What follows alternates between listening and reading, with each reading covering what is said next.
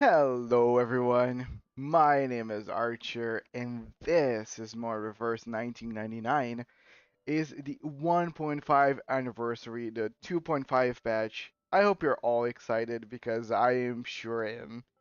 Yesterday I logged in into the game and it took a lot of effort not to do basically most stuff so I could save it all for today.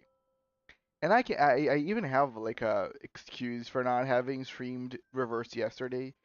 I wanted to actually let people from my community to experience the stories by themselves, because I know that a lot of times whenever I do stream on patch day and I want to dig into the story, a lot of people just ditch because they want to experience the stories from themselves. They don't want to get spoiled. So I decided, okay, I'm not going to stream on day one. I'm going to stream on day two. So I can actually let people do things for themselves. And then today, now I can experience everything, hopefully with most of my community.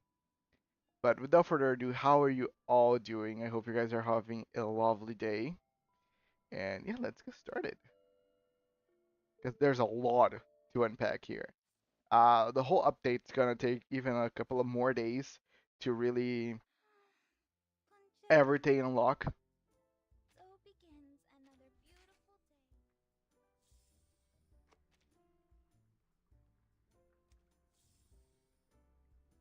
Sweet. This is already the second day of the update. Okay.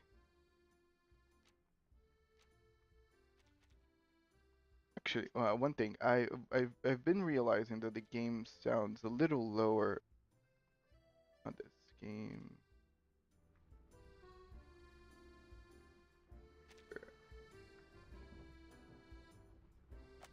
So yeah, I hope this is not as low right now. But let me know if I need to turn it up the game's volume. An apple a day keeps the doctor away. Therian. Hello, kind sir. Thank you so much for redeeming your upload today. How you're doing?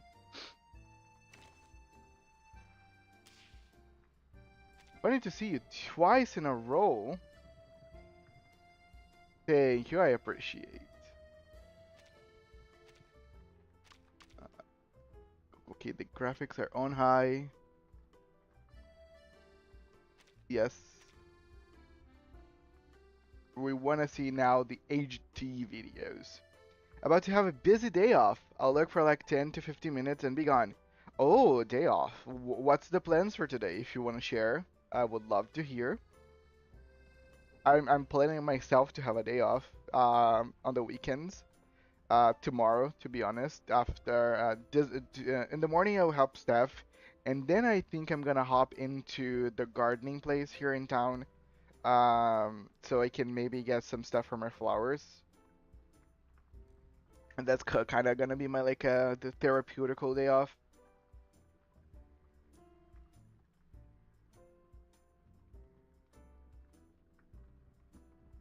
Ah,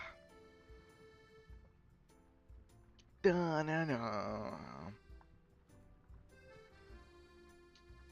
I'll be a driver for my girlfriend and visiting my parents for dinner. Finally ending with the board game in it. Oh, this sounds so white. Like I mean, it's just so right. Congratulations, that sounds awesome. Driver for girlfriend, dinner with parents, and board game evening. That sounds cool. Well, what kind of board games are you guys playing?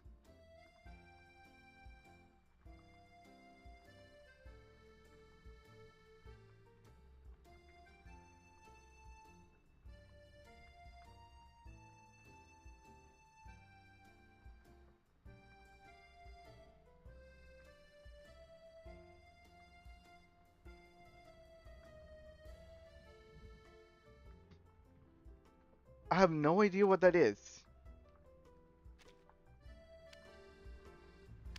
Yes, now I'm turning up the volume. Yeah.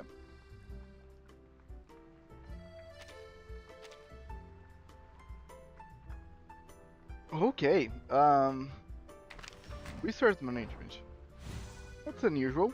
I never heard of it. I'll Google it later. Sounds cool. Building production and sales network. Okay, that's very business-like. Cool.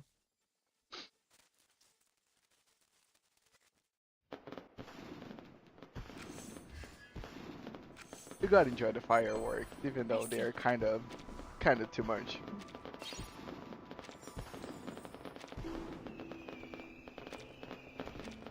I really enjoy that they really upgraded the wilderness. It's looking much better, very evolved.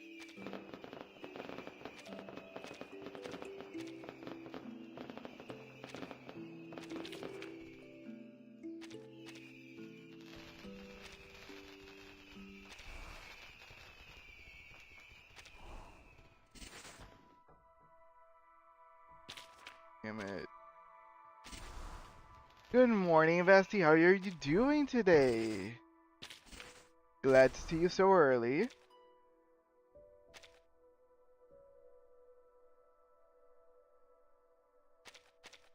I'm very good. I wasn't very good until a couple of hours ago. Well, it was a terrible headache since yesterday.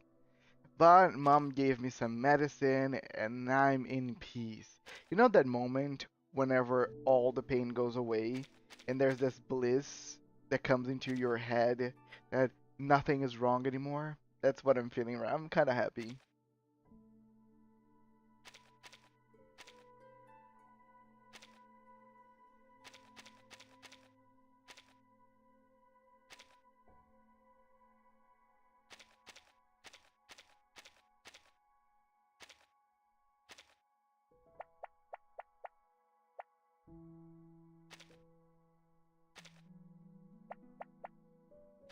Ah, here. Done.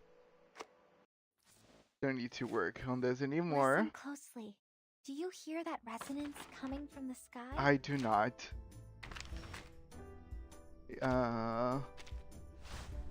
The little guy. I love this little guy. Draw, please. Check the divination box. Show me. Prosperous wealth. Your wealth will grow. Prosperity lies just beyond your fingertips. The sign signifies abundance and success in upcoming ventures. Thank you. I like abundance in upcoming ventures. I'll accept it. Thank you.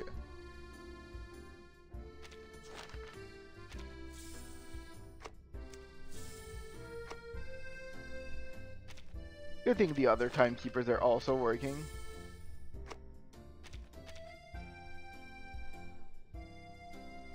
Oh yeah, Netharian, don't know that Netharian started to show up again. At least he showed up yesterday. Perpetually tired. I feel you.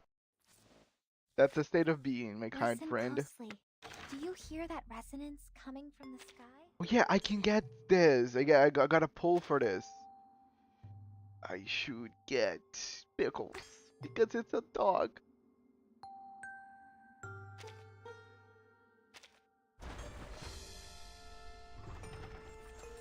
Oh god, no. No, you're not gonna give me a 6-star? No, I wanted Pickles. Ah.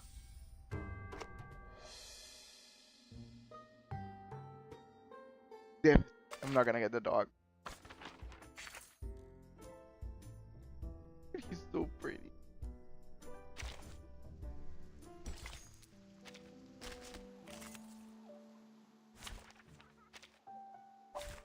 Oh, I got it now.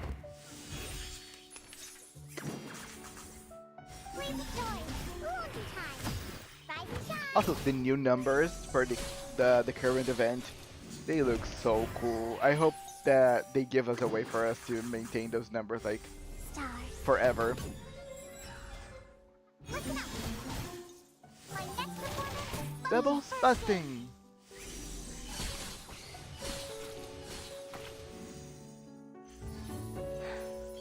Yes. Great.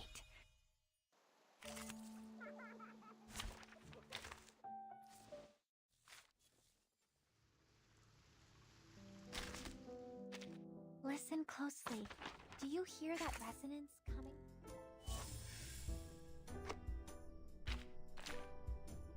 Okay. So quick updates about our roster here. Kakanya is officially inside 3. Welcome. This I one is just not need to as finish saw you. just changing her pattern to this, and she will be a-okay. Actually, I need, but nope, this, nope, I misclicked it twice. That's a gift. Nice. Now we're fine. And then we're gonna start working on Druvis, since she's gonna be part of brought me a the next gentle team. breeze on the field. And it's just because I love her and I want to get her skin. But yeah, we're gonna start working on Miss Druvis. This skin here is just stunning.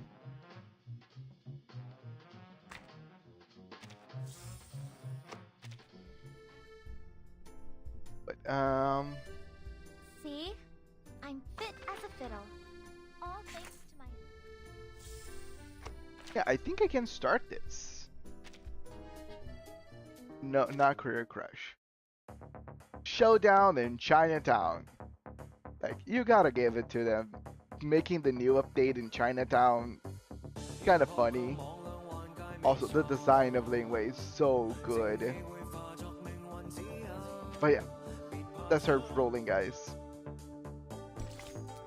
Fresh police story. Nothing like a code welcome to greet a rookie.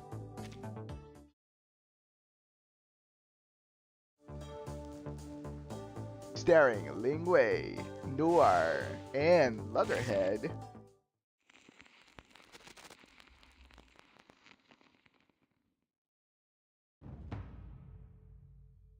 An apple a day keeps the doctor away. Oh, welcome, Vernito. You came just in time. I just started the first episode of the Showdown in Chinatown.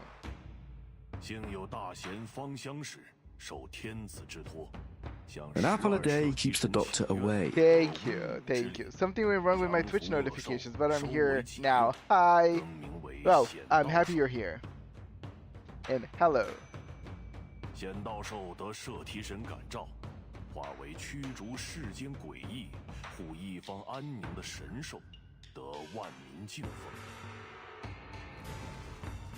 然之 I hope you already did this event by yourself, so that's nothing brand new for you.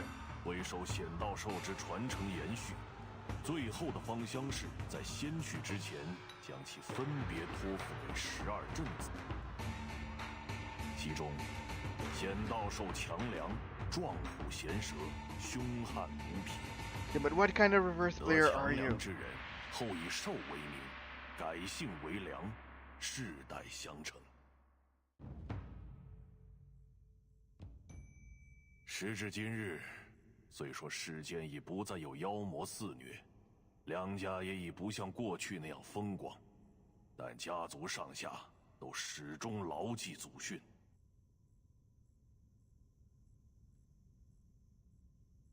Okay.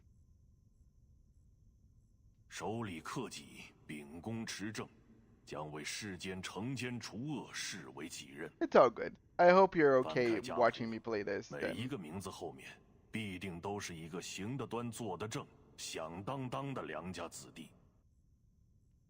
然而，仙道授强梁却已有近100年未曾现身了。直到你，我最引以为傲的女儿。 直到你再一次唤醒了强梁，你可知自己肩负着何种重望？ His hand rests on the girl's shoulders, its weight like that of the world. 我知道的，爸爸，你就相信我吧。 She has heard the story 1,000 times, and for years this answer has been engraved in her mind, for it's the only answer she has ever been allowed to give. It must be very heavy to carry like a burden. I will fulfill my destiny as a worthy master of Qiangliang. But one thing the Lingwei can always do, she can always see the rest of her family as complete failures that were never able to summon Xianglian until now, and she's the only one that's worth it. Because low-key, that's the reality. I mean, come on now.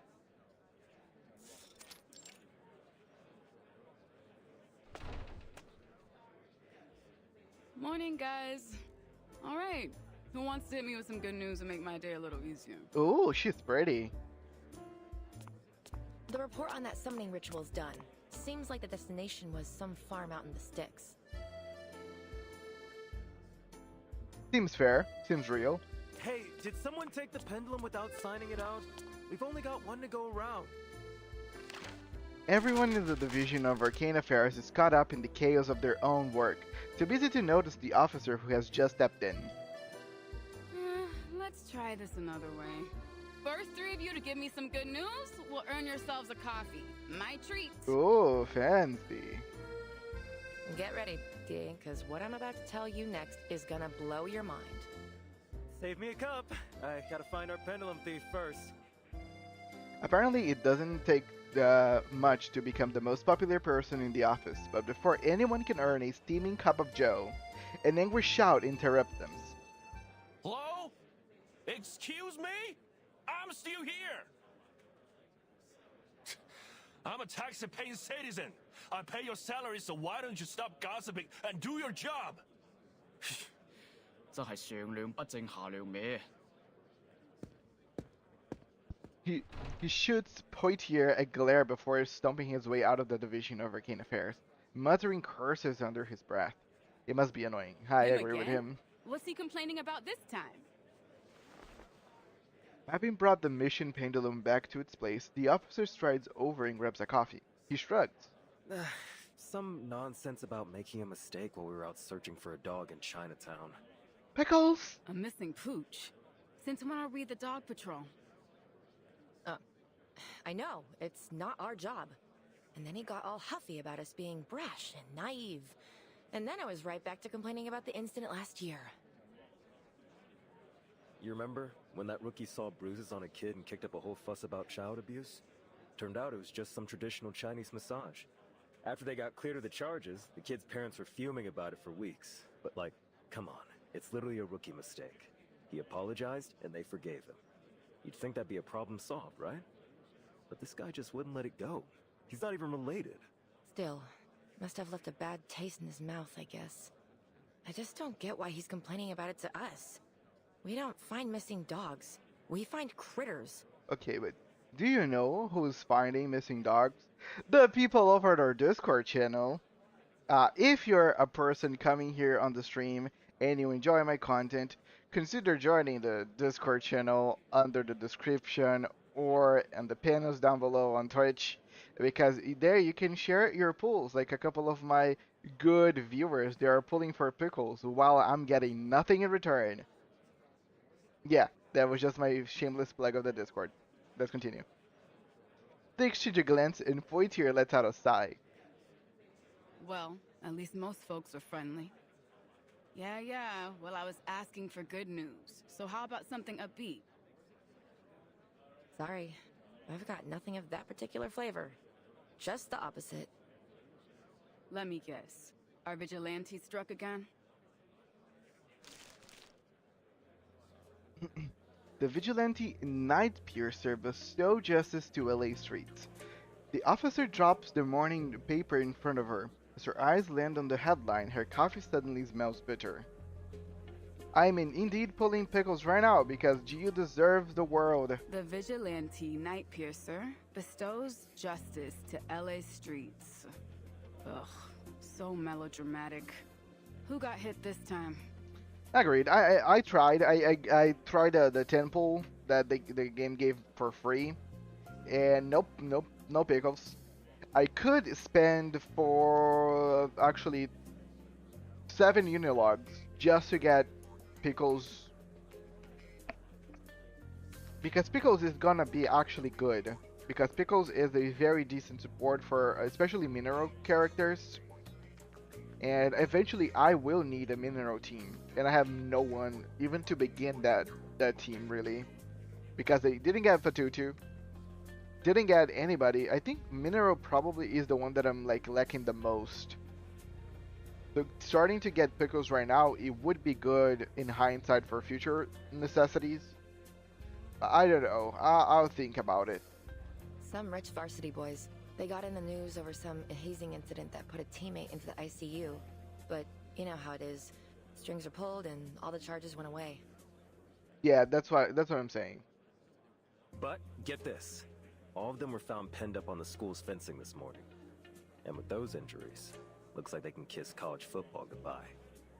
Hate to say it, but I gotta side with the vigilante on this one.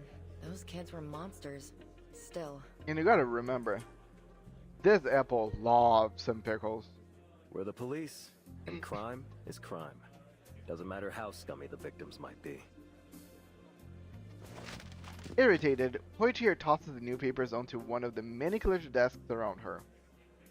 The arcane skill this guy cast, using those needles? It's like he's trying to imitate Detective CO7. What's up with that? CO7? Like from the movie series? Don't act so surprised I've seen them. You know I love movies about Arcanum. So, do we got anything? Have you seen the look on Chief Eldon's face yet? Poitier looks over at the deputy chief's office, squinting as she tries to see through the slated blinds. Hot damn. I know that look. Wasn't the last time when he found out his daughter was dating some jackass crook? I know this Nightpiercer guy's been tricky, but is it really that bad? You don't know the half of it. The pressure's been building on him. Now, apparently the up-tops are sending us some support. Some cadet from the Vigils Bureau. I guess they've decided we're not working hard enough, or something. Oh, by the way, plot twist. I'm gonna be doing this whole event today. Yes, so we're probably gonna burst our 3-hour window, but yeah, we're gonna do the whole thing today, and I will actually edit this whole thing and post it on YouTube as a video. Yeah, it's not just be a live stream, it's just gonna be an edited video because I'm trying to get fancy here. Vigils from the Foundation? I am sure. Aren't they only responsible for the Arcanum crimes that'll cause serious consequences? I don't see how this Nightpiercer guy is their kind of trouble. Even if this Apple needs to brave the entire game by itself. Besides, how's a Vigil even going to help us? They don't know the city like we do. And not even a full agent, just a cadet. Wait, did you say cadet?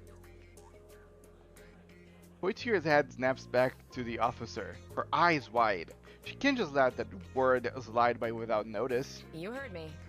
Apparently, they decided this is gonna be a thing. Send the cadets along to assist and test their chops.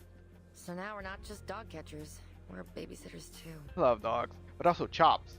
It goes with chopsticks, because you gotta remember Chinatown. Is this some kind of joke? Thank you, oh brave Vernetto. I appreciate the company of the risk keeper. Your words, my lips. The chief said it's a chance to develop a better working relationship between us and the Vigils. I think Brass just wants to cozy up with the St. Pavlo Foundation. She downs the rest of her coffee and tosses the empty cup into the trash. Yeah, that would explain the look on Eldon's face. So what? Anyone know when this cadet is due? Or hell, anything useful at all? Oh my god, I thought I heard Jay there. Where? I heard tell it's some Chinese girl from a famous family of arcanists. She's got a mega powerful familiar, and that's why the Vigils recruited her. Really? Just for her familiar? That can't be the only reason. Like this Did guy? she at least like score well on her tests? I don't know. Yeah, their voices kind of similar, like, I guess? I'm not sure. I don't, it's not clear on my mind, even though I just heard his voice over Monday. By the way, if I can do all this today, maybe by next Friday we can finish Florid. Apparently, she didn't even take the test. She was still in training when she was picked. No field experience at all. At all. Whittier tries to maintain her steely demeanor, but her frustration proves too much to contain. So you mean this girl's a total liability? Some spoiled rich kid debutante looking for a chance to polish her resume? Okay. She's a limited character here, Poitier. And I don't know if she's here with her portraits, because you know that Lingwei actually needs portraits to be the best she can be. but she's still good. Okay. Okay. Yesterday, do you remember that I rated Keishin and he was like, "Oh, you're not gonna pull for her just because she's the probably the weakest limited character." I'm not pulling for her because she's a star character. I want to defend myself here. I'm not pulling for Lingwei. One, because she's a star character, and I already have a full star team of impromptu guys. Second, Lingwei needs portraits to be the best she can be. Well, Lingwei is a good character, but you need her portrait 1. If you can portrait her all the way to 5, that's awesome. But it means that she needs a lot of investment that I am not, one, willing, but two, I even don't have it. Because in my plans, I need Aleph, I need Elizabeth, I need Kiparina. I cannot place me using all my resources to get Lingwei. So that's why I'm not pulling for her. That's all. Yeah, I literally pulled for her. I wanted her at P0, but Fate gave me Jiu. Again, it's a good Fate. Jiu is technically a best option because Jiu does not need her portraits to be decent. And I'm not saying that Ling Wei needs her portraits. It just means that she gets so much stronger whenever she does have her portraits. And again, I feel bad not getting Ling Wei because I don't know if you guys are aware or how strong Hisabeth makes Ling Wei whenever Ling Wei actually has more of her portraits, because Hisabeth's his really propels Ling Wei mechanic really quickly. They work very well together. So me wanting to get Hisabeth, it would be on my best interest to get Lingwei. But the reason I'm not getting Lingwei is that Lingwei is not the best she can be without copies. And I'm not gonna get copies. I'm not even sure if I could get the one. Because I don't have enough resources to get her 100%. I would need to get her on the 50-50. Like, I never thought Lingwei could follow up twice. Like, holy shit, talk about an unexpected. Right! Again, I say, Hisabeth is gonna be for a long time a very strong character. Like, if you put. And the thing is, I think the worst thing about Lingwei and Hisabeth, whole mechanic there, that she still needs Melania. So we're talking about a very colorful team. Because you can easily go with Hisabeth, Lingwei, Melania, and Fatutu on the same team. And you get all the affiliates there.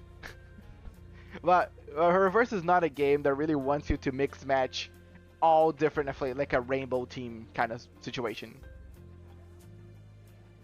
The officer lets out a dry chuckle, but as her reply is about to leave her lips, her eyes flick behind Poitier, and her tone changes. But I hope, like, I want to get Hisabeth, and hopefully eventually there will be other characters that will also benefit a lot of her excessive hissing. Because I don't believe Lingwei is just going to be the only character that eventually is going to reap the rewards of her.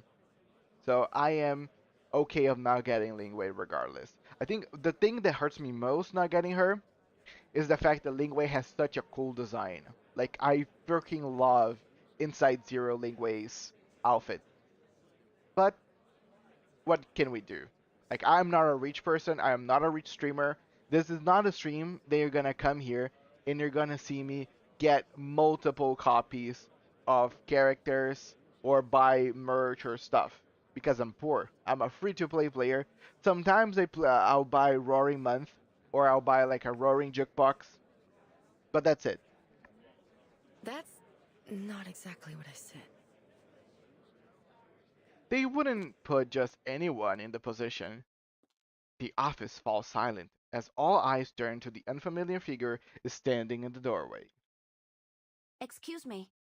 It is her. In her very cute phone. Okay, let's just dissect the design here since she's right there. The eyes. Let's start with the eyes. Look at the gleam on Lingwei's eyes. So pretty. Her hair, pitch dark jet black hair, almost oily, almost because you see that there's a faint glow that goes from the black to like a greenish. Then you have her outfit. I freaking love her outfit. It's like this black outfit, leather, probably so cool. And then you have this phone. The phone is super cute. The little lever right there. I don't even know why that's a thing. and then you see that she has like a little tag, a little keychain, but is a freaking what's the name of that thing that you used to lock people up? Damn it! I hate whenever I forget words. You used to lock prisoners. Damn it! I'm not coherent anymore because I'm thinking about the word. You guys get it. You guys get it. Okay, both of us forgot the word, but you get it. You know the word. Like, yeah, we're eventually you're gonna remember the word. But handcuffs. Yes, yes, I remembered the a keychain with like a handcuff in it. I really love it. Hello, Cap. Welcome to the stream. How are you doing, sir? I hope we're about to start a very cool day. I'm Vigil Cadet Liang Yue from the St. Pavlov Liang Foundation. Yue. Vigil's Bureau reporting for duty, ma'am. Could you please point me to Deputy Chief Alden? I'll say, my mouth cannot properly pronounce her name right, Liang Wei. It's very complicated. Like the Chinese pronunciation of her name is tough for me because you really gotta the tongue really needs to work overtime there. He's in his office. Poitier is the one to break the silence. She jerks her head towards the office in the corner as she speaks. I see. Thank you. Oh, that's a very cool day. I would be freezing if it was me on your situation. I would be with my blankie all over, and I would be probably with all my fingers hidden away, and this would be on auto because I wouldn't be able to just keep pressing the spacebar. She offers a slight nod, and under the scrutiny of every officer present, makes her way to the deputy chief's office. As soon as the door is shut, murmur breaks out like wildfire. That's our princess? I've seen street rats bigger. I bet I could lift her up with one hand. I bet she could knock you out, miss. Don't forget her familiar. Though, I don't see it now. So she must be a summoner. Yep. Lucky her. I wish my great-great-great-grandpa left me something like that. So what's Eldon gonna do? No way he's letting this baby rat scurry into our investigation. I'll show her the door myself if he'll let me. Guaranteed our Vigil to be is a spoil airheaded legacy pick. I can't imagine she's the type to follow orders. I love that people, they really like to do some mind work to actually like use all their preconceived notions and like prejudices to kind of for like create this character for Lingwei without even knowing her. People just do that now, like every day, all the time. We use our prejudices to form mental images of people we have never talked about or talked to or know anything about. That's why, like, I stopped doing it, like trying to do this mental exercise to kind of figure out who someone is before even talking to them. Like, stop labeling people or trying to downgrade them. Ping pong. Ping. Just treat people as people. Ping pong. Ping We had some pong, rain ping, and it's pong. Ping pong. We had some rain and it's too humid, so I have to dehumidifier going next to me. Ooh. We're having yesterday we had rain the whole day. Kind of insane. Because here usually a rain does not last the whole day. Guys, we won't get any answers just sitting here. Yeah, you're right. I need to get back to work. Josh is out on leave, so I've got to cover all his cases. Hey, hold on. I've got a way to get the scoop on this girl. Before Pointer can walk away, she grabs her sleeve and, with a knowing look on her face, indicates towards the deputy chief's office.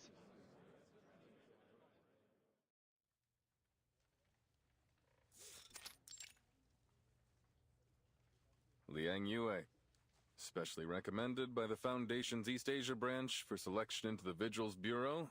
Top of class during your training. Selected to serve as the pilot for the Vigil Cadet Field Training Program with the LAPD Division for Arcane Affairs. I don't know. They don't sound the same for me, Veneto. They are both hot. I can give you that, but that's it. It's an impressive resume. Thank you, sir. Actually, it's not that... Did I ask for an explanation? Your voice faltered for a moment. No, sir. Then don't give me one. You talk when I tell you to talk. You sit when I tell you to sit, and you do exactly as I say when I say. Okay. Do I make myself clear? Tough guy. Humility is bad for me now. I don't know, Kev. I think nowadays we need to try to be humble as much as possible. Sorry, I couldn't contain myself. I know what you mean. I know what you mean, but it was just so there. Yes. Yeah, humility can be something. I agree with you, especially when it comes to like to mode or any kind of like situation. I also don't like to be too humid because I have some skin conditions. My ears must have been broken due to all the screaming, and dude, don't even tell me. Talk about a screaming game. Yes, sir. Humility means modesty, dumbass. First of all, that's aggressive. Second of all, yeah, I think humility and being humble is not the same thing. Okay, thank you so much, random YouTuber Veneto saw it.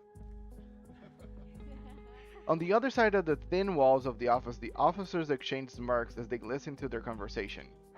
Classic Elden. Reminds me of the good old days. Good? The hell was so good about them? I think you've taken one too many smacks on the noggin. Still, she isn't as stuck up as I expected. I think this kind of reminds me of something. There was something very popular here in Brazil of like some parents like trying to teach their kids not to lie by making them like do some like nasty stuff. And a lot of people were kind of berating this parent for doing that to her children. And a lot of people online were kind of defending her, saying back in my day, people used to do that to me and I grew up just fine, and I miss the tough like love and like harsh punishment whenever you used to do anything wrong. Because nowadays, you cannot touch anybody, you cannot hit anybody, which I agree. You should not be hitting your children. That's my perceived notion of the situation. I don't want to get into the details about that one specific thing. What I'm trying to say is that a lot of people, especially older people, they go on to say stuff like, back in my day, punishments and things like that used to be normal, and nowadays everybody's soft. And they act like it was a good time, they getting punished. I remember whenever I was in high school and there were still like some like harsh punishments and people were okay, I hated it. Those. I don't think people should be like, oh my god, like this tough relationship and tough punishment is a good thing because back in my day I used to be punished like this. No, it was never good back on our day. It's not gonna be good now. Nobody like have fun being punished harshly by doing small things, especially children. But I'm not gonna go into details. But I always find funny whenever people try to reminisce whenever they like back in the day with fondness whenever they were just having a hard time because they want to like kind of defend those types of behaviors to be perpetrated still right now. I'll say, guys, let's stop. Like back in my day, back in my mother's day, a lot of things were shitty. It's not because she survived, it's not because they endured those things that it makes any of those things less shitty. Just because it worked doesn't mean it's good. Right. Doesn't mean people survived. It doesn't mean it's good. That's even my point. Like most times it doesn't work. Like you're trying to teach a kid not to lie by punishing them heavily. It's not gonna make them lie less. It's gonna make them so you never realize that they ever can lie. Like they would try to go through hoops and bounds to make sure you never found out again, just because they don't want to get punished more. But it doesn't mean that they're just gonna fix themselves like out of the blue. I think I was always a very like well-behaved child whenever I was growing up, and my mother never had to do anything like punish me to because of any like misdoing that I ever did, because I just saw how much my mother worked. My father was never with us, so it was just like me and my mom since I can remember, and it's just like I had to take care of myself. I didn't have anybody to look after me. I had to just manage life by myself because my mom used to go to her work in the mornings, and she would come back during lunchtime to make us lunch. She would go back to work and she would come back, make us dinner, and then go to bed just so she could repeat the cycle over and over again. And that kind of like whenever she's not at home, I was either in high school or I was trying to manage everything by myself. So it's not that like I was hard punished to learn how to do things. I just managed to do things by myself because the situation made me had to learn things by myself. But I don't wish other people to go to the same experience that I did. Like I hope they have like an easier time with like without so much like financial difficulty as I always had. So like their mother could be more present and they could just enjoy more of their days. But I'm saying like it's not because things are shitty, we need to wish them on to everyone else just because we survived. That's my point. Let's continue. And she's probably a wuss. I figured she was gonna backtalk him. More like a meek little mouse than a rat. He presses their ears against the wall and falls silent once again. I've been told you're here to assist us in catching the vigilante known as Night Piercer. But one look at you tells me you don't have the chops. Oh, by the way, I really like the chameleon. Pretty cool. I'll say like this is a very, very cool badge. I'll bet you're greener than any rookie on my force. Now, Liang, answer me. Are you ready? Yes, sir. On this beat, you're going to encounter arcane crime that is worse than anything you've seen in your training. Beyond your imagination. Are you prepared? Okay, gotta go, Bella's mad. Gotta go out. I'm so sorry, hon. I wish you the best of the times braving the reality that is the outside world. May you get your meds really quickly and you can come back speedy time. And hopefully nobody's even gonna talk to you. Crossing my fingers. Love you too, hun. Have a good one.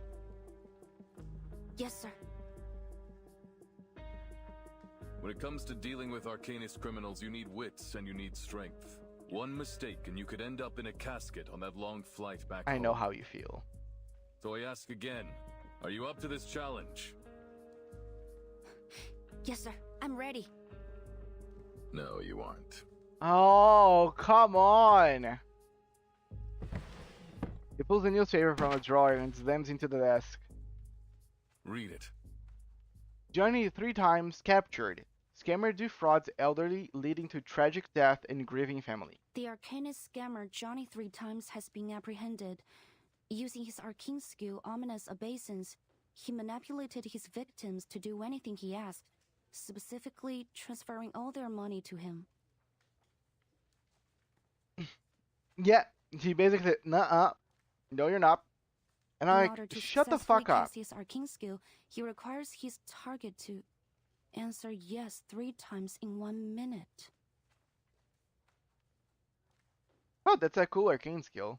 If you had been dealing with him, he'd already have you dumping your trust fund into his bank account. Or worse. With all due respect, sir, that isn't a fair evaluation. I wouldn't have answered you that way if you were not my commanding officer. Fair? There is no fair when it comes to arcanists.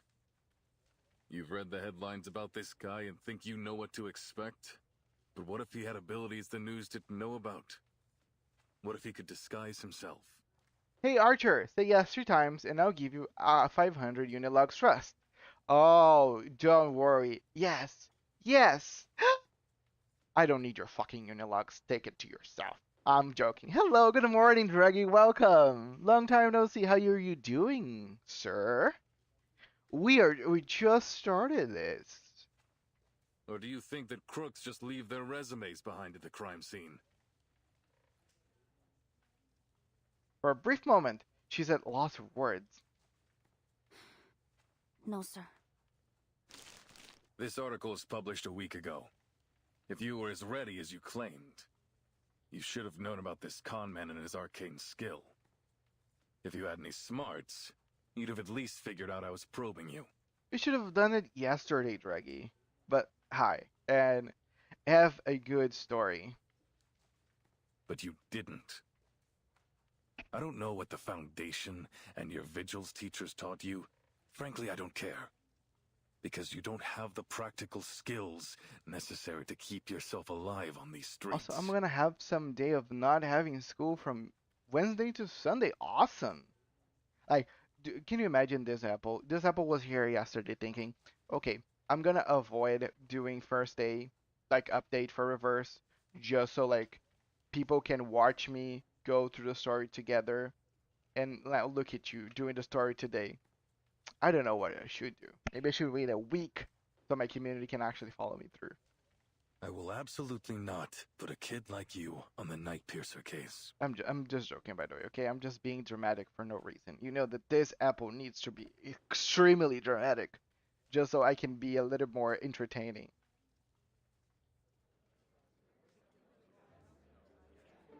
But I want to do the story here. I also should have resisted the urge of spend all my free pulls so I can get the stream, stream the pull. It's all good. Again, if you get any good thing, go on the Discord and share your pulls. Everybody's sharing their pulls there. I have got nothing decent, so that's why I didn't share anything with my free ones. Yeah, I got nothing out of the 2 temples that the game gave me. So yeah, but some people got 2 Lingweis, some people got 2 pickles, some people got Jiu instead of Lingwei. We got a very big variety. Cold and ruthless as a Minnesota winter. Elgin's never been a people person. Guess that's why they keep him stuck down here with us. I don't know. I agree with him. But he's being pretty rough on her. Oh, that's nice. That's good. Yeah, I was pondering getting pickles because, as I told you, Vernetto, I don't have any mineral characters. Like, if I had to make a mineral team, I don't even have a starting point. So I was thinking about getting pickles since it's just a very good support for mineral characters and like a starting point. So I might, by the end of the Ripples in the Water, try to get him, maybe. Like, just spend 7 Unilogs, it's not that much. She's definitely too young for this. And he's a guaranteed, Is a guaranteed 6-star. Look, if she can't handle the chief, then she can't handle this city. Is that right? I seem to remember someone's eyes going red a few times on her first day. Also, I got Tooth Fairy from the free 6-star selector. Where did the selector comes on? Do I need to do anything to get this selector?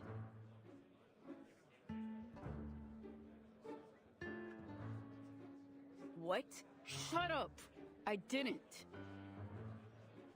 Shh. Listen. Oh yeah, I forgot. It's a reward for like playing for 365 days. Yeah, you're right. Enjoy your selector. I will get mine on the 2.7. End of discussion. If you want to call home to your daddy or the Foundation and get reassigned somewhere else, be my guest. But as long as you're in my department, you'll follow my rules. Oh yeah, I'll assign you some of the lighter cases.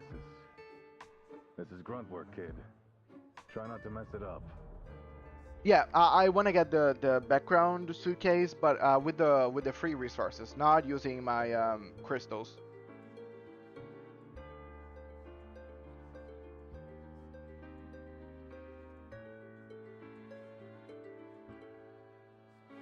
Hold on. I've got a bad feeling. Wheatier's eyes widen, but it's too late to act. Area Poitier will be your partner and field training instructor. She'll be happy to help you adjust. Isn't that right, Officer Poitier? Oh, I'm sorry to hear, Veneto. But again, you're gonna get it soon. Poitier can't help but mutter a curse under her breath. Crap. Guess my day isn't getting any easier. Also, Poitier, Vasquero, how could anyone accuse her of being AI? Is that a thing?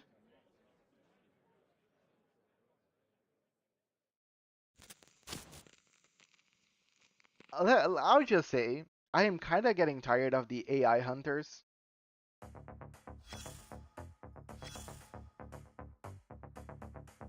Like, nowadays, everybody, oh my god, is this AI?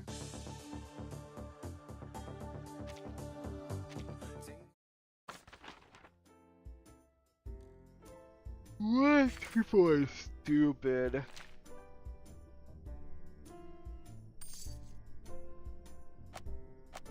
Oh, by the way, guys. Look at this. You said it yourself. I got her psyche This because is it's my finally on room. the store. And I may do with it I'm as so I happy please. that my journal is now strong.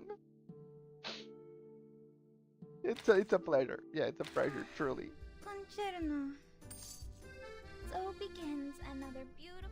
Yeah, I just needed to share that beautiful happiness with you all. Yeah, Miracle Mart. Yeah, how do I get this this thing here? This glowing strand.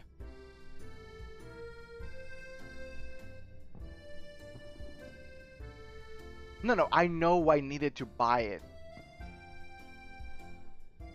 How do I get this? Because I don't want to use the like crystals. Even though it's 50%. It's all about the money. Okay, this is money? Is it like people, didn't people, okay,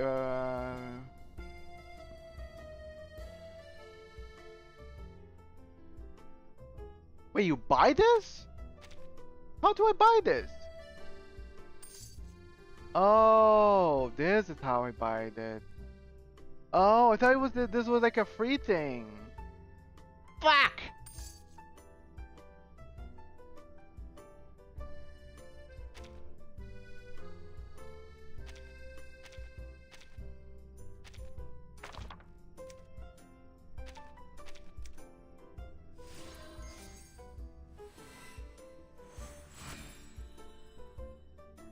Now I'm happy. Greetings, madam. I'm here. Best character. Nothing else matters.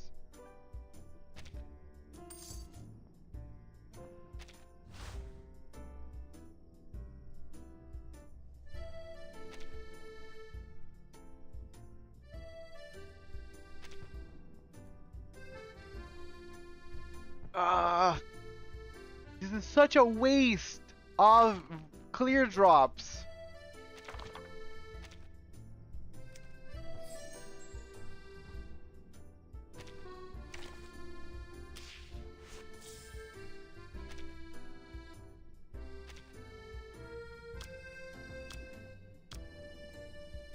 I don't want to hear anything. I'm happy now.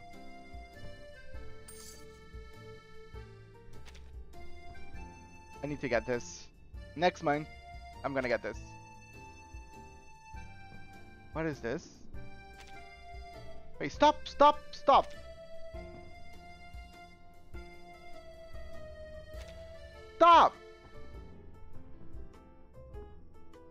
Okay.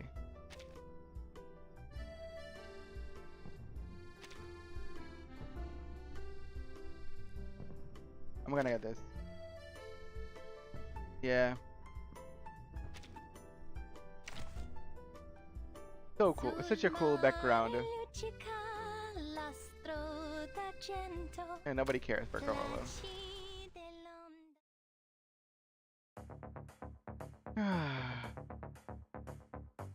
Let's go back. Let's continue. Okay, I just spent some unnecessary resources, but it was happy. Total crisis. Put down the donut. Drop the radio. Okay, no, sorry. There's still stuff for me to do. Sorry. Where is the stars?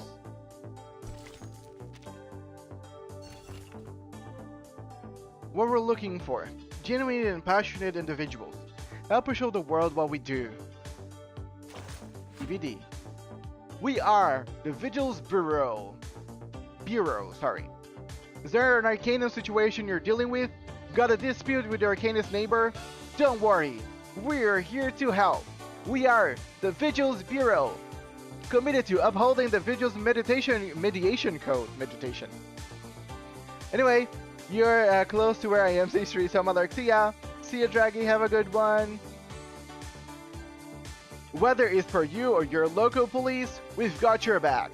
Next time, leave this to the Foundation's PR department. These guys are hopeless at this. The senior remarked, stealing away the footage while struggling to keep a straight face. I'm getting a headache. Their evaluations will just have to be postponed for another 3 months. I like cheesy. It's 100% a business ad. With a professional production team, limitless budget, and official sponsorship, our marketing prowess is unmatched. Your close companion is here. Close companions, everyone's best friend. The earliest of these companions can be traced back to the east, where the Zenji befriended the powerful Zhendao beast. Together, they battle against evil and maintain the peace and harmony. To this day, the Liang family still takes pride in the bond their ancestors shared with Chen Liang, the Zhendao beast. The Xindao beasts protect the world, a story familiar to every child, often whispered by their mother to soothe them to sleep. Now it's your turn to find your own close companion, or perhaps to get one for the kids. Thanks to the Neil Babel Critter Rehab Center, critter companions are coming to every home. Special thanks to the San Pablo's Foundation for providing the companion footage featuring this program. And it's funny that the rehab center exists on our suitcase on the wilderness, so we're part of this. Thank you, Miss Neil Babel.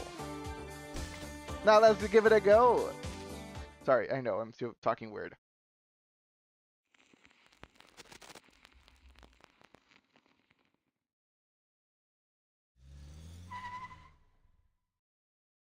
Here we are. Yeah, Get I out. just hydrated. I predicted. But I'll get me some milk in a couple of minutes. First case of the day. Mm-hmm. Anytime regular beat cops find a case related to Arcanum, they'll call it into dispatch. And then we get to come mop it up. Mm-hmm. This is what we call a basic Arcanum incident.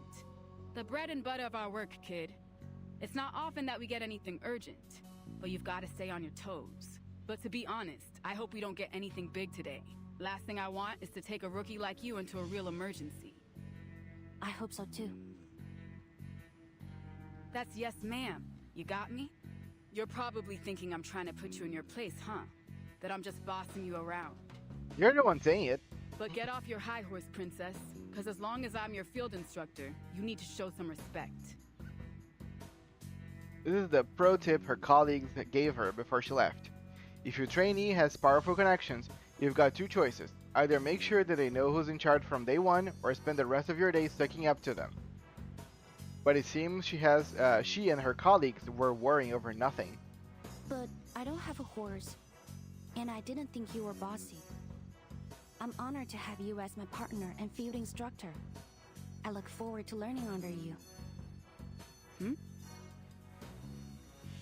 Pretty humble coming from a big shot cadet.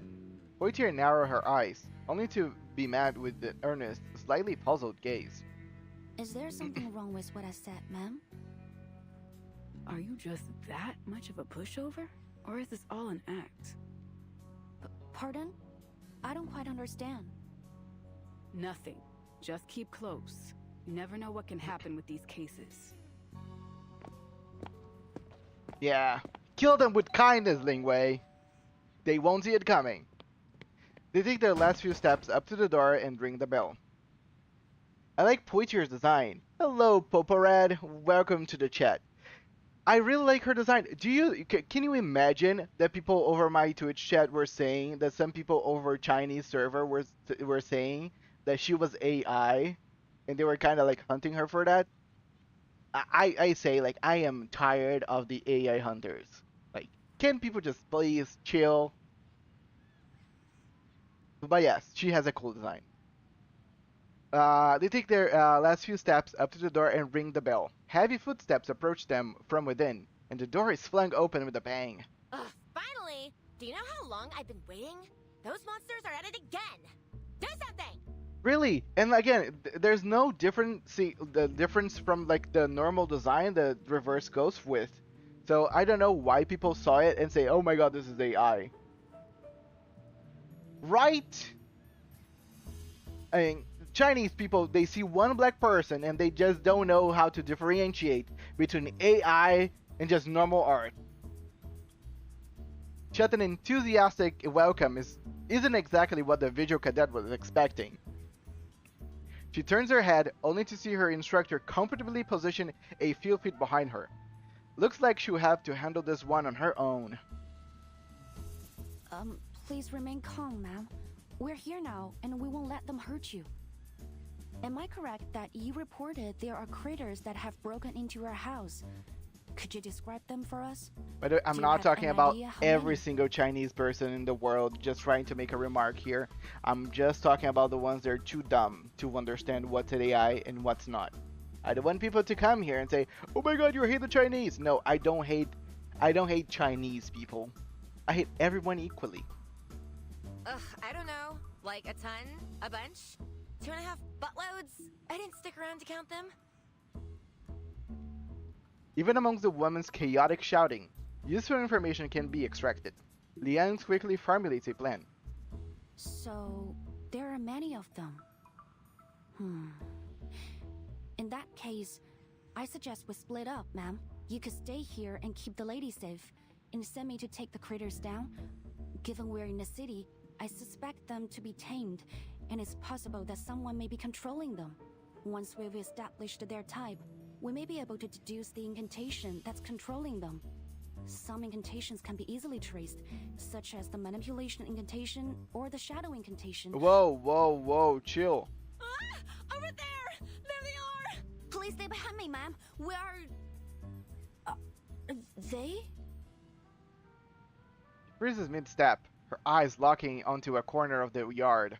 From the shadows, a row of plump creatures waddles into view. Oh, they're adorable! Is this... This appears to be a Moncholo, a new breed of critter from the Miss New Bible Critter Rehabilitation Center, endorsed by the LSCC. They are medium to large in size and classed as non-aggressive. Yes, we from the New Bible Rehabilitation Center for Critters approve this message. The Moncholo consumes base arcane materials and extracts the energy from them. They are intended to assist in the arcane production industry. They've been slated for worldwide distribution. Because they are gorgeous, Cornetto. That's why she's so stunned. But why are they here? Well, what are you waiting for? Do something! Kill them! Okay, calm the fuck on. They're just sweet little children. Kill them? Kill them? Oh man, please don't worry. They will not attack people. And it's against our procedures to kill non-aggressive critters without authorization. Where is Poitard, I forgot her name, sorry. Where is she now? Why is Ling Wei talking like alone? But they're destroying my azaleas! And the stairs in my lawn! And they almost bit my sweetie's tail off! Even the ever-composed visual cadet is momentarily at loss for words. Your sweetie? I see, ma'am. I will do my best to get them up. She decides to put off investigating Sweetie's identity for now, but before she can act, a shrill voice interrupts from outside the yard. Hey! Don't you dare lay a finger on my precious munchies! Aww. What? Can I help you, sir? For sure he's called them that, but that's nothing to be related to weed, right? I knew it! This jerk is my next-door neighbor? He keeps all kinds of these ridiculous smelly critters around. I order you to throw him and all his disgusting little pets in jail! Are you out of your mind? They're just some adorable munchalos. What kind of sicko would want to hurt them? Yeah. I agree with season number 2 though. The shouting match quickly escalates into a barrage of increasingly colorful insults fills the air.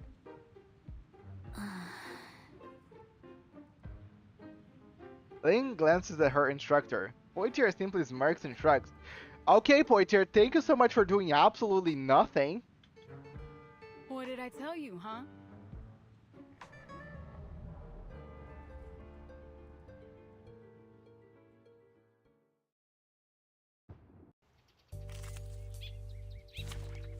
We're really gonna fight them? It's such an overkill.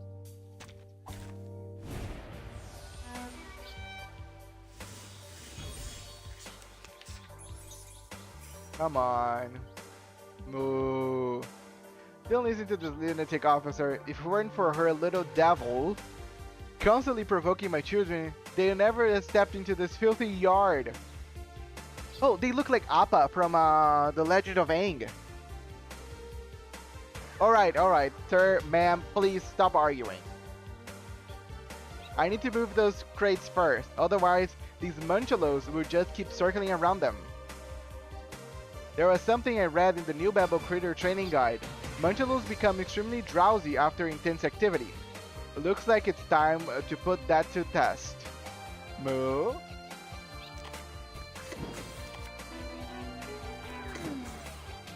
you have any requests? Oh, now, okay, now it's just showing the descriptions of everything as I just browse. Nice.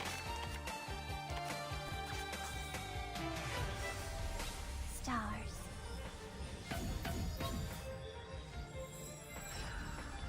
One. Listen to the melodies of wind and waves. Please. Yeah, very neat. Oh no, he almost died. I'm sorry, Munchalo. I cannot control the impromptu. Moo. Alright, sir, please bring your pets and come with us. The police station will handle further processing as needed. Oh, my sweet babies. Daddy's taking you home right now. We've done a good job. Now, may I have a hand towel? Sure.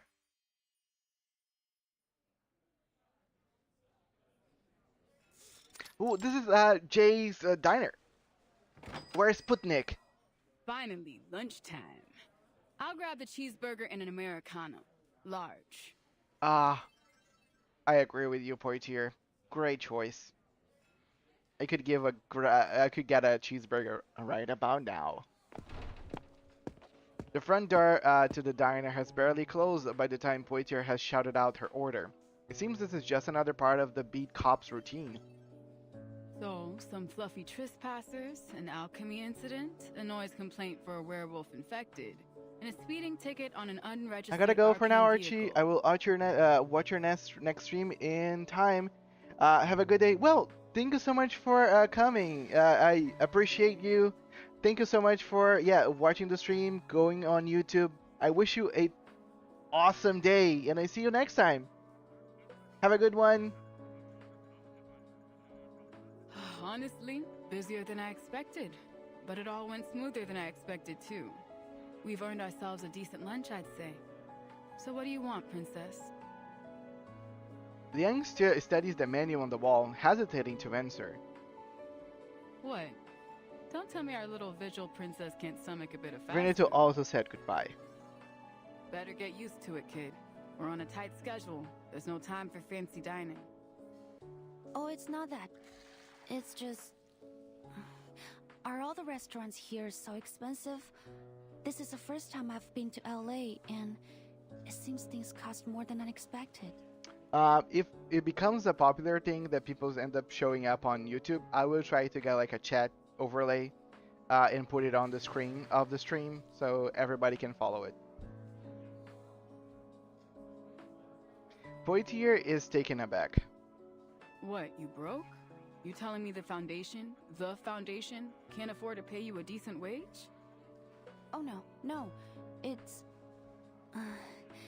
My subsidy should be enough for daily necessities. It's only the... I was hoping to save some money, but it seems the prices here won't allow me to. Sorry, please forget it. I'll have a chicken sandwich. Thank you. Okay. I think Poitier was just so hung up on thinking that Ling Wei was like rich that she's probably surprised that, well, apparently she's not. Their orders placed. The two take a seat at Poitier's usual spot. All right, question time, rookie. Because I think I've got the wrong impression. Yeah, I'm sure of that. What I heard was that you were some pampered rich kid from a crazy old legendary family. After a brief flicker of surprise, Liang's expression shifts. It's if she'd expected to hear this question, or at least has grown accustomed to it. It's true. The Liang family have a long history and many legendary ancestors, but that was a long time ago. Nowadays, we're not so different from any other ordinary family. Mm-hmm, sure. Ordinary. That's definitely what I think of when I see you. I also heard that you've got a familiar. You mean Qiangliang? Yeah, sure, that. Come on! It's some mysterious arcane creature from the Far East. Everyone in the DAA is curious about it, myself included. So, you gonna show me? Yang looks a little troubled. Now? I'm sorry, but I must refuse your request, Miss Poitier. With all due respect, the Qiangliang is a sacred being. It is deserving of great respect. It has a divine mission to expel diseases and evil beings, and has guarded the world through the ages. Maybe that just sounds like old legends, but it's the truth. We've recorded every battle it fought in our family chronicles. And we're only allowed to borrow its power when we're in the greatest of danger. Please understand that I can't just summon it simply to show it to others. Okay, okay. I'm not unreasonable, princess. If it's a sacred thing or whatever, I won't bother you over it. Okay, I like that she didn't like pry it even further, because like it's clearly like something religious as well for them. So like you should like have a level of respect. From the young sincerity, it's clear that isn't just an excuse. Poitier isn't annoyed by it, but she does seem a little bored by the overly serious response. An awkward silence follows the table. Luckily, the waitress breaks it with the arrival of their meals. Talking about the arrival of their meals, I like how she's not actually yeah, she was just like she was being a bitch because she was thinking Lin Wei was a rich spoiled kid. She was being nasty because of her own prejudices. But now that she sees that Lin Wei is nothing like that, she's kind of like keeping her guard down. But yeah, I'm gonna go to the kitchen, grabbing some milk and chocolate, and I will actually tell my mom if she can bring in chicken, so we can maybe like do some chicken sandwiches because now I want a sandwich. Be right back.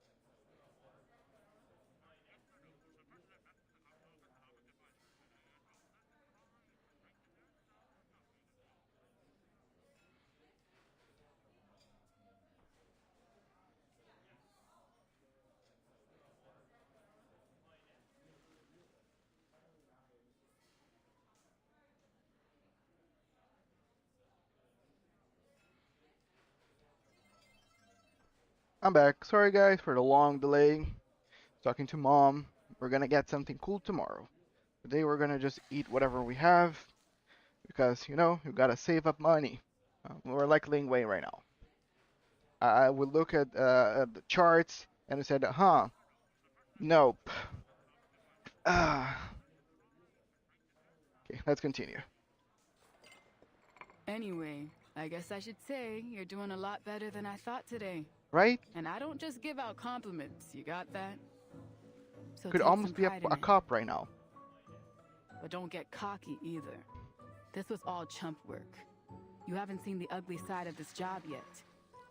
This morning might have been a cakewalk, but this job can blindside you just like that. Never underestimate anything. She takes a hefty bite of her burger and launches into a monologue, the food still rolling around in her mouth. Liang simply looks blank. Poitier finally swallows.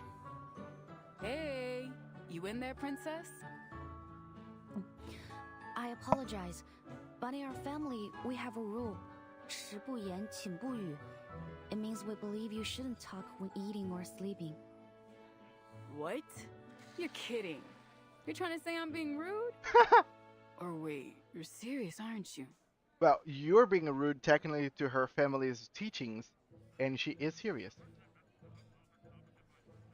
Liang sits totally still, her expression unchanged. What kind of stupid rule is that? Well, Chinese people with very young history, very old history. Sorry. Besides, why would anyone be talking while they're asleep? What, like you can't sleep talk? How do you even control that? That's a good question. Poitier appears to be giving the questions to some genuine thought. Sorry, maybe I didn't translate it right. It means keep quiet before sleep. For a long moment, Poitier stares at her, dumbfounded. Then she slumps back in her seat. The heck? So many rules. Damn, princess. I like it. You must have had a miserable childhood. That would be my same train of thought. If she is giving all those rules to me, then it means that she had to abide by them throughout her life. So it means that it's really boring and very annoying. Let me guess. Every day was courses and training, stuck inside, no books, no movies.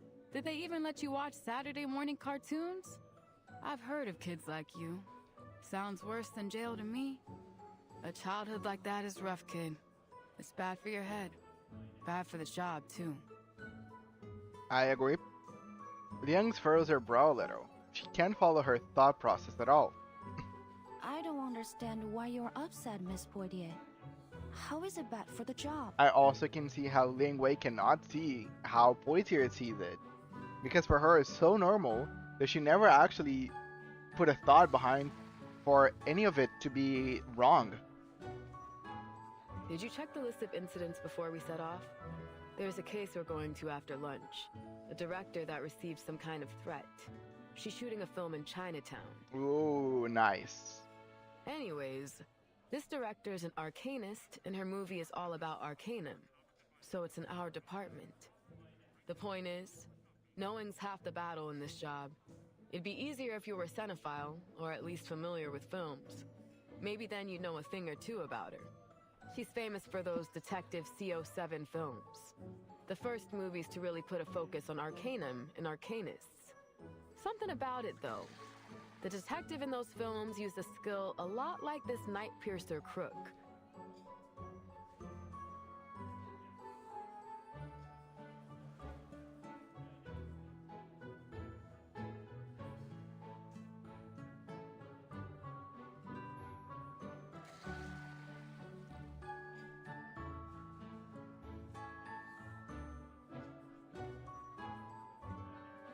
What's her name again? Something with an N? Very original. Yeah. Nothing seen before. Creative. Poitier strains to recall the name. She only saw it in the flash on screen for a moment when she watched the film way back when. In her focus, she fails to notice the flash of surprise on Liang's face. Noah. Yeah, that's it. Wait, so you... Yes, I've watched her movies too. I'll be damned. So was it a special reward for getting straight A's, or... Calling all nearby units. Code 3. We have a hostage situation at City Hall.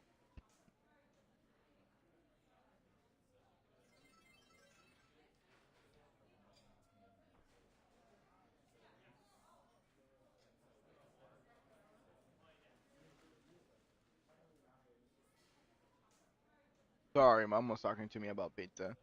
The radio announcement cuts their get to know you session short. By the way, I love that the little chameleon is like the communicator that they use. Pretty fun. Suspect is a registered arcanist posing a threat to life. On-scene officers are requesting immediate arcanist support.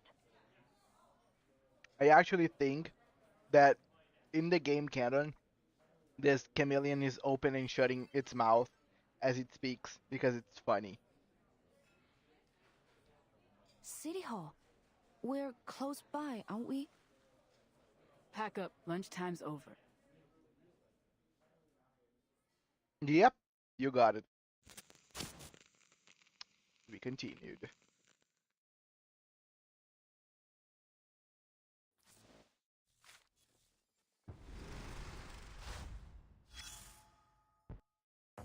So far, I'm kind of digging the whole dynamic. This isn't a nitpicking rookie. We all had to learn by this heart. Learn this by heart. Listen up, rookie. Since I'm your instructor, I need to make sure you don't embarrass me out there. Did you review the basic operational guidelines for Los Angeles Arcane Affairs officers before taking the job? Yes. First, all police operations must remain within the Los Angeles administrative jurisdiction. Second, we must develop practical and cohesive plans, procedures, and strategies to reduce Arcanum-related crimes and behavior, improve the quality of life for citizens, and maintain harmonious relations between humans and Arcanists. I'm sorry, guys, that was out of pocket. Administrative procedure 31109. In civil disputes involving Arcanum, mediation should be prioritized to minimize the impact of Arcanum-related factors, provide citizens with professional guidance, and avoid actions that could escalate conflicts.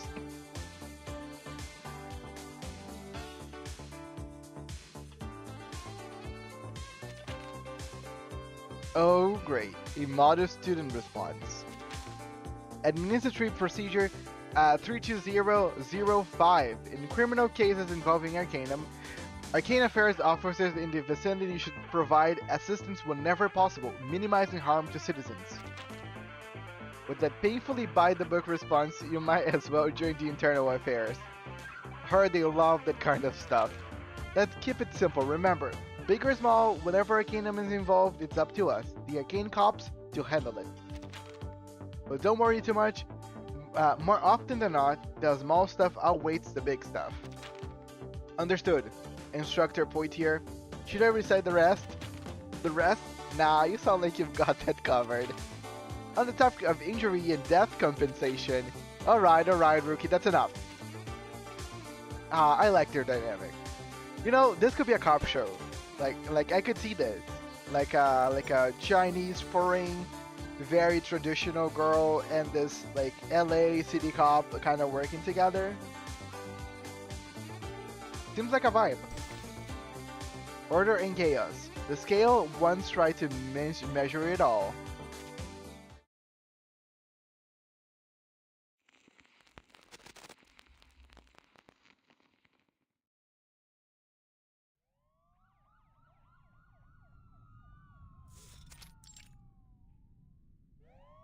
Let go of the hostage, sir! This won't do you any good! Go away! Him! Damn. That was close. Where's our backup? DAA, at your service. What's the situation? See for yourself. The city hall, usually bustling with foot traffic, now stands eerily empty. The reason is immediately clear. Don't come any closer. Stay back! Stay back! Please! Don't kill me! I'm sorry! I really am! Please let me go. Shut up! It's too late now. Say another word and you are dead! Stay back! He swings the blade in his hand wildly, his voice a furious, panicked snarl. The crowd on the other side of the police barricade instinctively recoils, but the woman standing just 10 paces away doesn't move an inch. Hey! Trust me, Oh, pal. she's pretty. Okay, this is a very good design. You really don't want to do this. Who's that? Doesn't look like one of ours. Just some civvy. She was talking with the suspect before we got here. That woman... What, you know her? Look familiar or something? No, just a thought. It's nothing. The woman glances towards the officers, seeming to notice their conversation. Of People course, make someone that's pretty in this. mistakes. Yes. But some mistakes can't be undone. Don't put that blood on your hands, or it'll never wash off. Is hurting this guy worth all that pain and guilt? Sooner or later, he'll get what's coming to him for what he's done. I promise you that. The words seem to have an effect. The hostage taker hesitates, his face contorted in pain, his grip on the knife faltering. But, I must! He's distracted. Rookie, time for us to take him down. It is time! Now I'm happy. Now I can use Voyager. To take him down. Actually, let me have fun.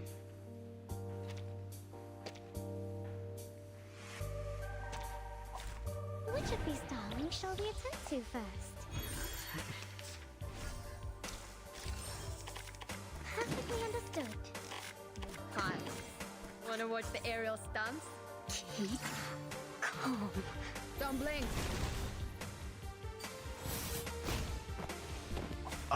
The damage. Red 38 is about to return. Feels good, man. Please stand down, sir. Though almost half his size, Liang managed to pin the suspect to the ground.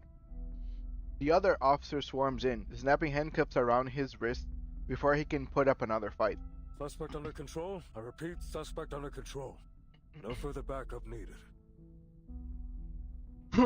Looks like this case is wrapped up.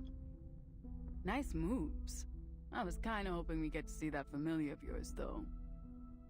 A simple threat like this isn't worthy of Qiangliang.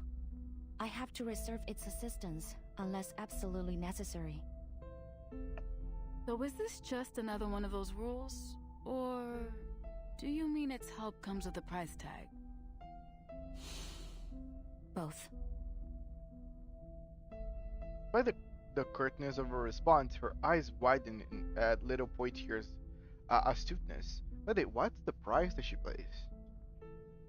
Poitier scowls. That it? What do you mean?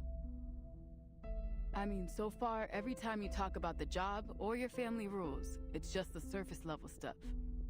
How do you actually feel about any of this? Yang looks genuinely confused. How I feel? I don't understand why it would be necessary to mention that. I think Liang Wei actually never even pondered how she feels about everything. 'Cause we're partners, kid. We've got to trust each other. How am I gonna let you watch my six if I don't even know how you tick? But Liang still doesn't seem to get it. I see. You're my partner and instructor during my assignment with the LAPD Division of Arcane Affairs. So I'll do my best to learn from you and complete my work as assigned. I won't slow you down. Not what she means. That's not what I'm... Forget it. It's hard. I think again, it's probably one of those she never even pondered sharing or thinking about the situation. She never probably questioned why she followed those things. She just do because that's how she was taught everything. It's pretty sad to be honest, but I hope like she opens up as the story goes. Huh? Youngstones all but says, "My personal feelings don't matter." Poitier gives up trying to argue with someone with such stubborn, unreadable demeanor. Simply stares at her, quietly seething to herself. Luckily, before things can spiral further, the hostage cuts through the tension. Oh, thank God you took down that lunatic. I'm really grateful, miss. But ain't you a bit young to be an arcane affairs officer? I think I've seen that uniform somewhere else before. You're a vigil, right? Yes, sir. Wait. Young swallows the rest of her words as she stares at the hostage she just rescued, her expression suddenly wary. I know you. The Arcanist scammer Johnny 3 times has been apprehended. Using his arcane skill, ominous ability, She already said yes. He manipulated his Once. victims to do anything he asked, specifically transferring all their money to him. Yes, it was just one, right? Yep.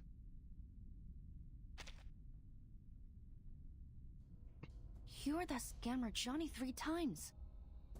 Oopsie. Guess that's the downside of getting your name in the papers. What? Didn't we already book that guy? What's he doing here? He got a sweetheart deal. A reduced sentence in exchange for revealing where he stashed all the dough he stole. And it was a shitload of money, too. Apparently from some big donors to the mayor's re-election campaign. Corruption. Of course he demanded he be present for the unveiling of his stash, so they brought him here. That's when this loony attacked the police escort, took him hostage. Hey! Easy, officer! You've already got me! No need to be so rough with the cuffs! Clam it, Johnny! We should have just let that guy ice him. May I ask, officer, do we know if the man trying to kill him was... Yeah, he's the son of a victim. This bastard took his mom for all she was worth, and when she found out, boom, heart attack. He shakes his head, heaving a weary sigh. Johnny 3 times snickers. Like mother, like son. He was just as dumb as his doddering old mom. Worse even, because he didn't even catch wise to it. It's a concrete jungle, baby, and it follows jungle rules. Survival of the fittest. Crapper Brains here never had a chance. If it wasn't me, it would have been someone else. What a joke. Imagine killing over just because you lost a bit of cash. Yeah, this guy is scum. Then we've got this dumbass coming at me with even less of a brain. Think about it. If he killed me, how's he gonna get his money back? Shut the fuck up, asshole. He's right. He levels a punch to his gut, sending him crumpling to the ground, gasping for air. Officer Poitier, what are you doing? She's doing some stress relieving, Liang Wei. What? I'm teaching this douchebag a lesson. But we can't do that. It's against the rules. Yang steps between the two, blocking Poitiers from doing any more. Well, I guess the visuals are a cut above the trash when it comes to the DAA. Am I right? Can say them, as in you can say them, yes. I mean, let's not go into weird details. I think maybe in the future we can see more cursing from the main characters. Poitier takes a deep breath as she tries to rein in her frustration. Let's get this straight, rookie. You don't tell me what to do. I should have known. You're just the worst kind of cop. Everything by the book, sticking to your high and mighty principles like you know what's best. He lets out a frosty huff and turns away.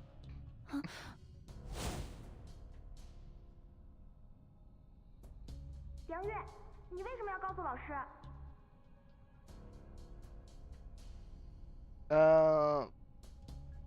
What? I don't know what the first thing is. The last chapter of this game is gonna end with all the characters finally being able to swear. It would be so epic. Everybody cursing, and then reverse ends. 因为你们那么做是不对的。高蜜精，你不来就算了，为什么要让老师知道？我早说了，就不应该叫他。等等，别走。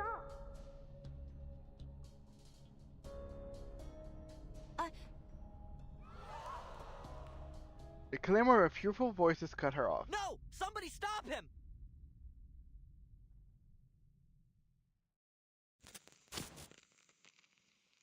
Yeah. I think stuff is gonna start to catch up to her.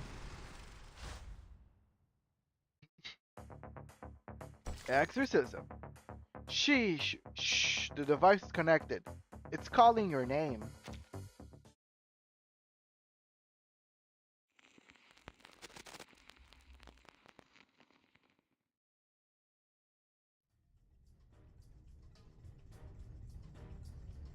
Stay back! Help me! Help!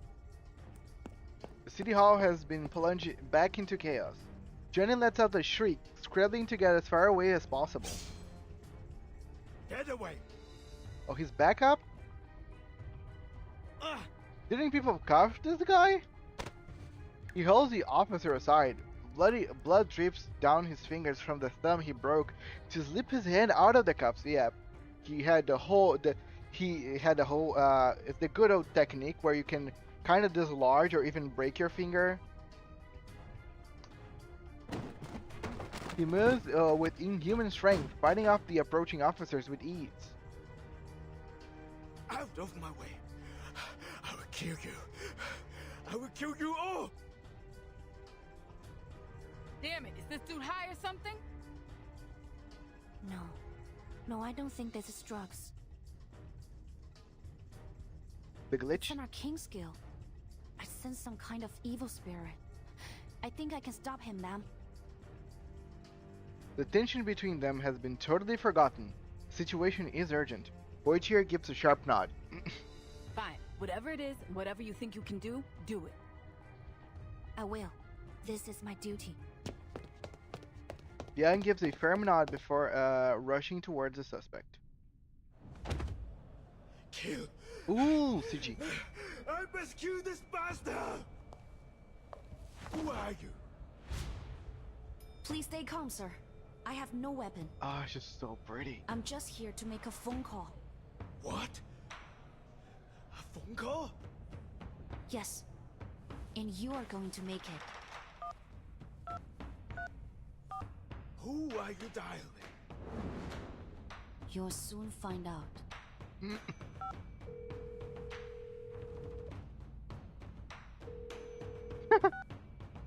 强梁既出，王有不为，斩杀凶旧，消劫不祥。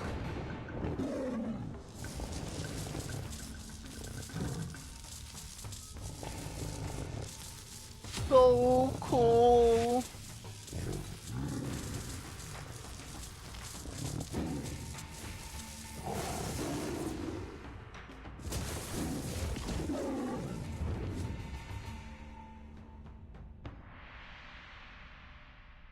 That's it. It's a pretty cool arcane power. This is why this girl is a limited character. Just telling you all. Like, it's funny that we have arcane powers like succubus, demon, girl that summons like mythological Chinese beast, and then girl that serves alcohol. Which of these darlings shall we attend to first?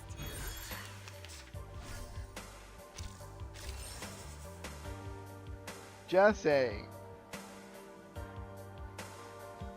But something must trigger the transformation. Boitier, step back. My duty alongside Xiao Liang has always been to drive out this ghost plague. Time to put an end to this disturbance. Wanna watch the aerial stunts? I haven't go through her story, so all that I know is she serves alcohol. Oh-oh. And I was like, why is this character a limited character is beyond me. She has served widespread too, I'm pretty sure. Okay, I really hope there is something on Jiu's like lore that like makes her super powerful. Or at least that like gives a reason on why she's a limited character. No! My head! I'm so sorry, Mama. With one last garbled whisper, the man collapses. The officers around him remain frozen, still too wary to approach. Should we cuff him? Allow me. But I believe we should bring him to the hospital to be checked over immediately. Think you can handle him? We got this con man to take care of. He follows the older officer's gaze. Not long ago, Johnny 3 times was brimming with arrogance. Now he's a crumpled heap on the floor. A dark stain has formed on the crotch of his pants. God, what a loser. Now he can be called Johnny P time. With tears in the ears, shaking her head as she turns away. She hesitates, then shifts her gaze to Liang. So, you know what I'm about to say, right? You have to wait 20 days to find that out. Although I do agree that Gathian would have fit more as a limited character if his kit was buffed. Yeah, like I want to see whatever backs off the reasoning behind she being a limited character, because all the other limited characters I understand. Jiu, as far as I'm concerned, it does not make sense, but I don't know her backstory. But everything I see from her mechanics is alcohol.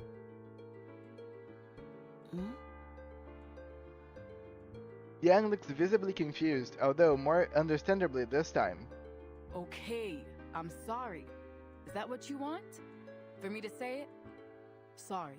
I felt bad for that guy, but there was nothing we could do for him while he was possessed. If it weren't for you, we might have shot him. Well done, Visual Liang. And please just forget what I said. I was out of line. The moment her apology ends, she turns her head, unwilling to see Liang's reaction. But after a long pause, there is no response. Say something. Looks back to see Liang's frozen in surprise. Oh, right. It's okay. I didn't take it to heart. And I agree with you in terms of Gethian looks so cool and so unique amongst all the other characters in Reverse that I would have made him, especially because his skills look amazing. I would have just made him stronger and made him the limited character. Good. Who's there? A stifled laugh hits their ears. Poitier brings back like a startled cat. Sorry, I shouldn't eavesdrop. It's a bad habit. It's just... You remind me of my friends back in the old days. You're the lady that tried to help us soothe him. Thank you for the help. It could have turned out much worse if you hadn't been there. Thank you again. That's too kind of you, young Vigil. I just did what anyone should. Really, it was you and your partner that were the real heroes. You're too modest, ma'am. Actually, forgive me for asking. Haven't I seen your face before? You studied the woman's face for quite some time before speaking this thought aloud. I will guess, this girl that she's talking to is a movie star. They haven't met yet, in person. No, it was in some other way. But how? Where? She has barely begun forming the words when the woman gives her the answer. Good to know that someone still remembers those old flicks, even after all these years. The features on the face beneath the beret overlaps with a face from Liang's memory. But the face she remembers lacks the maturity and composure of the woman before her. The face was brimming with youthful confidence, full of fire and energy. But one thing has remained the same: those bright, shining eyes, like stars twinkling over silver screens and television sets. Yes, from the movies. That's right. You are... Oops, you got me. I'm Casing. Or were you hoping I'd say Detective CO7? Casing? She winks at the two dumbfounded officers. She is not 007, she is CO7. A full report will take some time. You'll need to wait for now. Thank you, Doctor. Our perp had his ID with him. That saves us a lot of digging. Eric Wong, 43, runs a grocery store in Chinatown. Let's see. The only family member we've got is his wife, a Lillian Lau, who immigrated to the States 10 years ago. Both have no criminal record, totally clean. He's an arcanist apparently, and a powerful one at that. But no reports of any prior misuse of arcanum. His car was found near the crime scene, all filled up with potatoes and carrots from the wholesalers. Either this was just a spur-of-the-moment wacko move, or some bizarre attempt at a tuber-based alibi. I think what happened is that he got affected by some arcane skill that made him want revenge. Anyway, we've contacted his wife, and she should be here soon. Maybe we'll get some more clues from her. Yo, Liang, you listening? Oh, you're right. The answer is obvious. No. Poitier takes a deep breath. Earth calling Liang! The sudden shout snaps Liang out of her daze. Officer Poitier, we're in a hospital. We should keep quiet. I know, right? He's a support too. He's not gonna get power crept as fast as Jiu did. Lucy and Winsong obliterated her. Yeah, that's the thing. We're gonna see, and that usually happens to all gacha games, is not really something unique to Reverse. Support characters or characters that allow certain stuff to happen have way more longevity than other characters. Henceforth, Melania. Like, Melania now with Recoleta, Melania with Hisabeth, Melania with a lot of characters will always shine because of her normal kit. So she has a way more longer longevity. Let's say, I will say Melania has more longevity than most limited characters. Because all limited characters are DPSs. They will eventually get overshadowed by another DPS that will come in the future. Only the support characters are the ones that really are gonna see longevity. And that's what I say. If people want to actually get a limited character, wait until Blue Potch makes a limited support. A limited support is probably gonna be the longest, like shelf-wise limited character in the game. Because so far, all the limited characters are DPSs.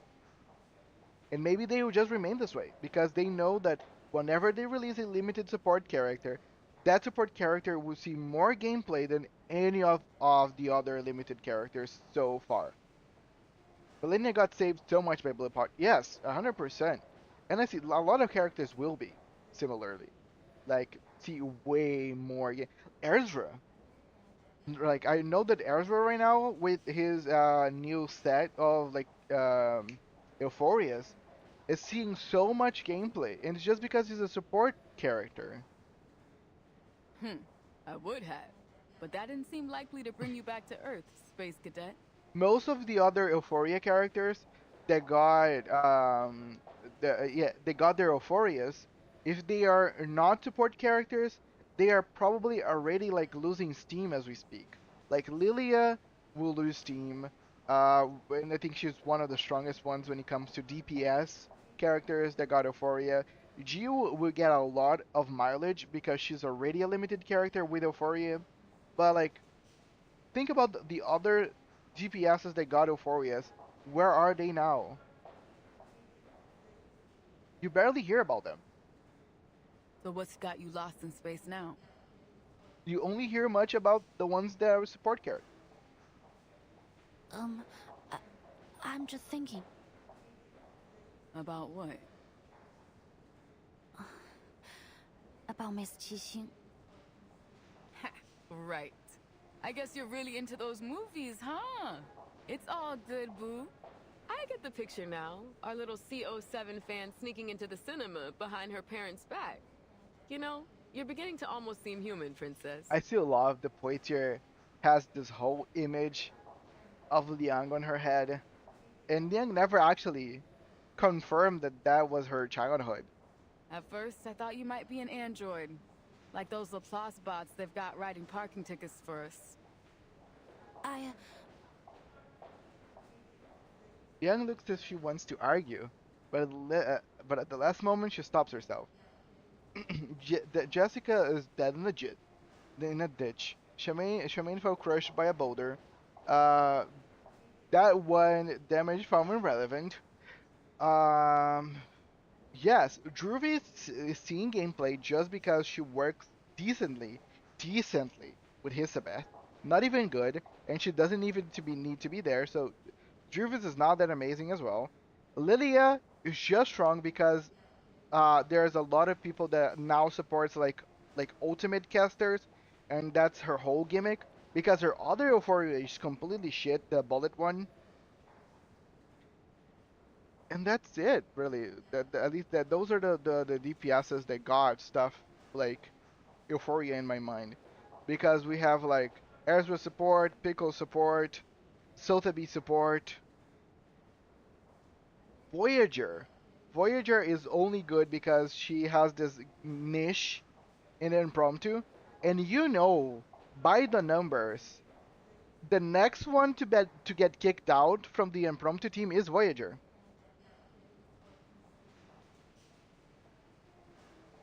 So really, when it comes to it, whenever we're talking about DPSs and Euphorias, it's just giving them like a shelf life of like a month or two. Matilda's already kicked out from the. Now I think it would be no. Aleph had so much for impromptu that I don't think he would be the one kicked out. Because Aleph gives one thing. He buffs the impromptu itself, which is so strong, and he gives more AP to the team, which is very, very strong for impromptu. So I'm really not seeing Aleph getting kicked out. If anybody, it's Voyager.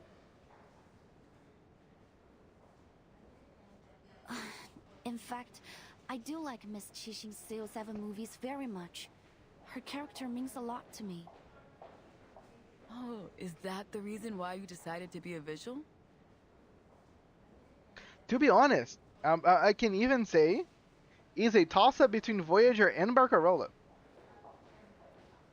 Aleph currently is bringing the least new enhancements for impromptu. Flutter Page is a very easy and why are you talking about Flutter Page? Oh, you're talking about Flutter Page on impromptu. I don't think. I think the power up that you get, because with Aleph you get the AP, which is Flutter Page, like a whole thing, and Aleph gives him more buffs to impromptu, which is something that Voyager does not provide. Voyager just speeds up the initial damage because she can ultimate turn one. That's Voyager's whole gimmick into adding more things. Uh, you're right. That part you're right. Flutter Page consumes way more Eureka than Aleph. But still, I can see Barcarola getting kicked out of the team. And then maybe Voyager. Unless Barcarola gets an Euphoria, which she's probably not going to get anytime soon.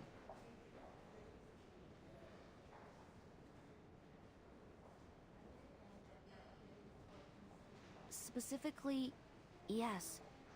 It's the reason I decided my destiny was to be in the police. But you gotta remember why she is essential.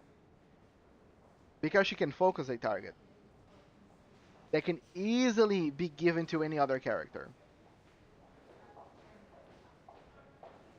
or something similar easily be given to another new character. And then people will have to think if they are going to keep either Voyager or Barcarola. Because you got to remember, the only Barcarola, Voyager brings two important things to Impromptu. One, she can ult, and her ult gives two important things. She focuses one target for Impromptu to always hit that same target, and she increases the Impromptu right at the beginning. That's it. If someone gives something quite similar to another new Impromptu character, why you need to use Voyager? Because Voyager does not really bring that much other added benefits to Impromptu.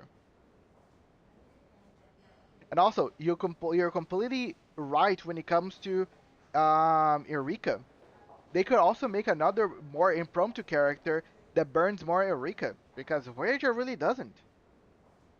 To be honest, that's the best thing that Flutter Page brings to the team, because from all the Impromptu characters, only Impromptu that can be used in an Impromptu team. Let me actually refrain this, because Flutter Page is not Impromptu. She's just very good doing that as well. Even though Flutter Page one, they can get like an Impromptu Euphoria. You never know. But the only other Impromptu character that burns a lot of Eureka is Flutter Page and Barcarola. Because Voyager really doesn't burn that much Eureka at all. So you can remove her to like for another character that burns a lot of Eureka.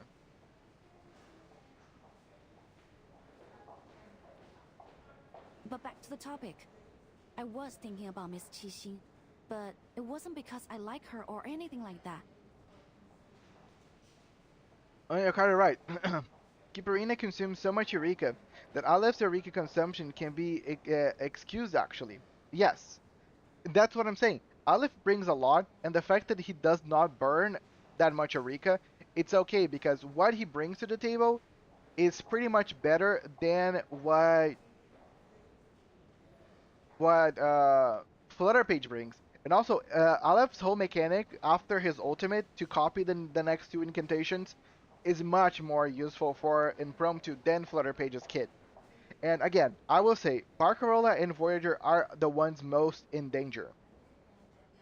And like, because Barcarola can upgrade the damage of Impromptu so much, that's why I'm saying Voyager is the one most likely to be the next one kicked out. Because Barcarola can increase your Impromptu damage very much, she can produce more inspiration, very much so, and her ultimate, her quartets, buff really heavily the characters and Impromptu. And Voyager is not bringing that much, so that's all I'm saying. I hope that eventually they give another thing that Voyager can do besides just Impromptu. I know, like, everybody loves Voyager, and she's so cool, and I know she's gonna be very relevant on 2.7 story. But it's just how, what I think is, they are probably not gonna be touching Impromptu now, because they already got the Impromptu support in Aleph, they got the main Impromptu character in Barcarola, they have another Impromptu support in Voyager, and they have the Force healer slash shield character in Kiparina. There is no need for them to release any more Impromptu characters in the next few months. I think they should wait a few patches until releasing another Impromptu character. If I was Blue Potch, I would come up with a new mechanic.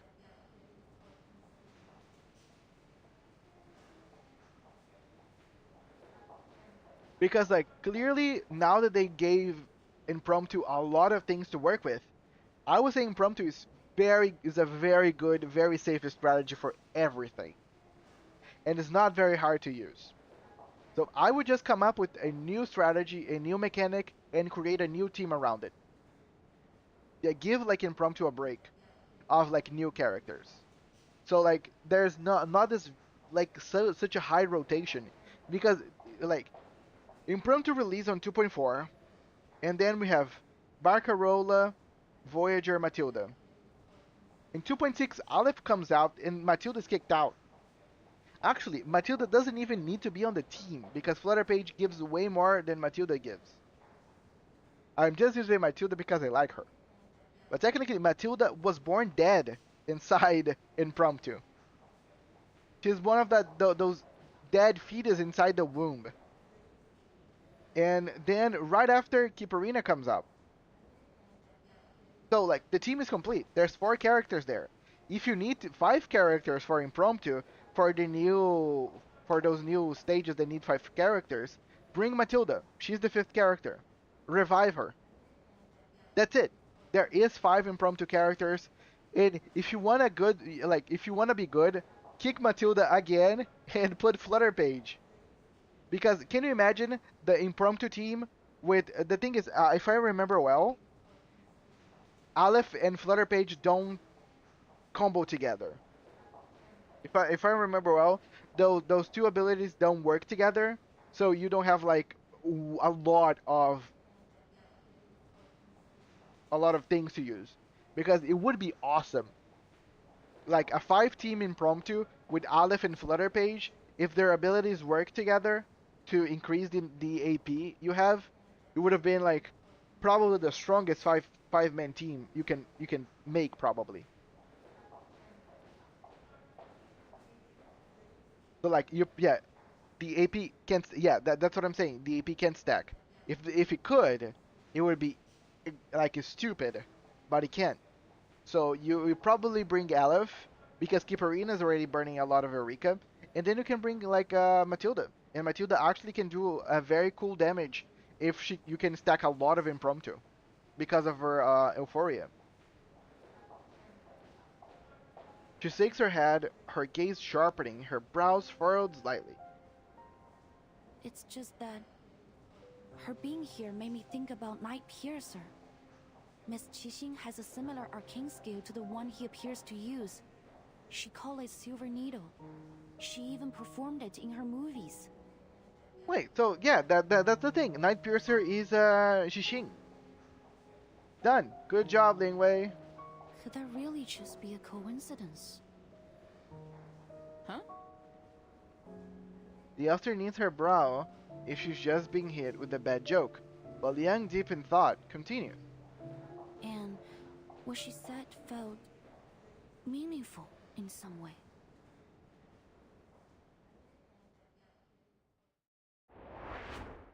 One hour earlier.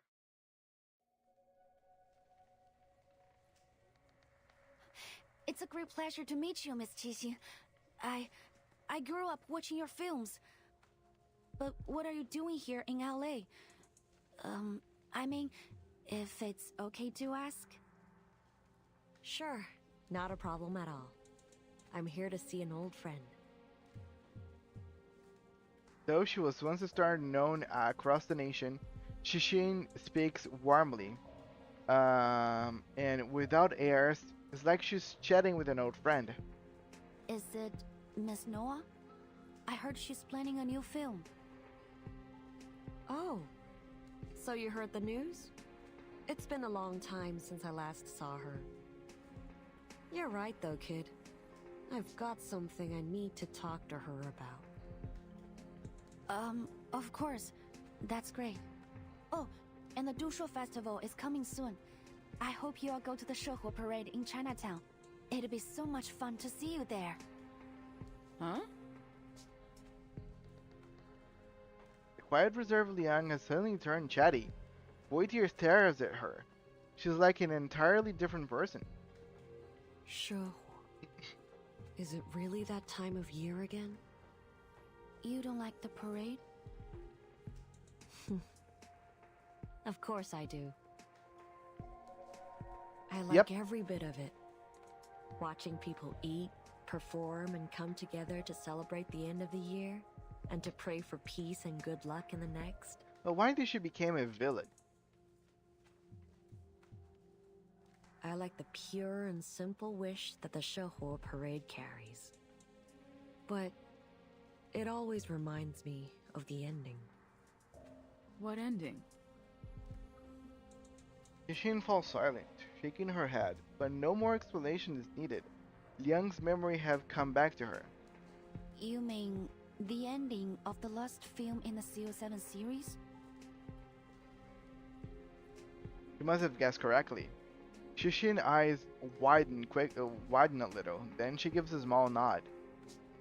Yes. I know lots of people like that ending. A reflection of reality, they say. Tragedy leaves people with a deeper impression than comedy. But as for me, I hated it. The good guys failed and the bad guys won? What kind of an ending is that? Maybe we don't get a say in how things work in reality. But in stories we can. We should. Reality itself is tragic enough already. Why should a movie remind us of how absurd things really are? What goes around comes around. That's what people want to see in the movies. Her tone has turned unusually serious for a discussion about film, but these words strike a chord with Liang. I agree with you. When I was little, I also didn't like how it ended. Maybe it's true that reality can't guarantee us true justice, but I still want to see justice being served. This response seems to earn Jishin approval. I feel the same way. Pardon me for asking. That beast you summoned was something else. It reminded me of a certain creature, a legendary beast from the north of China. 強梁既出，網友不為，斬殺兇舊，梟截不長。 Rise Xiangliang, swift and fierce, banish all evil and cleanse this place. That must make you a descendant of the Liang family, right? Something in Jishin's gaze makes Liang feel as though she's standing too close to an open flame. But even so, she answers truthfully. Yes, I'm Liang Yue, from the Liang family of the 12 Zhens. Liang Yue. Liang Yue. It's a good name, little Vigil. I'll keep it in mind.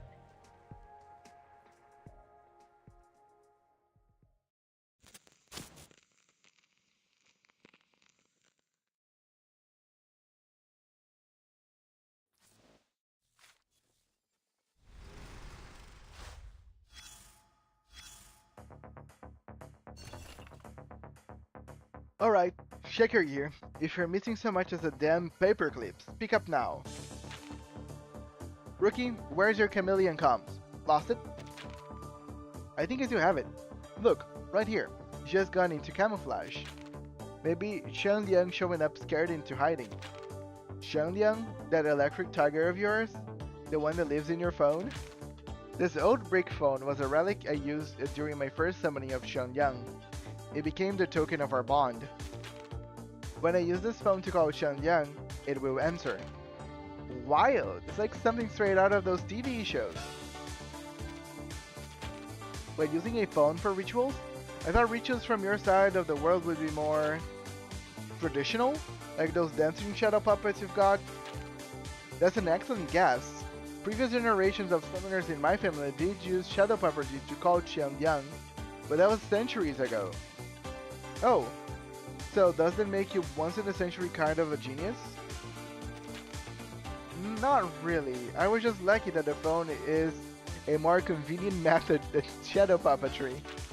There it is. You're still humble as ever, princess. Can you summon Shenliang again? I owe it a thank you for the help earlier. I wouldn't recommend it.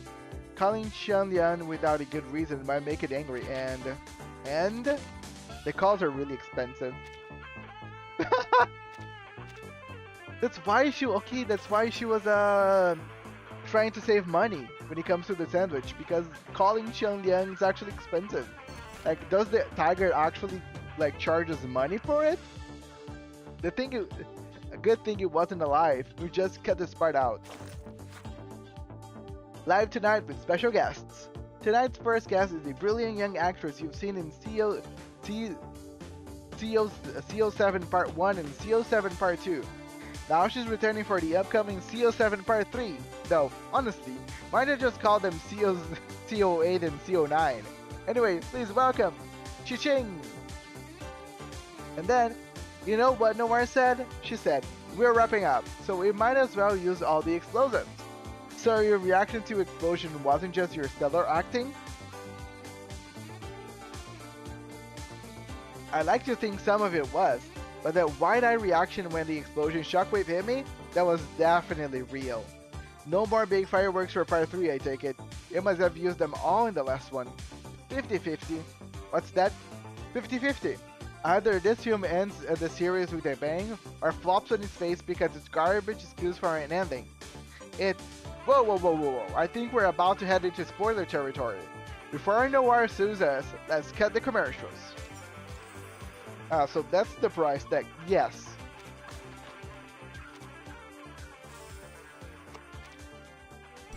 Other side, same coin.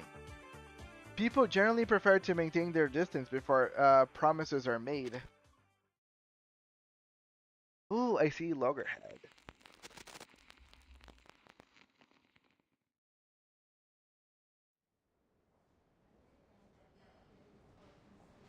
I read an article about the conflicts between Miss Qixing and the other two producers of the CO7 series. Before, I thought it was only rumors. But now, thinking over what she said, what if it's true? What am I saying? It's ridiculous. Then stop pouting over it, Princess. We've got work to do. Hallway of the Laplace Rehabilitation Center Cooperative Hospital is bustling with people. Lost in thought, Liang is jolted back to reality by a firm clap of back. On the back. You want to bet on how many people in LA have similar arcane skills?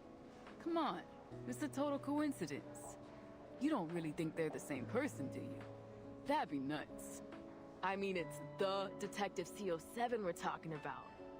Sure, she's been retired from acting for a while, but she's like super famous. If she was gonna go all kooky and start taking out crooks like she was the real CO7, why wait all this time?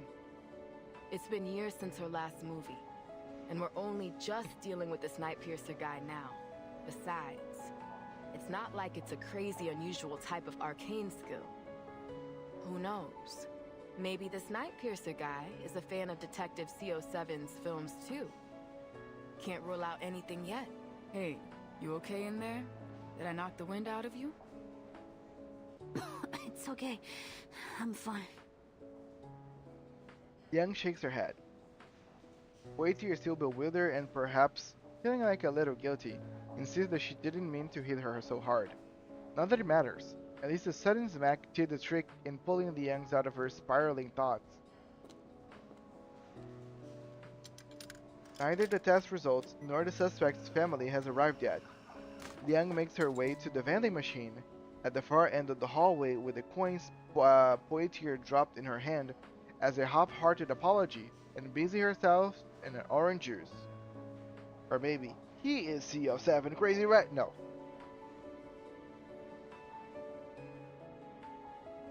But yeah, crazy. Like it's absolutely that. Like I'm gonna be surprised. Is this Chi-Ching girl, the CO7, isn't the Snipepiercer? Like I'm gonna be very surprised. But that absurd thought, that ridiculous guess from earlier, still refuses to leave her mind. Forget it. Just like you said, it doesn't make any sense. All attempts to push the thought from her mind are failing. That's it. That is, until a frantic voice cuts through the air. But you're injured, man. You can't just leave. I'm totally fine. It's just a tiny smidge of damage. I can fix it myself. So cute. You call a broken arm a smidge? Need to let us treat it immediately. What's going on here?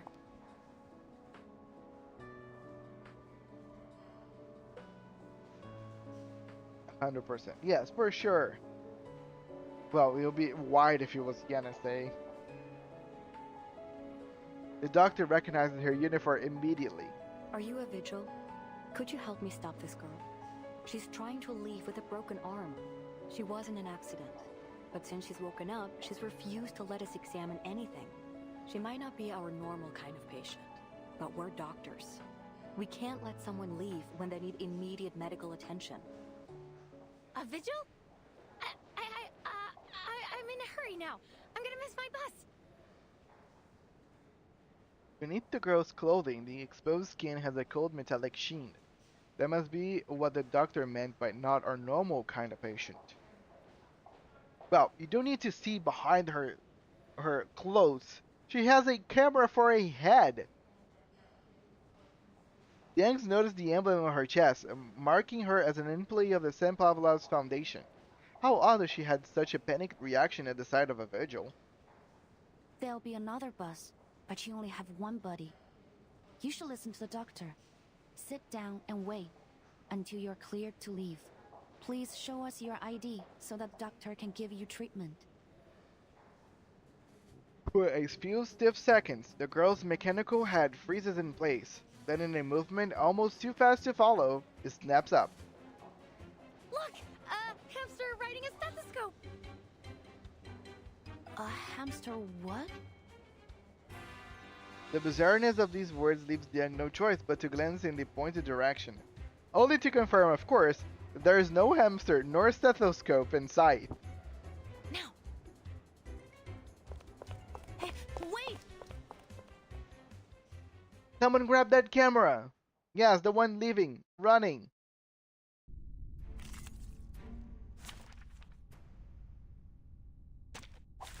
Which of these darlings shall we attend to first?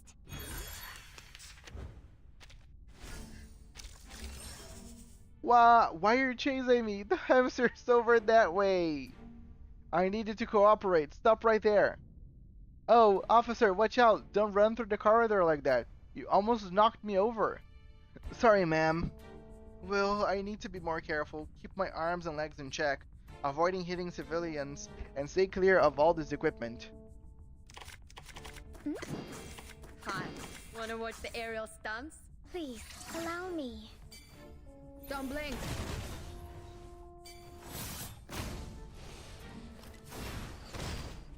A little trick.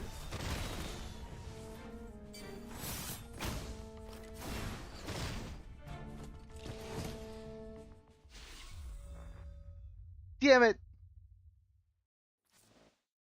It's too much. I killed a guy. Okay, Nala is too much.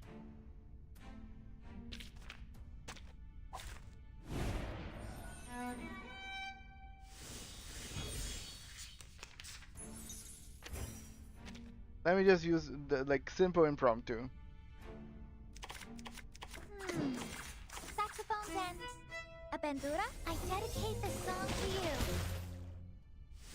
Goodbye. Listen to the melodies of wind and waves. It's not like he's gonna die for impromptu. No, he died. Wait, it worked? But he died! Watch out! Maybe because impromptu happens right after the end of the turn and is not considered? Well, I digress. Music! Sorry, I'm after a... The hospital narrow hallways are hardly suitable for a chase, and Youngs quickly finds her path blocked by a supply cart. By the time she's made it past, the mechanical-headed girl has disappeared. Nice! Impromptu really is the best! Her Metal Chameleon communication device, issued by the Division of Arcane Affairs, gives off the distinctive chime. Hey, Rookie, where did you go? Get back here. The medical report is ready, and Mr. Wong's family just arrived. Understood. How's Mr. Wong doing? There's a long pause on the other end of the line. Not pretty.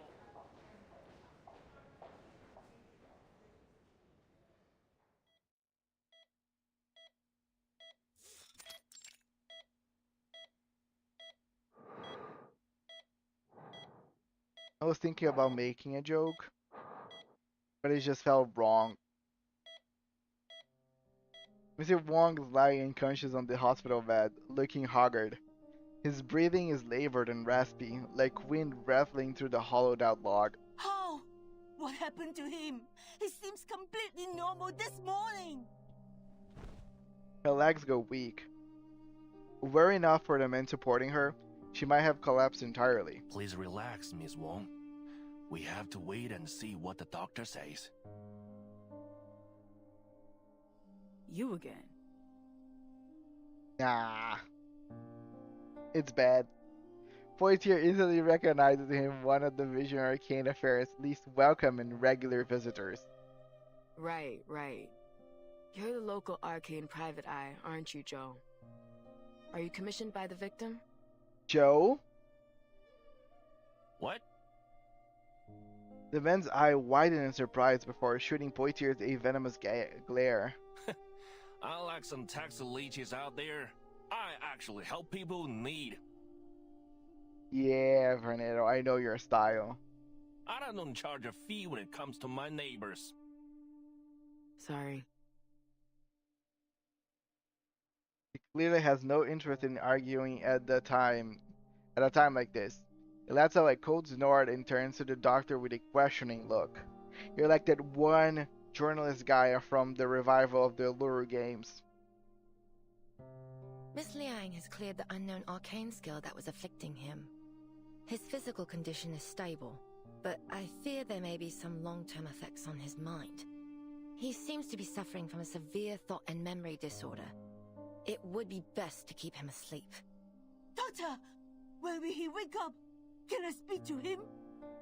For now, we suggest against it. It may cause him additional distress to see someone familiar to him. We fear there might be memory loss. What? How? I don't know, I probably lost the memory. Of how? What should I do now? With this mother gone, I can't take any more of this. Madam. The woman looks as though all the strength has been drained from her body as she slumps into a nearby chair. Liang opens her mouth to offer comfort, but can't seem to find the right words. Zhao's gaze sweeps past Poiters before settling on Liang. So, who's a little Chinese kid?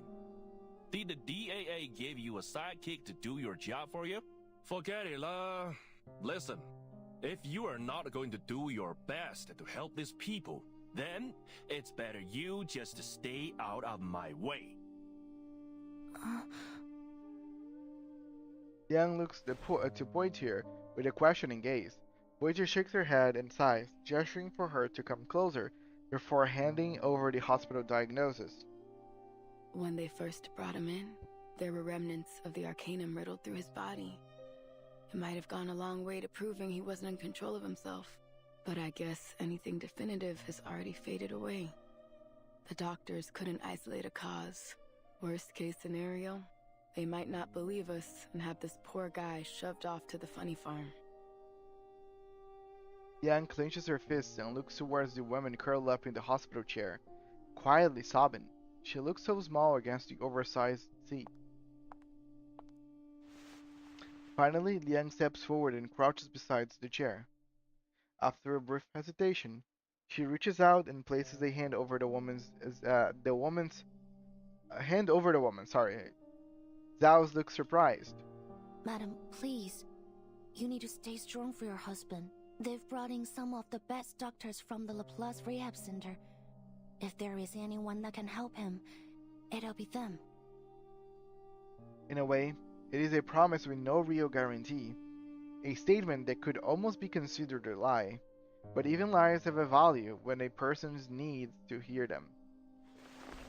The woman hastily wipes her tears to her streaked face and lifts her head. He said that he was going to buy produce from the wholesalers. But I couldn't reach him. And then the police called. My husband is a good man. Everyone knows that. He would never do something like this. Please, miss. have to help us.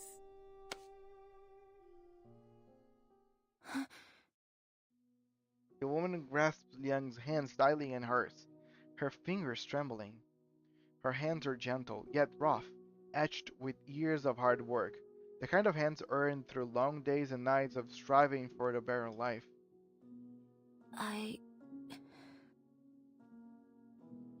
In her palm, she can feel the woman's desperate, burning warmth. It's so hot. She feels it could scorch her. Liang takes a deep breath.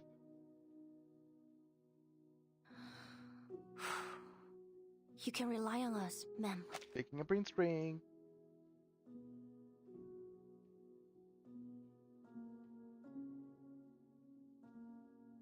We'll find out the truth behind this. I promise you. He gives the woman's hand a firm, reassuring squeeze. Thank you. Thank you so much. You are our only hope. Please. Sometimes a lie can become a truth. All it takes is someone willing to make it so.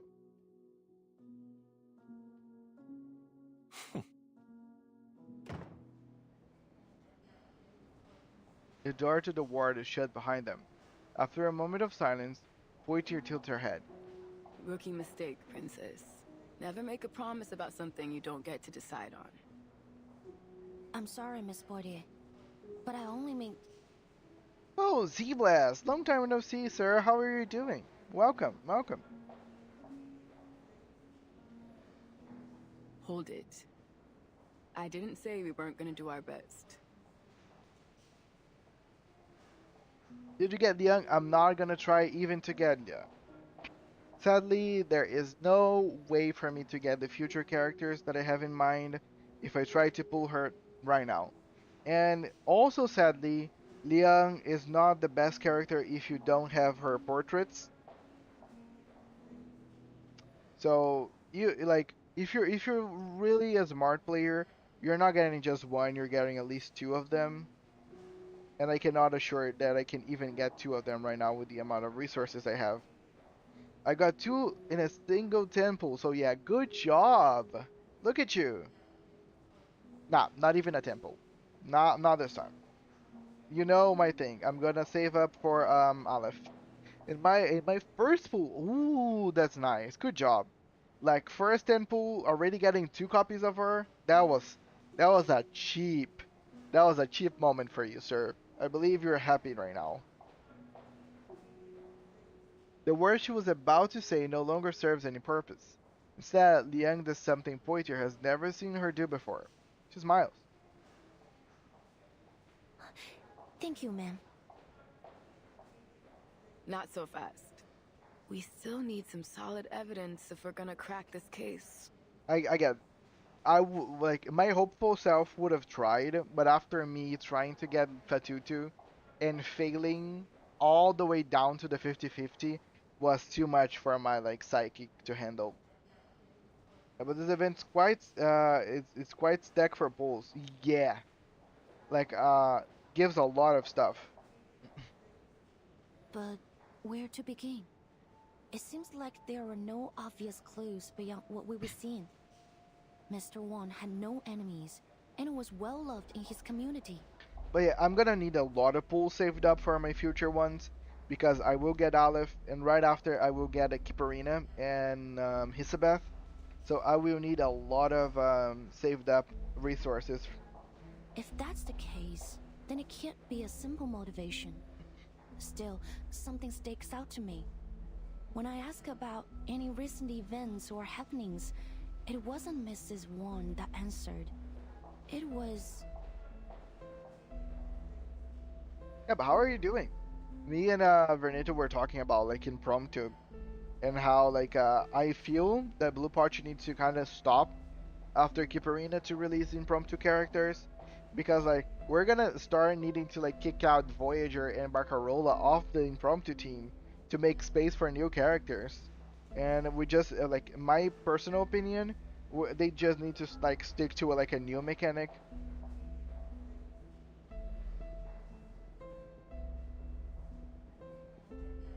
Boise already knows where this is going.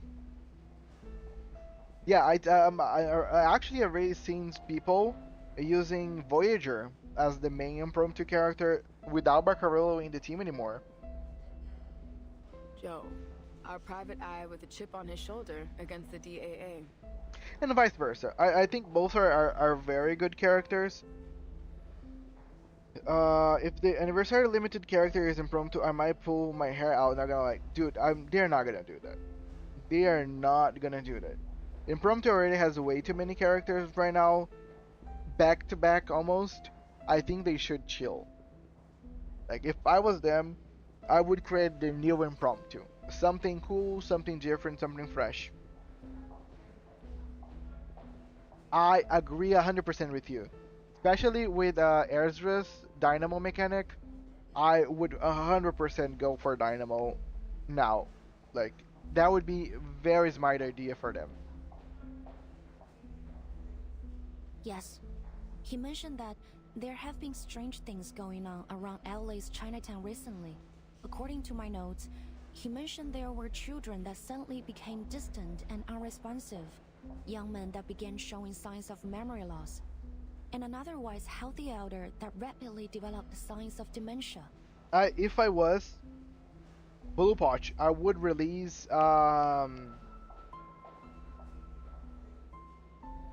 my god, what's his name?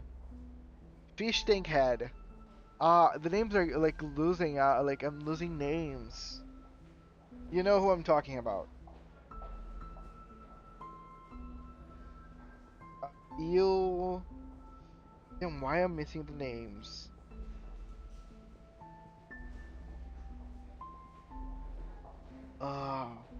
Ulrich. Yes, thank you so much, Fernando. I would release Ulrich as a Dynamo character. Like a full Dynamo character. And start working, like make him like the centerpiece of the Dynamo team. And like release more Dynamo characters. That would be amazing. That would make total sense. And you just make Dynamo cool.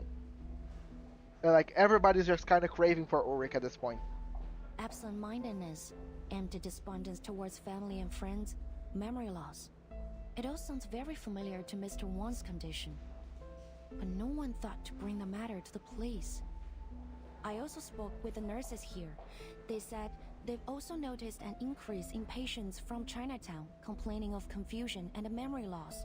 I guess once again, no one thought it was serious enough for our attention. Wojciech's expression darkens. Well, what you thinking, Cadet? Are all these cases related?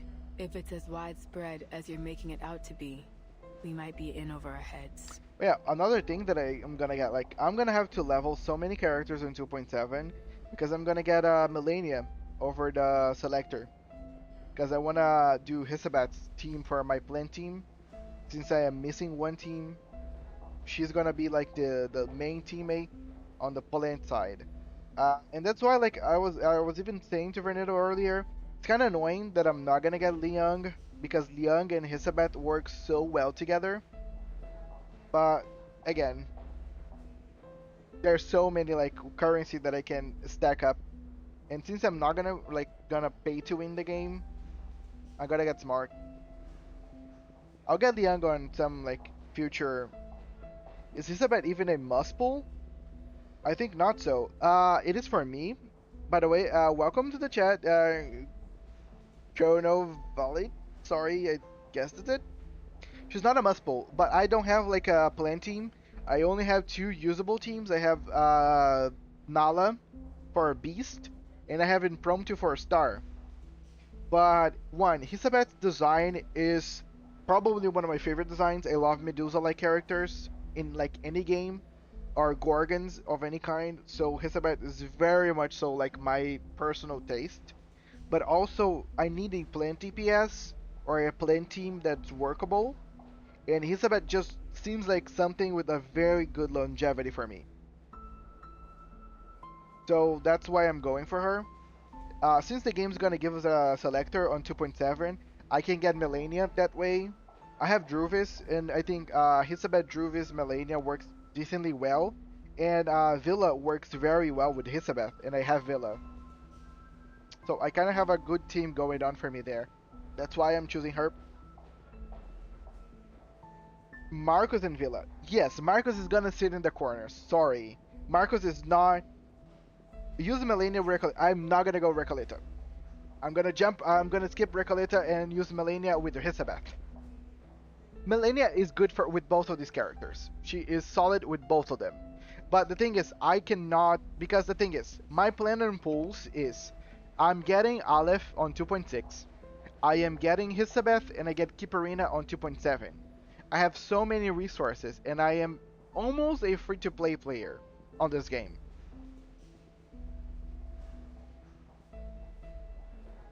And again, I already have an impromptu team in my case. I have Voyager, I have Matilda, I have Barcarola. All of them are already built with their Euphorias maxed out. So like my impromptu team is way too much for me not to keep going for it right now. So look, Hisabet's kind of gonna be the centerpiece of my final team. And but in the future, whenever Recoleta comes back or there's other opportunities, I will get her because I also need a mineral team. That's why I'm even pondering on maybe spending like 7 Unilogs to get Pickles, since he is in Ripples in the Water. Even so, I think we can't overlook it as a possibility.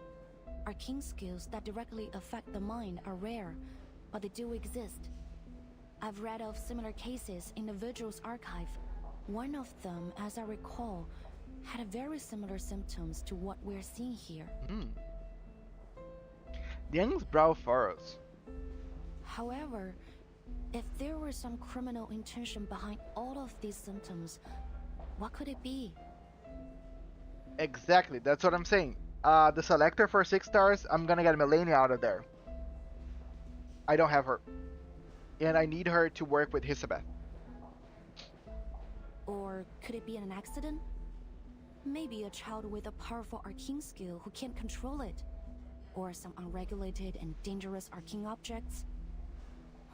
We can't draw any conclusions without more evidence.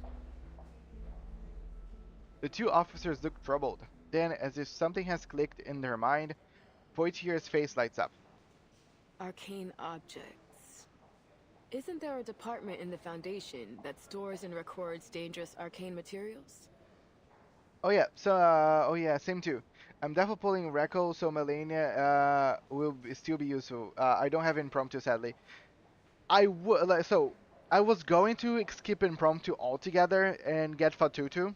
That was my goal. And one day before Recoleta comes out, I got Voyager. And I got Voyager randomly when I was trying to get a Knight. And it's like was the universe saying, hey, go for impromptu.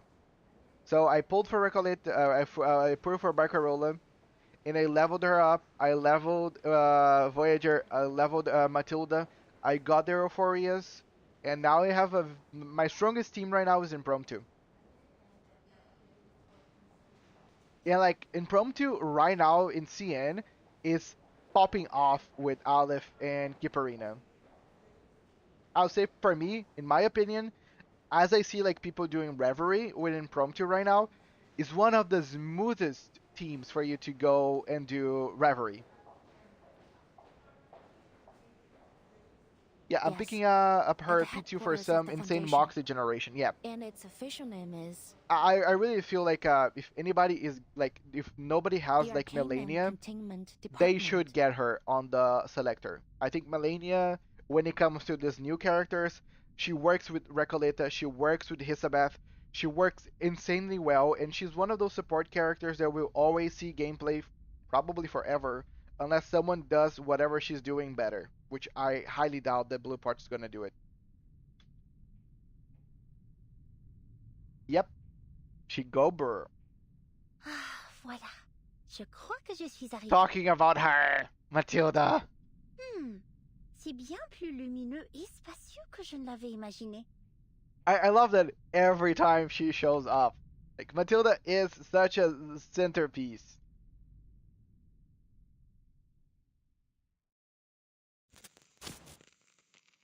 Again, that's why I'm never gonna stop using her. Like I'm personally. Also, Aleph is such AP hungry. At least he gives up one more AP. In Prompto itself, it's a very AP hungry mechanic. But like, I am happy that Aleph gives one more. But I love Aleph. Aleph's design is so cool, and he's a male character, and I'm lacking those. So I really want to get him. Like, I can see me doing that new event that needs like 5 characters. With my dream team is Barcarola, Voyager, Aleph, Kiparina, and Matilda. And I'm just using Matilda because I like her. I know she's not the best character, but I like the fuck out of her. Hey, is that Miss Chiching over there? Looks like a friendly chat is in order. I know that it's probably... I don't know if it's pronounced Chiching, because it just gives me the Genshin character every time I say it. While playing Heaven Burns Red now. See you later, Veneto. Have a good one. Street interviews. Last night, the Night Piercer struck again, attacking the convoy transporting the infamous Johnny 3 times. 2 officers were knocked unconscious during the attack. However, Johnny 3 times was seriously injured and is remain in critical condition. Insiders say citizens clashed with the convoy earlier that day due to dissatisfaction over Johnny 3 times light sentencing. Later that night, the Night Piercer struck seemingly enacting vigilante justice on behalf of Johnny 3 times victims. Public support for the Night Piercer has grown since. And although it's already been a day since the attack, crowds still gather at the scene. We're here to hear what people on the streets have to say. Serves him right that scumbag deserves a prickly end. I think following the law is important, but honestly, the way Johnny 3 times got such a light sentencing feels off. Who? Me? Are you asking me? Oh, sorry, miss. But you haven't happened to see the CO7, have you? Oh, no reason. I thought it was one of those prank interviews they've been doing lately. Oh, how should I put this? Sorry, but someone in my position isn't really allowed to comment on politics.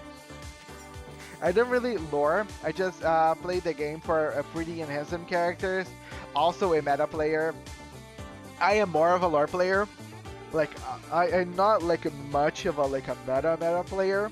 I always tell people that I like to work well with what I have in hand. Let me also like I've been playing reverse now for almost 3 months.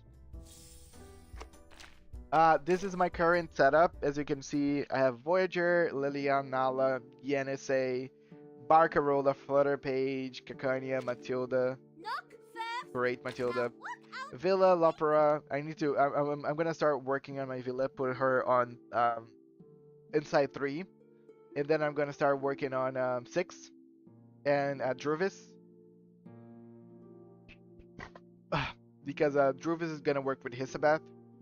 I know that Hisabath works so well with Liang Wei. I've been seeing people using Liang Wei and Hisabath together. It's kind of stupid, but it's not gonna be a thing that I can do. And then I don't have many units. It was on the quiet nights in port that I could never fall asleep. But again, to each their own. I love lore.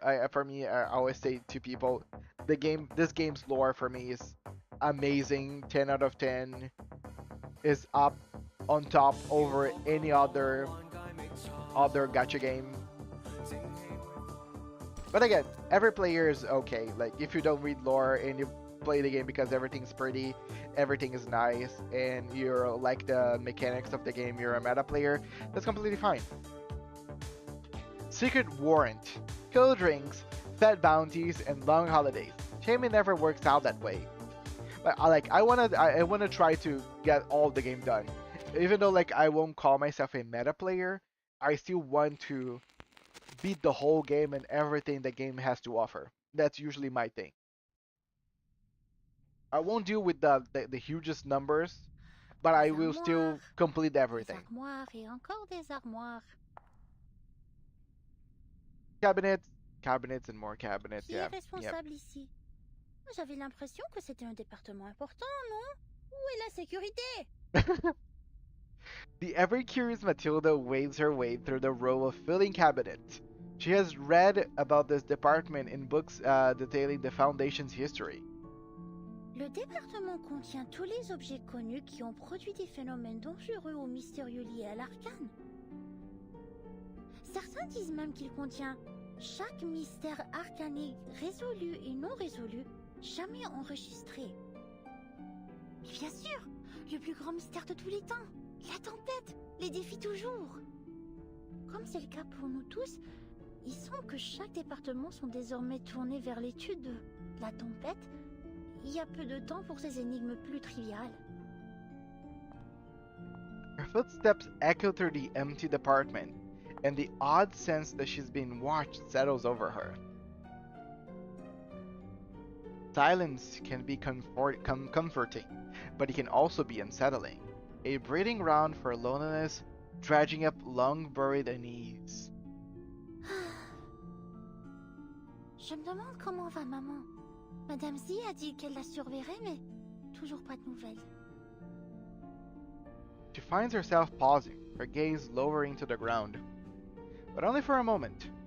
Non! Ressaisis-toi, Mathilda Boaniche! C'est ta maman, la plus grande mère de tous les temps! Qu'est-ce qui pourrait bien avoir mal tourné? Right? The greatest mother of all times. I think Matilda feels about her mother the same way I feel about mine. I always tell people that my mom is the best mom of all times. And I know everybody's very like attached to their mom, but I would just say my mom is better than every other mom, and it's just for funsies. But that's the reality in my heart.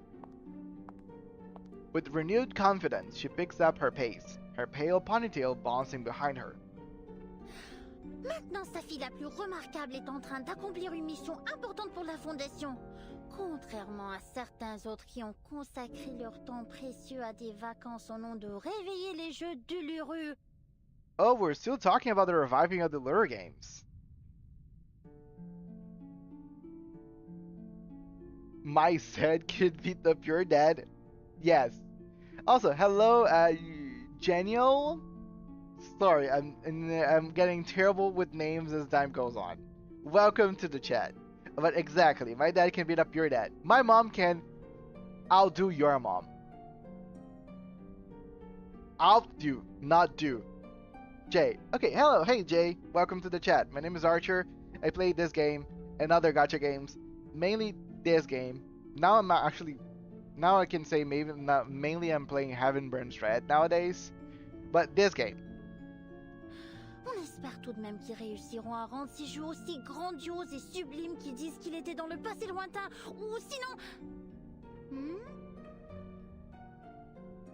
Just as it passes another set of shelves, something catches her eye. Everything's fine here. Now on to the next row. Oh, she's so cute. Oh, this is one of my favorites. Like I always say, the reverse has some like weird choices on who they're gonna give awesome design and who they're not. But this girl is very well like drawn, painted. I don't know. What is it? An excellent question, miss. See that serial number on it? AN003. A water sample from the Paylin River. Number 003. I love it. I think you're the fourth or fifth person that shows up asking, "How did your Liang pool go?" And I have to, because I cannot just say I'm not pulling for Liang Wei. I need to go into a huge monologue about why I'm not pulling for her, since she is a limited character. But no, I'm not pulling for Liang Wei because I am saving up my resources. I'm gonna get Aleph on 2.6. I'm gonna pull for Hisabeth and Kiparina on 2.7. So if I wanna get those characters, I need to save up. Liang Wei is not that important for me right now because she's a star DPS and I have an impromptu incantation team. So the role that she would fill is already being filled by other characters. And I need to fill up my 3 teams. I only have 2 usable teams.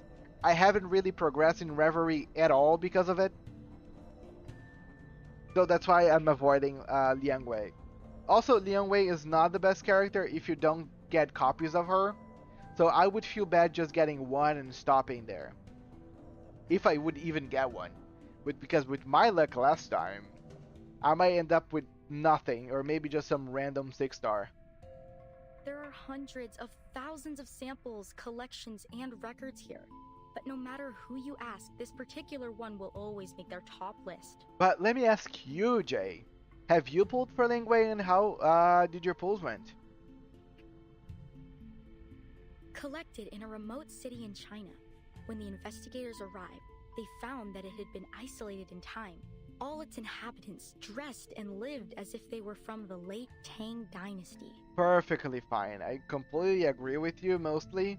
It's just because I need to get Aleph and Hisabeth because I love their design. Like, I would feel particularly bad if I would lose them. Aleph looks so fucking cool, and Hisabeth is so fucking pretty. I need them. So in order for me to increase the odds of getting them, some sacrifices need to be made, and I'm not a reach streamer, at least not yet. So I need to I play as a free-to-play player, basically. Oh, I have pulled for her. P3. Oh, awesome. Good job. Congratulations. They were completely unaware of the state of the world beyond their lands, as if trapped in a time capsule from the forgotten past. Have you have any idea on who you're gonna play with, like with her? Like what's gonna be your Liang Wei team? Oh. The liquid inside the vial is clear and pristine, less like river water and more like a perfectly liquefied gemstone. Matilda can't help but stare in fascination. But how is that possible? Did no one ever leave the city? Not even to travel or do business? You're a clever one, miss. Yes, it seems the investigators were confused too. In the end, they realized that an arcane skill was affecting the Palin River. Oh. Sadly, it seems the arcane energy was dissipating by the time they arrived, and they weren't able to figure out its cause. This is the only sample they were able to recover. Laplace has been begging for access to it. They're eager to unravel the mystery. Lucian Taru. Hello. Welcome to the chat. Thanks for talking. I appreciate it. How are you doing? Wow, that is indeed a most intriguing claim. It's not just a claim, miss. It's real. Wait. Miss Matilda Boaniche? Yes, the greatest of them all, Matilda. The follow-up team has a lot of characters. I just moved them around. I got a bit bored with just using Lucy, Anjo, Flutter Page, and Fatutu, so I wanted to mix it up with Yango. Yes, I would completely I was gonna just say, like, if you have all their limited characters, just use her with Anjo, and it makes perfect sense. Like Anjo and Liang Wei. Again, I wish I had more money to just buy basically Liang Wei, so I could use her and Hisabeth together because they look so good together. But nah, gotta settle for what I have. But cool, I completely agree with you. Like that's a very cool thing. I was even talking to people earlier, because I was saying, hey, they've been working so hard into adding more characters into the impromptu teaming, impromptu incantation teams, that I think they should go ahead and in 2.8 focus on another mechanic instead. And like me and Ziblas were guessing that they are probably gonna work on Dynamo. Like I hope they do, because Ezra's Euphoria with Dynamo looks very cool. And I'm just saying, it would be making total sense if they release Ulrich as a Dynamo character. You've heard of me?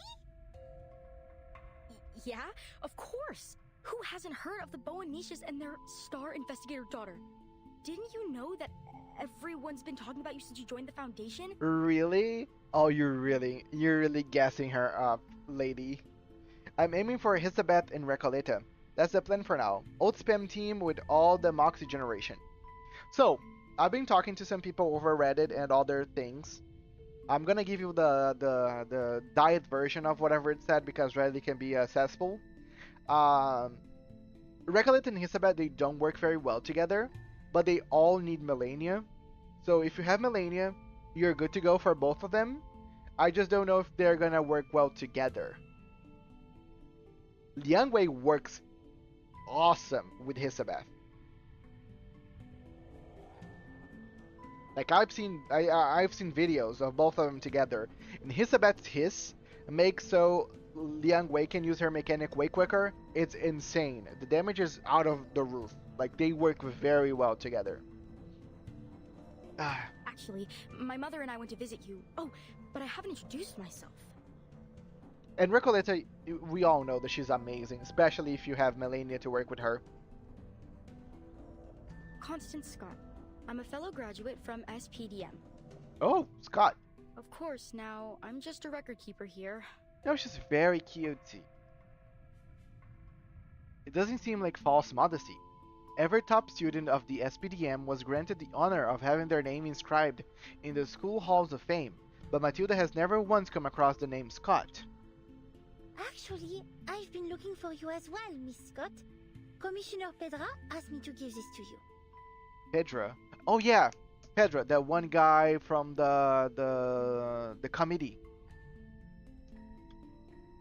A letter? What's it about? I couldn't say, but he had a most unpleasant look about him as he gave it to me. Then he asked me to review my report on the events in San Francisco. Yep, that's my goal. Now I was just saying to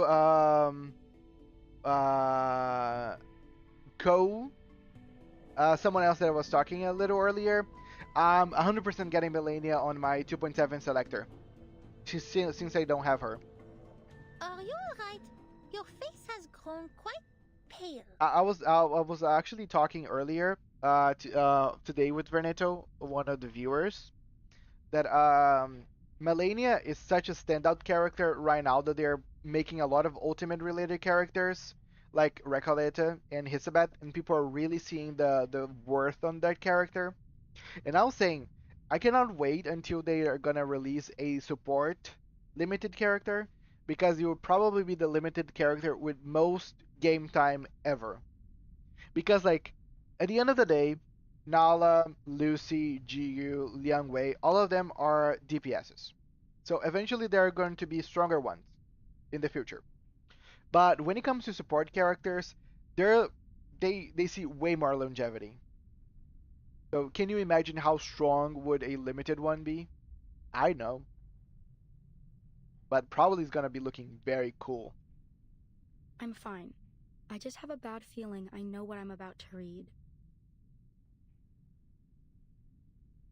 I hope that the next one is like a plant limited character. Since we're missing plant and mineral. Having bid farewell, no, not mineral. Plant and what's the other one with the eye? I always forget the name. I'm back. Only cried a lot with the event story. I did my first ever 1 million damage, and it was Away who did it. Defender, by the way. I know she's a defender. Awesome! Congratulations! Having bid farewell to Matilda, Scott makes her way to a secluded room within the department, the letter clutched in her hand. She carefully closes the door behind her, and with one last glance around the room, opens the envelope. A single sheet of paper floats out of from within, one carrying a heavy message. The investigation has been concluded. Unfortunately, their findings were exactly as we feared. The suspect must be apprehended ASAP, and all efforts must be made to retrieve this arcane object before either cause further trouble. Sorry. Just checking. You must leave immediately. Her last reported sighting was in Chinatown, Los Angeles. Okay, what is going on here, guys? I like something sketchy is going on. Oranges. Sorry, could you say that again? Ji Ma Wu? And that means paper horse dance? Okay, I got it. 喂，老細，今日仲有冇燒肉啊？啊賣晒啦！啊咁啊切條叉燒，整到半隻白切雞啊！ Obviously, Chinese is so difficult. There's a dragon on the floor. That's totally cool. I missed some stuff, so don't ask me.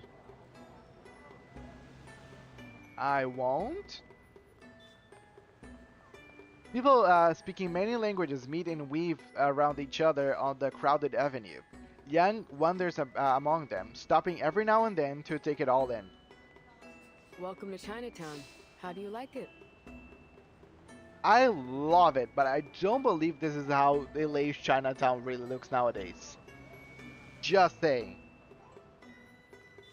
Yes, it does give me a sense Not that I'm of there to nostalgia. actually, like, Do you come here often, Miss Boydier? be sure that what I'm saying. I just feel. Yeah, I guess so. I mean, outside of work, it's been a while. 3 years or so. Like, I was not even sure. I was not even. I didn't even know that LA had a Chinatown until this game. Only once in 3 years? I don't think you can consider that often. Boitier weaves a hand, glancing down the lively streets on either side. Yeah, well, it's a fun place for a day trip, sure. But things are different when you put on the uniform. Remember that private eye back at the hospital, Joe? You can get an impression about how people see the police around here from him. You mean that the residents here don't cooperate with the Arcane Affairs Division? Well, it's complicated. There's a lot of language and cultural barriers. Folks here just don't turn to the police to solve their problems.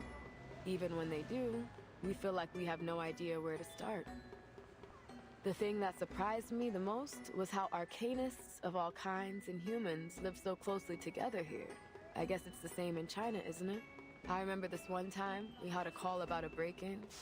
When we got there, it turned out the shopkeeper was a big white bird as tall as I am. Oh, that's nice. And this other time, we're chasing down a lost puppet for some lame-ass puppeteer. Anyways, so I asked an old lady if she'd seen a doll nearby. You know what she said? Well, I don't know what she said, but she started going off about me being a Laowai.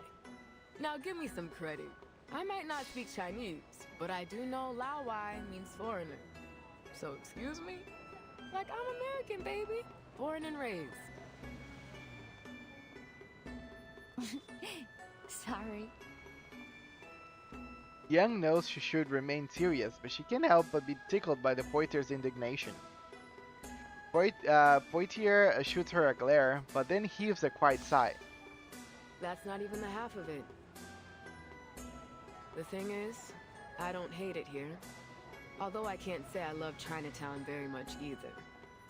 To be honest, most of us on the force haven't found a way to make inroads with the people here. If that's the problem, why don't we try to understand things step by step? Maybe then we can start fresh? We're here anyway. Yang turns back and examines the archway at the beginning of the road. They have already been in this other world for a while. Yeah, it's worth a shot. If we're gonna get anywhere, then we'll have to start here. But we need to check another task off our list first. Like, again, I kind of like the little cop duel that's happening right now. They cross the street and turn into a narrow alleyway. Should be right there, down the alley. Feeling excited, rookie? We're about to pay a visit to your favorite director, Noir. Finally, she's gonna show up. Favorite? What? No. I just like the movies, that's all. I've got no specific feelings for the director. I'm still like, when Ananli's gonna show up on the story? Yang can hold back her rebuttal, but under Poitier's teasing gaze, she stops herself. Maybe just a little. I am curious about the mind of the director behind such great movies, but this is strictly a police matter, so I will act with professional self-restraint. I love the Cantonese in this event. Used in a place like Hong Kong, it's a beautiful language and my adopted grandparents' native language. Sometimes they also mix English into it like how Ananli does in her dialogues. That's awesome! thanks for sharing a bit of like a bit of like your upbringing, and I really enjoy. Like I was telling earlier, Veneto, that like Chinese, Mandarin, Cantonese, it's so complicated because it's like such a foreign language when it comes like I'm from Brazil, so like for me to pronounce some of the names and the words, I need to roll my tongue so much is just like uncomfortable to like get like the nice pronunciation of everything. But it's just very nice to hear because like it's just so complicated in my head. But I really like and that's one of the things that I like more about Reverse is how characters weave in English and their native language into whatever they say. Good, the best example is Matilda. Matilda is my favorite character, and I just love how she weaves French and English into her dialogues. Like whenever Matilda is by herself, she mainly speaks in French. But whenever she speaks with other people, she still speaks in English, but with that very thick French accent. And I really love it. Like, there's not many games, let alone gacha games, that can reproduce so much ethnicity and do it with taste. Because a lot of times it comes down a lot of like with like what it comes down to a lot of damn it, what's the name again? I'm missing names of in words today. But it's a lot of like they're just going for the usual stuff that everybody knows. And this game is really trying to depict the culture instead of just going for the same shtick that every single other type of media goes for. Yeah, but it's fun for me to learn and try to pronounce new words. I try, and then I get like puzzled and annoyed that I cannot pronounce it, and then I just stop and give up. Actually, I've made a request with the Vigil's intelligence branch for a file on Director Noah and any related events. We should get it soon. But I'll say, you're from Asia, Veneto, so you have a better time trying to pronounce some of these words than I am. You've got a file on her already?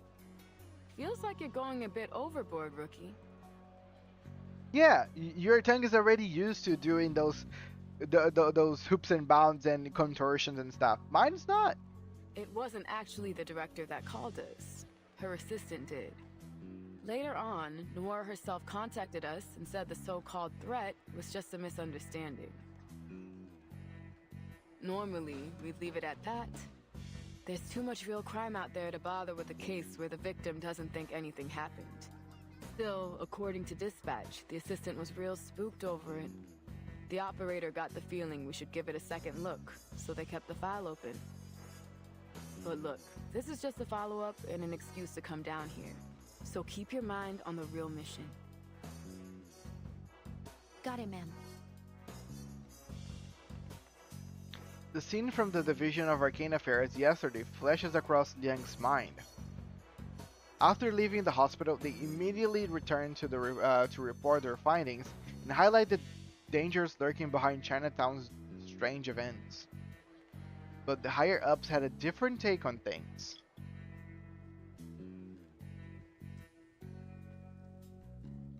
It's been reassigned to the local precinct.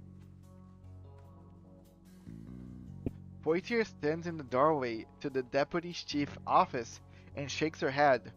Liang immediately catches the subtle shift in her expression. What's wrong? What does that mean?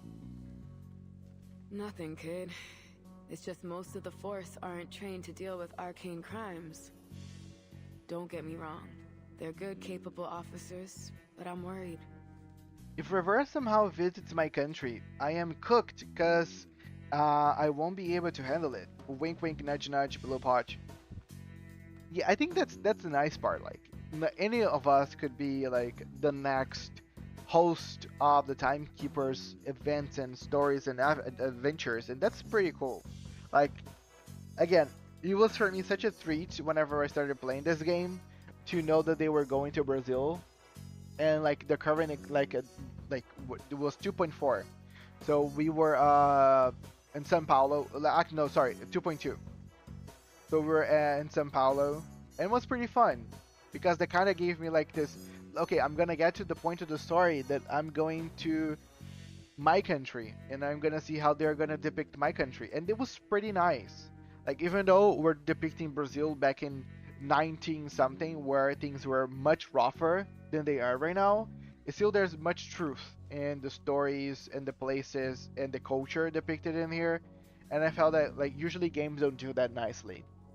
So like Blue Potch is like doing a stellar job with whatever they're doing.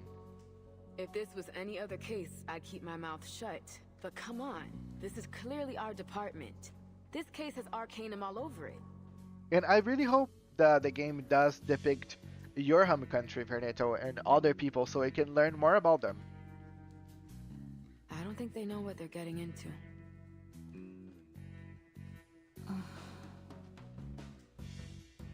Also, if they go to my country, I'll be able to watch the Chinese version of the event without being confused when they speak their native language.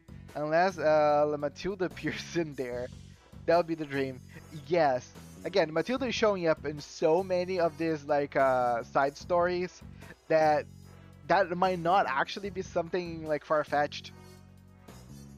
For a brief moment, neither speaks. Then Young's eyes light up. Miss Boydier, I have an idea. What if we...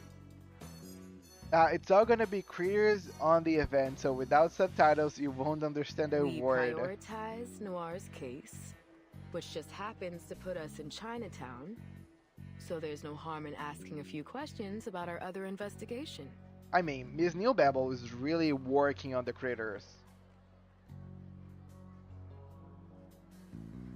Now that the rehab center is getting more and more popular, you're gonna see more and more creators being shoved into the side stories. I knew there was a little rebel in you, Liang. You like to bend the rules, just not break them. Am I right? Not too often. Actually, I think we're obliged to take Miss Noah's case seriously, even if it wouldn't help us with the other case. Please wait a minute. It's my communication device. Liang pulls out the communication device, often criticized by the Foundation employees for being too bulky. Voitier leans in to get a better look. Her chameleon calm, perched on her chest, stretches its neck in curiosity. Ah, that one device. They really need to make a better one. SPF-1 portable contact device activated. You've received a new message. Downloading attachment. I'm so happy that someone else is using this device, and it's not Matilda. Download complete. Please check your mailbox. Message? What's it about? It's from the intelligence department. They've found her records. Miss Noah is registered with the Foundation. There might be something in her files that can provide us some clues. She opens the pinned email and scans through the attached files. Her expression turns serious. Wait, is this... Da da da da!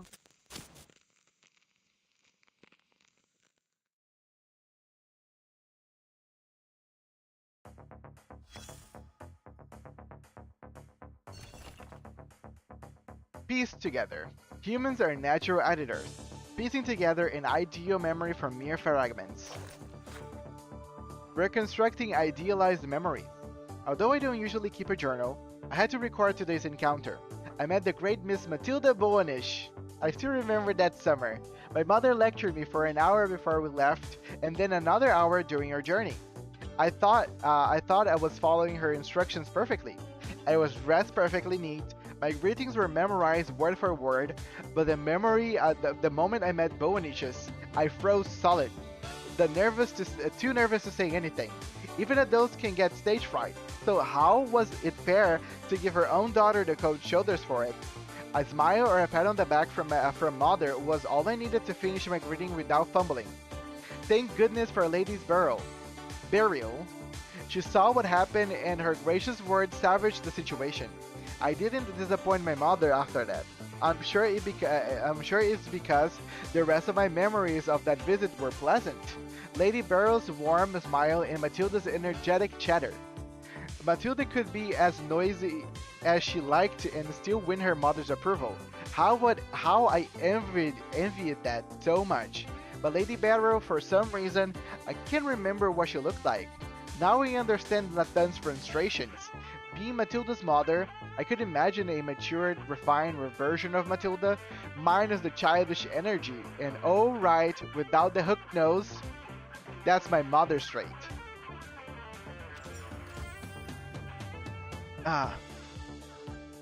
The dream's gonna okay. It was funny when they did the critter takeover of the Extreme Talent YouTube series. Oh, I didn't watch that. Yeah, when that happened, the VA for X must have been on vacation.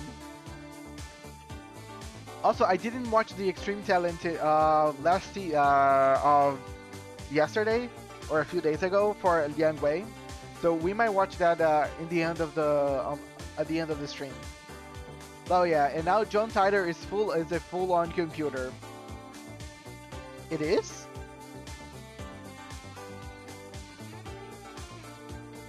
Well, at least John Titor is back now. Yeah, John Titor is good, right? It's like John Titor.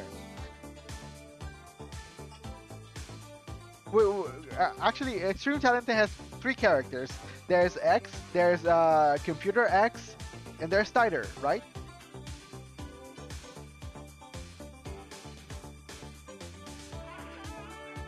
Rookie Actors Guy. Remember, keep the cameras hidden. That's the secret.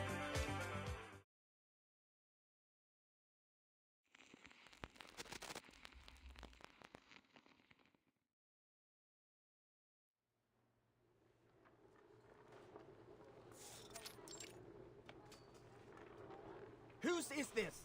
It's blocking the camera sightlines. Get it out of the way. When are we coming in? We've been waiting forever. I wish I brought a chair. What's going on? Are they filming another movie? Do you see anyone famous? That's basically me whenever I get out of home and I'm doing like anything like going to the mall to buy clothes.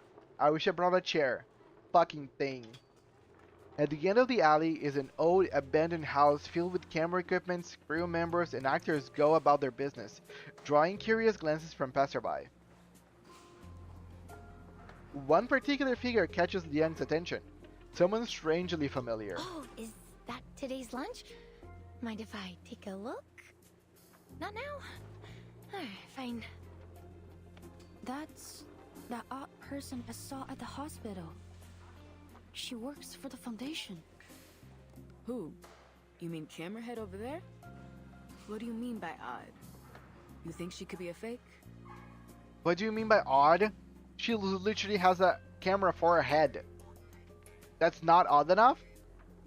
Those foldable cam chairs are the best. Really? Yes. Also, the really, really foldable ones that you can like take on your backpack. Those are the things. No, she's a real Foundation member. I checked her information as well when I inquired about Miss Noah's file. Her name is Latham, an awakened arcanist, currently working in the Arcanum Containment Department. Latham. Okay, that's a cool name.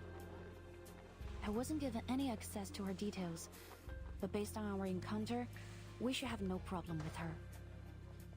Good. Fine. I'm happy enough leaving the Awakened to their quirkiness. She isn't their top priority. Liang knows that. She pushes aside that odd feeling for now, following Poitiers through the crowd and onto the set. What do you mean she hasn't eaten yet? Director Noir's doctor was explicit that she's not allowed to skip any meals. Oh, hello officers. How can I help you? Okay, this one is kind of blank, right? She's missing some features, I guess. Is she AI? I'm joking. I am joking. The well-dressed woman walks over to them. We received a call from a Lin Wang. Did you make a report about some unknown person making physical threats and stalking Miss Noir? Yes, that's right. I'm Lin. But...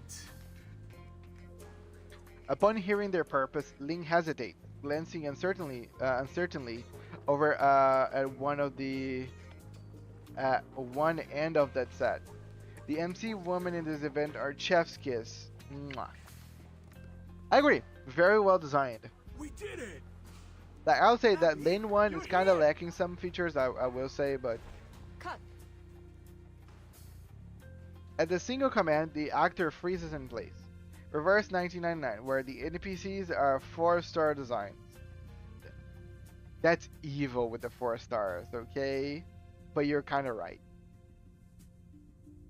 No, I'm afraid we'll have to roll that again. I'm sorry, director. But that just goes to show you how much effort they put in some of those NPCs. The young actor's body stiffens instantly. Based on where he's standing, it's clear that he's only a background character in this scene. But Noir, seated on her throne like wheelchair, well, isn't it a wheelchair? The overseer of everything didn't miss his mistake, no matter how minor it was. Not at all. I just want more emotion this time. She's your true love, but you have been apart for a long time. Things are different now. She is. You are. Your reunion must be more complex. It isn't simply happiness you feel. You must mix that emotion with worry and guilt. She doesn't know anything about what happened to you. You can't help but worry that she will never be able to understand you. You wonder if she has got herself into any troubles. I know this is a short scene, but the audience must see a full range of emotions. You are capable of more, so be more. I love the little doll. I know you attended drama school, so let's see that training shine. I know you can do it. You know that no real director would be so kind and nice like Noir usually is? They would probably be berating this guy like, don't you have a degree? I can replace you at any time. I can get like a new actor at any point. Yes, director. I will try my best. This is Hollywood. This is LA. There are people everywhere. Like, there are actors literally everywhere. Simply being noticed by the famous director is enough to leave him visibly flustered. He immediately straightens up, shedding his nervous stance from moments before. Throwing the script at them, yes. Good. Let's roll it again. That would be the least that would be happening nowadays. Excuse me, Director Noir. Seizing this moment before the next take, the assistant swoops in and whispers something to Noir. Noir glances towards the two officers, her face betraying no emotion. It's impossible to tell what she's thinking. For someone that famous, you think I'd have known she uses a wheelchair. Now that I'm thinking about it, Noir is also a oath-based character. Like Noir whole shtick is like she can use her ultimate over and over again. Like, isn't this so funny that Blue Potch released oath-related characters back to back to back? There is Noir on 2.5, Recolette on 2.6, Hisabeth on 2.7, and they get stronger and stronger and stronger as time goes on. How you feeling? Finally getting a chance to meet your favorite director. Thrilled? I'll say for me, that's one of the worst things that they could ever do, is literally release three characters that kind of work similarly, but just making the next one stronger than the previous one. Because really, people only pull Noir for her looks. Like if they enjoy how the character looks. Because if we put Noir together with Recoleta and Hisabeth, she really pales in comparison. They're trying to build an old spam meta now along with impromptu. Yeah, but the thing is, those youth spam characters, they don't want to kind of work together. They want to work to reach like their own thing. I swear, I'm gonna start saying, back in my day, you had to work for ultimates. Yes! Now Hisabeth has 10,000 like ultimates because every single hiss is also count as an ultimate. Recoleta can do insane numbers and can ult all the time. And now, like, it doesn't matter that Noir can sometimes ult even like 3 times, sometimes. But yeah, nowadays anybody can use ultimates all the time. Poitier nudges Liang with her elbow, tilting forward as little as she teases her. But when she sees Liang's face, she pauses. Rekla can literally force someone to use their ult, like, what the fuck? Yes. What's with the long face, kid? Where'd all your excitement go?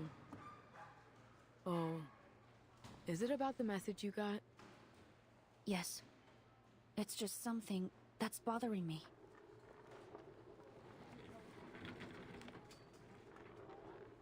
And now she's just a support for other ultimates. Yep.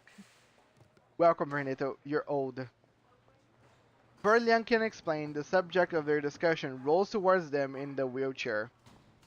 Thanks for coming, officers. But I believe I've already explained that this was all just a misunderstanding. But let's just say it, Noir is very pretty. Like, her design's pretty cool. Like, I wouldn't be mad if, like, someone would like to pull for her. You damn kids don't know how good you have it. We only have TF for decent healing. Hit someone with my cane. Wait, who's TF? Tooth Fairy?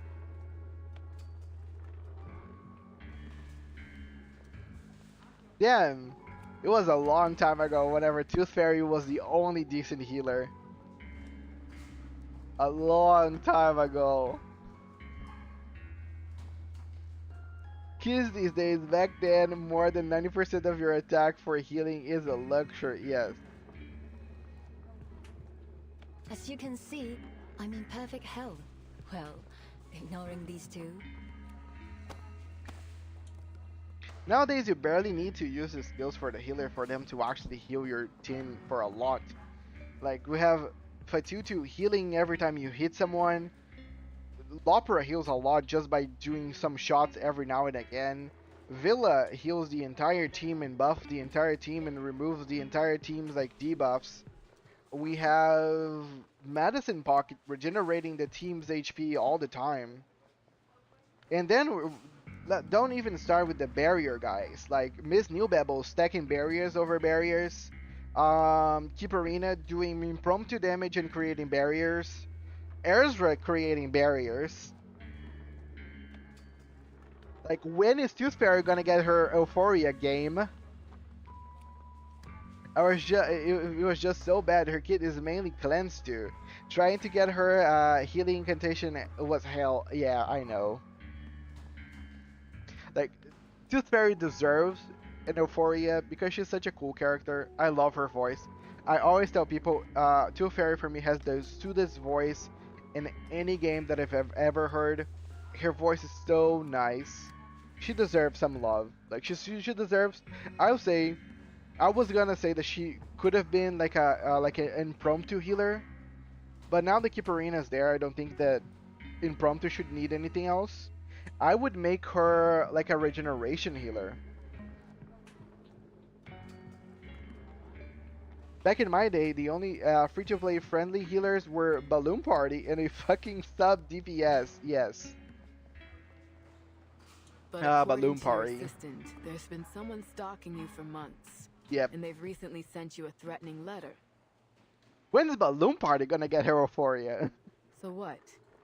That all just misunderstandings too? I'm terribly sorry for inconveniencing you, officers. Lin is a very dedicated assistant, always looking out for me.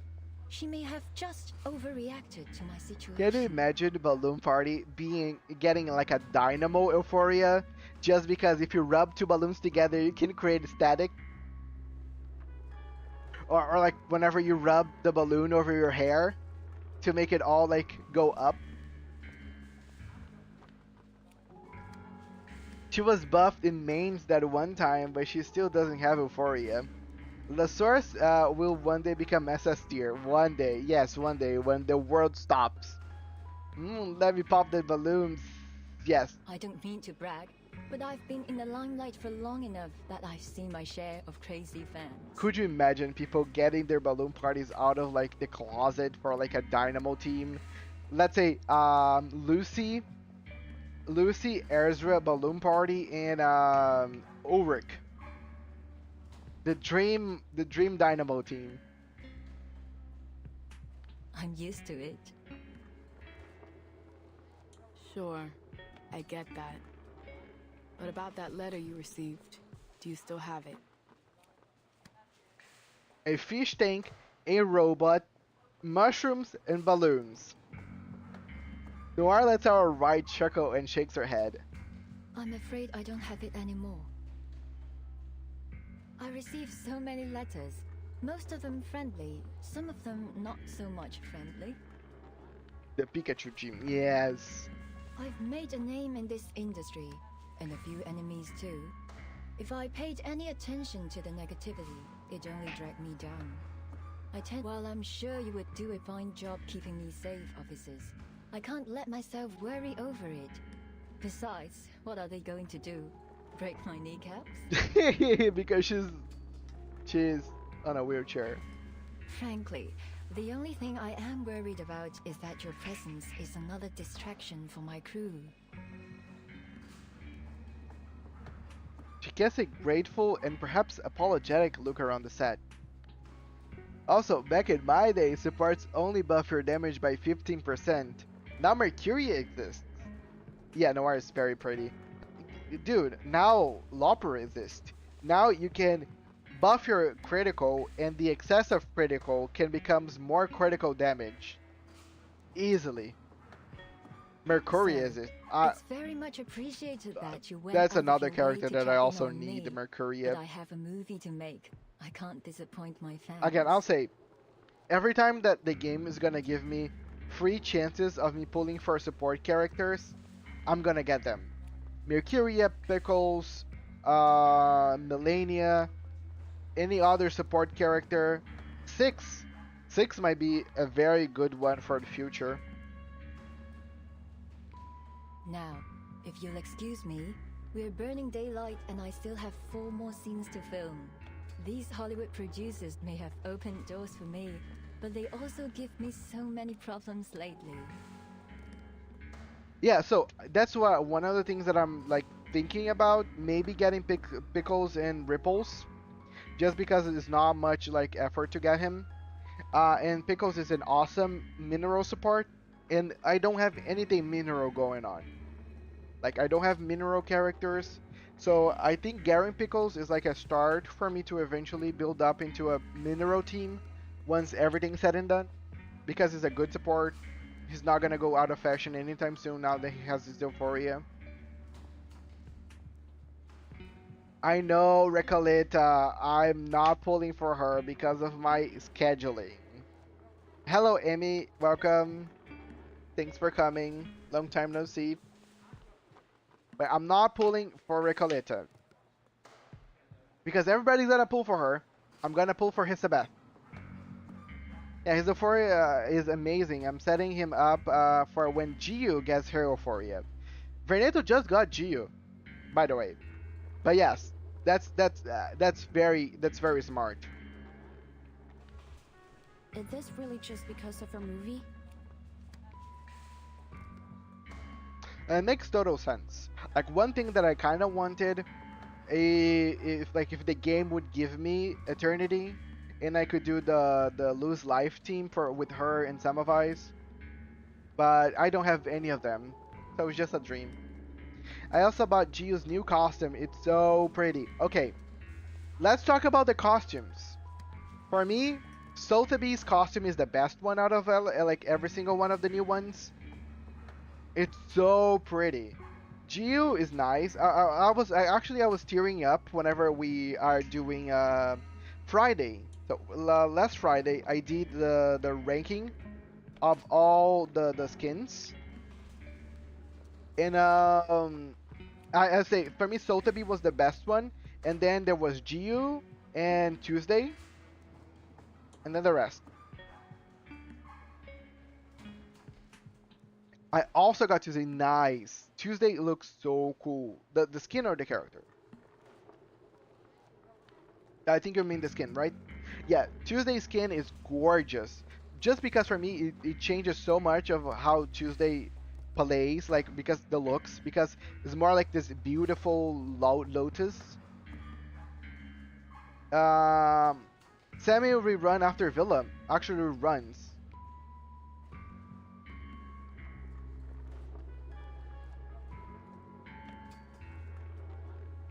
Wait, no scam banner. Let's go both. Droovies. Droovies, like talking about Droovies, I want to get the roaring jukebox because the current Droovie skin there is so nice. I really want to get that skin. Like because I'm gonna be using Droovies in the future Hisabath team with her. It's my chance for using Droovies. I love Droovies on the story. So I really want to get that skin. Droovie looks amazing on that.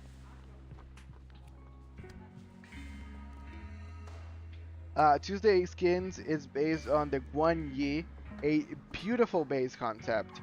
I don't know much about the lore behind the skin, but I love the looks of it, and that's pretty nice. But yeah, if I would say for me, Druvi's skin is the best one in this whole bunch, just because I just like feel it's so stunning. At least the splash art. Noir has already begun to turn her wheelchair away, but Liang stops her in her tracks. No! Druvis! The roaring jukebox Druvis skin. That's happening right now. I love Tuesday and I'm not convinced by this garment. Wait, you didn't like Tuesday's new skin? What's your what did you like about it?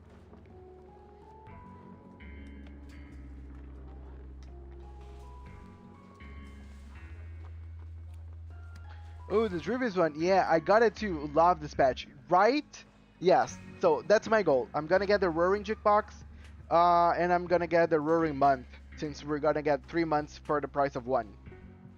That's all my next month money can actually allow me to splurge before feeling bad about it. You seem to Right, be refusing our exactly. assistance because you've decided this threat is only a harmless prank. The change in concept from normal Tuesday. I kind of like it because like I was talking to people once where we're actually like reacting to the skins. I love when the skin changes very wildly, like the normal look of the character. Like my biggest pet peeve with Jiu's skin is that it's so much like Jiu. It's already like a Chinese Cantonese kind of vibe to it. So it's still within the wheelhouse of whatever Jiu could wear. But seeing like Tuesday in that new setting, in the new concept, kind of makes it look more cool. Because it's like completely different from normal Tuesday. The same way why I like Sotheby skin. Because Sotheby is using like little mandrakes and that's so cool and everything's so pink. And it's very different from normal Sotheby's whole like appearance. So I do like whenever things change wildly from their normal garments and concepts. But that's just me. It's worth the risk. Again, everyone has their like their priorities and everything. And how like everything looks. I don't mean to judge your decision. It may be understandable in some cases. Yeah, I do have to say that I don't like the animations of Geoskin. Not the ult, I love the ult, but the animation feels so unsatisfying to me. I don't know, maybe that's also to do with how just normal Geo works. But yeah, the ult is really cool. The ult animation for the Geoskin is pretty nice. But if this threat is not just a prank, if it is serious... Am I sensing disapproval?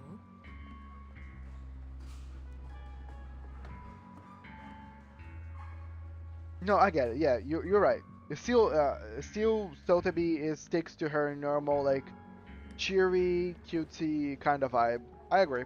If we're talking about that, the Tuesday skin is very related to Tuesday's concept actually. Guani is a Buddhist uh Bodhisattva Bodhisattva. I don't want to pronounce it incorrectly, so I'll just skip it. That is related to maternal love and compassion.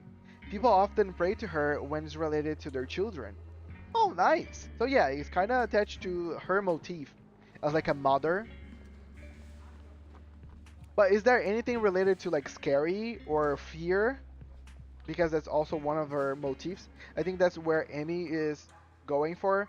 It doesn't give the whole scary vibe that Tuesday is going on with for her.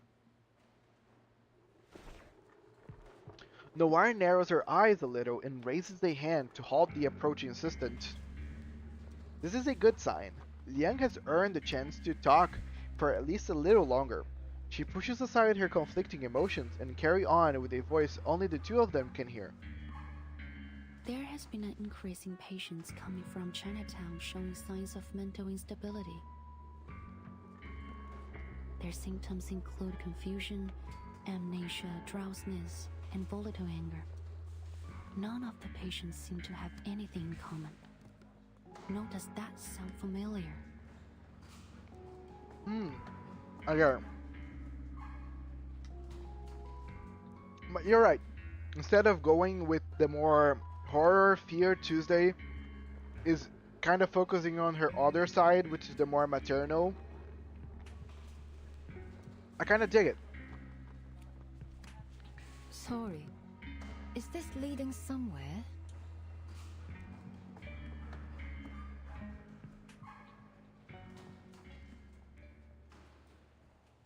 After a moment of thought, Noir shakes her head, her calm face carrying a perfectly measured hint of confusion.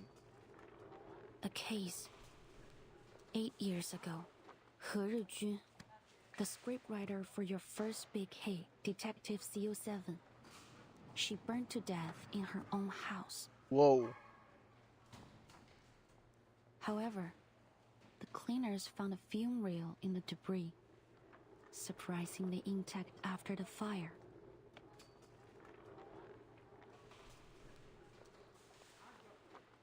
Young has been watching Noir's every expression. She doesn't miss a fleeting shift in her eyes at the mention of the fume reel. Strange, isn't it? Every other item was burnt to ash, yet this one 8mm reel was as good as new. The cleaners felt the same way.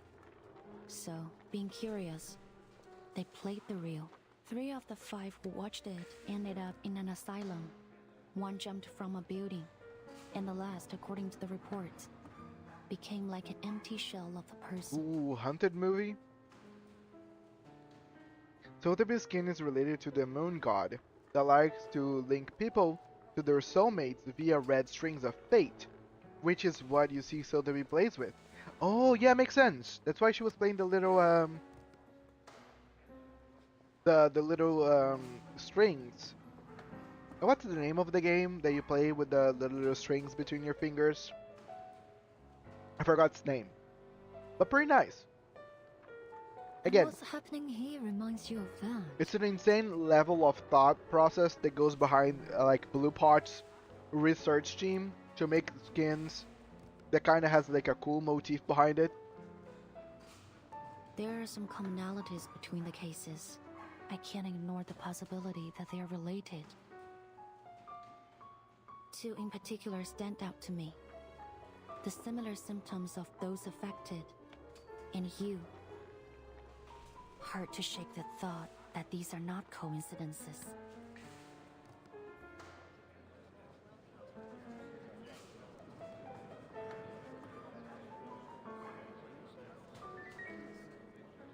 Whispers spark amongst the crew as they eye this secret conversation. What are the police still here for? Are we gonna get back to filming? Who knows? But it doesn't seem good. We are losing light here. Can these guys wrap it up already? These murmurs, of course, don't escape Noir's and Liang's notice. When she speaks again, Noir's tone is far more direct. Is that an accusation? No, not at all. I'm just hoping you might be able to shed some light on our case. But if it feels like an accusation... After our initial investigation, we officially recorded it as an ominous Arcanum incident and determined that the cause was that 8mm film reel, which contained a film titled Reunion of the Three Swallows. To this day, however, the exact nature of the Arcanum hasn't been conclusively determined. We still aren't sure why it has this strange effect on people's minds, nor why the damage appears to be irreversible. A cursed film filled with Arcanum that makes people go crazy when they watch is pretty nice. Perhaps more importantly, we still don't know the origin behind the Arcanum on the reel. There are many possible causes that might create such an effect. One of the most common thought is from absorbing powerful emotions from an Arcanist. The darkest emotions possess the strongest power. Anger, hatred, emotions so strong that they can outlast their bearer's death. Like a curse from beyond the grave, carrying out their last will as an obsession. And in such cases, these objects are sure to lead to disaster. I would be 100% sure that Tuesday would love to watch this movie. I believe that this film is, undoubtedly, one such cursed item. It's streaming now on Tuesday's Motel. If it is the case that this film was involved in these new incidents, then we must find out what obsession it's carrying out and find a countermeasure. I assume you're already on the case. Indeed, I am, Miss Noah. I've been studying the report on the original case, including some of the theories of the original investigator. One of the theories suggests that, despite your collaboration on the CO7 series, there were many points of conflict between you and Miss He. In fact, the reports mention you had a violent quarrel with her on the day of the fire. There was even a question about whether you might have been responsible for her death. So, as you can see, I have more than a strong reason to believe you are connected.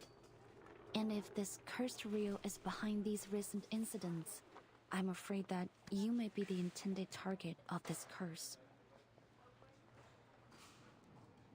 That's actually pretty cool. Because there's so many things up to this story right now. We have the Night Piercer. We have a cursed film. So many things going on. Post-launch questioning. The first principle is that what you see is real, but it might not be the truth.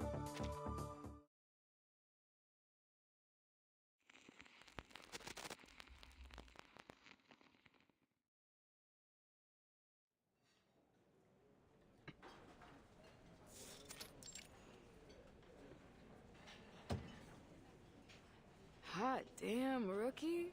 Who could have guessed the famous director would be a part of her own real-life thriller? After talking to her, we still got nothing useful to go on. I can't read anything behind that smiling face of hers. But if your little theory has got any truth to it, then Noir is in real danger. So why not talk? Isn't she worried about her own life? Poitier channeled her frustration into her food, devouring most of the meal in the blink of an eye. As she swallows the last shrimp dumpling. Shrimp dumpling would be so nice. She turns to look at Young, who is busy chatting with the restaurant owner. Hello, Decaf. Thanks for the lyric. Always appreciate it. I'm just dying over a possible shrimp dumpling that's never gonna be eaten. 是吗？原来对面杂货店那家的女儿也。 I would never be able to focus on my work with shrimp dumplings in front of me. I am a very dedicated eater.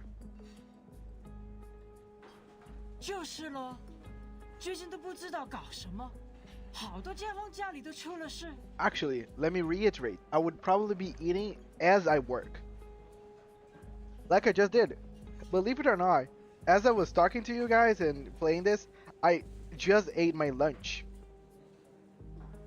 See, I am a dedicated eater. I would never actually stop to eat, but I would never not eat. 老卢家还算好嘞，他带个女儿去看中医，抓了药，吃了一段时间就好了不少。但是对面街口马仔，他阿妈就麻烦了。那个阿婆原本就身体不好，忽然间又变得疯疯癫癫，他们两公婆都担心死了。之前都有个靓妹来问这件事，说什么事情不太对路。哎，我说呀，就是临近年关，那些污浊的东西都出来了。您说还有人打听过这件事，那是什么人？他说自己是什么新科学什么鬼事务所的，好像是个神婆，刚来到唐人街这一带。New science？ 他还给了我一张卡片，印得鬼马了个，不过不知道被我放到哪里去。原来如此，多谢你。As Liang returns to her seat, Poitier shoots her a questioning look. So, any progress? I Yes. have some bad news. Scientology. First, there are more victims than we expected. Second, we're not the only ones who've noticed. Could you imagine? Because now we're adding like aliens if it was Scientology. We need to hurry if we don't want this case to attract wider attention. Which it would make sense with reverse, because I always need to remember, people, my conspiracy theory, Arcane and everything else comes from space. Why don't we start with the director then? Jay, thanks She for the seems like our follow. best lead. Appreciated. It's nice that you enjoyed whatever I'm doing here enough to give me a follow. I stream every day morning time, which is right now for me. I don't know if it's for you. I stream Reverse every Mondays and Fridays, and I stream Heaven Burns Red every Tuesdays, Wednesdays, and Thursdays. But I can come up online in the other times playing other games, but that's usually my schedule. Arcane came from space, yes, not that one, but yes. Having cleared the dishes closet to her, Poitier pulls the chair's steel buns from the other side of the table. I've got a hunch her case is connected with this one. Just like you said, there are too many coincidences to not dig deeper. That writer, what was it? Huh, Rejuine? She's an arcanist, right? No surprise that she'd imbue that film with all of her final bits of hatred. As cursed objects are weird as heck. It's definitely possible that it could have chased Noir all the way here. But there isn't any evidence that corroborates the rivalry between Miss Noah and Miss He. Hold on. Didn't you read that in a report by another visual? Maybe it's only hearsay, but that's something. Not only that, get this. I did some digging of my own. The night that cleaner leaped off that roof was the exact same night that Noir was in the car accident that left her legs paralyzed. It gets freakier. According to the reports, they happened within minutes of each other. And the building was less than a block away from the scene of the accident. How's that for evidence? We've got a saying in the DAA, Cadet. When it comes to Arcanum, there's no such thing as coincidences. She's kind of right.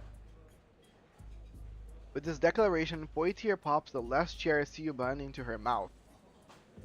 Why am I saying chair? Because it's char. Sorry, char. Chair. Whether coincidence or not, it isn't much to go on. We need evidence. Of course. We can't just leap to accusations without proof. But when it comes to arcane crime, you've got to follow your hunches. So keep your nose to the ground. Poitier noticed the dejection on Liang's face and sheepishly sets down her chopsticks. I get you. This isn't just about evidence. You don't want to point the finger at someone you admire. But you've got to pursue this. even if that means you have to separate the artists from their work.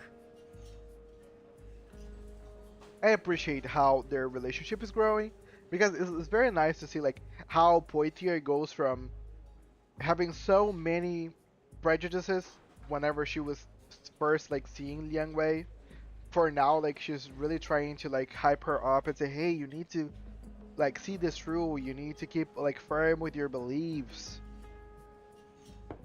Liang remains silent for a moment, picks up the chilled lemon soda, ooh, I love some lemon soda, and takes a sip. Actually, there is another reason that I'm not entirely convinced that Miss Noah, the film incident, and the events in Chinatown are connected. Like, whenever people just talk about food in any of these games, it's just me saying, ooh, I love this, I love that, I love this, I love that, because kind of real. In fact, this apple loves to it's eat. quite a substantial reason. If our records are correct, the cursed reel was found and contained by the Foundation 6 months after the initial incident, which means, unless something has gone horribly wrong, it should still be safely stored within the Arcanum Containment Department. Wait, isn't that where Matilda was? A sharp crash interrupts the words. The two turn towards the sound. Oops, I'm sorry. I'm so sorry. Oh, Scott! What? Okay, this is many coincidences happening all at the same time. And then when you're hungry, you were just suffering. Yes. But luckily, now I'm fed, I'm happy, and I can just enjoy like listening about these foods without actually suffering. Okay, sorry, I cannot say the word Scott without thinking about Jean Grey calling for Scott on like that one like a cartoon for the X-Men. I think X-Men Evolutions. I don't know if anybody here ever watched that, but it was pretty fun whenever I was a kid.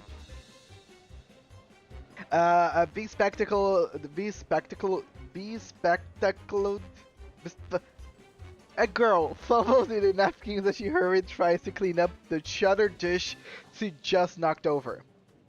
Hi, I want to start playing this game. Is it a good time to re-roll? Okay. Have you just started the game? Have you already downloaded the game?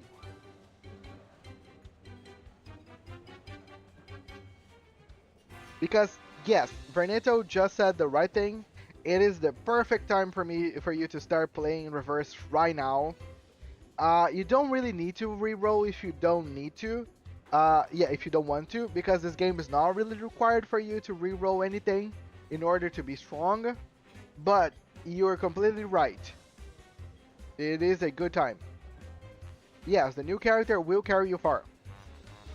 If you have copies of her. No. She will carry far regardless. But if you have copies of her, that's even better. Yeah, the game is giving you so many stuff that this is the best time for you to start the game right now. Also, welcome to the chat, Boppings. I appreciate you talking.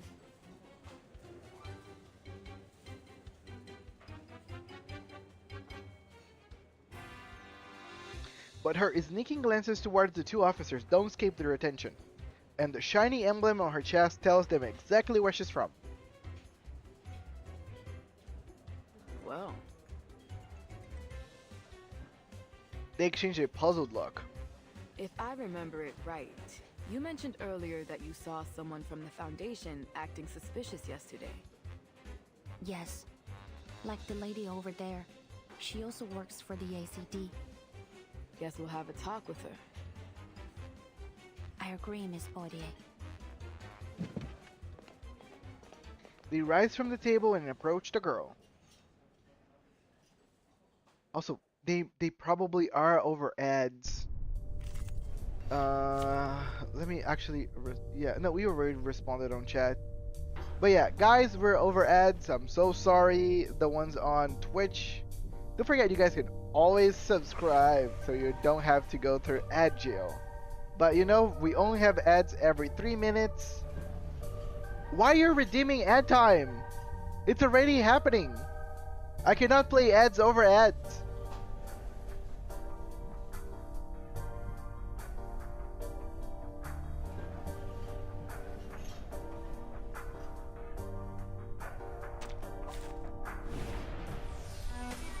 Wait, we need to beat her? What the fuck? Is something the matter, officer? You seem to have overheard our conversation. Was there anything in it you might know about? We welcome any leads you might have, and even offer a reward for helping solve the case. No, I didn't hear anything. This is all happening so fast, so suddenly. I have urgent businesses to attend to. Please understand, officers. There's no need to worry, ma'am. You see a bit flustered. Here, why don't you come sit down and we have a nice chat? Yes, I'm sure there's a way we can be of help to each other. Like me using Galaxy on the strings on ya. Aventura? Do you have any requests? Stars.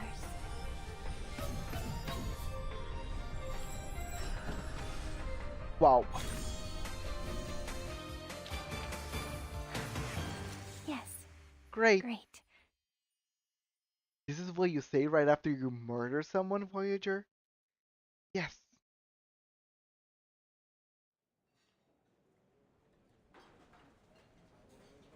Under Liang's and Poitier's relentless questioning, the suspicious Foundation member ultimately surrenders. All right, I'll tell.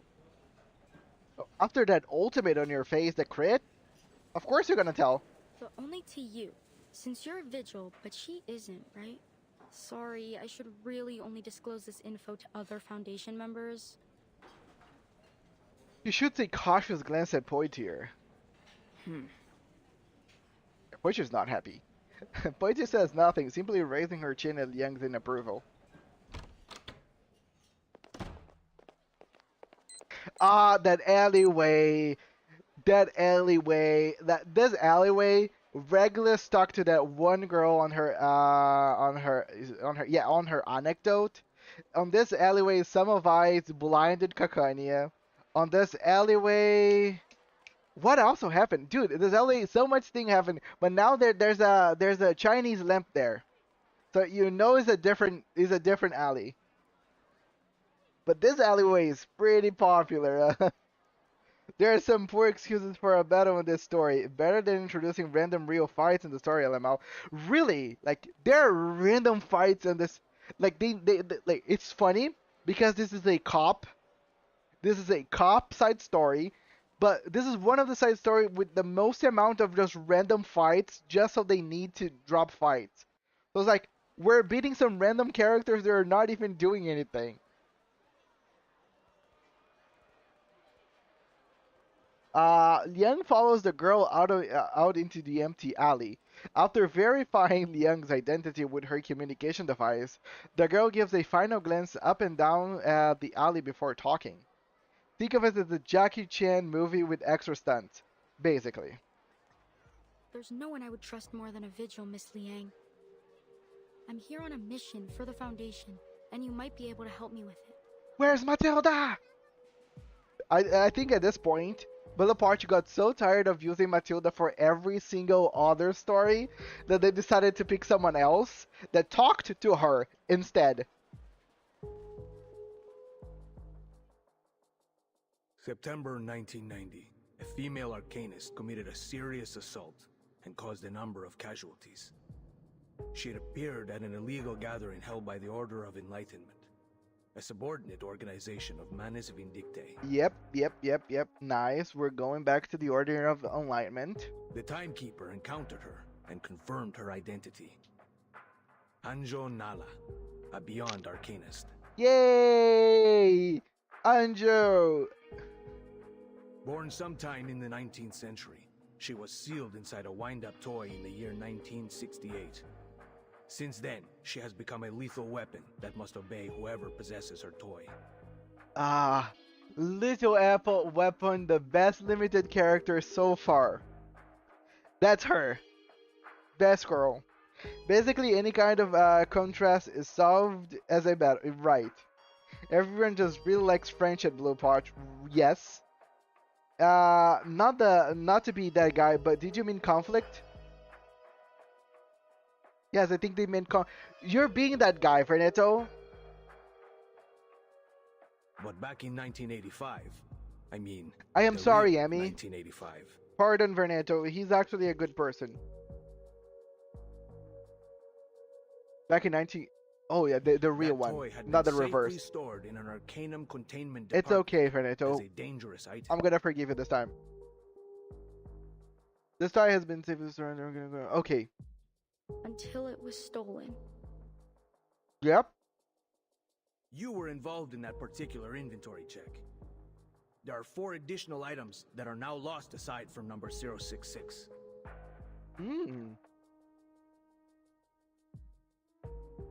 Okay, they lost the wind-up toy.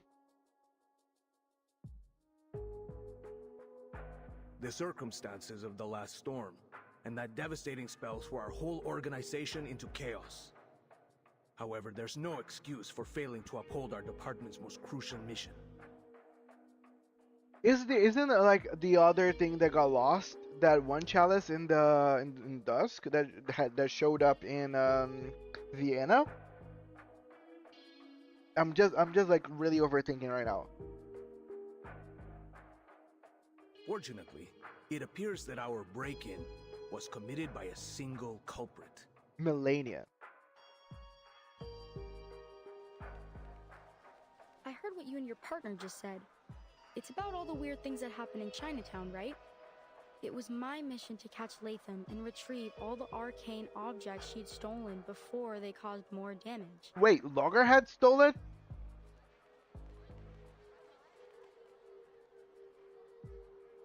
Speaking of similar alleys in all the worlds, would you mention the jails? Do you mean that same like that jail like room that the Veritin got locked up whenever she was a kid? And then I think Matilda got locked up as well. And who else got locked up in the similar jail? I think Lilia. Lilia got locked up in a similar jail whenever she was captured by Zeno. But I guess it's already too late for that. Yep. I love to remember some of the reused stuff because it's just so funny for me. The meaning behind these words is crystal clear. There is no room for the young for feign ignorance. Then you're saying that...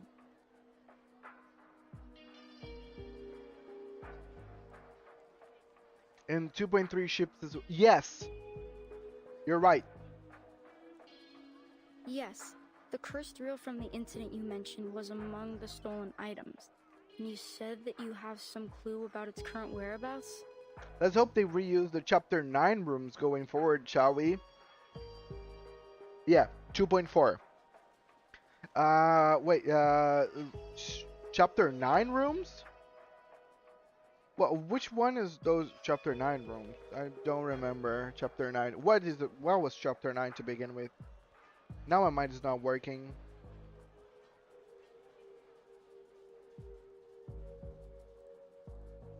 Wait, have we had Chapter 9?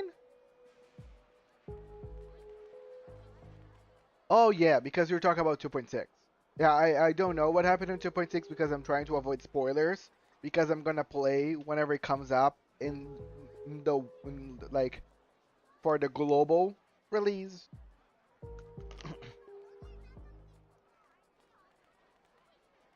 The course free Maria. Sorry, I'm eating a bar of protein.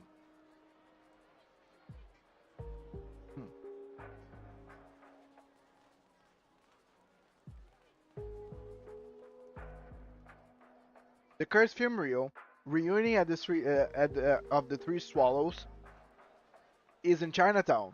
The weight of this revelation sinks heavily in the young's chest. I was told to operate under strict secrecy, but at this point, the faster they're retrieved, the better. So, shall we work together? God takes a notebook from her pocket and pulls out a photo tucked inside. Our main suspect is Aww. Lathan, an awakened arcanist. They look so cool together. Yang can help but look surprised when she recognized the other girl in the photograph. Chapter 9 recollects this. I know. Aleph as well. Same, I've only seen a few frames of the trailer and got the prison vibes. Yes. Yeah, the picture's pretty cute. Like, I'm there for Olive. I'm not there for Recoleta. But Scott seems to misinterpret her reaction. It's hard for me to believe she'd do this. We were colleagues and close friends. I used to call her loggerhead because she's the most forgetful person I know. Aww. I'm a loggerhead too. At first, I refused to believe she could do such a thing. I still don't understand why. She's not the kind to be greedy. Maybe she was being manipulated? But the Vigils investigated the theft thoroughly. And the Vigils are not the kind to make mistakes. You've been here a few days already, right? Have you had any word about where she might be? We've seen her already twice. So the answer is kinda yes. Scott's brow furrows, her expression torn between hope and fear, as if she wants confirmation while equally dreading to hear the truth. Sorry, I haven't. Shakes her head. Why did she decide to lie now? Scott's expression visibly relaxes. Oh, what a pity.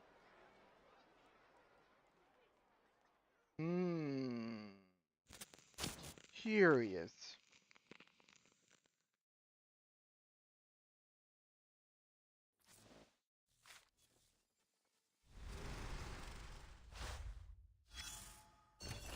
This document contains confidential information. Please do not take it out of the precinct. Investigation record: Noir. Noir, female arcanist. Her arcane skill allows her to manipulate inanimate objects with a defined range, designating them as actors. Born in Hong Kong in 1950, graduated in the USC School of Cinematic Arts in 1972. Later worked at what would eventually become known as TVB. In 1978, she began collaborating with independent production companies to produce low-budget films.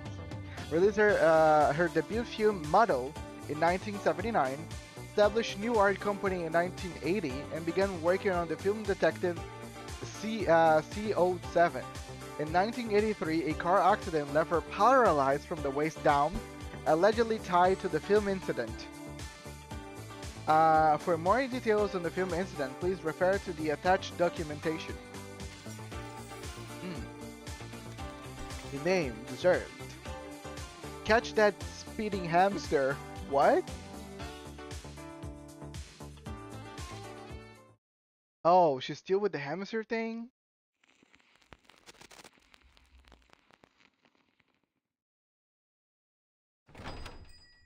Have a good day.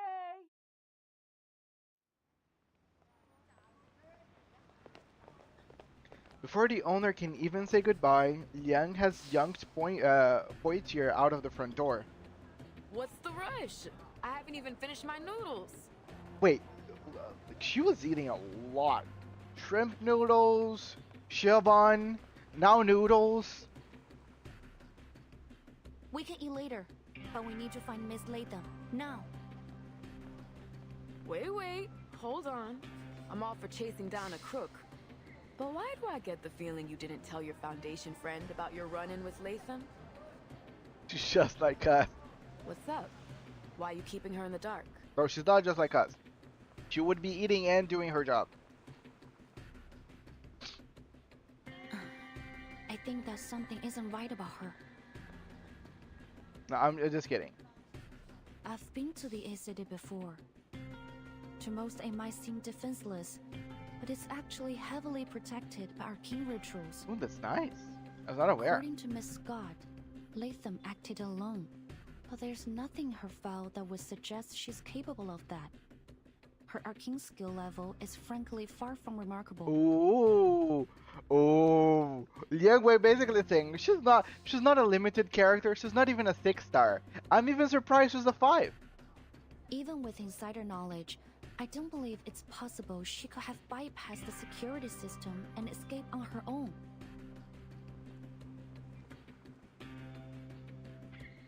Either Miss Latham has played the Foundation for fools, or she has more powerful accomplices. That leads me to another thing. This mission is not something a typical Foundation staff member would be assigned to, as Miss Scott claimed to be. There's something we don't know. You're saying that girl with glasses lied to you? Maybe. Or that she was being lied to herself.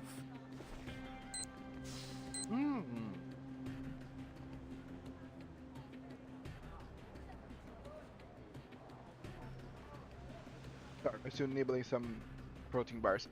Liang pulls her SPF 1. I get so annoyed whenever I call, because it's SPF, I know, but I always think about like sunscreen. All the time I say SPF. Contact device from beneath her cloak. After a few simple taps, she turns it around for portiers to see. There was another thing I found while searching through Miss Latham's files. Or rather, what I didn't find. There were no warnings or notices on her employee records. You mean she's not actually wanted? No, I don't think so. Miss Scott said that their department wanted to solve this problem in secret. So I thought that might explain the reason Miss Latham's warrant wasn't on her file. However, when I tried to access more of their records to double-check my findings, I ran into a block on Miss Scott's records. Access denied. You do not have permission to view this information. If you need access, please contact your supervisor. The warning symbol flashes on the screen. It could just be because I'm only a cadet. There are some files that I don't have access to yet. I contacted my supervisor, but I haven't heard anything back. I don't mean to distrust her, but I can't hold anyone above suspicion. Poitier shifts her gaze from the device's screen back to Liang. And what about me? You're putting a lot of trust in me, Liang. Is it really alright that you're telling me all this? A dangerous item stolen from the Foundation, and possibly an inside job at that. That's a scandal in the making. You could have just lied to me, make up some kind of story. It's not hard for a smart kid like you. Liang gives Poitier a puzzled look. Why would I? We were partners. We're partners, Yes! Miss Boudier. Hiding information from you wouldn't be right. You told me that yourself, didn't you? That's so nice. That's so nice, because like she's been doing this without ever second guessing their partnership here. It must feel very nice, like to be the other person, being so trusted by someone that they barely know. Because this doesn't happen nowadays. People are so guarded for very good reasons, let me just say. Me? Yes. The first day we were on duty together, you said you need to know what makes me tick. That was not exactly what she was meaning by that. I did, didn't I? But it still works. Poitier seems a little dazed. Liang looks at her, sincerity behind her eyes. I've reconsidered it, and you're right. During my training as a vigil, our instructor emphasized many times that trusting our partner was of vital importance. And you, Miss Boitier, have proven to be capable, decisive, and compassionate. I have developed a deep respect for your work. Aww. We share the same goal, to discover the truth behind the incidents happening in Chinatown. I can't think of any reason why I shouldn't cooperate with you. I like her earnest behavior. Alright, enough! I'm blushing already. Aw, she really is. Poitier cuts Liang's off, almost flustered. Damn, girl. I didn't expect my meek little mouse to turn into this. She can. I mean, like, this is very nice. Liang is, I like people like Liang because she's so honest and she's so pure. So, like, there's such a purity behind her. They can catch people off guard. That's what just happened with Poitier here. This what? Because for Liang, she's just being herself. She's not doing anything remarkable. But for Poitier, it means so much because people nowadays are not like this. Forget it. You've made your point. Now stop it. Waiter waves a hand, sealing the conversation's end. But you kind of missed my point. I'm worrying that the Foundation is gonna punish you for leaking classified information. Won't you get in trouble? Though I may be a vigil of the Foundation, before that, I am the descendant of the Liang family. I'm obliged to do all that is necessary to fulfill my destiny. And given the circumstances, I think providing all relevant information that might assist us in catching the thief and retrieving the threatening arcane objects is worth bending the rules. Just a little. Despite her conviction, Liang's can help, but hesitate a little. Besides, I'm not under any orders to keep this a secret, so... Cheeky, and you say you don't like bending the rules. I see you, boo, and I like it. Come on, let's work this out together. Partner. Ah, that hits this apple in the chest. Like someone actually threw an apple at my chest. Which one is my room again? Oh, right. I wrote it down. Let me see. Talking There it about is. very Oh, famous so far again. background locations, this room that can also be many other rooms. Like this is actually the room that people have on the suitcase, as has been shown in the revival of Uluru games.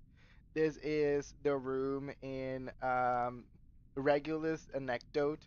This is the room, if I'm not mistaken, in the ship, the Ferbreeze. This is the room. It's funny enough, I don't think this is the room on Tuesday's Motel, but it could be. I don't think it is. Or maybe it's just a darker version of this room. And to your left, this is the room where Spatholia realized that she was straight. Yeah. Actually, maybe it's the room that Spatholia realized that she could be bi. Or really, let's not put two. Let's not really. Yeah, I still think Tuesdays is a different one, but I think she shouldn't be labeling herself. Let's just say that. Now the key card. Where did I put it? Oh, here. Home sweet home. Oh, I'm exhausted. Camera-headed girl freezes in place. The officer just standing in her sweet home. Latham, right? It's been a while. We have some questions for you. Please try to cooperate. Still on? Yes, I'm still on. I'm trying to see if I can finish this one chapter of the event before hopping off. So I'm trying to pull a longer one this time around. But welcome back, Steffi. How are you doing? Did you get everything you needed? How was interacting with the outside folk?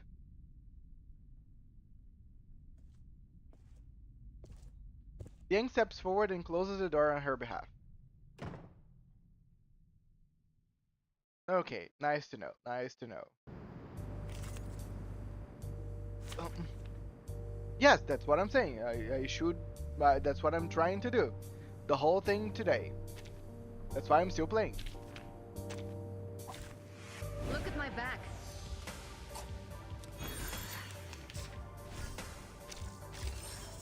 What are you doing in my room? This is a serious criminal offense. Get out of my room or I'm calling the police. The phone, it's right here in my hand. There's 20 notes, I'm pretty sure. Then I still have a couple of hours to go. No need for that. I am the police. What? You're that visual from the hospital. I was sure I had shaken off this person. Oh, so what do you want with me? I think you already know the answer to that. I see. Yes. Okay, I can. Why good luck? Wanna watch the time? Please, allow me. A little trick.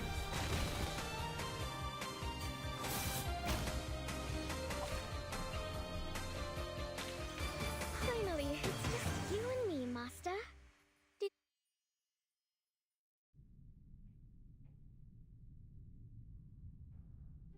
When the unsuspecting prey steps into the carefully laid trap, the outcome is already decided. Alright, fine. I'll tell you everything. Oh no need to sorry, sir. But yeah, it's actually 12:32 a.m. It was me, okay? They said I stole those arcane objects and sold them for money. Well, maybe I did. Ouch!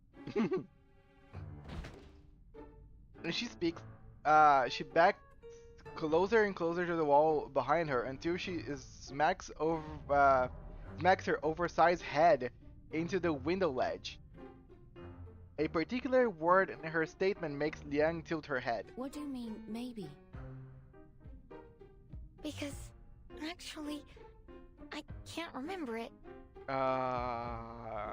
That's her level of lack of memory. I can't find my memory film for that time, so really, I just don't know. Oh, she has memory films. That's why she's so forgetful. Memory film. The so-called loggerhead girl, now awakened, isn't exactly a tough one.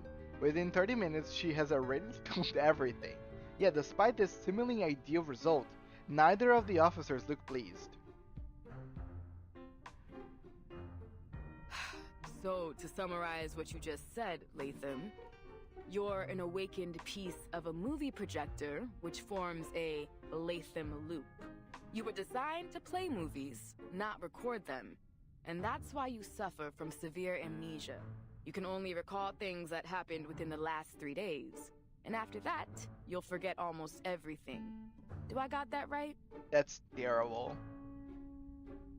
I guess so. You guess so? Yeah. With your sudden questioning startles the girl. She shrinks further into the corner, wedging herself between the window and the nearby chair. I can see why that friend of yours calls you Loggerhead. You deserve the name. What is going on here? It's understandable. Awakened arcanists often suffer side effects related to their origins and materials, but still, this is quite unusual, to say the least. So, she has no memory of what happened 3 days ago, or even any of the cases she was involved in. So then, she's basically useless to our investigation. Yep. I can only imagine what a disaster it would be if you showed up in a Detective CO7 movie. Hey, that's rude. How come I'm a disaster? The girl, mustering what little courage she has left, waves her metal fist in defiance. But her feeble resistance has no effect on the officers. After signing in unison, they exchange a glance. What do you think? I've made a request for Miss Latham's detailed records, but I don't think she's lying. Back at the hospital, the best lie she could come up with was a hamster riding a stethoscope. I kind of doubt she's a master manipulator.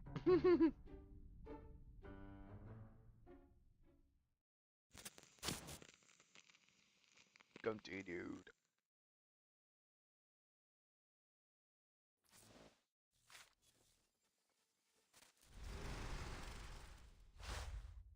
Nice. See? I am in the 10th one now. So I'm already halfway there, Veneto. Only more 4 hours of stream and I'm done. Unraveling the mystery. Dispel the fog, unravel the mystery, and they'll claim that this is the truth.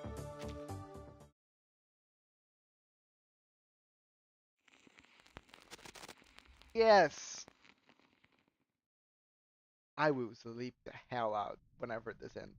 Just saying. Let me sort things out. I'm gonna pass out. Miss Loggerhead, you said you could record and save your memories using a special type of film developed by Laplace, which means that even if you don't recall taking anything from the Arcanum Containment Department, your film should show whether you did or not. But the fact is, the films are gone. Isn't that right? Yeah, I usually carry my most important memories with me and leave the others in my room. The Foundation staff checked the visitor log after the stuff was stolen. Turns out, I was the only one who visited the office that day. So they sent people to my room and checked all my film, but they didn't find anything. So why? Then they said they already had other evidence, so... Loggerhead's voice trails off, and someone else completes their words. So they just declared Loggerhead guilty. Even though there's no proof? But that doesn't make any sense to me. Something must be wrong. The Foundation employee who claimed to be hunting Loggerhead received a call from Liang just 10 minutes ago. But the moment she stepped into the clue-filled hotel room and laid eyes on Loggerhead, she blurted out, "You're still here?" And just like that, the final piece of Loggerhead's testimony was confirmed. The two girls sitting on the bed lowered their heads in silent understanding. So, when you found Miss Latham, you bought her a train ticket instead of putting her under arrest. I know I've gone against orders, but I'm sure Loggerhead didn't do this. She's my friend. I can't just arrest her and have the Foundation lock her up. I'm sorry for keeping all of this from you, but you're a vigil. I had to be careful. Well, she also kept information out from you, so you guys are kind of fair and square. So, if it's not crossing a line, Miss Liang, Miss Potier, can I ask you to keep this between us? You can report it after. Could you? Sorry. Please?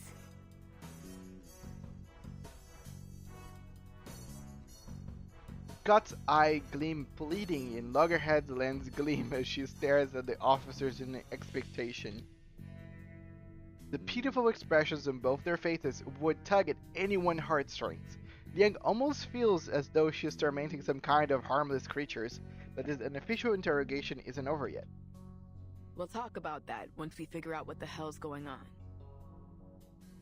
Back to the case. You said she gave you a train ticket. What are you still doing here? Loggerhead lets out an awkward laugh. While I was on my way to the train station, a car on the other side of the street lost control and hit my cab. Okay. Thankfully, it crashed into the passenger seat where I was sitting.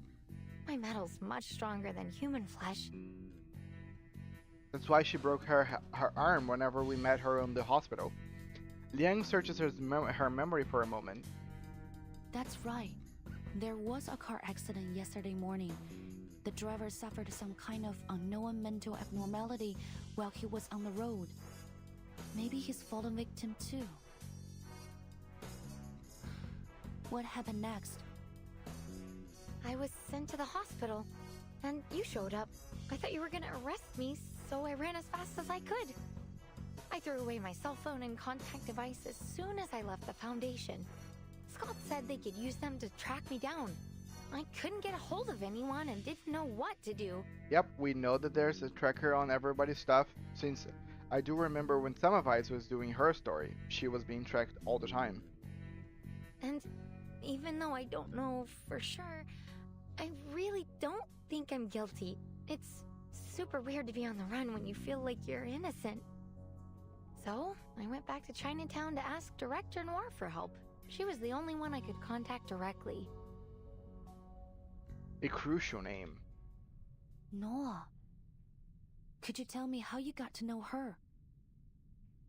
Of course.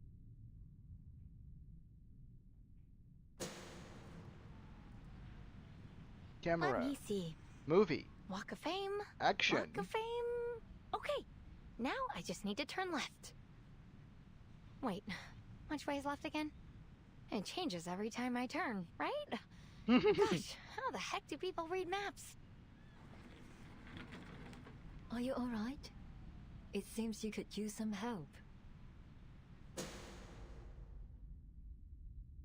Noir stopped to help me. She was really interested in my head, so we had a little chat, and I found out she was a director. She offered to take me to the Walk of Fame. We talked a lot about movies on our way there. Then I told her I was traveling alone, so she invited me to join her movie shoot in Chinatown. How could I say no? I mean, she's a famous director. There's no way I'd miss a chance like that. Interesting.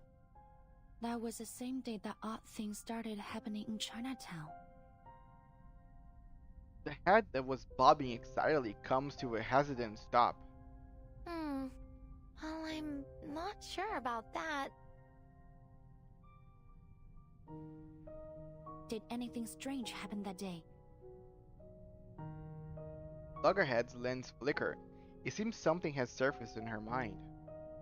Let me see. I did find a strange film reel when I was unpacking that night. A strange film reel? Wait, could that be... Yes. All three of the other immediately perk up at the mention of those words. But perhaps due to the limited field of vision of her camera lens, Loggerhead remains oblivious to their gaze. Instead, she pulls her backpack towards her, muttering to herself as she leisurely rummages through it. Yeah, a strange film reel.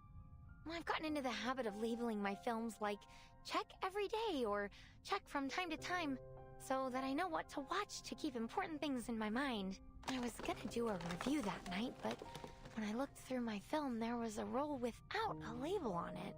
It couldn't have been mine because it was made of a different material. I was so curious about it, you know? So I played it.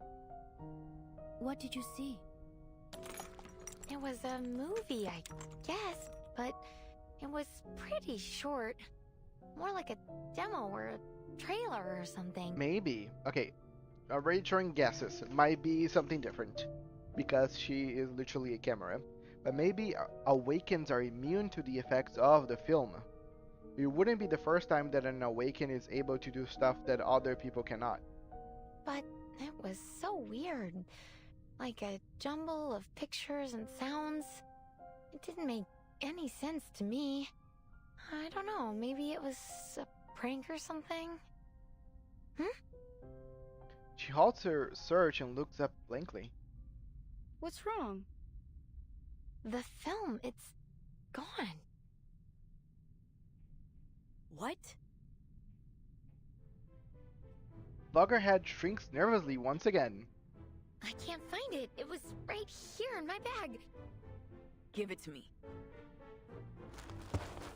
In one swift motion, Poitiers snatches Loggerhead's backpack and uphands its contents on the bed. Damn, first time I've seen a bag messier than my sister's. Do you ever organize your stuff? Like a whirlwind, Poitier tears through Loggerhead's things, ignoring her shrieks of "I just forgot to throw that away and I still need that!"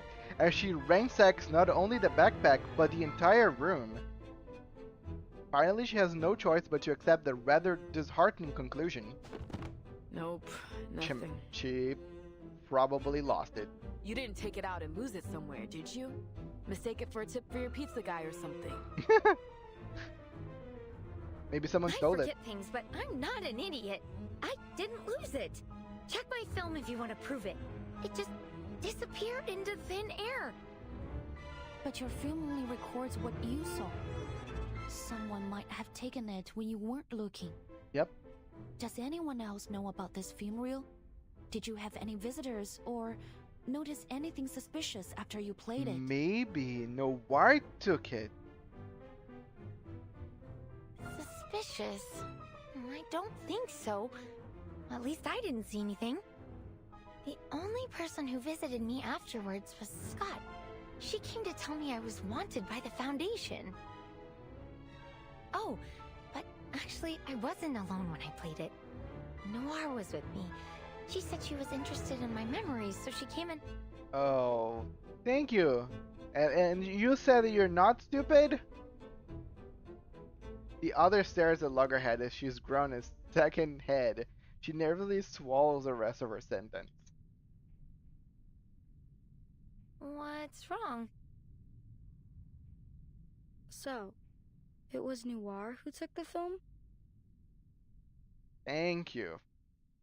We're now using our brains. Maybe that's even why Noir approached Loggerhead to begin with. But how could have she known that Loggerhead had the film to begin with? A solid punch sends the men flying. At least, that was what was supposed to happen. Sorry, Director. I'll try again.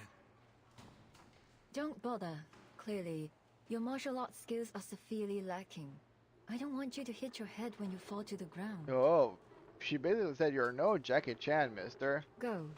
Take a break. The disheveled actor still wants to argue his case, but everyone knows that once this director makes a decision, she won't change her mind easily. In the end, he simply sighs and steps aside. That was the last one, Director. There are far fewer stunt performers with martial arts experience here than in Hong Kong. Master Lau and his men will arrive in a few days. Perhaps we could shoot the scene then? Nicholas is on a tight schedule. I doubt he'll change it. Let me see what I can do. A single sentence is far from enough to capture that many difficulties the famous Hong Kong director has faced since working overseas. Leaning back in her wheelchair, she discreetly scans the set, searching for the missing piece of the puzzle. Hmm? Her again? Then follows Noir's gaze. Oh, that young officer? What do you want? This OST. Listen, I don't know what you are trying to do. Gives me Persona Can't 5 you just vibes. leave us alone? Sorry, ma'am. This is a closed set. If you don't have a warrant, please leave. Guys, relax. Liang isn't as mean as she seems. It's from 1.1. Cool. Clearly the arrival of a certain visual cadet is unwelcome, so much so that even loggerheads being eyed with suspicion. But Liang ignores them. She locked onto her target the moment she scanned the set and is already striding straight towards her. Stops a few paces in front of the person in question. I must say, I didn't expect to see you so soon, officer. Is there something else you wanted to ask me? Are you a thief? I think I made myself perfectly clear this morning. I know nothing about your case. Don't think we're gonna be easy on you just because you're crippled. No, madam. I'm here to help. Help with what? Miss Latham mentioned that you are looking for a qualified stunt performer for your movie. I'd like to help with that, if you don't mind. That was not As an exactly what I had apology. in mind, but sure. Noir blinks. You surprised me again.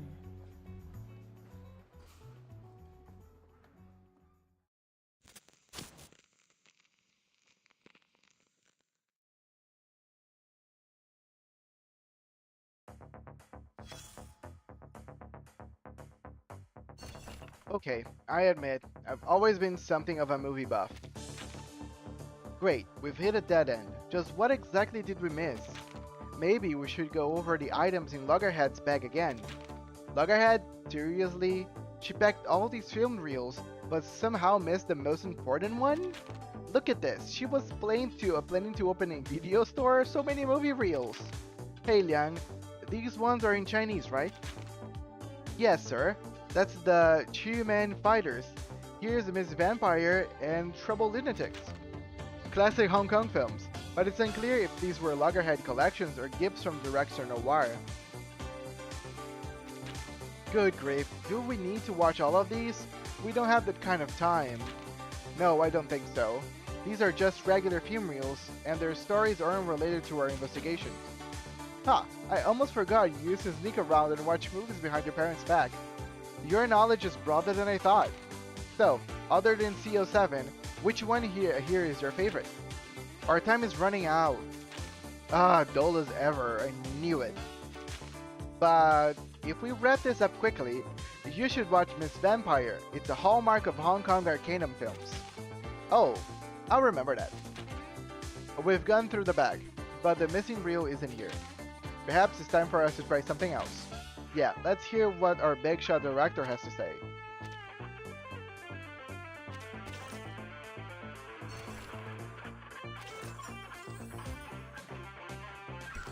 Hey, Cleve? Don't speak, don't blink, don't fidget, and definitely don't sneeze.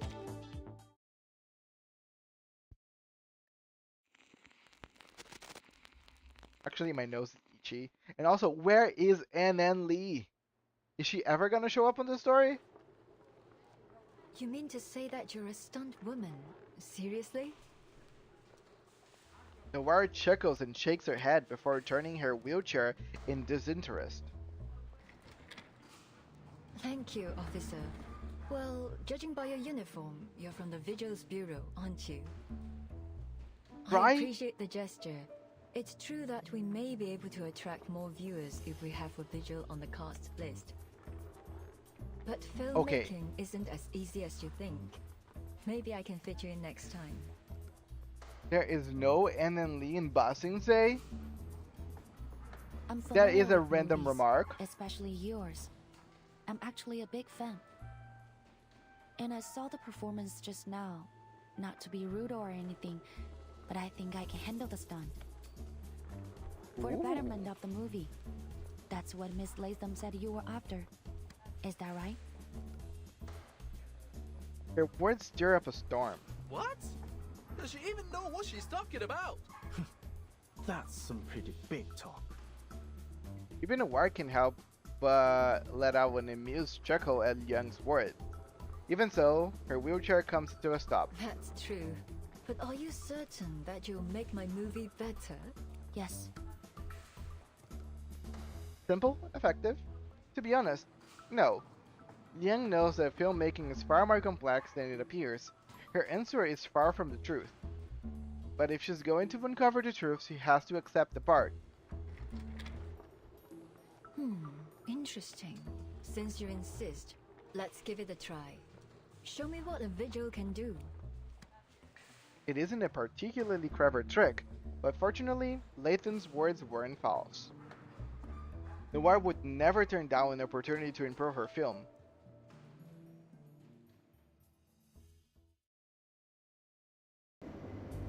Yay! More makeshift fights!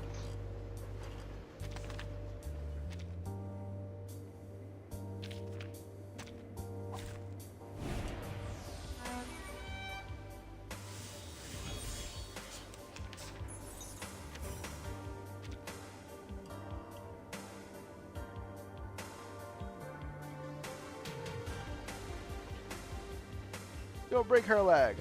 You got it, boss. Time.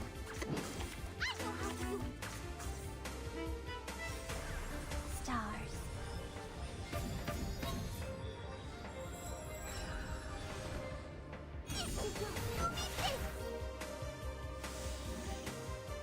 Oh, what? I'm doing too much. Ah, why has those fights need to have so many rules?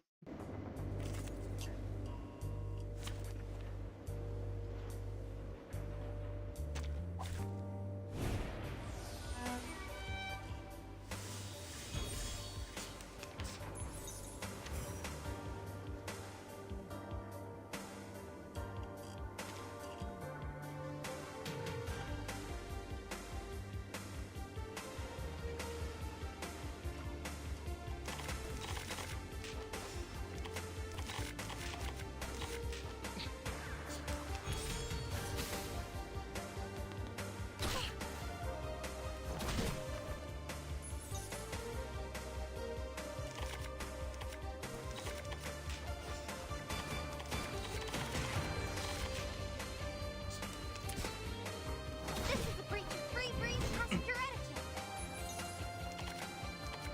Let me know whenever I can, miss.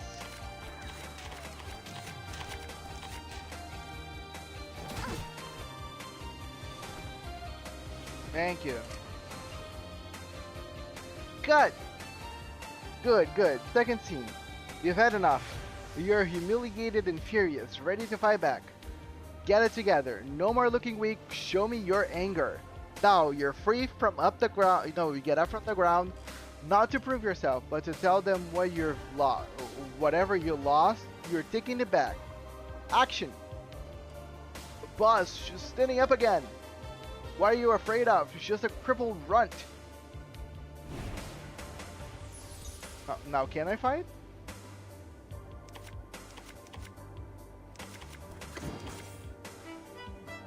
I don't know if I can fight now. I think I can. For everyone. But I'm gonna go easy. Waiting.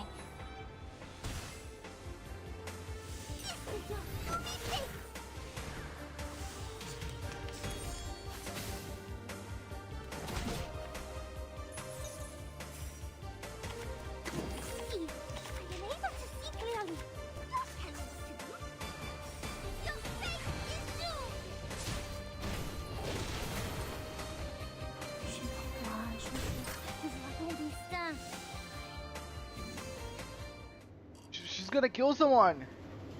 Don't bite off more than you can chew. Cut. Nice. Got that right.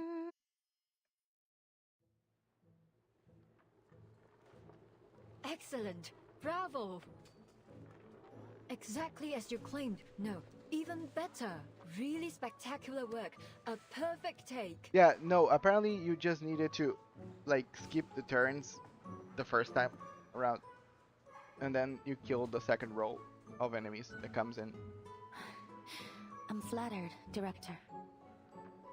Noir's eyes glisten as she watches the playback of the shot. Meanwhile, after nearly 20 failed takes, Liang returns to the dressing room, her costume drenched in sweat.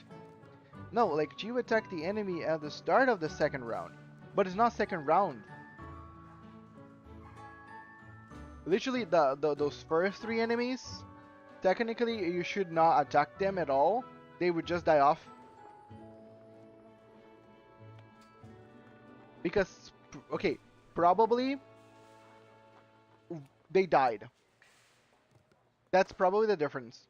On the first account, she attacked but didn't die. And in the second account, they died. Right in the second, not second round.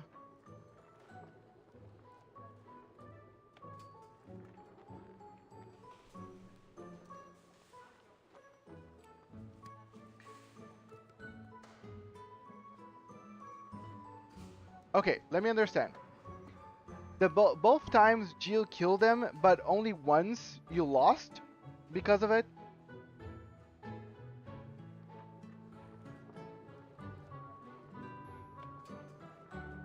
Okay, then that's weird. Because technically you should have lost both times, not just the one time. Okay, let me go to the bathroom and get me some water. Because again, I need to hydrate and stuff. But yeah, I'll be right back. Same favoritism shit go on. Yeah, happens sometimes. Yeah, be right back, guys.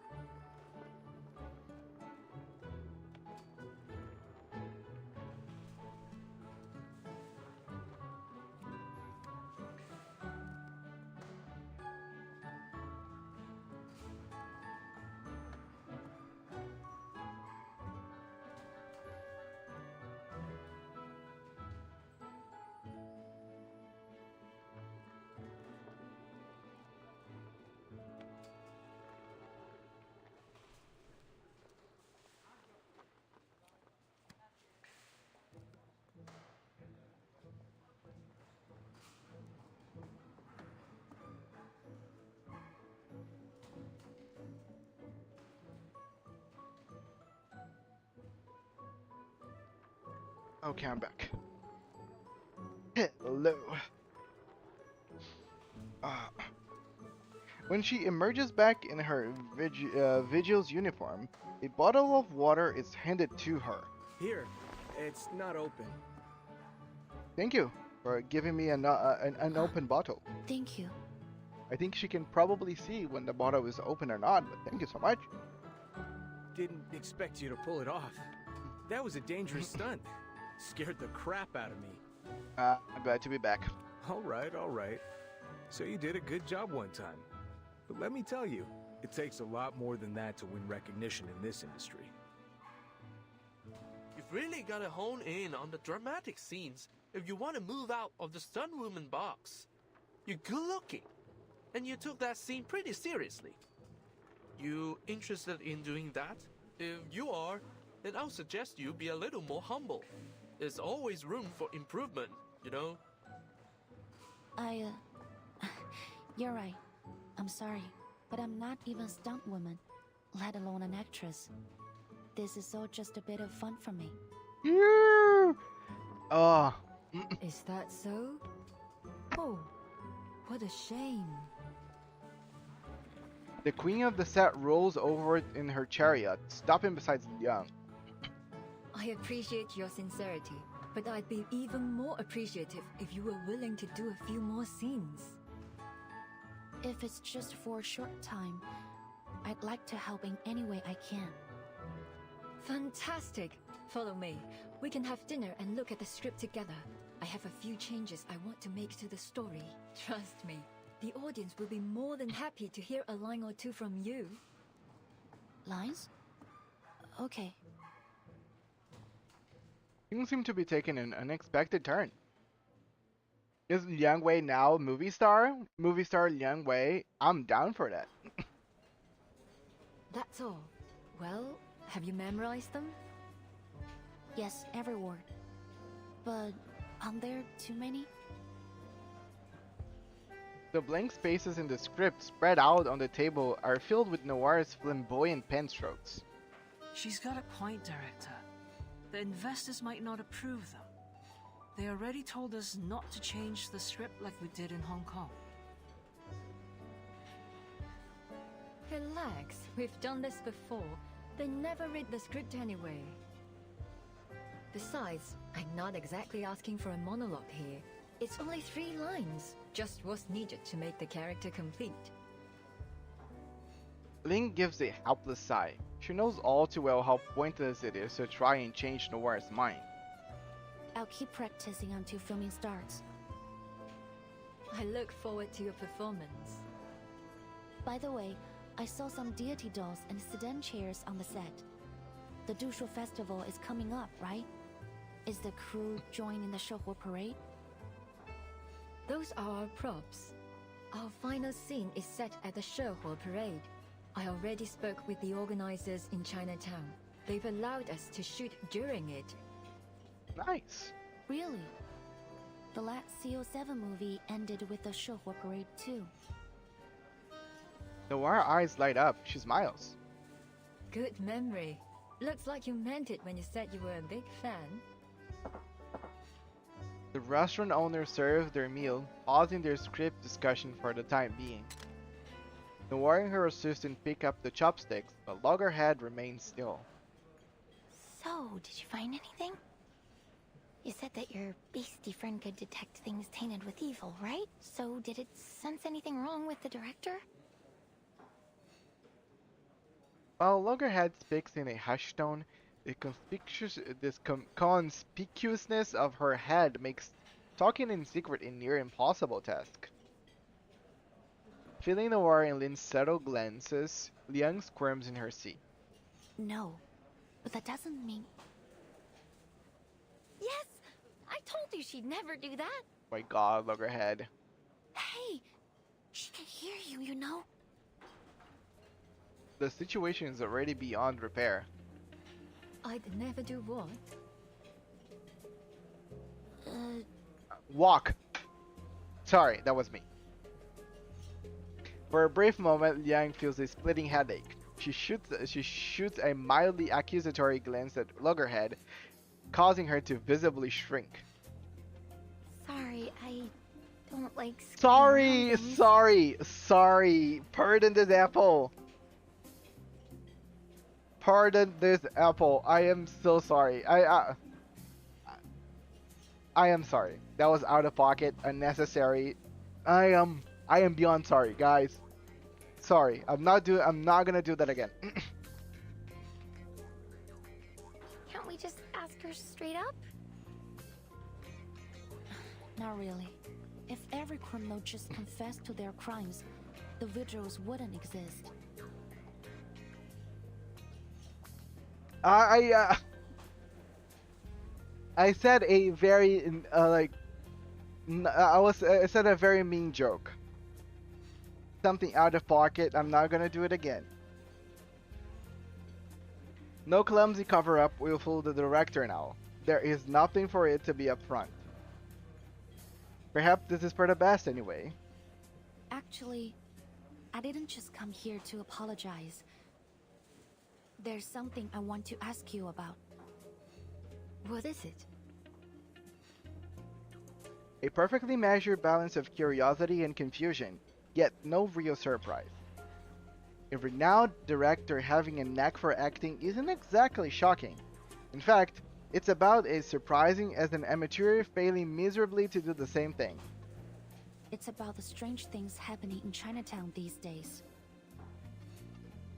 Wait, so all this was just to butter us up so you could investigate your case? Yes. The assistant, who was all smiles moments ago, suddenly fell silent. Despite her careful preparation, the situation is difficult for Liang. Sorry, madam, but it's my job. As I said, strange things have been happening in Chinatown. Things that bear a striking resemblance to the film incident that you were involved in 8 years ago, Miss Noah. The case document stated that the origin of these events is a film reel titled Reunion of the Three Swallows, a movie created by your friend, He Rijun. Miss Latham said you watched a film with her in her room a few days ago. Do you have any idea where that film reel is now? That film reel? Did you not know what it was? I had no idea. Noir's expression darkens. Clearly, she's realized why Liang has brought up that film reel. That film we watched together. Well, to put it mildly, it had nothing of interest. It didn't seem to have any semblance of a story, even. It couldn't have been one of Teresa's. Yeah, I think some other people said that it's not really almost like a film, like a cohesive story. It was just like a bunch of like images and sounds. Yang recalls that the archive on the reunion of the Three Swallows cited Teresa as the English name of its creator, Rijun.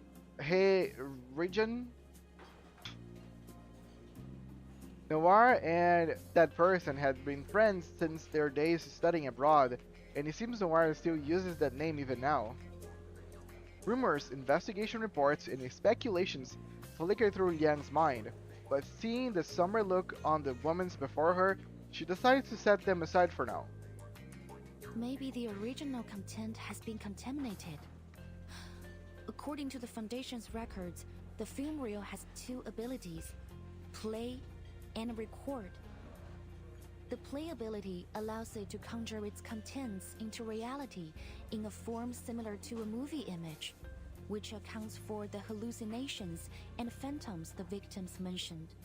The record ability captures the souls of those in the same effective range as play, and the victims lose a part of themselves, like their sanity or their memories. That's such a cool thing. Like a movie that can place itself, that can produce events in real life like reality, and then can absorb people in the vicinity's like soul or parts of them. That's actually pretty nice. This sounds like an SCP more than anything else. The case document doesn't mention anything about contamination, but my guess is that the souls recorded by the film have polluted the original content of the film. Shame on them. Whoever's behind this. The Noir mutters a curse, and both she and Liang falls into silence. Meanwhile, Lin and Loggerhead looks utterly lost. Wait, wait, what are you talking about? Can you explain it to me simply, please? Miss Noah didn't know that that film was a reunion of the Three Swallows. So naturally, she didn't take it. I think she's telling the truth. Really? That's great news! Well, technically not that. It's whenever you go to the doctor and you think you have a problem, and the doctor says you have no problem or they didn't detect anything. So you're technically relieved that they couldn't detect anything, but you still feel that you have a problem, so nothing is kind of solved. Oh, right. The film's still missing, so it's not great news. No. But at least Noir wasn't up to something when she made friends with me, right? That's definitely good news for me. She turns to Noir. That means we're still friends. And friends help each other. Liang said that the film reel could cause some problems for you. Let me help you find it. I'll catch that thief and take the film back to the ACD. Then you'll be safe. I'll clear my name, and the problems in Chinatown will be solved. That's 3 birds with 1 stone. Genius, right? I think it means 3 swallows. Sorry, that was an easy one. You know, Miss Latham, this is what I like about you. You always speak your mind. Her eyes squint a little as she curves her mouth into an unexpectedly gentle smile. Our relationships are so complex, aren't they? That's what makes them so intriguing, captivating, really. A constant source of inspiration. But sometimes I feel that life is better kept simple. Wouldn't you agree, Miss Vigil? Agreed. There are certainly simpler ways to say I'm suspicious of you, and I have no intention of cooperating. May I ask you another question?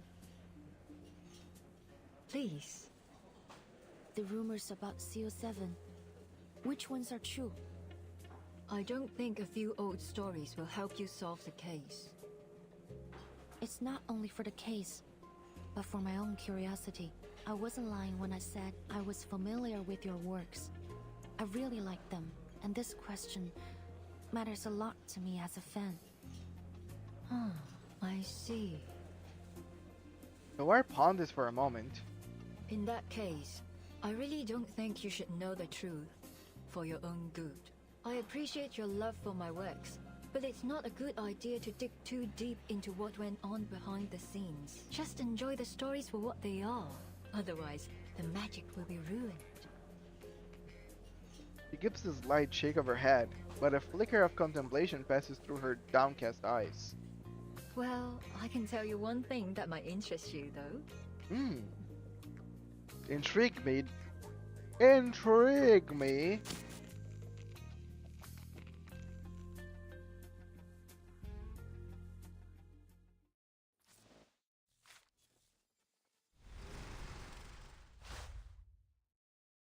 Mousetrap.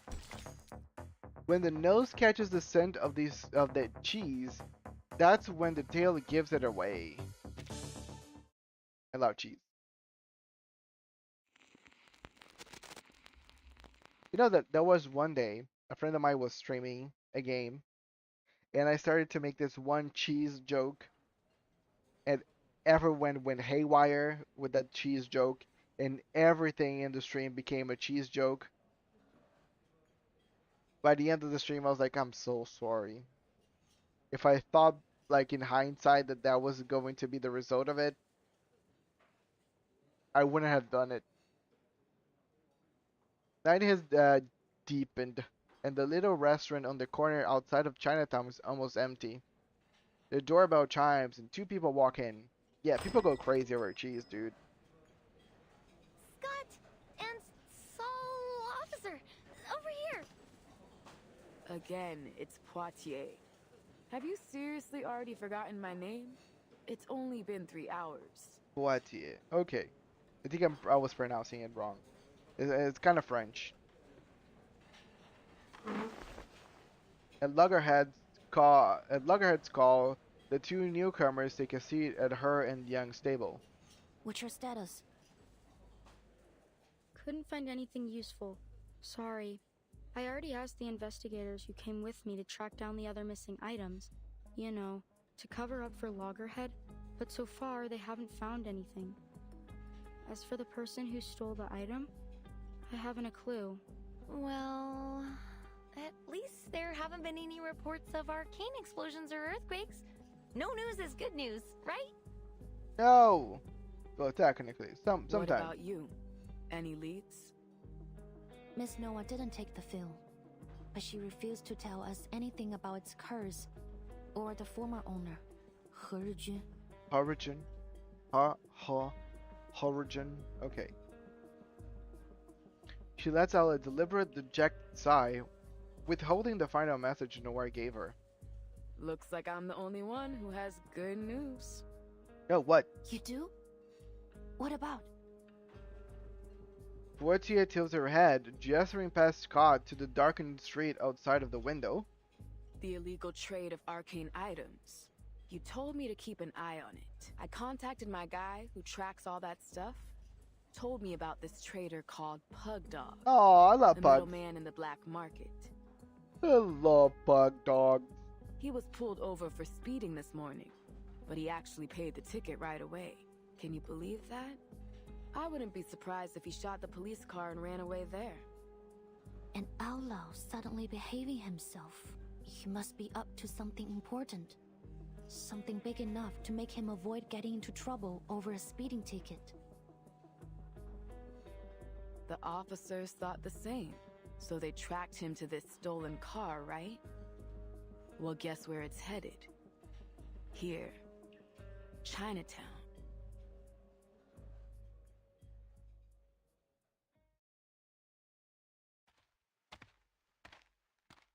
The alleyway again.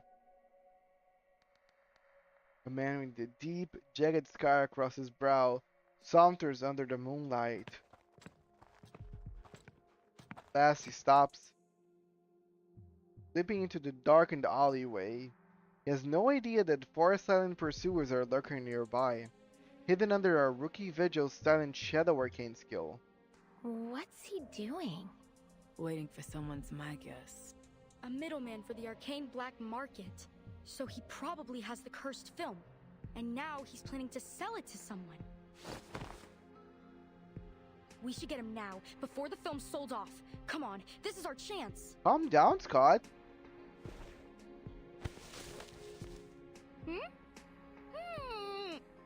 Yang clamps a hand over her mouth just in time, muffling her outburst. Someone's coming. Ooh, I can hear a roll. Someone is rolling. They see me rolling. They hating. And not walking toward Pug Dog, but riding something. Perhaps a wheelchair. Good evening, sir. I hope I didn't keep you too long. You got the dough? What time tomorrow? Hey, 9? Is that good for you? 9 or 10? Because whatever it is, it's pretty quickly.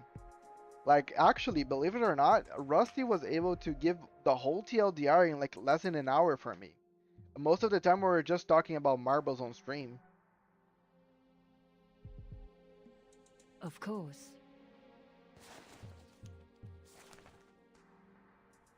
Noir pulls a rectangular object from her coat. It's an envelope.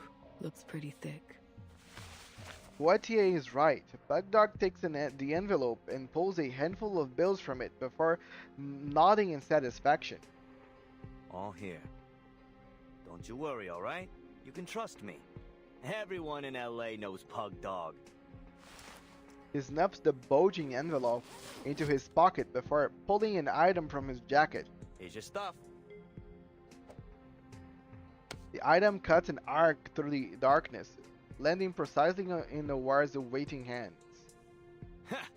I like customers like you. Generous and to the point. Alright, I'm out of here. Pleasure doing business with you. And hey, feel free to call me again. He scans the area before turning back to Noir, lowering his voice. Seeing as you're a good customer of mine, here's a bit of advice. Watch your back on the way out of here. What do you mean? But Noir doesn't get the chance to press further. The moment has come, Liang strides out of the shadows. Sorry to interrupt, but neither one of you will be making your own way home. Ooh, that's a print Miss screen. Noah, Paddock. I'm saving this. She looks awesome. I'm afraid you'll be coming to the Arcane Affairs office with me. Cop!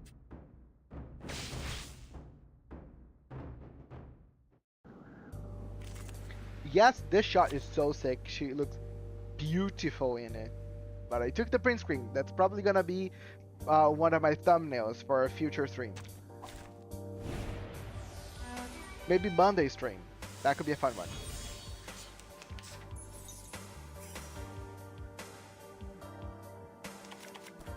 Hey Phoebe, rolling. Aventura? Hey Hayden. As you wish. I know how to do it.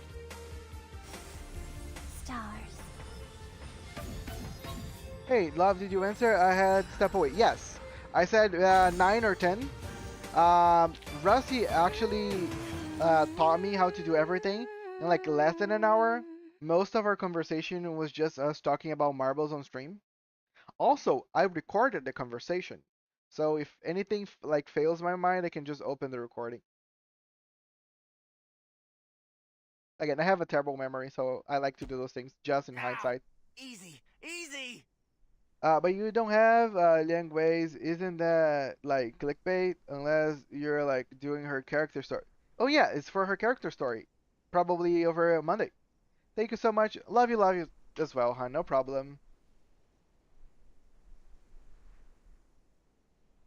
Yes, I am Bloggerhead. But no, yes, I will probably do Liang Wei's story Monday. So that's why I'm gonna use her as a thumbnail. Again, I use many characters for thumbnails. If I had every single character that I had used for thumbnails, I would be loaded with characters, frankly. Thanks for the lyrics, Steffi. Have a good one. I know you're probably gonna be starting your stream real soon. I'll raid you once I'm done here. Bug Dog's attempts to fight back have been utterly useless. Miss Noah, could you show me what he gave you? Go ahead. She hands a dusty gray box to Lian. Inside is an ordinary-looking fumarole, but Lian can feel the vessel containing Xinlian growing warm against her skin. Super 8mm. This must be it. Reunion of the Three Swallows. He Rujin's final work. He Rujin's. The culprit behind the strange happenings in Chinatown. Yet, for now, it lies quietly in her grasp, docile and unthreatening. Well, that was easier than expected. Half a day and we've already tracked it down. Now all we gotta do is stop it from doing its arcanum-y thing. But how? Smash it? Before Lian can respond, Noir voices a polite opposition. I don't think that's a good idea. I have to admit, Miss Noah's right. Arcane items need to be handled with the utmost care. No one knows what will happen once it's broken. It could make things worse. Let me tell you guys a story, because that's a good thing. So, I'm a big fan of the SCP Foundation. People don't know what that is. It's kind of like a shared writing thing that people do over the internet about stories, about like anomalous creatures, objects, events, locations. And they have one of their biggest rules is that they will contain something anomalous instead of destroying it. There is this awesome story about an anomalous chair. It's like a wooden chair, anomalous in properties. This chair, if I was not mistaken, anytime that you would go to sit down, the chair would kind of flow towards you, so you can always sit down on the chair. I think if I'm not mistaken, that's kind of the thing of that chair. A chair that wants to be sit on. There is another type of like organization on that universe that they want to destroy those anomalous objects, creatures, locations. Exactly. Hello, Spartan. So, what happened is they actually, whenever they got they got that chair, they put that chair through a wood grinder, and it destroyed the chair completely and turned the chair, the wooden chair, in like wooden chips. But the thing is, that did not stop its anomalous properties. So now the chair that's no longer a chair is just a bunch of wooden chips. They are now floating wooden chips, and they just attack people. Just like they enter people's bodies and destroy them from inside. It became like this huge thing to contain now because it's just floating pieces of wood that can collectively kill you by just, well, entering your body through all your like your airways and stuff. And it's like wood. It normally kills the people, and that's why they don't destroy those objects. They just contain them, because you never know once a normal simple chair that just want to be sit on turn into murderous wooden chips. But hello, Spartan. Thank you so much for the bits and for the blurbs. How are you doing on this lovely day? Fine. Let's take these two back to the office first. On your feet, tough guy. We gotta go. Ugh. Damn it! How'd you find me? Some asshole sell me out? Bug Dog is yanked up from the ground. He reluctantly follows Poitier, grumbling and cursing under his breath. But as he passes Liang, he stops. Wait. You? He stares. Not at her precisely, but at the figure cowering behind her. It was you! You fucking traitor! I should have known you were working with the cops! Loggerhead tilts her head in confusion. Huh? What are you talking about? Wait, let me explain. This is just a misunderstanding. Don't worry, Miss Scott. You're right. There has been a misunderstanding between you and him. Allow me to explain. What? Scott heaves a sigh of relief, only for Liang's next words to hit her like a thunderclap. Boom. Sorry. You never had the intention of betraying him, nor were you working with us. You simply gave him the item you wanted to sell. That's it. What?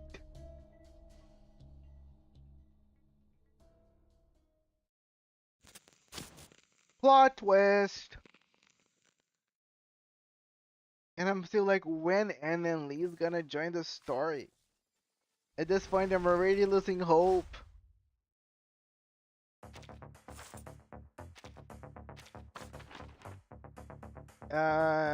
I believe the story should probably end on the 20 or the 21.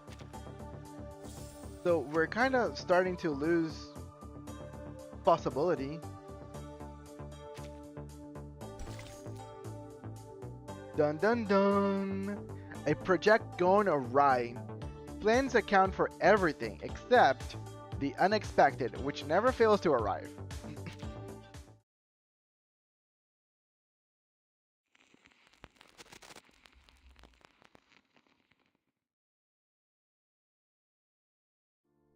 Ooh, stream still going? I'll take the liberty to lurk for a minute or 10. Yes, the stream is still happening because I decided that I'm gonna get through this whole event in a day. And welcome back, Netharian. Glad to see you yet again on this glorious day. Thank you so much for your alerts.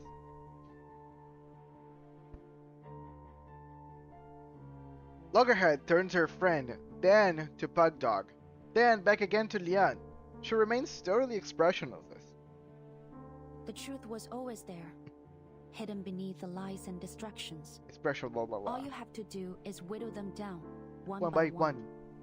The probable cause of the events in Chinatown is the reunion of the Three Swallows film reel, and apparently, Miss Noah has a history with it. And yet, the specifics of this history remains unclear. Sorry. Liang glances at Noir, only to be met with her signature unreadable smile. But Miss Noah doesn't have anything to do with the Foundation. There's no way she could sneak into the ACD and steal the film. The same goes for this gentleman or any other outsider. Also, it would be a little complicated for her to steal anything without people realizing. Wheelchair. So, the thief who wants Miss Latham to take the fall must work for the Foundation. In fact, since they stole the item without being noticed, they probably work for the ACD. And they must be close to Miss Latham to know enough about her amnesia to be able to take advantage of it. But loads of people at the ACD know about my condition. You can't pin it on Scott just from that. For the first time, the ever-cheerful loggerhead takes on a harsh, indignant tone. She stamps her foot and turns to her friend. That's way too harsh, right, Scott? Right? Scott? Say something, will you? She sounds like Jean Grey. Scott! Help me, Scott!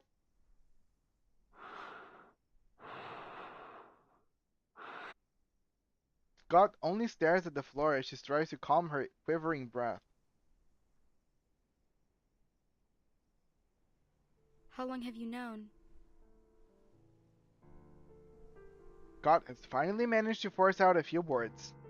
Since Miss Latham said you were good friends. With all due respect, your plan was far from perfect. Can we just appreciate how good an investigator in a detective Ling Wei is? Like, she's been killing it. Ugh, I knew it. You brought me along so this guy would call me out. After a long sigh, Scott lifts her head, speaking with a resigned kind of ease. You're right. I messed up. My plan was far from perfect because, well, I couldn't stick to the so-called plan since the very beginning. I didn't know the Foundation was already investigating the theft until after I'd hidden the items in Loggerhead's room. Then I had no choice but to use this idiot as the scapegoat. What? I never thought she'd accidentally bring the film to LA, or that I'd be ordered to investigate the case. Damn, she called Loggerhead an idiot. Well, she kinda is, but that's still mean. Because she considered you a friend. I got in touch with this guy a long time ago, and the trade site happened to be in LA too. So, my plan was to get the film back and sell it right afterwards. Like, I don't like Scott, even though Scott is cute. But things didn't go as smoothly as I thought. I shouldn't have gotten greedy, or been so nice to this dummy. You're the dummy. You've been caught. She shoots a piercing glare at Loggerhead before quickly looking away. Whether out of disdain or avoidance is unclear. But, we're friends, aren't we? No! Her voice is as fragile as brittle glass. Scott shatters it with a scoff. Friends? Don't be ridiculous. I don't know how you can act like nothing's wrong when literally everyone is laughing at you. And the fact that they thought that I was one of your kind. Ugh, what an insult. I only hung out with you because I had no choice. You're an idiot who forgets everything every 3 days. It's your own damn fault. Anyone looking for a scapegoat would immediately think of you. Quit it. I don't want to hear any more of your BS. Scott coughs once more, refusing to look at her friend for even a second. Hands up, Miss Scott. Anything you say can and will be used against you in a court of law. Wait. You're still going to fight.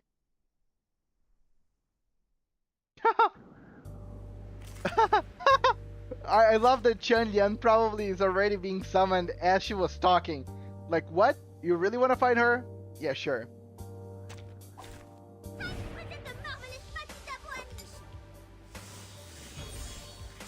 Oh, okay, now I get it.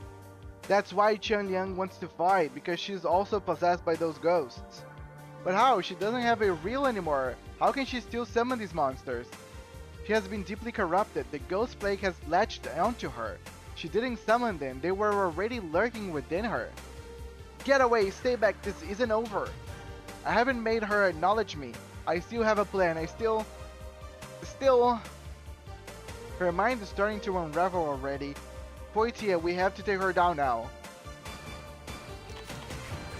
No problem. As you wish.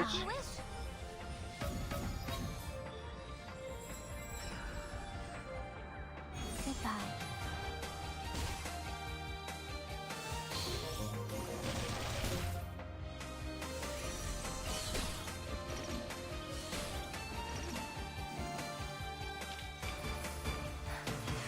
Yes. Great. Oh, a Danganronpa case with Loggerhead would be sick. Oh, I guess we're fighting now. Ghosts? And you know who can take care of those? Begins with an A and ends with an N-E. And Enly? I thought you were gonna say Ghostbusters. But sure. You're also right.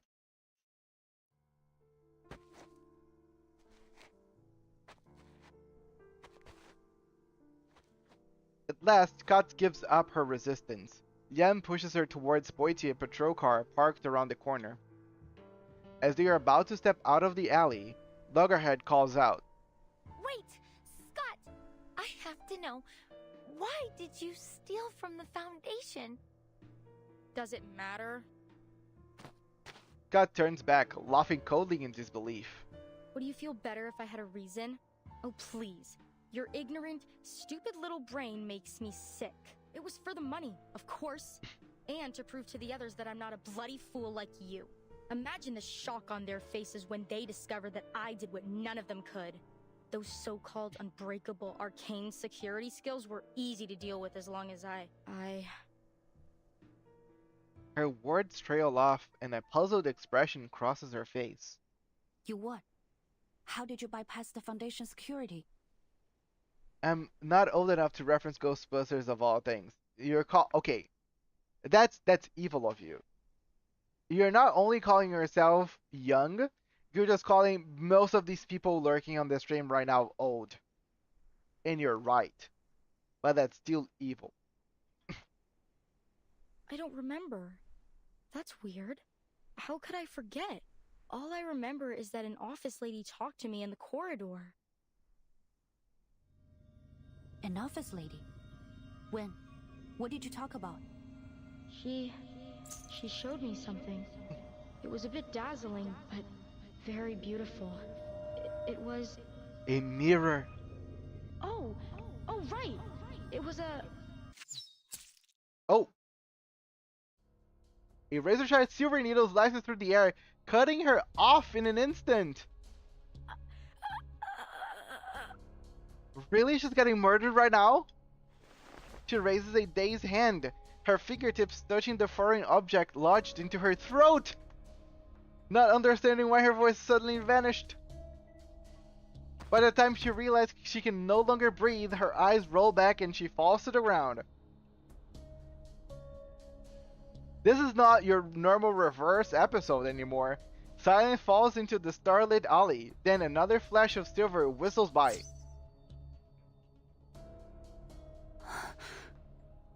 What?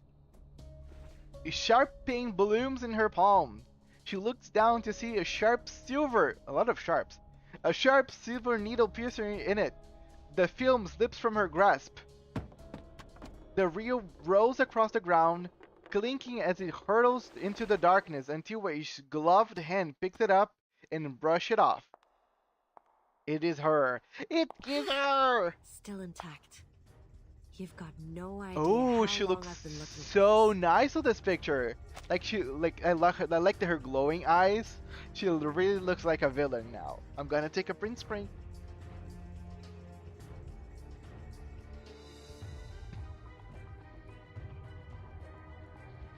You are... We have some exploding into a pile of flesh and blood. This isn't the goriest this game. No, I'm not saying this is the goriest. I was just not expecting someone get murdered out of the blue.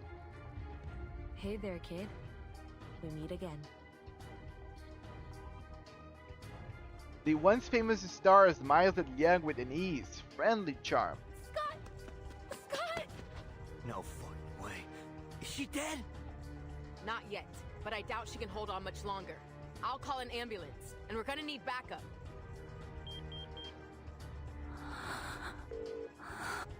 Loggerheads scream, bug ducks cry, and Poitier's tense voice all ring in Liang's mind. Liang's rationality has already grasped the reality of the situation, but her emotions are confusing to let her shape the conclusion into her clear words.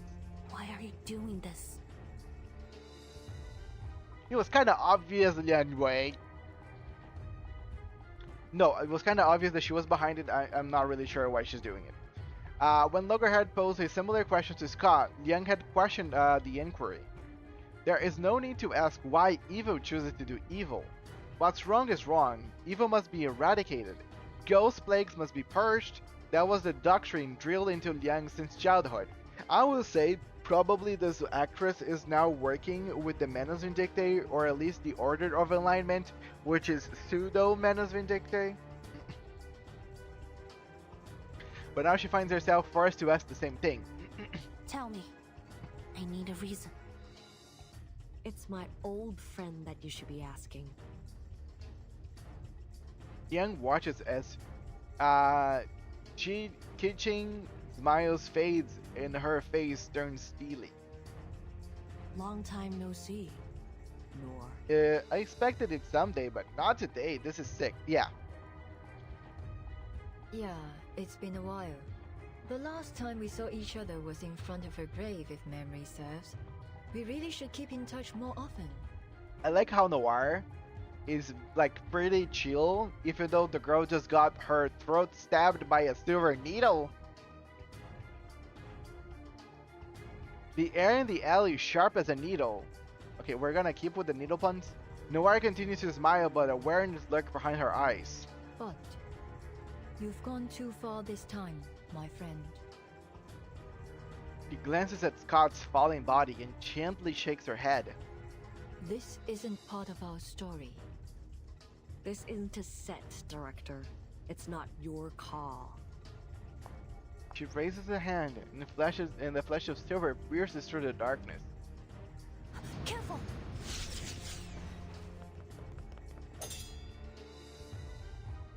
She leaps towards, deflects the needles, and stands firm in front of the wheelchair. Pitching shows no surprise. She narrows her eyes a little, as she first saw this outcome. That's the spirit. This should be fun with you here, little Vigil. Let's all play our roles, shall we? More fighting!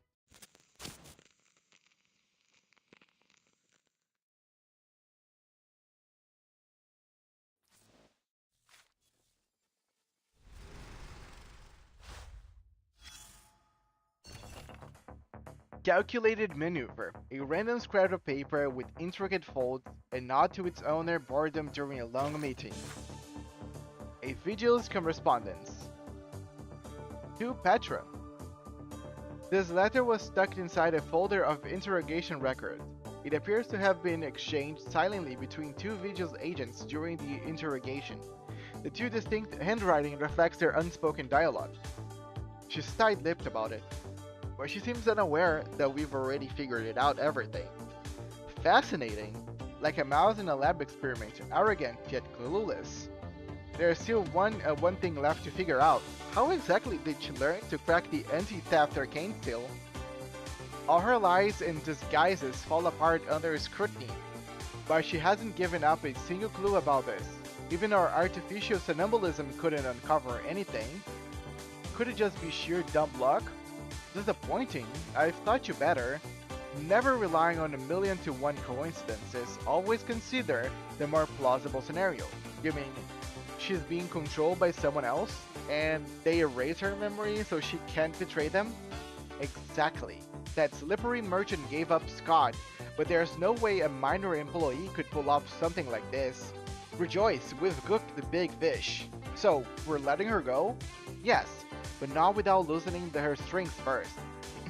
But loosening, yeah. Understood. Now notify Mr. Pedro. I'll trust he will ensure Miss Scott feels completely at ease after some subtle adjustments. Good. You're a reliable assistant, Billy. The second writer seems about to reply but left only a hesitant pen stroke. Oh, okay. So, I believe... So, let me try to understand. People from the vigil already knew that she was behind everything, so that's why they let her go and made Petra send her the message so she would do everything that's happening right now so they could actually catch who's behind everything? Cool. Lit screen, lit eyes. An empty heart and a pair of longing eyes. Oh, it's already the fight. Nice. Yeah, impromptu or not, it really does not matter, really. Time for the marvelous Matilda Boanishu. Good, very good. I've been waiting for this moment. The time has come for you to uphold your duty, Miss Vigil. I won't hold back, Miss Kitchen.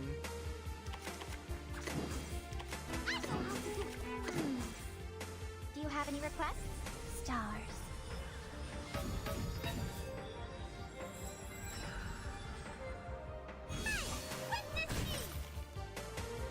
Listen to the melodies of wind and waves.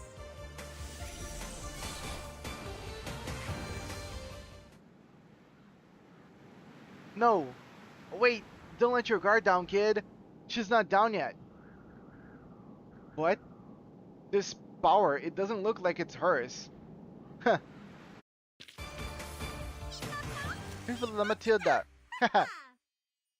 Sorry. I'm kinda excited. Or I'm trying to force myself to get a little more excited so I don't fall asleep. Would also be it. The hell? I thought movie stars were just empty suits. Another volley of silver needles streaked through the air, forcing Liang and Poitier back. Kitchen stands at the center of the alley. Though seemingly trapped between Liang and Poitier, she skillfully uses her positioning to her advantage. Neither officer can risk injuring the other by firing their gun or using an arcane skill, leaving the battle at a deadlock. We're not going to last much longer. I have to do something. Poitier, cover me!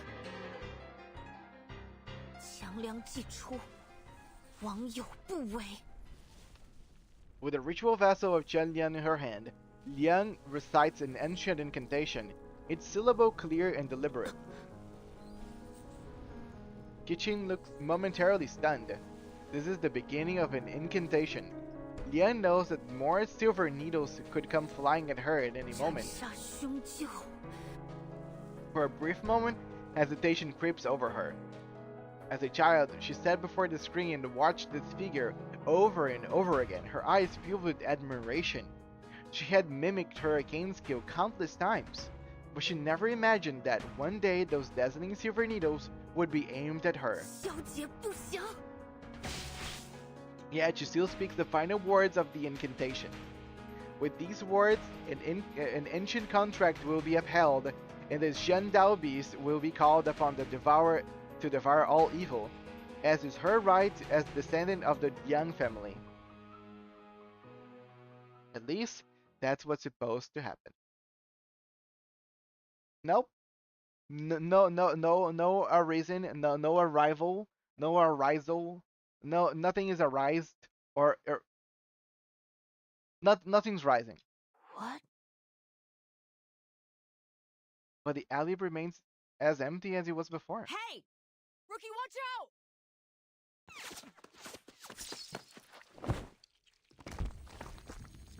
Dead. We lost the limited character, guys. Let's go for the next one. Someone pushes her aside. She hits the ground hard. A flash of silver, the sound of the shouting. Then blood.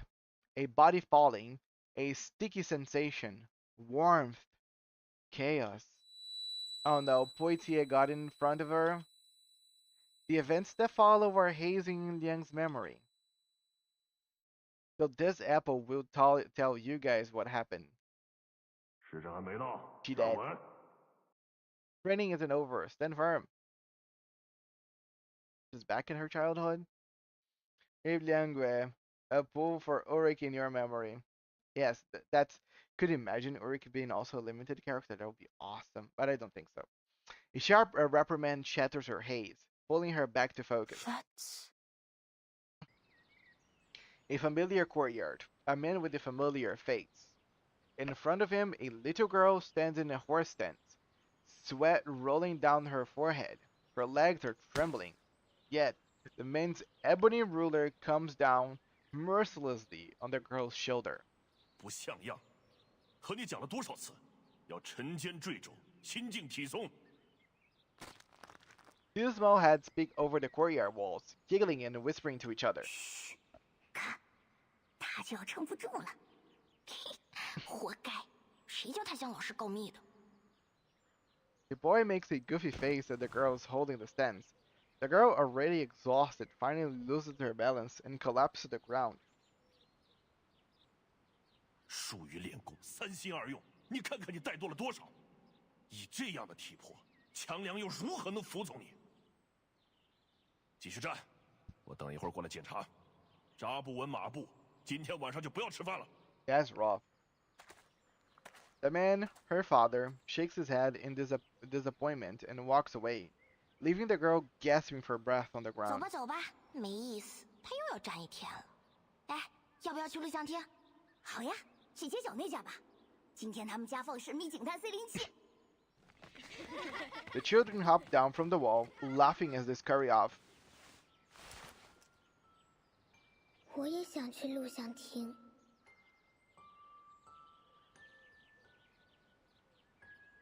No one hears her voice. No one but herself. I remember it now. I hated Qiangliang when I was little. Father was always trying to teach me something about the 12 Zhenzi, the master of Qiangliang, fighting the wicked and dispelling evil, fulfilling the duty of my inheritance. Oh, good. I was only a child. It was all too difficult for me to I'll be here understand. making bad jokes. The other kids hated me. I was a traitor, a class president who took the side of the adults and enforced the rules. They'd all hang out and have fun together, while I was left alone. I envied them. Class president that took the side of the adults? Sounds like Soneto. Their lives were simple. I wanted that.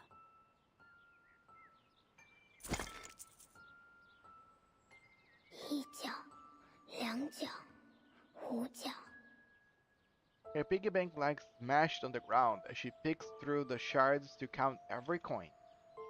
Amidst the broken porcelain, half of the shattered face stares up at her innocently. 对不起，小猪。 She gently brushes her fingers over its face in a gesture of comfort, of farewell. Small sacrifice for a dream, probably to watch a movie. That day, I disobeyed father, gathered up all my savings, and headed to the theater. That was the first time I watched Detective CO7. It was Wait, amazing. is this room the theater? But I knew it was just fiction. Just an escape. Crazy. It wouldn't change anything in my real life. Once the movie was over, I'd have to go back to the same home I had just left. I didn't want to leave. So I stayed in my seat for the closing credits. But the lights didn't come on when the credits ended. Rather, the silver screen lit up again and played something.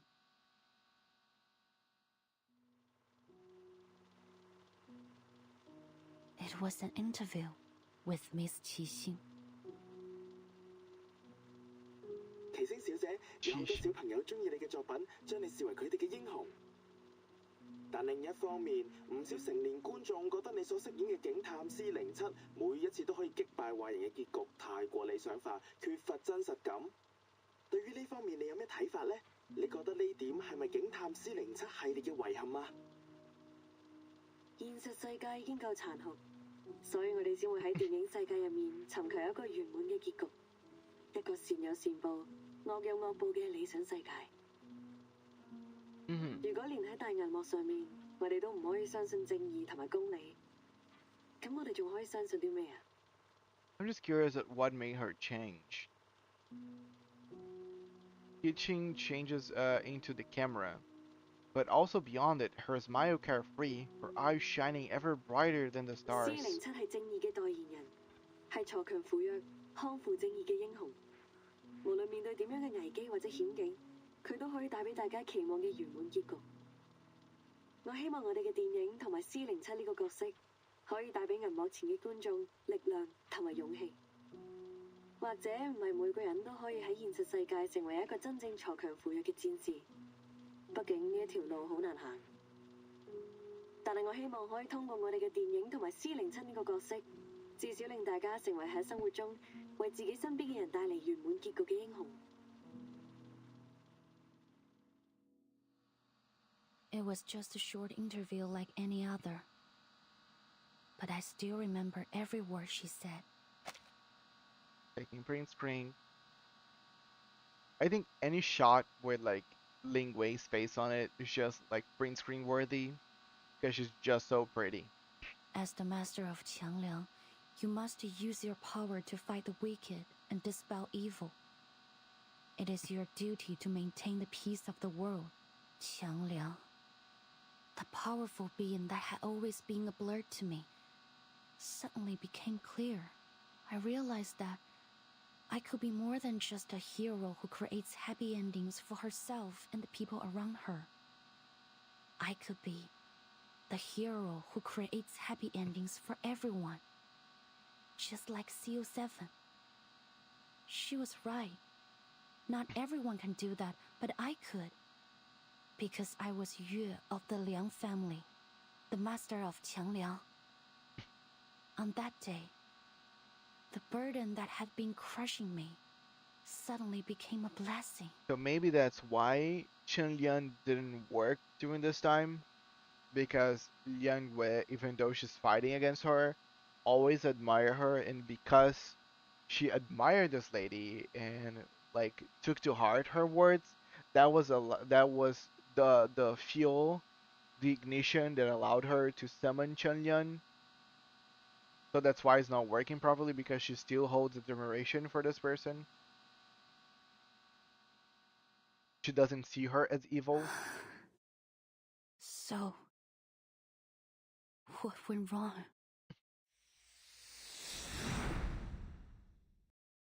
Image fades as another silver flash brings her back to reality.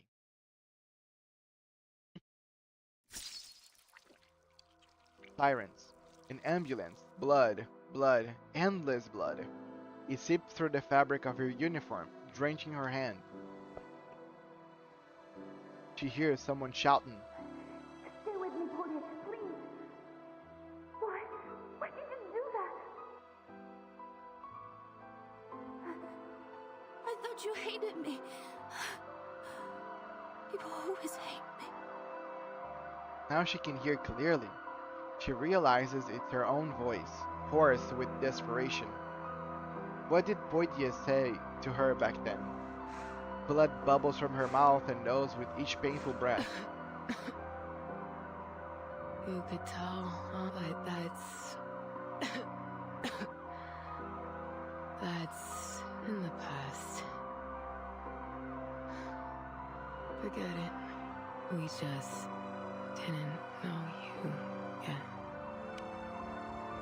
A blood-stained hand weakly pats Liang's cheek before falling limp. What?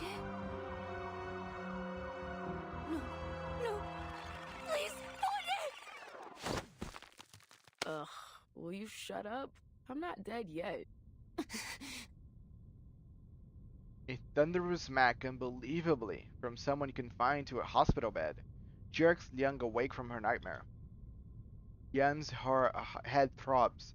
Dazed, she looks around, thinking the sterile white of the hospital room and the irradiated face of her instructor. The hell you doing sleeping on my thigh, huh? my leg's gone numb. And clean up the drool on your chin. What? I'm sorry. Just kidding, boo. You're not drooling. All right, turn on the TV for me. I was bored out of my mind waiting for you to wake up. That partnership became something pretty. Like, I appreciate the Poitier got to the point that she kind of jumped in front to help her, in case to save her.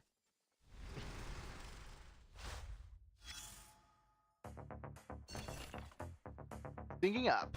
Welcome to the arcade restaurant. May I take your order? So, what happened next? After I passed out, how did you manage to drive off the Night Piercer? We didn't drive her off. She left when she heard the sirens from the reinforcements you called. Chief Eldon arrived. Director Noir used arcane skills to control her puppets and guide them to you. That allowed the medics to reach you and Miss Scott in time to get you to hospital. Sounds like we owe her a big thank you. Sorry, Miss Poitier. I couldn't stop Miss Chichin. She took the reunion of the Three Swallows. This is all my fault. Don't beat yourself up, kid. No one expected the Night Piercer to show up like that. Howard's caught in the Bug Dog holding up. Bug Dog's been caught in its in custody. Miss Scott is stable after the emergency treatment, but she hasn't regained consciousness just yet. Doctors believe her coma, like those other victims, was caused by a reunion of the Three Swallows. The department has officers guarding her, but until the case is solved, we can't expect her to provide any useful information. As for Director Noir, sorry, I should have informed you earlier. She's the one who tipped me off about the illegal arcane artifact deal. Though she participated in the deal, her honesty, cooperation, and her lawyer's efforts convinced the department not to pursue her case further. Typical of Hollywood. A director can go from criminal to collaborator with just a few words. We should talk to her again. Miss Chichin, and about the reel. Maybe there's more that she hasn't told us.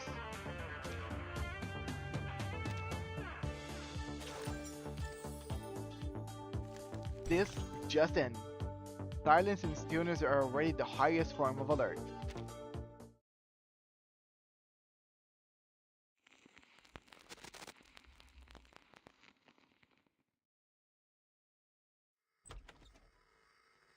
Tall officer, are you up? I got you guys Chinese food. You must be hungry. The two officers are both staring intently at the television screen. The paper cups in their hands are crumpled tight. Almost 20 suspects in the holding cell were injured. Most were found unconscious at the scene and are now in critical condition at the hospital. The victims include arcane black market dealer Castor and Chicago gang leader Jason the Coyote, both of whom have since been acquitted of their crimes. Behind the reporter, thick black smoke billows from the scene of a car accident. Flame licks at the oil spilled at the road, sending waves of searing heat into the air. Cameras out of the way! Out of the way! The ambulance needs to come through! We need banana bags stacked! These people could go into shock! Ah, my skin! It burns! Help! Help! Whoever you are who did this! Just wait and see! I'll tear you apart, you asshole! Medical personnel shove past the journalists as they hurry over with a stretcher. The curious and wailing of the deranged man behind the reporter echo in the background. It sends chill down their spines. The fire is speculated to have been started by a victim of a Night Piercer attack who displayed signs of mental instability. At the same time, similar incidents have occurred at the Lieber Street Detention Center and the Chinatown police station. The situations at both sites are similarly concerning. So what basically she's doing is that she's exposing people to the Three Swallows, making them crazy and making those those people, after being affected by the film, to go crazy over people that wronged them in the past. It's almost like a Storm syndrome in a way. It has been reported that the Division of Arcane Affairs is considering the potential connections between these incidents. The mysterious figure behind the unresolved Night Piercer attacks remains their top suspect. As with the previous attacks attributed to the Night Piercer, the victims of these incidents are once again notorious criminals with extensive records. However, in light of the Night Piercer's escalating criminal activities, support for the figure is dwindling as concerns for safety rise. In response to ongoing skepticism regarding the lack of resolution of the Night Piercer case, Deputy Chief Eldon of the Division of Arcane Affairs stated during a press conference that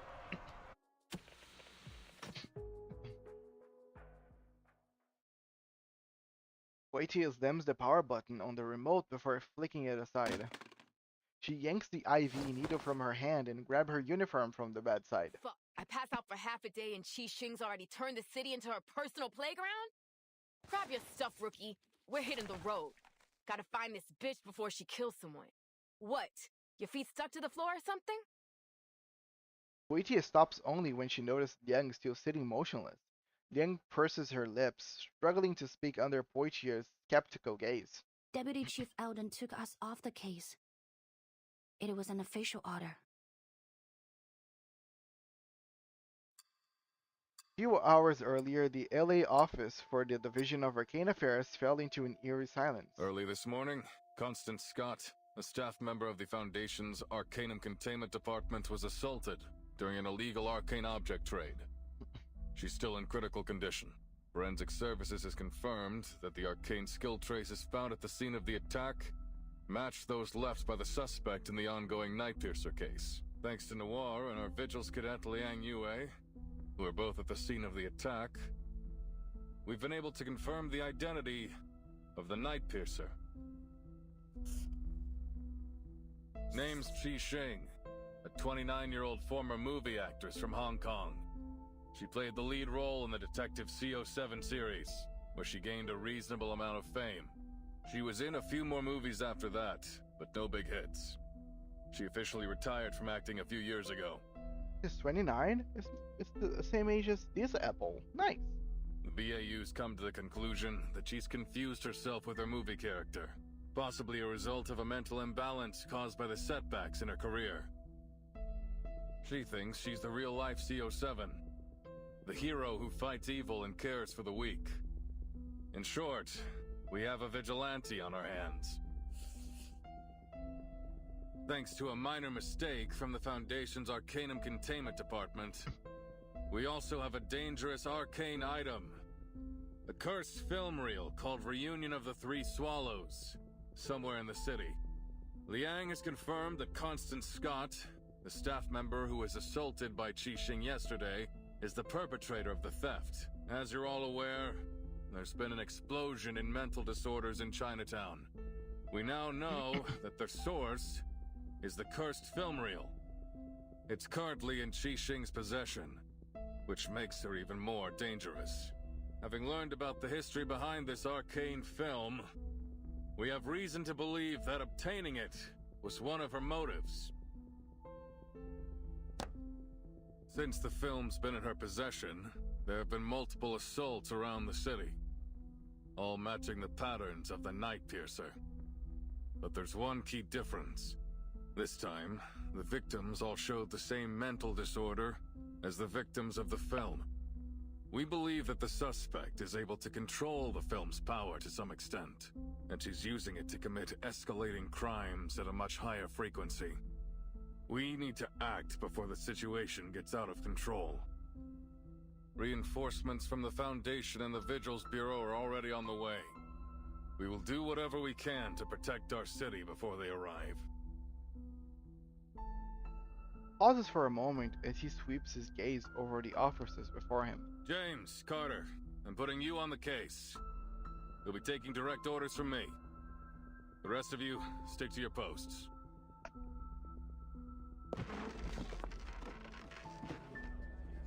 Excuse me, Deputy Chief Eldon. I need to ask you something. I already know what it is.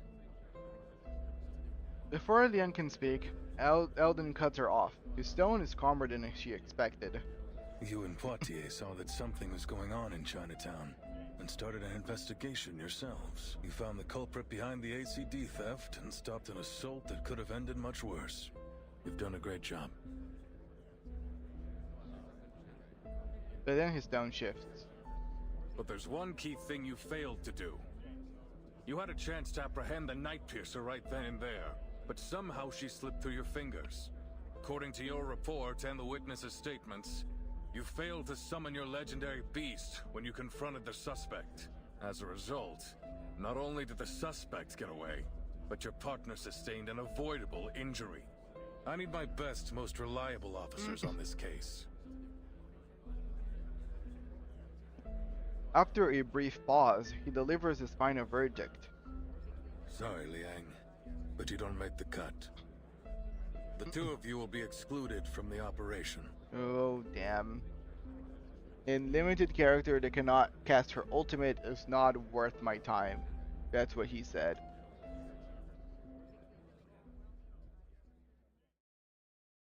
This is bullshit! He can't cut us out! This is our case! No, we're doing this! Calm down, Miss Putty. Even if you feel fine, the doctor said you had to stay in bed for at least a few days.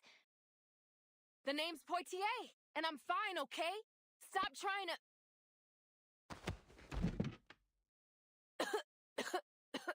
No, you're not fine. Facts speak louder than words. Liang gently leads Poitier back down onto the bed. This time, Poitier doesn't resist. Damn it. So what went wrong? How come your friend, Tang Ling was it, didn't show up? Qiang Liang must have sensed my hesitation and refused my summon. You see, if its master can overcome their selfish desires with an unwavering heart, it can turn on them. Father used to warn me about it. But that won't happen again. I promise. Poitier narrows her eyes as she studies Liang for a moment. If you say so, what are you gonna do now? Liang takes a deep breath. I'll continue with the investigation. I need to find Qixing. What? But that angry grandpa already pulled you off the case. I have to do this. What for? Because of your duty to fight evil as the master of Xiangliang? Poitier furrows her brow, but to her surprise, Liang shakes her head. I've always had two things guiding me. My duty as a member of the Liang family and the spirit of CO7. But now, Qianliang has ignored my summon, and Qixing has turned out to be anything but a hero. They were once the beacons of my life, but not anymore. This could be a setback, yes. Or it could be an opportunity. For the first time in my life, I can think about what I really want without having to consider anything else. After a brief moment of surprise, Poitier lets out a laugh. You know what, Rookie? It always grinds my gears when you talk about your duty and all that stuff. But what you're saying now, I like it. Aren't you going to stop me? Why would I? It's our case, isn't it? There's nothing wrong with doing our job. If Eldon bitches about it, just tell him you bumped into the crook when you were strolling around the city. Seriously? Yeah. Nothing wrong with that, is there? So what's the game plan, huh? What are you gonna do?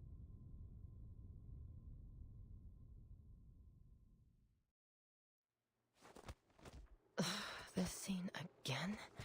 They must have done a dozen takes already, right? Yeah, I'm no movie expert, but even I can tell the actor's nervous as hell. Of course he is. Anyone would be nervous if they knew a wanted criminal could show up at any time and mess you up with Arcanum. Eldon tried to keep the details of the case a secret, but that director from Hong Kong told her crew about it as soon as she came back. The two uniformed figures standing in a narrow alley in Chinatown. They came to protect the potential target of an attack, Noir, but were politely turned away on the grounds of disrupting filming. Now they can only confirm the situation inside the set by peering through the slightly ajar door. I mean, I guess they have the right to know. And to run.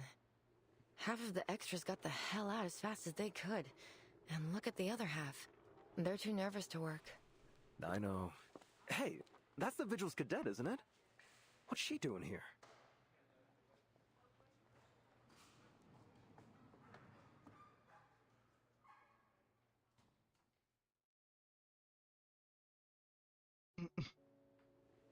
The officer said you're here to help, is that right? Excellent. We could really use a hand right now. Come, let's get you in costume. Noir greets her guest with her usual amiable smile. Having reached an agreement with Liang to cooperate in an arrest, Noir has not been charged for her illegal trading of arcane objects. After being released from custody this morning, she immediately returned to filming. I'm more than happy to help. But first, I have something important to ask you. Noir pauses. Right to the point this time. I see. I don't think there's any need to tiptoe around each other anymore. Could you answer me directly this time? What happened between you, Qixing, and He Rijun, the creator of Reunion of the Three Swallows? How did she die? Why do you and Miss Qixing both want that film? And why is she doing that? Noir looks at Liang, her usual smile fading slightly. What do you plan to do with my answers? To Qixing, I'm probably just another fan. But to me, she and her character mean something. I need to know why. I have to arrest her and find out the truth. Maybe I can still fix things, but Miss Noah, I need your help if I'm going to do it. This time, Liang says exactly what she's thinking. She holds her breath as she awaits Noir's response. You mean you want to know more about her? To peek behind the scenes, learn what really happened behind all the movie magic. I told you it's not a good idea. We create works not just to express ourselves, but to entertain. And when we release them to the public, we open ourselves to all kinds of commentary, whether they be sweet or bitter. But the people behind the characters, behind the production, they are not for entertainment. Their lives are not fiction. Is that a no? I haven't finished.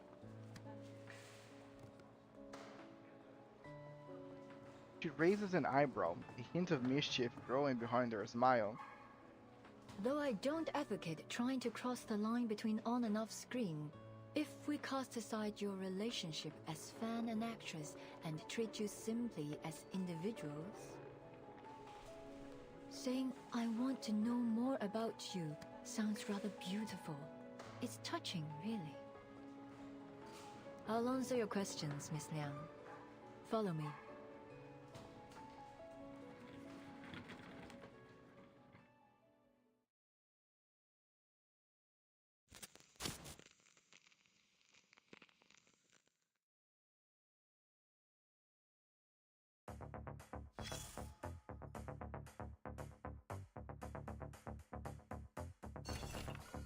LA efficiency. New reports, same old faces, same old work.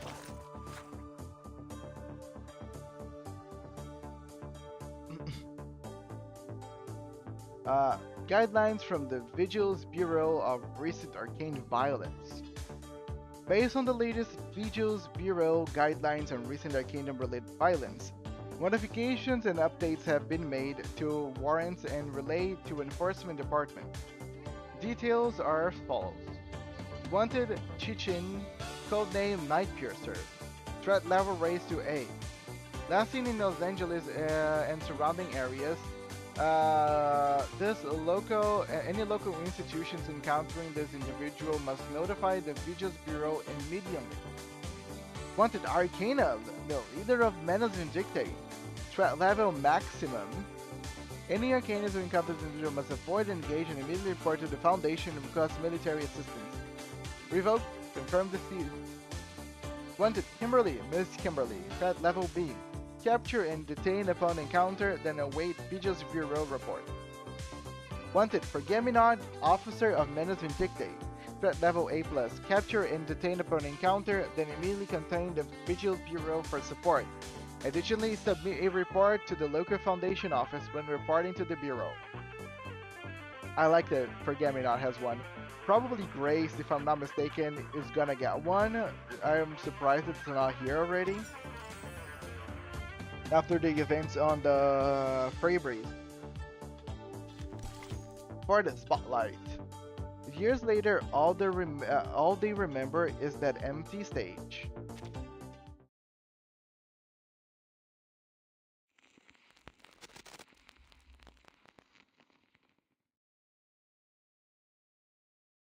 Our story began 11 years ago. Life was tough, as it is for all young artists. But, like the beginning of many stories, there was a kind of beauty in it.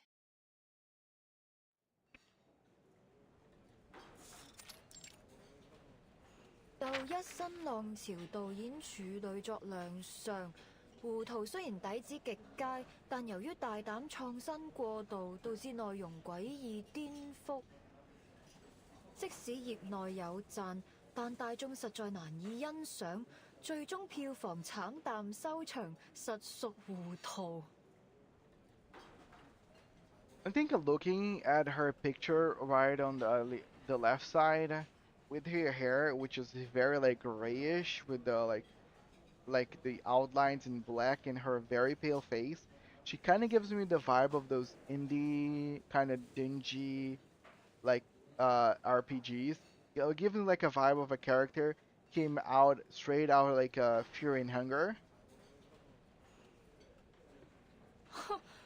咁我仲有咩好講啊？ Just the face. 冇 taste 就 Not the 係 rest. 冇 taste。 Casually tosses the newspapers on the table, the loud thud drawing surprised glances from the nearby diners. OK， 要叫好又叫座，有時係要妥協嘅。但係問題係我一向最唔擅長，亦都最唔中意妥。Nora？ 係咪 Nora？ Because Noir always had some nice style. 見到你，好耐冇見，見翻你真係好開心啊！ Okay, I'm back. What did I miss? Is Liang Wei 6 minutes? Nope. Poitier actually jumped on top of her and protected her from the needles. She's okay, but they have been removed from the case because she and Noir reported that she failed at summoning Chen Liang to apprehend the Night Piercer, and he cannot have someone unable to act out and about doing stuff. We kind of seen that it was because Yang Wei used to watch movies with Chichin, the actress that is actually Night Piercer, that she found the power within her to summon Chen Yan because her motto about like justice and like providing the ending where the good people are rewarded and the bad guys are like apprehended and punished gave her the feeling that she could also do the same. So a lot of her feelings and her power behind summoning Chen Lian is attached to this actress.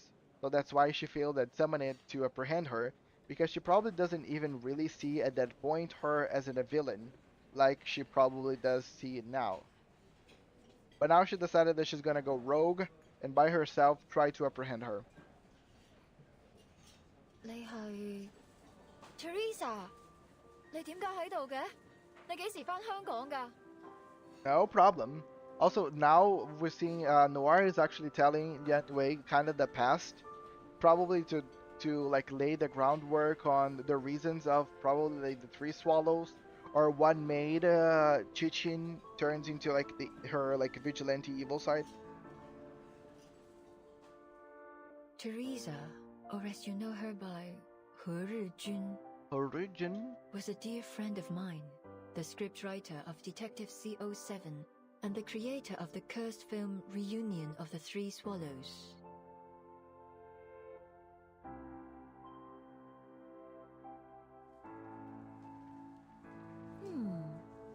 This is a pretty good script. Interesting.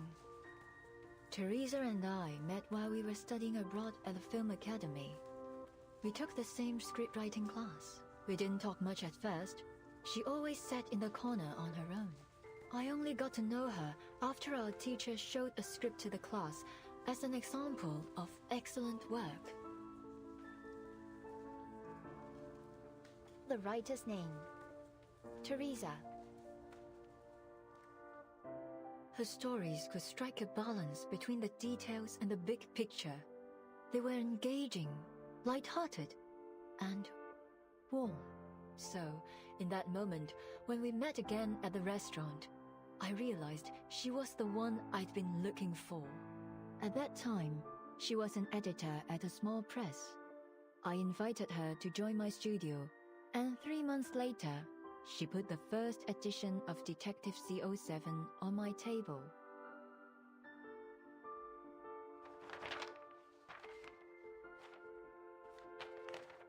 So, 你覺得點啊？你覺得邊度唔夠好嘅話，我都可以改㗎。我諗緊主角要揀邊個？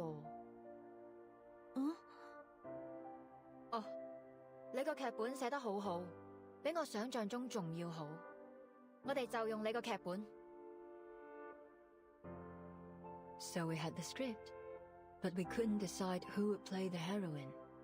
We held endless auditions, even considered some famous actresses, but none of them fit. Until that night. 頭先嗰幾個你覺得點啊？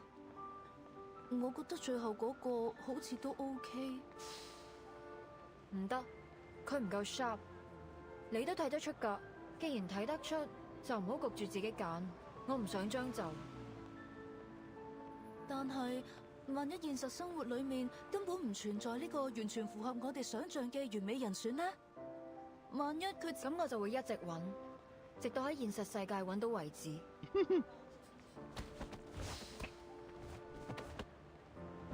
哎呀，你喐手腳做咩啊？我就係喐手喐腳啊！點啊？死鹹豬手，呢度仲唔快啲啦？你睇住嚟啊！我唔會放過你㗎。After throwing out a few inspired threats, the hooligans flee in disgrace. Behind the door, a worried face speaks out. 大鑊啦！今次嗰兩個古惑仔附近出晒名，佢哋肯定會翻嚟報仇㗎。我知你睇唔慣佢哋對個靚女鹹豬手，但係人哋都唔出聲啦，你嬲咩啫？你咁搞法之後，我點做生意啊？唉，今鋪真係俾你累死啊，阿星！得啦，事頭，我走，佢哋再嚟就叫佢哋嚟揾我。嗱，鋪頭鎖匙啊，你記得早啲嚟開門啊！唔係啲熟客等到戇居居。阿星，你，哎呀！ The restaurant owner resigns to taking the key in silence. Without a backward glance, the girl steps down from the door, only to be quickly stopped. 睇嚟你啱啱失業喎。邊位啊？關你咩事啊？我有份工介紹俾你，你對做戲有冇興趣啊？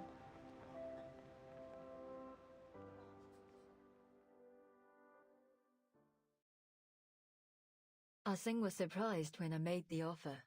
She said she needed to think about it, so Teresa gave her a copy of the script. The next day, she knocked on our door and took the offer. Later, we learned that Ah-Sing was born into a poor family. Her father was in prison, and her mother had mental issues.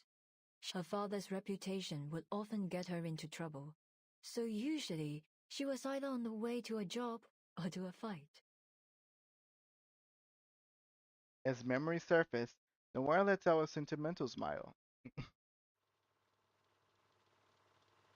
The CO7 you saw always had a confident smile on her face, but in actual fact, Ah-Seng almost never smiled at the beginning. An actor should learn to commit to the moment in front of the camera and come back to reality behind it. But Ah-Seng didn't. She didn't come back to reality.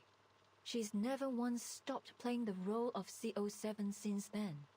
24 hours a day, 7 days a week. She started to smile the way CO7 smiled. She went from brash and reckless to sly and methodical, just like CO7. So basically, she turned into the character. The deputy chief and the BAU made a mistake. Ah-Seng has not confused herself with her character. After all these years in the movie industry, I've seen a lot of actors get carried away by the glitz and glamour of their characters. But Ah-Seng is different. She values CO7 even more than herself, so much so that, ultimately, it eclipsed her own consciousness.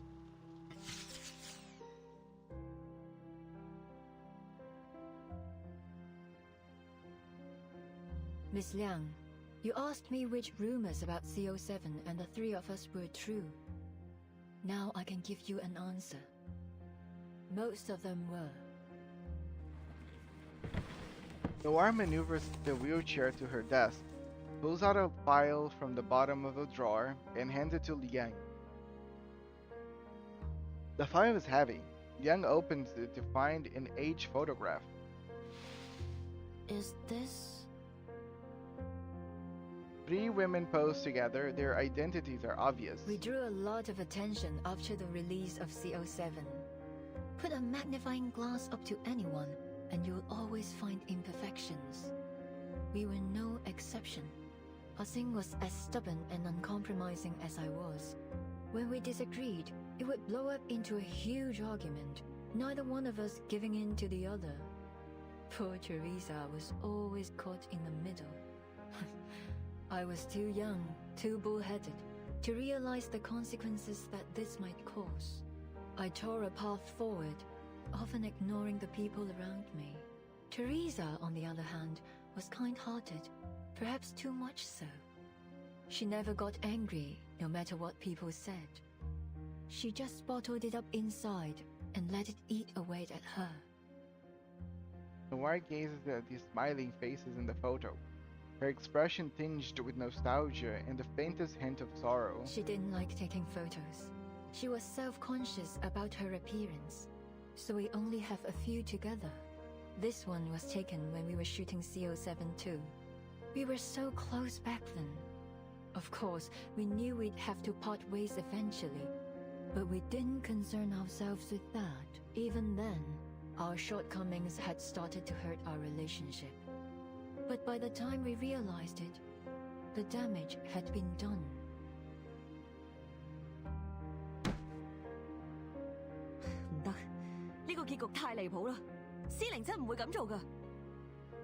When we were making CO7-3, Ah-Seng was up in arms about the ending. In the sequence, CO7 tracks a criminal through a Shehua parade, hoping to finish him off herself. But when she finds him sitting at home with his family, she changes her mind. Ah-Seng didn't like it. She said that CO7 would punish the villain for what he's done, that she would never change her mind. We had countless arguments over this ending, and of course, we never reached a conclusion. 得啦得啦，到此為止。我哋咁嘈落去都冇意義。我有個提議。So I cheated. Were I in the same position now, I'd solve the problem more delicately.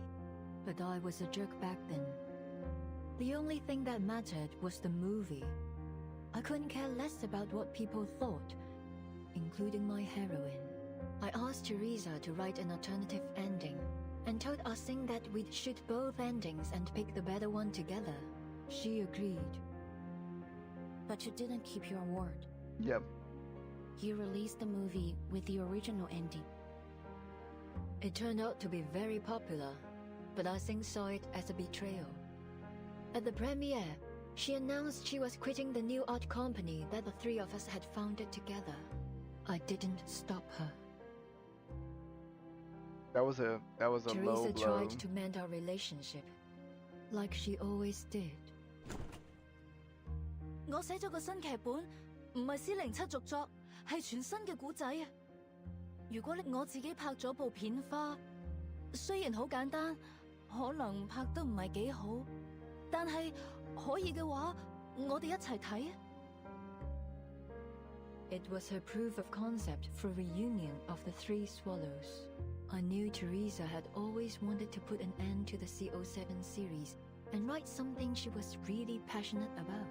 Perhaps she thought a new story would help Ah-Sing move away from CO7 and become herself again. Unfortunately, when she came to show us the script, Ah-Sing and I were in the middle of a fight. 唔使啦，我唔會再同你哋拍戲。阿星，等陣啊Ah-Sing had always been kind to Teresa, but on that day, she pushed her out of the doorway and stormed off. While well, as I said, I was a jerk. I flipped through her script, and a flurry of harsh words left my mouth.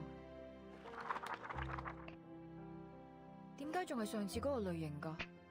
我咪講咗咯，呢種故事唔啱你寫啊！ The script, along with the reel, is shoved back into Regen's hand. In the end, neither Ah-Sing nor I cared enough to watch Teresa's sizzle reel, even though she tried so hard to present it to us. That was the last time we saw Teresa. That fire. Yes, that's why I'd pay any price to get that film. Her script was burned to ashes in the fire. I need to know what story she was trying to tell. I suppose Ah-Sing feels the same. The wire gestures towards the file. This is what you wanted to see last time you and your officer friend visited me. You mean the threatening letter? It's not a letter, actually. Yang sets down the photo and pulls out the remaining contents of the file. It's an aged script. It's covered yellowed by the time.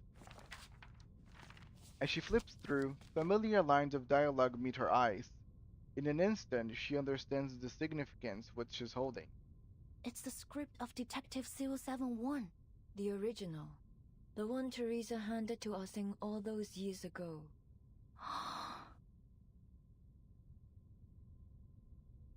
Diane never imagined that one day she would be holding the origin of the very film that inspired her as a child.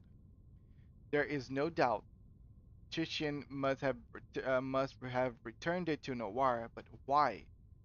What does this mean? Continues to flip through until her fingers meet an object tucked between the pages. Is this a poster of the Shehuo parade? Oh, right. It's almost time for the Dushu festival.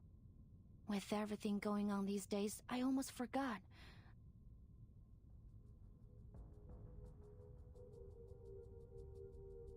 Until she what? You should what? Sorry. Did I say something?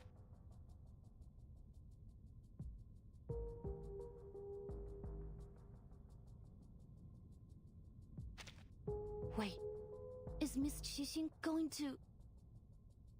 Your guess is as good as mine. They exchange a glance, then both turn their gaze to the image of the Shehuo parade printed on the poster in front of them.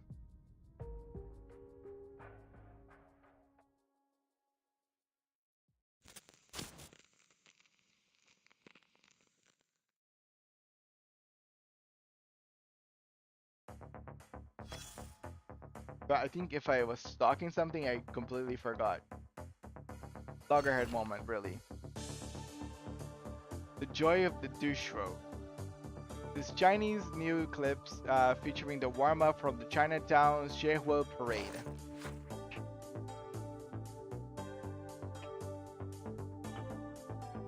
It's fine. Our reporter brings you an exclusive frontline update. As the Dishwell Festival begins, Los Angeles Chinatown is once again alive with excitement as the Shehua parade.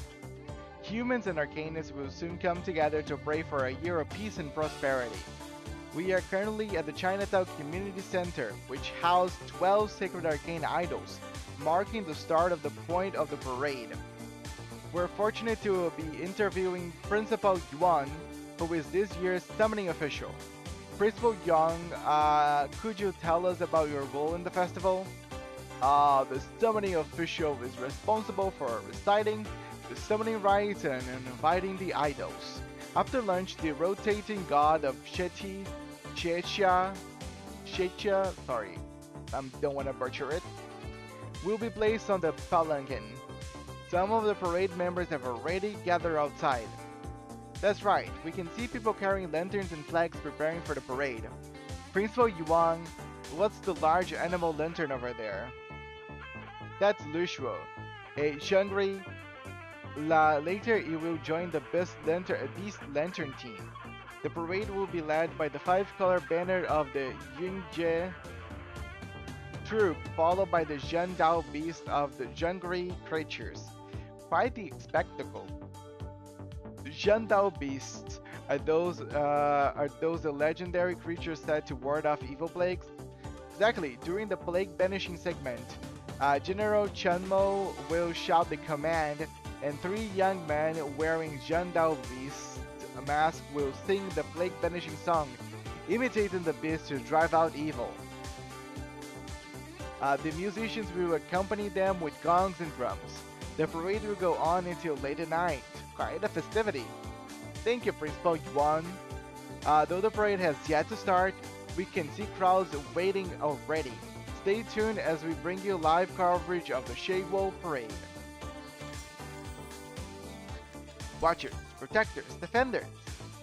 The fire they held high lit up the children's face.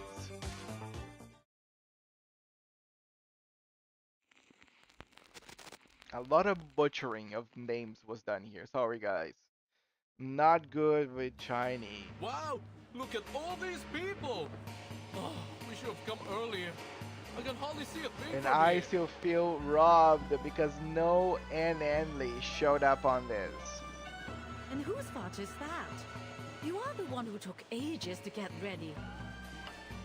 Anyway, at least we haven't missed much. Looks like it just started. I know you're not, but I'd like to be accurate or like as close as possible. I heard there's a new event this year. I wonder what it is. Not an event. A film crew's shooting a scene during the parade. Apparently, they already talked to Mr. Shao and said they Nope, wouldn't cause no any trouble. Anli. Let's go check it out. Maybe we can get into one of the shots. This is the busiest time of the year in Chinatown. The streets are filled to the brim. But for those with keen eyes, some outliers can be spotted amongst the crowd. This is C2. All clear. Copy. Group C, all It clear. was a lie. No sign of target. Wonder how the Vigil Girl and Eldon are doing. Having ended the transmission, the officer glances towards the Chinese restaurant at the street corner. Despite the bustling crowd, the side of the door reads as closed. Do I really have to go outside like this? Deputy Chief Eldon stands awkwardly in front of the mirror as he stares at the brightly colored traditional outfit he's adorned in. The man across his sneers, shattering his last shred of hope to be saved from it. No, you need to paint your face too. I'm not gonna let you join the parade looking like a weirdo. You're the one who said that the parade needed guards in case there was an attack. Have you changed your mind? Sorry, but your profiling and BAU report seemed like a load of crap to me. If someone does attack the parade, I'm sure we can handle it ourselves. Listen, I won't pretend to understand the meaning behind all this. But what I do understand is that this is one of the most important events of the year for the people of Chinatown. The target could strike at any time, so we need to be prepared. No one wants to see a celebration turn into a nightmare. Why didn't you say that to your men? They are the ones who've ignored the Chinatown all this time. What a hypocrite. He glares at the officers with clear distrust in his eyes. But before tension can rise anymore, the girl beside him cuts with a smile. Uncle Zhao, Oh! big day. That I'm not yours is lied gonna scare these to. guys straight We are off. not lied to. It's her, and she looks very pretty. Leave the past in the past lah. They are doing this for the right reasons. What we got to lose? Besides, we could really use a She hand does right now. exist. They can make up for our manpower shortage. Everybody, hooray! We got an ending. Now, give me a big smile lah, before your long face scares off our good fortune. With a sweet talker, aren't you, eh?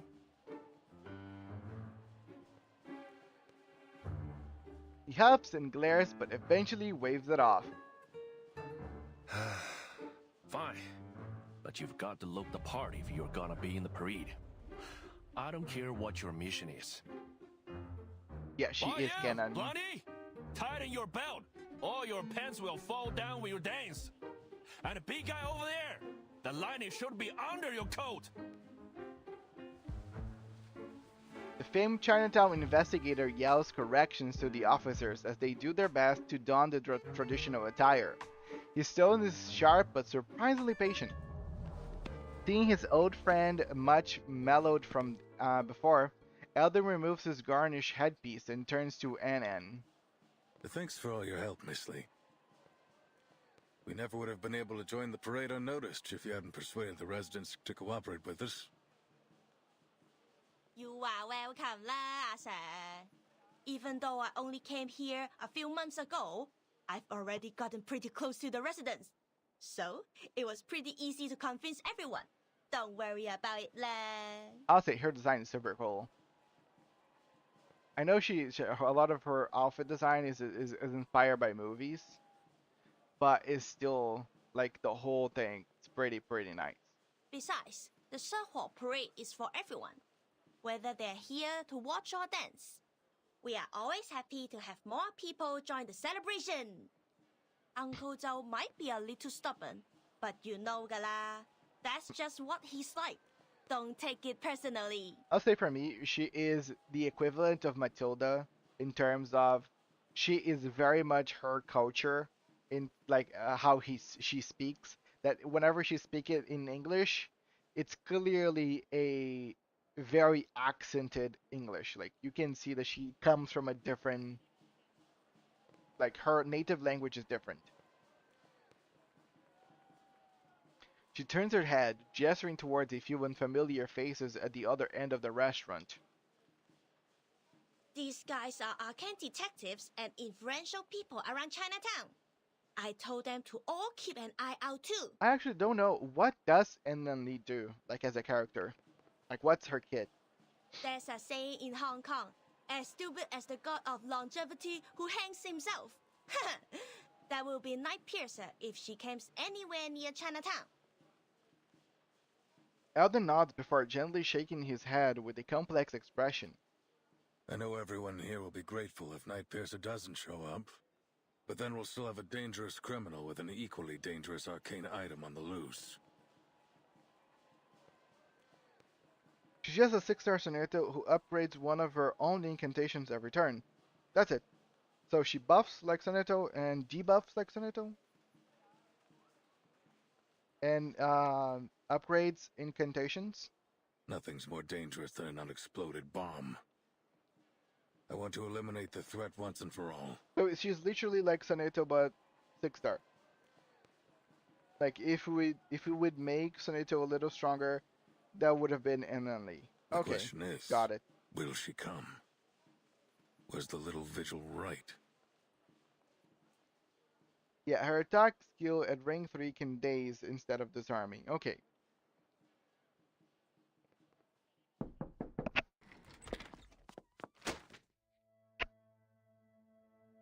Late last night, Liang knocked on Eldon's office door.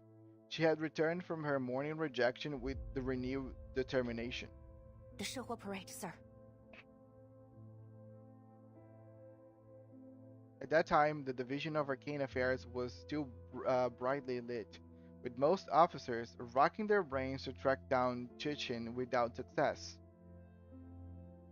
That was when Yang had stormed with her important collaborator, ignoring the puzzled glances from her colleagues, and slammed the thick slack of reports onto his desk. Miss Noah isn't like any of Qixing's previous targets. She's much more important. Miss Qixing still can't accept the way Miss Noah ended Detective CO73. That's her motive. The ending consists of two major elements, the Shihua parade and the villain who should have been punished. She now sees Noah as that villain, and she's going to attack her at the coming Shihua parade. That will be our chance to arrest her. The Shihua parade? Do you have any idea what you're suggesting? Sheer thickness of the report is intimidating. Elding skims through it before casting a questioning look at the unexpected visitor Liang had dragged in. The visitor nods. Don't worry, sir. I'd be happy to cooperate. As fate.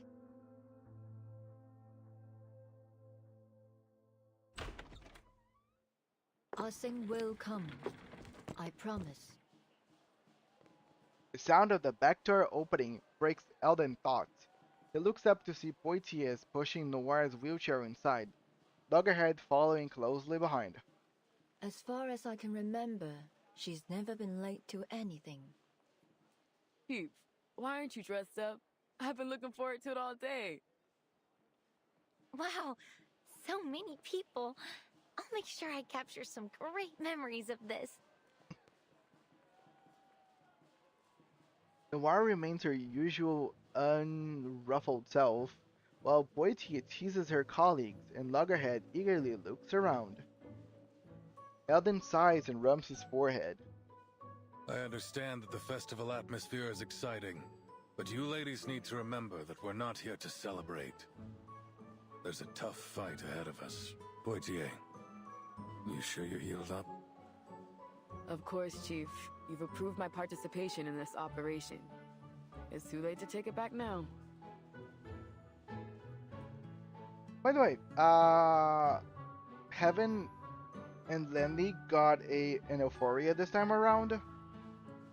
Or am I just crazy? And if she did, is it good?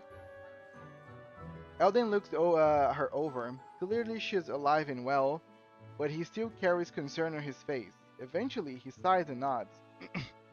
What about Miss Latham? You've been proven innocent, and I heard the Foundation told you to await orders.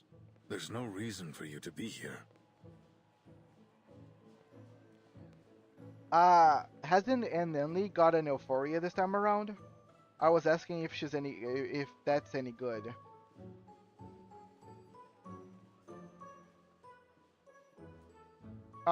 That's sad. Eldon words draws everyone's attention to Loggerhead. Her head twitches slightly. Yeah, but it'd be weird to stay in my room alone when everyone's out here. Don't you think? Yeah, I actually did not read Pickles and hers Euphoria, so I'm not really sure what they do. Anyway, I'm waiting for Scott to wake up from her coma. I want to ask her why she stole from the Foundation and pinned it on me. I know Pickles is very much meta right now, especially when it comes to mineral teams. But yeah, I'm not really sure what she got. I need to know what she thinks about me and our friendship. If I let you guys do all the work while I just wait in my room, I won't be able to question her without feeling insecure.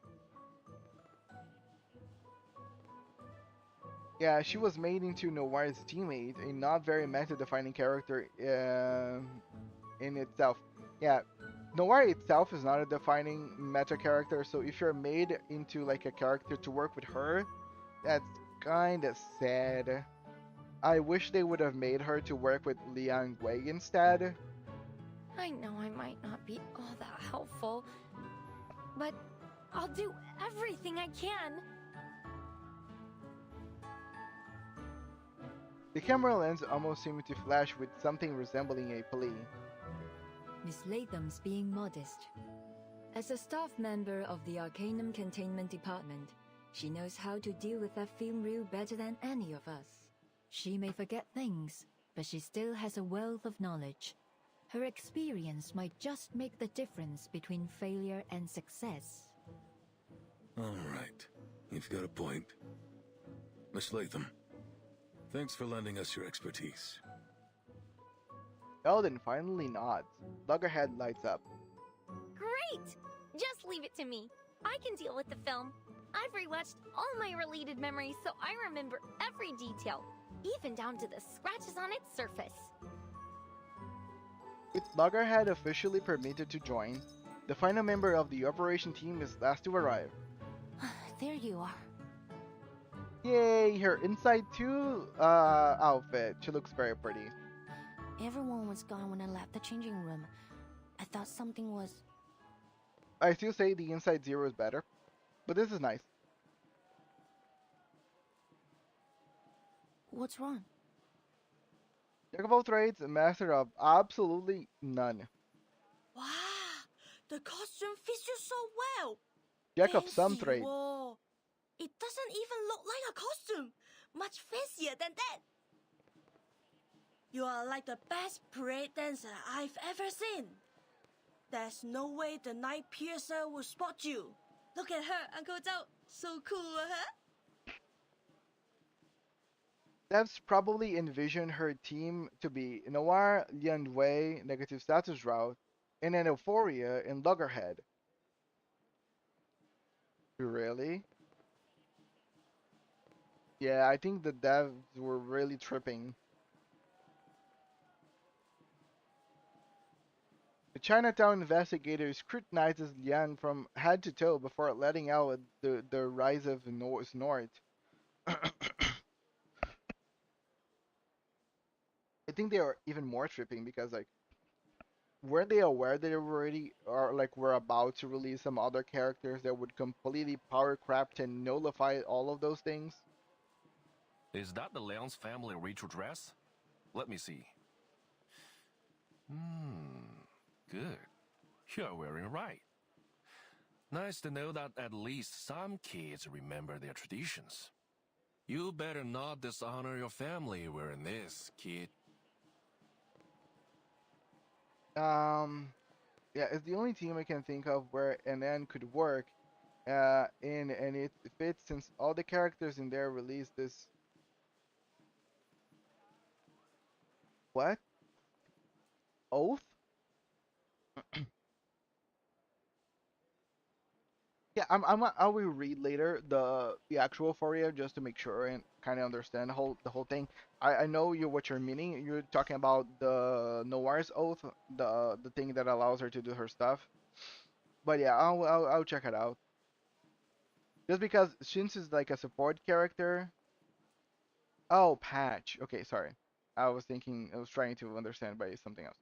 But yeah, I will still read the whole thing because support characters, I always need to like kind of be aware of what they do because you never know whenever like something or someone will arrive that can actually use them properly or like enable some cool interactions. But yeah. My thoughts exactly. Everything's in place. You sure you can perform this time, Vigil? I don't want a repeat of last time. The alley out back's empty. Show us what you got. He gestures to the officers, motioning them to line up before Lian. Each officer stands tall and imposing, forming what feels like a solid wall before Lian. Refusing to shy away, she squares her shoulders and meet their gazes head on. Yes, sir. I will prove myself to you.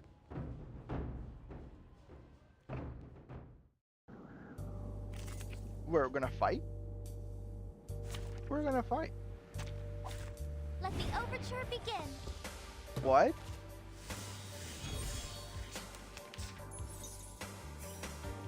I didn't bring any tissue, princess.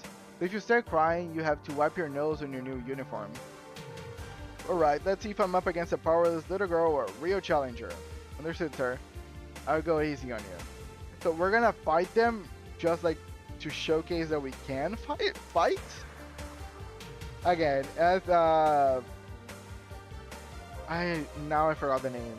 But as someone else said earlier today, they're just making fights just to fight's sake. But if he wants to get hurt, then I can provide that. No problem. Do you have any requests? Stars.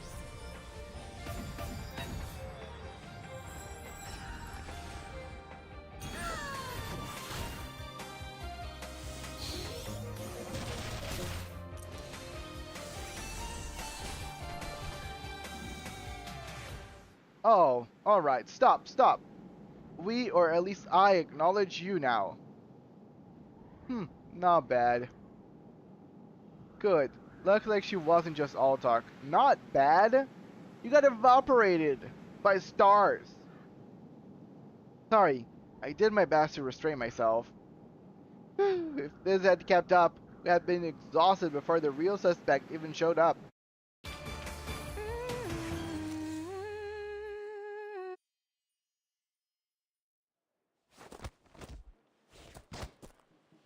The alleyway. I'll say, this alleyway had more screen time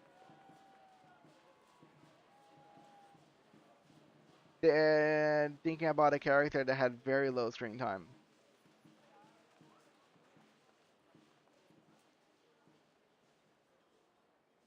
Thinking about a joke. I don't know. I'll pass. What was the point of all this? The point of that they needed fights for us to get some clear drops, god damn it. Here we are. After several rounds of trials, Yan remains standing, her expression firm and determined, her gaze burning with resolve. Satisfied, Elden nods. Looks like I've got nothing to worry about. You ready, kid?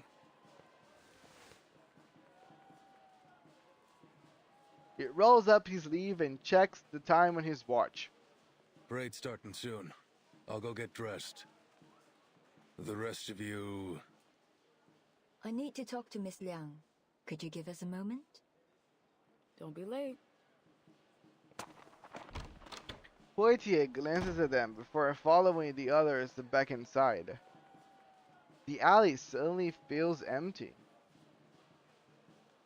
Yang awaits quietly for Noir to speak, but she never does.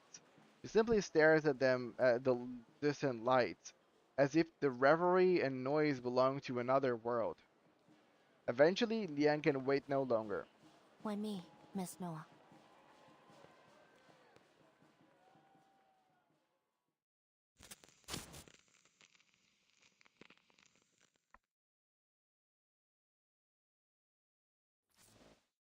Yeah, it's harsh, dude. Try to come up with like jokes and words in the blink of an eye. It's easier just to be an apple. The law of causation. The fruit taken must be returned to their branches.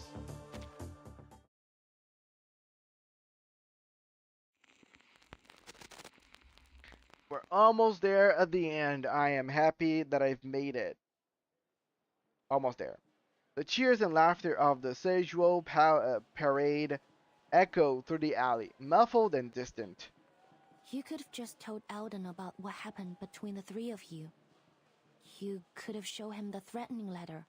Maybe then he wouldn't have made the order to shoot the target if necessary.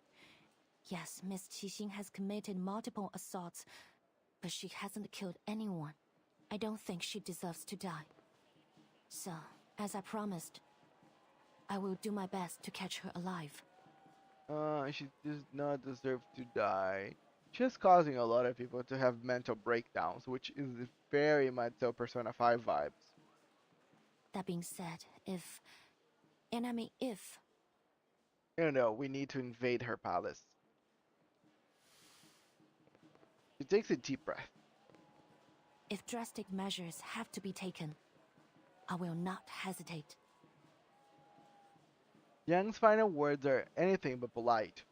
She holds her breath as she awaits Noir's response. After a brief silence, she speaks. Ah-Seng was a good actress. Young anticipated all kinds of responses from Noir. Not this one. Huh? Yes. She was a skilled martial artist with remarkable control over her arcane skill. But that's not what makes a successful actress. Before we'd even start shooting, she'd have everything memorized. Her lines, her movements, even the details of her expression. She'd take as many shots as were necessary to get the scene right. As you know, I was a perfectionist, always taking it too far.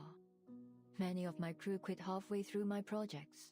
Even Teresa struggled sometimes. She told me more than once that she couldn't do it anymore. Only Ah-Seng could keep up with my pace. In fact, she'd often be a few steps ahead. Because she shared my vision, that drive for something better, no matter the cost. She was a good actress indeed. I know that we'll probably never be partners again, but I still don't want her to be treated like this. In Young's memories, Noir was always smiling. Sometimes friendly, sometimes distant, with the mischievousness of a child or the cunning and unwielding pride of a woman totally in control. But at this moment, she has turned her head. There is no smile. What burns quietly in her eyes is something akin to rage. You said you were going to figure out the truth. Well, it seems you and I agree that things aren't as simple as they appear. The Arcanum Containment Department's security system should be almost unbreakable. So how is it that Miss Scott, a regular staff member with no special skills, managed to break through it? And why was she selected to go after Miss Latham? What was she about to say before that needle pierced her neck? Ah-Seng's actions don't make sense either. After all these years, why has she decided to take revenge now? Is it because she found the film? There are simply far too many coincidences. If one of my writers wrote a script like this, they'd be fired on the spot.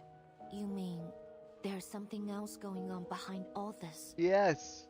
Manus Vindictae! Noir gives her a look of approval. The scene has been staged. I can feel it. The lights, the cameras, the cast, they're all in position. And when the clapperboard claps, the movie will begin. And this time, I'm not sitting behind the camera, but in front of it. Miss Liang, I've been holding back. I apologize for that. I hadn't figured out which role you'd play in this movie. If you're saying this to try to get me to talk about the behind the scenes of my life, I'm afraid you'll be disappointed. No, of course not. You got me wrong. She waves a hand dismissively, her expression light but her eyes still blazing. I'm a director. I don't act in movies made by others. Ah-Seng, Miss Latham, Miss Scott.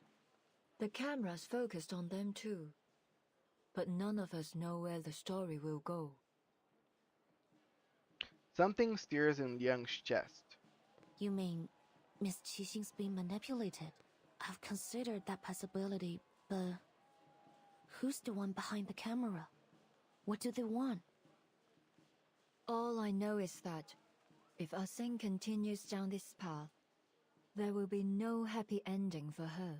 I understand that she's trying to reach something she's always strived for, but whoever's orchestrating this won't let her get it. I've done that to her before, and it was a huge mistake. I won't let that happen. What are you going to do? Noir smiles. Since coming to Hollywood, there's one thing I found difficult to accept. The producers always stick to the script. They're obsessed with it. Changes are incredibly rare. But that's not how we do it in Hong Kong. The script's finished, and so what? Things will always come up during shooting. You have to be flexible if you want to make truly great art. If a moment of inspiration were to strike me and I weren't allowed to add it to the movie, then you may as well just kill me there. Liang takes a moment to understand all this. You want to change the script? Precisely. But we have a small issue. Noir gestures to her legs resting on the wheelchair. As you can see, I'm not exactly ready to jump to my feet and into the action. She said it. I'm better at working behind the camera than I am in front of it. Good. So, I need a protagonist. One who's as eager as I am to change the script and find that perfect ending. Are you interested? She reaches a hand out to Li Yang. It would be an honor. And Yang takes it in her own. Attention please. Noir will be shooting a movie during the Showdown parade as planned. Renato, the woman is crippled, dude. Let's be a little bit sensitive. Let's go over the plan one more time. Group A will hide among the cast. I thought you were better than that. And Group C, you're in the crowd. Once Xixing appears, close in and arrest her as soon as possible. Got it. They're all set too. Good. Everyone, take your positions.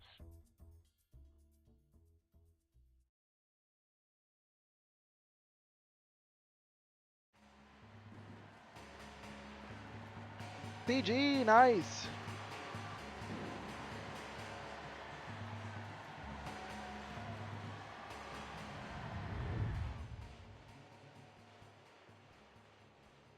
All right, Noir. The time has come. This will be our final scene. Oh, please do it. And mention me. I want to be part of the action. Huh? What's going on? That light's so bright. Everything is glitching. The Matrix is not working anymore properly. Mummy, I'm scared. That arcane fluctuation. It's from Reunion of the Three Swallows. This is what happens whenever someone takes both How did pills she... at the same time.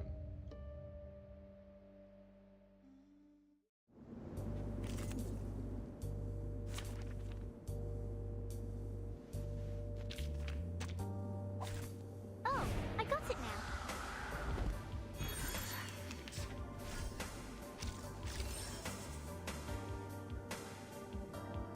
Don't be afraid, child. Here, stand behind me. Stay calm, everyone. This is just a new parade performance. Perfectly understood.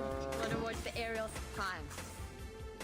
Keep calm. Oh. We are.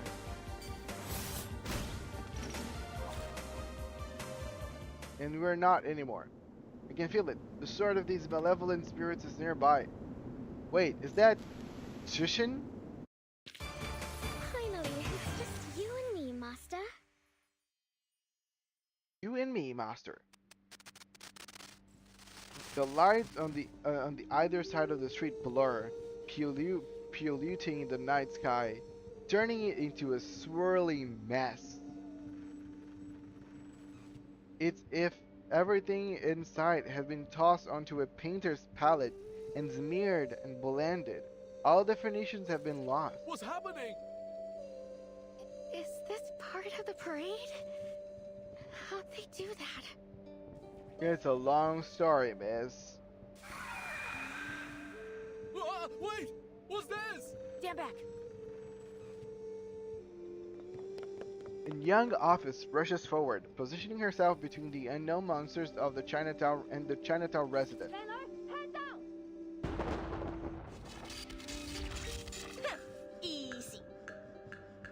Early Mass, Reverse, I thought we weren't going to bring up Vienna again. Again, the game, I think the game is trying to avoid saying glitch since it's a term that came right after like computers and like the 20s, the 2000s. So they're trying to do a better like explanation that still fits within the era that we're in. Thank you. They teach you that in Hong Kong? That thing's nothing like the critter you're used to dealing with. What were you thinking rushing like that? You're totally out of your league. It was about to attack. What else was I supposed to do?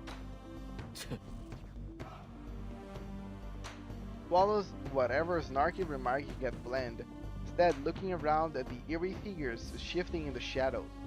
They look like ghosts, but there's something different about them. So, little ghost hunter, can that machine of yours tell us what they are? 1 second, Uncle Zhao. Lily's working on it. Come on, Lily. Under the bewildered gaze of the officers, the young ghost hunter's human-headed Lily. The young ghost hunter's human-headed Lily lets out a chilling, eerie laugh, and an expression changes. What? You mean that was a living man's soul?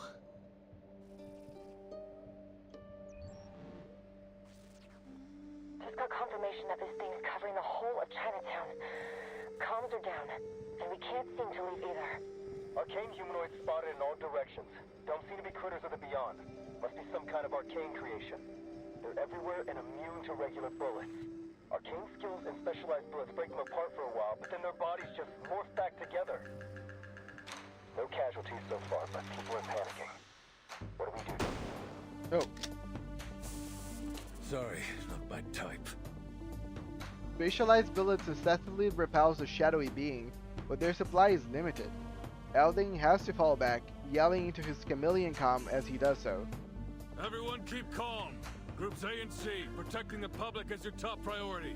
These things seem to follow anything that moves. Lure them away. Miss Lee, Mr. Joe, gather as many civilians as you can and guide them to a safe place. He expected the private investigator to fire back with his usual sarcasm, but to his surprise, his response is immediate and to the point. No problem. They know us. I'm sure we'll be able to calm them down. I'll tell them they are special effects. They all know that a movie was being shot here. That should help. At least long enough to get them. I hate whenever people are shooting movies around me and the reality starts to glitch. That means you guys are gonna have to figure this out yourselves. Show me what you've got. Arcane affairs. We won't let you down. He takes another deep breath, filling his body with renewed strength. Group B, hold your positions. Target's probably trying to distract us with these monsters. What's your status? Report immediately. This is Portier. Same thing's happening at the rear of the parade. Noir's side, though. Keep it that way. The rest of you keep your eyes peeled. The target could appear at any time. Camerahead, any idea what's going on? The Arcanum Containment Department employee is the person most likely to understand the current anomaly. I think Chinatown's been sealed inside an arcane barrier created by the film. There's nothing in the records about this, but these arcane fluctuations are definitely from the film. Like we have a, you know, exactly. What about those ghost things? I don't remember the file saying it could spawn spirits out of thin air. Well, I don't know. Reunion of the Three Swallows can play and record, that's for sure. But even if its power has been enhanced somehow, it probably wouldn't develop a completely unrelated ability. You are right, because it's not unrelated. And a voice crackles through the communicator. Even the usually carefree ghost hunters sound a little tense. Remember the film's victims? Part of them was taken away by its record ability. What they lost was part of their spiritual energy and memories. They are Saman Tapa, or Three Souls and Seven Spirits. These monsters are actually the Saman Tapa of the victims.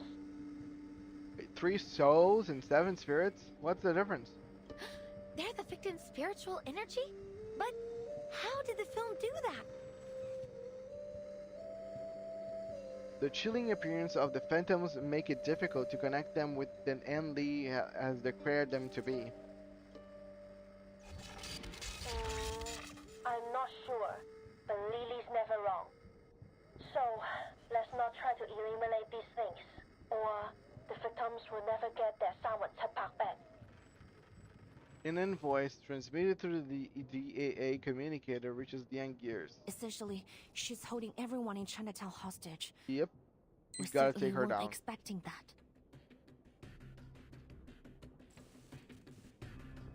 Liang looks at the figure standing just a few meters ahead. A frightened crowd cling to their family and friends, frantic and scared. And those who were alone gather with the others near the dim glow of the shop front in search of any semblance of warmth and reassurance. They have no way of knowing that the responsible for all this is standing just a few steps away. I didn't want it to come to this. This was between me and Noor. But you just couldn't leave it alone, could you? Nope. Sounds like you already know what this film reel is capable of. Yep. Good. Saves me the trouble of explaining it. Now, bring me Noor.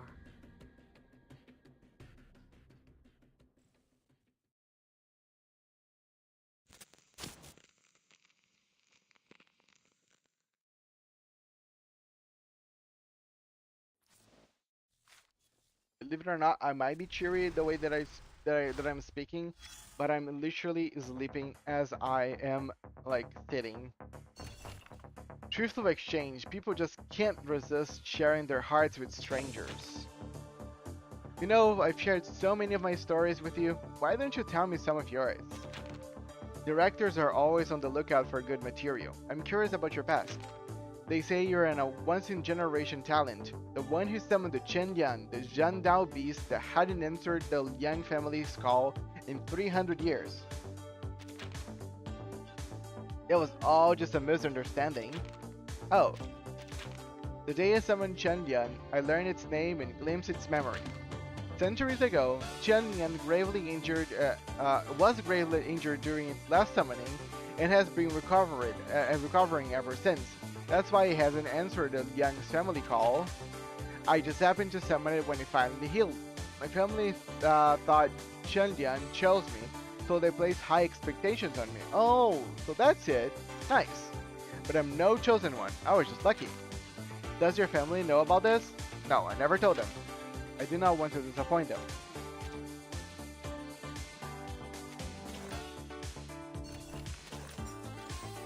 False dilemma. Between what people see and what they judge.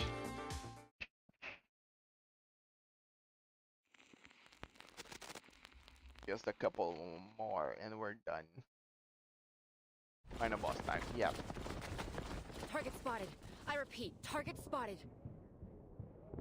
Within moments of the plainclothes officers' words, the arriving police evacuate the crowd and seal off the street.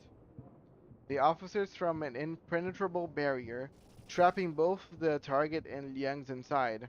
They stand in a face-off. What's going on? Who are they? The bystanders erupt into fervent speculation. Deputy Chief Eldon steps into the containment zone. Impressive, Night Piercer. This is a whole new level, even for you. Tell me, what did you pull to take control of that film reel? I didn't pull anything, officer. It chose to fulfill my wish. That's all.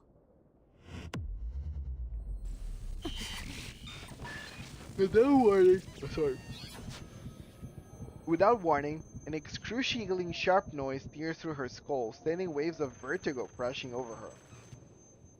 For several agonizing seconds, she can hear nothing but the distant groans of officers and bystanders suffering alongside her in a fight just to stay upright. Then the assault on her senses finally subsides. The first thing she registers is a voice coming from her communicators. Something bad's happening. The urgency in the officer's voice lets Liang nerves on edge. But then her tone shifts. Maybe it's good. Those things, they stopped moving. They're not attacking anymore. You kidding? Liang and Eldon exchange a puzzled glance before scanning their surroundings. The shifting shadows have indeed stopped moving, and the reason is obvious. Their wary gaze turns to their target. She is standing calmly in the middle of the street, unfazed by the array of loaded firearms aimed directly at her. I never wanted to get innocent people involved. As I said before, this is between me and Noor. Now, may I see my dear old friend? If you're worried about her safety, the little vigil can tag along. Young and Eldon exchange a look. It's too dangerous. A second, just checking. Oh god, checking something.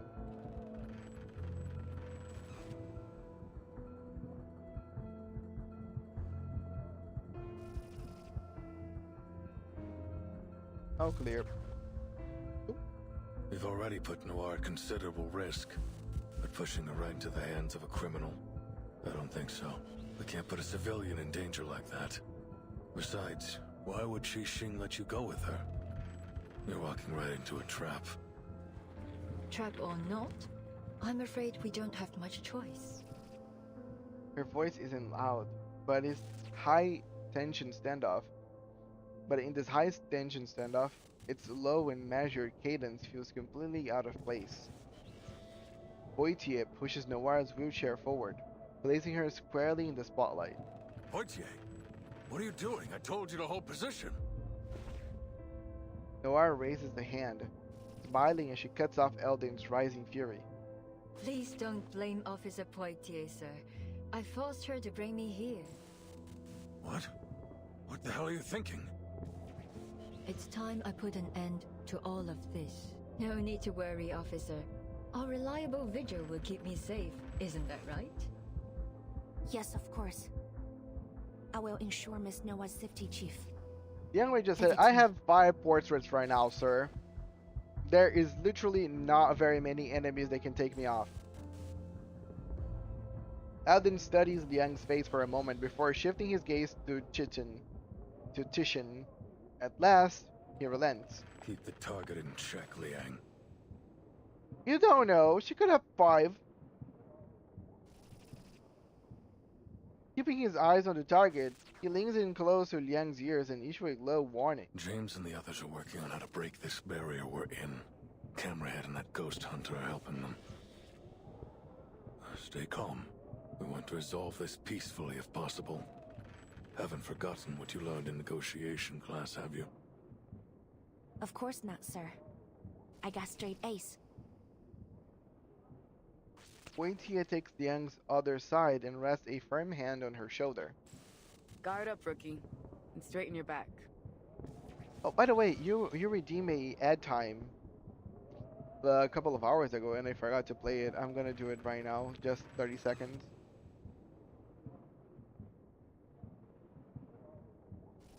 Just because, like, I don't like whenever I don't redeem stuff. Like, I don't give stuff. But yeah, well, guys, we're gonna play 30 seconds of ads. Enjoy. I get why you want to wear this outfit, but you can get things done with or without it. Isn't that right, partner? Right, ma'am. I won't fail.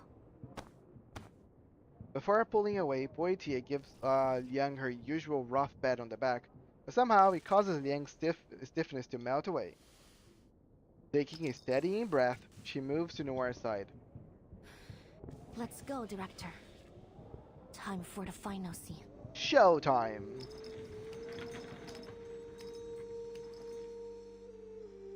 Accompanied by Liang, Noir wheels into the distorted world before them. It's as if surreal nightmare is unfolding before their eyes. Look around you, Noir. Look at what we've done. Xing's gaze wanders over the bleeding lights and flickering shadows around her as she scrutinizes the cracks and distortions in this twisted realm unleashed by the cursed film reel. But her expression holds no trace of admiration. This is what her film, the very last work of our dearest friend, looks like now. Tainted, twisted, and wicked. But I'll say, if this film reel isn't destroyed by the end of this chapter, I can see it like coming into play in another moment. Because like a film reel that can actually affect such a huge area and cause so much like a distortion, I can see like the Menace Vindicte wanting to get their hands in it just to cause a lot of destruction. All this is proof of our guilt. The blood on our hands. I don't think that... Sure. So, what are you going to do about it? Teresa's never coming back. She's dead. The wife doesn't shy away from the word, though a note of sorrow lingers in her tone. She says it with a certain cold detachment. And you, playing hero, punishing those you deem evil. Does that make you feel better? You kill me and then what? Kill yourself? That's how you'll atone for your failures? Forgive my bluntness, but how laughably naive you are. The wife's voice has an uncharacteristic sharpness to it, but Chishing shows no sign of wavering under her scrutiny. Instead, she smiles. Atone for my failures? You're way off. You're right about one thing, though. She is gone. The person who cared for me more than anyone in the world. Dead. When she gave me a shoulder to lean on, I pushed her away. I left her to die alone and in pain. How could I ever atone for that? How could I ever expect her to forgive me? How selfish of me to even ask for that. I would go, I kind of get it, the BGM, but since everything is glitching, I would go with this, like maybe more of a combination of like traditional like beats with something more electronic, like something more hyper or crazy. Not that I dislike it, I'm just saying like it could be even better with the current situation we're in. The young furrows her brow in suspicion. Then why can't you let it go? CO7 is the hero who brings the happy ending, no matter what she's faced with. Oh, sorry. It was still more dialogue, sorry. The hero who brings a happy ending, no matter what she's faced with.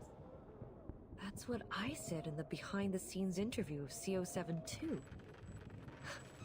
I'm surprised you even remember that.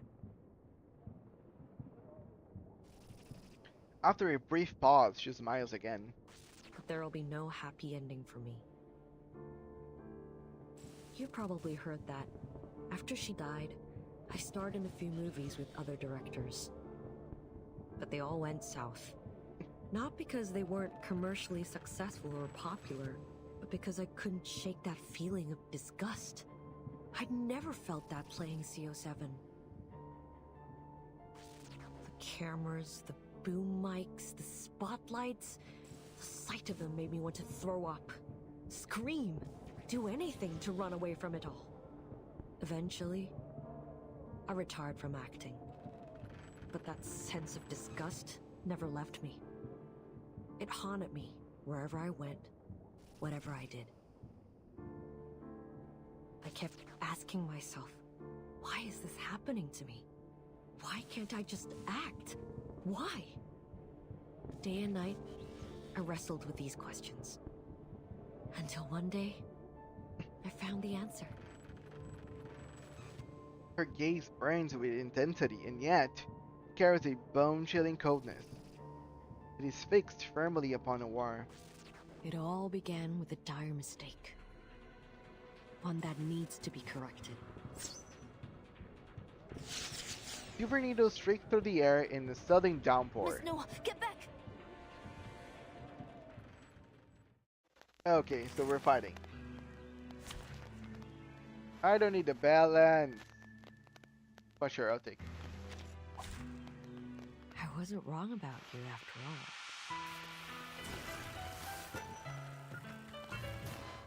all. All our countless choices have led up to this moment, but not all of those choices were made willingly. No. Some of us had no choice but to fight over scraps in the dark I'll say the corners of design society. of the enemies are so cool. This time, though, it is my choice, my own will. And I'm fortunate to have you playing opposite me. I can see it in your eyes. I can see. You're not No, playing sorry. the role of a hero or an officer. You're yourself and nothing less. What about you? Is playing the role of a murderous villain really what you want? Can I? The answer to that is yours to find out, little. Oh, Even though I think it would just be overkill.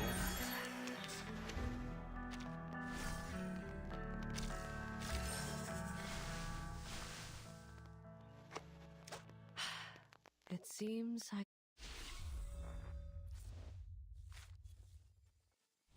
But I'll do it.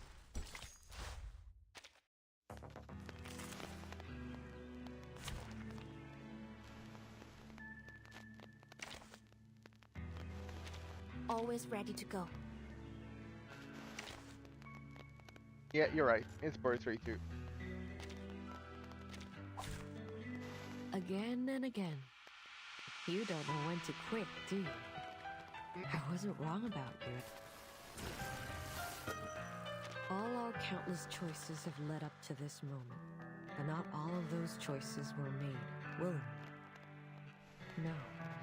Some of us had no choice but to fight over scraps in the dark corner. This time, I know, sure. Which of these darlings shall we attend to first?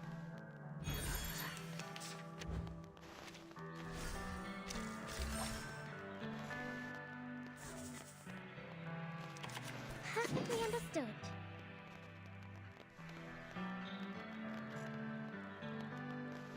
I forgot how her skill worked.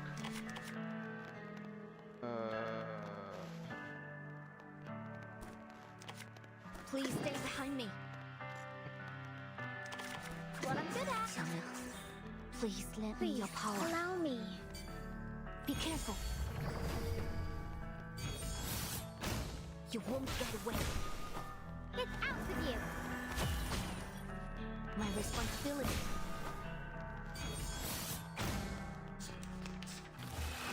I don't get it. Those gates. A word of what? She has Don't leave your new friends voice lines stranded. for when you lose Her and lives try are again. in Yes! That was so cool. Yeah, I agree. She actually acknowledges that we lost one, which is fun.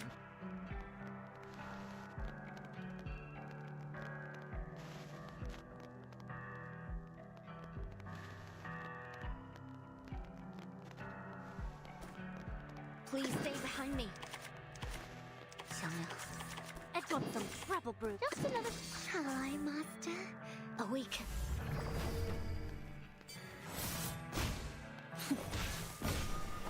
My responsibility. Give this a taste. Laundry time.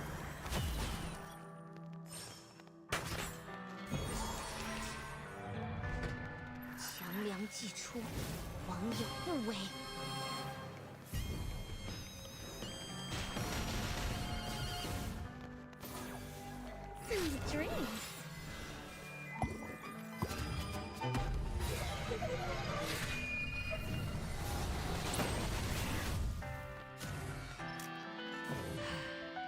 I've been waiting for this. Get the camera rolling, Moran. At last I'll get the ending I always wanted. Looks like there's no stopping you. In that case, I'll make you stop. Okay, how this works? There's the red ones and then the blue ones. Please stay behind me.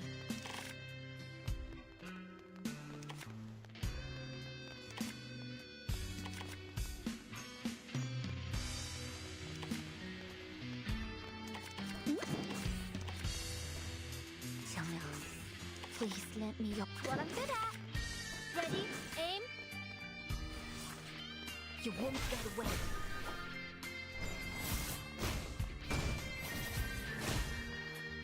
Keep calm. Be careful. My responsibility.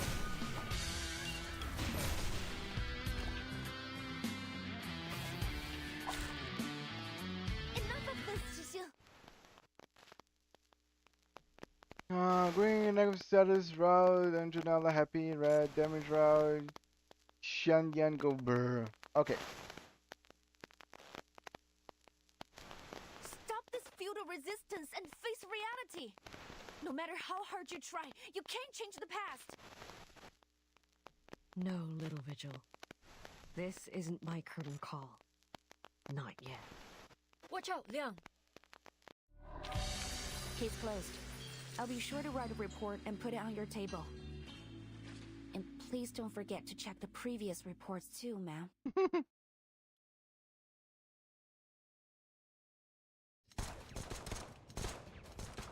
Ammo's running low, sir.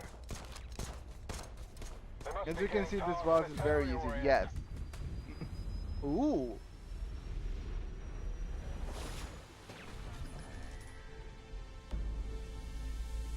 I hate you, Noor. You were born with a silver spoon and exceptional talent. You took everything for granted. You looked down on everyone else. I've always hated you. Miss Noah, hold on! That was close. Miss Gigi, is this really what you want to do? Are you really going to kill Miss Noah? You have to stop! This is completely meaningless! Meaningless? No. This is exactly what needs to happen. Every story must have an ending after all. The boss is right behind Past her. has held me prisoner for far too long. Is this the first time we see the final boss of anything, like any act, actually show up? I need an ending, a conclusion, so I can finally leave it behind me. Only then can I reach my perfect grand finale. Qiangliang, impossible. You didn't chant the incantation. This time, I won't hesitate. You're my inspiration, Miss Jixin. Like the countless kids who were once lost. I found myself in CO7, and that's exactly why I have to stop you. 强梁既出，王有不为，斩杀凶旧，小节不祥。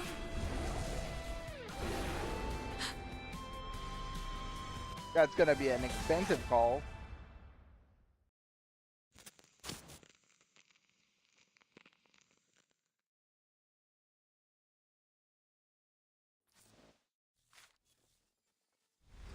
Awesome. That was very cool.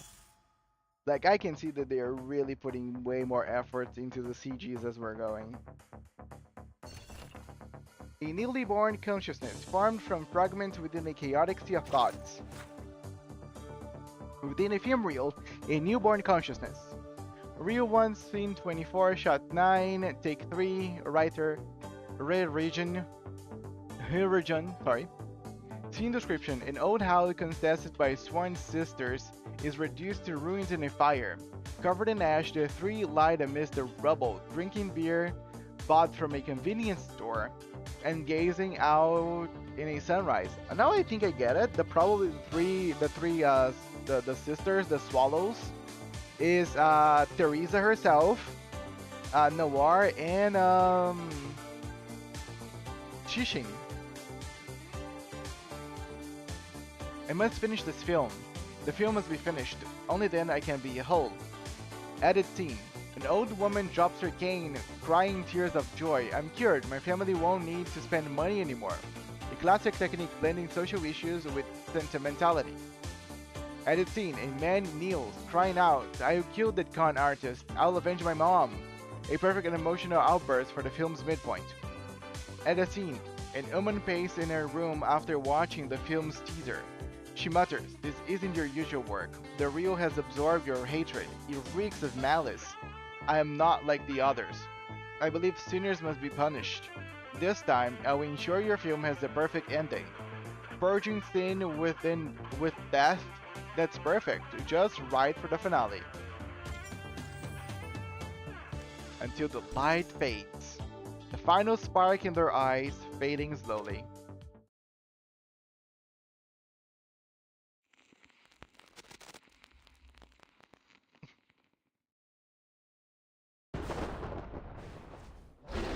A brilliant flash splits the darkened sky in two, and the thunderous roar scatters the shadows. All fear and unease are forgotten in an instant. Every head turns to the place where the lightning struck to see a colossal beast standing in the solemn majesty. The crowd falls silent. Then a single young voice cries out. Mommy, look! It's Qiangliang! The child raises a lantern excitedly. Just like the painting on my lantern! The paper-crafted beast bears little resemblance to the mighty guardian towering in the distance. Yet something is in its stern, round eyes, face carries something in its righteous spirit. As the crowd shifts their gaze between the small paper lantern and the guardian, their voice finally returns. You're right! It's the legendary Sandal beast! Look! It has the tail of a snake and the head of a tiger! Just like the illustrations! Has the legendary Qiangliang come to save us? Does that mean that girl is this Zhengzi? What are you two yapping about? 显道 beast? 正直? Those are just fairy tales. Didn't Mr. Zhou say this was all part of a film shoot? That's right. I told you this was all for a movie. Why don't you guys believe me? Oh, come on! You're always full of hot air. That said, there's no way this is real. It must just be some fancy special effects. So, I'll believe you this once. Wait, so all those things were fake? I almost freaked out when those ghosts came out. The costumes and makeup were so real looking. Man, am I glad I came to Chinatown. This parade's been insane. I gotta take more photos.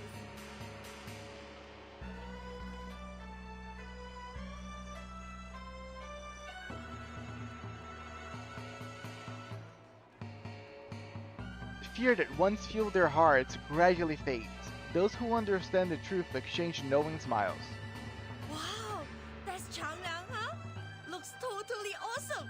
I heard that a descendant of the 12th Zhengzi joined the Visuals Bureau, but this is the first time I've ever seen Qiangliang in action. Looks like they got that actor lady under control. Now all we need to do is grab that cursed film reel and break the barrier. And the victims will be sane again. It'll be happily... Before she can finish speaking, her optimistic predictions is ruthlessly overturned. What boy? This again? What's going on? Didn't they finish the job? An anomaly even greater than the last crashes down upon them. Shadow cries rises from the crowd. Look! iPhone! Something's wrong with it! Something is very wrong indeed. What was assumed to be a mere optical distortion is now starting to seep into tangible reality. It is undeniably interfering with the physical world. Is that archway melting? It kinda looks like a burning piece of film. It's inverting the colors and stuff. They look at each other, finding the same alarm in each other's faces. Wait. The barrier was created by that spooky film reel, right? Then this mean is... It's falling apart. We need to get out of here. Get everyone away from the edges of the barrier. The further they are from those twisting buildings, the better. Understood. But what the hell is going on? I thought you had the target locked down. We do, but clearly this isn't over yet. Miss Latham, anything you can do? Yes, sir, but I'll need a few of your men. I can use the containment incantation they taught me at work. But I don't think it'll hold for long. Just do your best. In the meantime, we'll eliminate the problem at the source. Elden's furious gaze lands on Jishin. All right, Chishin. Whatever you're doing with the reel, stop it now! Or I'll make you I'm not doing anything. She stands, her head a few feet away, her body slumped against the wall behind her, as she barely manages to stay upright. She forces a crooked grin. It's the film reel. It's reached its limit. From her coat, she pulls out the object responsible for all this chaos. Had Young not once held the film reel herself, she might not have recognized it at all. The reunion of the three swallows. What's happening to it? Wait, there's something else here. No doubt about it. Evil spirits. An insane number of them. And then shoves through the crowd, rushing to Jishin's side. With just one glance at the film reel, her face goes pale. Upon hearing Ann's words, Liang's expression darkens. So you think so too? We had a similar encounter at the city hall not long ago. Mr. Wang must have lost some of his spiritual energy to the film reel, leaving his body open to wandering evil spirits. Since then, I've suspected that. The uneasy speculation lodges into her throat, but Ann voices it for her. Of course! I should have realized earlier! The ghost hunter lets out a long, frustrated sigh, then furrows her brows in thought, her expression growing an increasingly grin. Obviously, evil spirits would be attracted to the film reel. It's like leaving a pot of honey in front of a wasp's nest. A living soul is a wandering spirit's favorite meal. So with the number of souls scattered in the film reel, it's like a total feast. All that evil spiritual energy must have the film reel bursting at the seams. Ann scans her surroundings, alarm in her eyes. The collapse is approaching fast. It's as if reality itself is about to be swallowed whole. Yet neither Liang nor Ann can see a single wandering or evil spirit. A sudden realization strikes Liang. Her gaze snaps to Kitchen. But upon seeing her, her eyes widen in shock. Miss Qixin, your hand! I must admit. Deep, jagged cracks have spread across the entire film reel and climbed up to Chishin's hand and arm like sinister veins. The film reel isn't the only thing at its limit. I can't hold on much longer. The vessels containing Chen Yan strapped around Liang's waist start to shudder. To Chen Yan, the malevolent energy emanating from Chishin must be eradicated. What does that mean? A thought flashes through Liang's mind. Could it be that the film reel has been out of control since the beginning? That depends on how you define the beginning. Even though Chishin avoids answering, Liang knows she's right. Scattered pieces of puzzle find their place, and finally, the picture begins to form a whole. Since the moment Miss Latham played the cursed film, people have started to suffer from mental disorders. But if you think about it, the sequence of events doesn't make sense. There were only 5 victims of the film incident in Hong Kong 8 years ago. But this time, the number of victims was growing rapidly. That was until you got involved, Miss Qixin.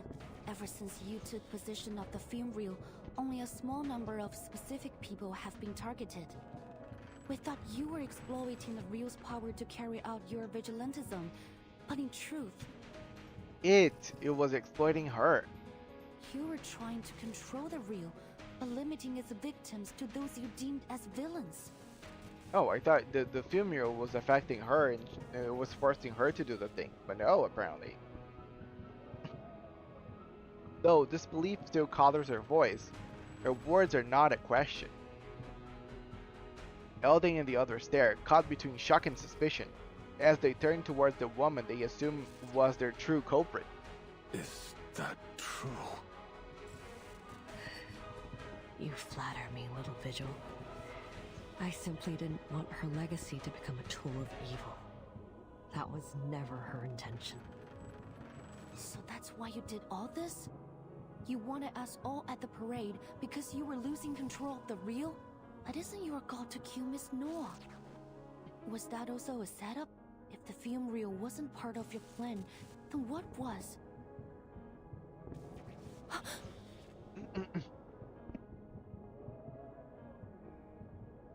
A conclusion she herself once stated resurfaces in her mind, and she realizes she made a critical error. Miss Qixing still can't accept the way Miss Noah ended Detective 073. That's her motive. The ending consists of two major elements, the Shehua parade and the villain who should have been punished. She now sees Noah as that villain.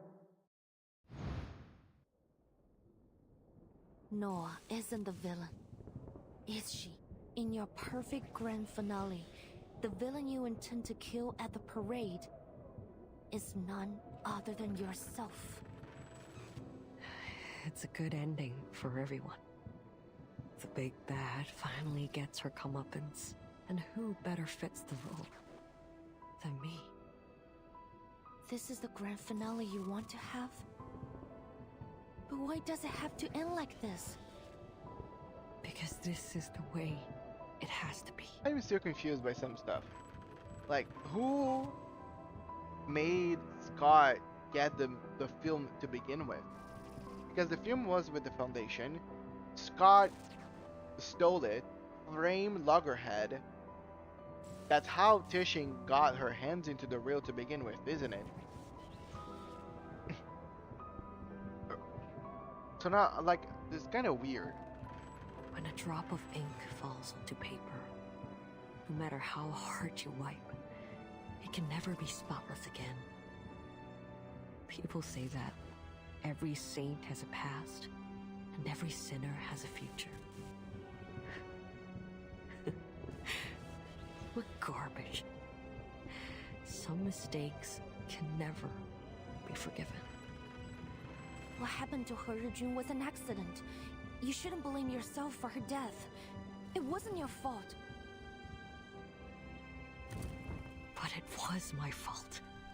It was my stubbornness, my selfishness, that pushed my dear friend, who really, truly cared for me, toward the cliff.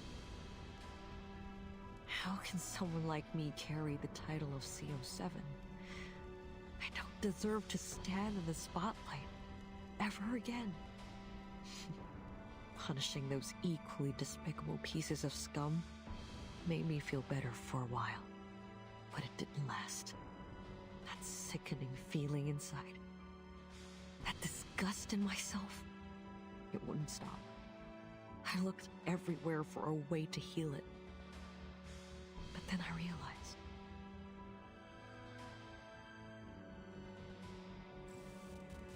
that the biggest piece of scum was me.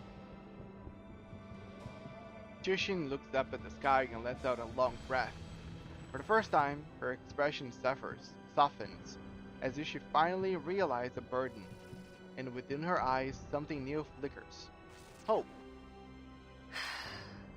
The answer was so simple. I can hardly believe it took me so long to see it. And now, it's time to put an end to this nauseating nightmare. Yang cannot understand it. No, you're being too harsh on yourself. He Rijun doesn't blame you. I'm certain of it. Quit it, Vigil. Look around you. Can you still claim that I'm not to blame? Well, I can. And let me tell you, Teresa was much stronger than you say she was. Liang turns to see Poitier helping Noir back into her wheelchair. Yes, Teresa would cry often, but that made her no less determined of an artist. And before long she'd be at my door saying, I made some edits. Take a look. You know that's what she was like. Do you seriously think she gave up dreams, her life, just because of a few harsh words? No, I could never have a coward like that as a partner. Noir's face is twisted in a fury Liang has never seen before. It sets a fire in the woman's beneath her glare, making her frown in turn. Whatever you say. Director or not, you can't tell me what to do anymore. I will have this ending. Come on, officers. Finish the job. I'd do it myself if I had the strength. Her voice is unwavering. I've learned a lot these past years. If you want to save this city, you'll have to kill me. Those spirits will disappear, and everything will be back to normal. A perfect grand finale, isn't it? So what are you waiting for? So it's come to this, has it? Eldon swears under his breath and as he reaches for the gun in his waist. Chishin watches on, seemingly pleased. Wait, sir! Lightning shoots through Liang's body. Her feet, once nailed to the ground, suddenly feel weightless. Steps forward. There's no guarantee that things will play out like Miss Qixing said. Please, let me try something. After all, exorcism is my and Qiangliang's specialty. Wait, what are you? Before either Eldon or Chishin can react, the fume reel is already in Liang's grasp. Liang! You out of your mind or something? Yes, there are a huge number of evil entities bound within it. And this is probably the most formidable opponent Qiangliang and I have ever faced. But I must confront this challenge. Not to protect the honor of my family, or to mimic CO7 either. But because I want to. Because it's right. Every story has an ending. And I must act to create the best one for everyone. Sorry, I don't have any flower words or clever arguments. But if you're willing to help me, please, Qiangliang, heed my call.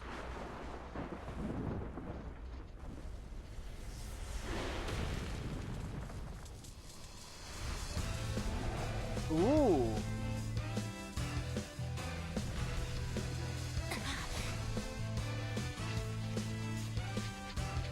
This isn't good. Is this the best I get? Qiangliang?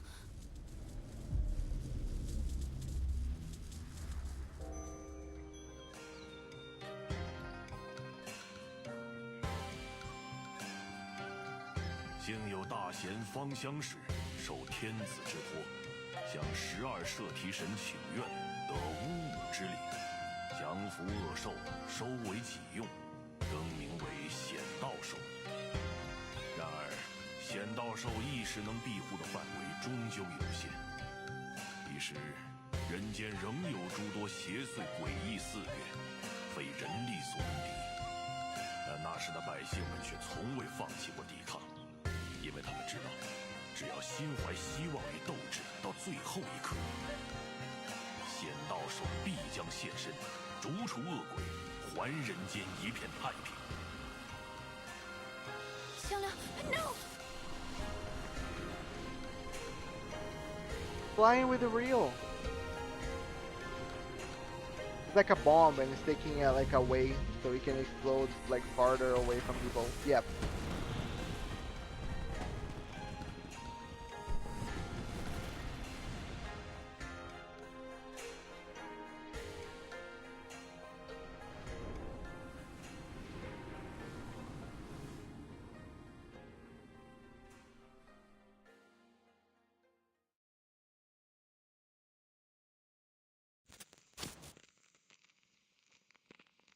bursted in his fireworks. IRP Chanyan. Absolute cinema. Indeed.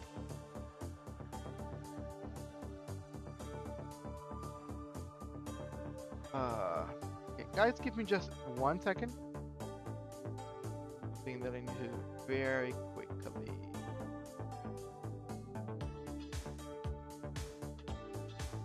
Done. Continue. Rescreened. But you always love the story, for it remains there, unchanged. I will hydrate. Let me get some water, actually. Be right back. Before we finish this.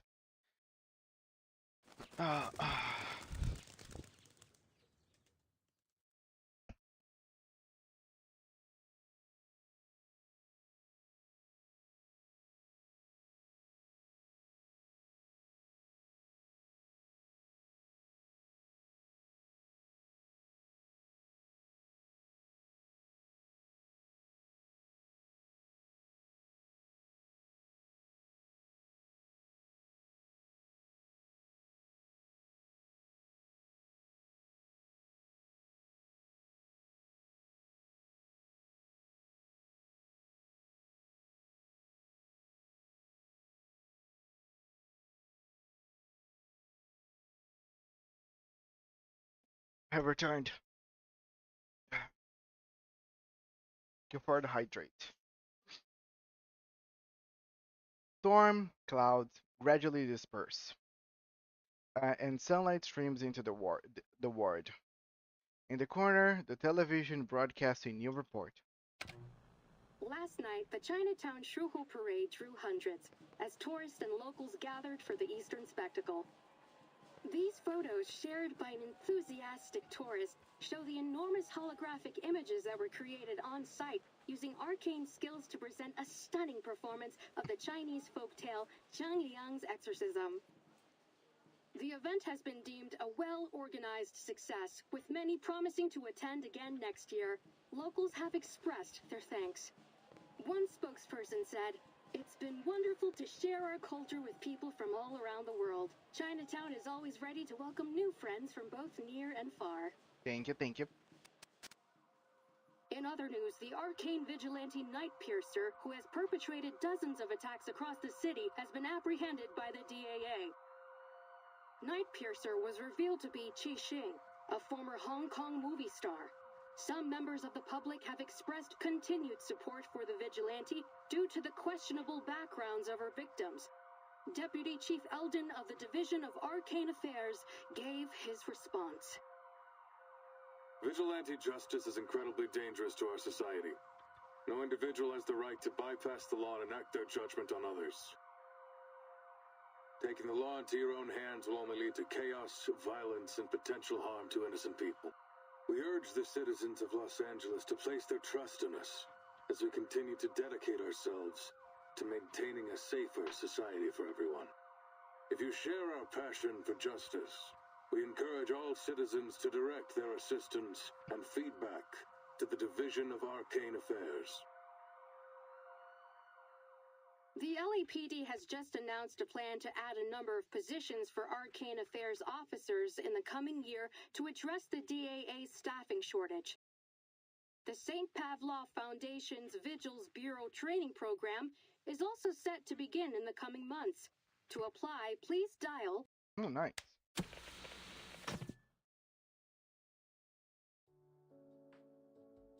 Hearing the news, the woman hops up joyfully and turns to the man sitting up in the bed. Hey, they're hiring Arcane Affairs officers. Hasn't it always been your dream to don the uniform? Looks like they accept all the applicants too. Why don't you give it a shot when you are better? Knock it off. I've been a greengrocer for 20 years. There's no way I could be a cop. Right? Waves up his wife, but as he does so, he turns to the man beside him with a nervous look on his face, expecting the idea to get shut down. But the reaction he gets is unexpected. What are you staring at me for? If you want to do it, just do it. I'm sure the neighborhood will be glad to see you wearing the badge. Besides, I spent some time with the officers at the parade. I'm sure that you will be just as capable as them. You're gonna have to toughen up a little, though. Yang, who has been watching the exchange, smiled. Mr. Wan, you're strong, healthy, and have a natural talent for arcane skills. With a little training, I'm sure you'll become an outstanding officer. Oh, that's nice. There's a lot that goes into being an officer, but I believe what matters most is the heart to pursue justice and the courage to protect others. The doctor said you can be discharged soon. You should seriously consider applying for the position. Well, in that case, I'll think about it. Thank you so much, young lady. I heard you were the one who got rid of the curse and saved everyone. You are our hero. She clasped Liang's hand tightly in a warm grip. This time, her hand is steady. Liang returned to the handshake. You're too kind, madam. I was only doing my job. And I didn't do it alone. It was a combined effort. Well, that's that. No more cursed film crazies. Almost all the victims have recovered. Nice to see the Poitiers back. And fine. Most of them have already been discharged too. Just a few poor saps who got hit hard are still around. But they should be out of here before long.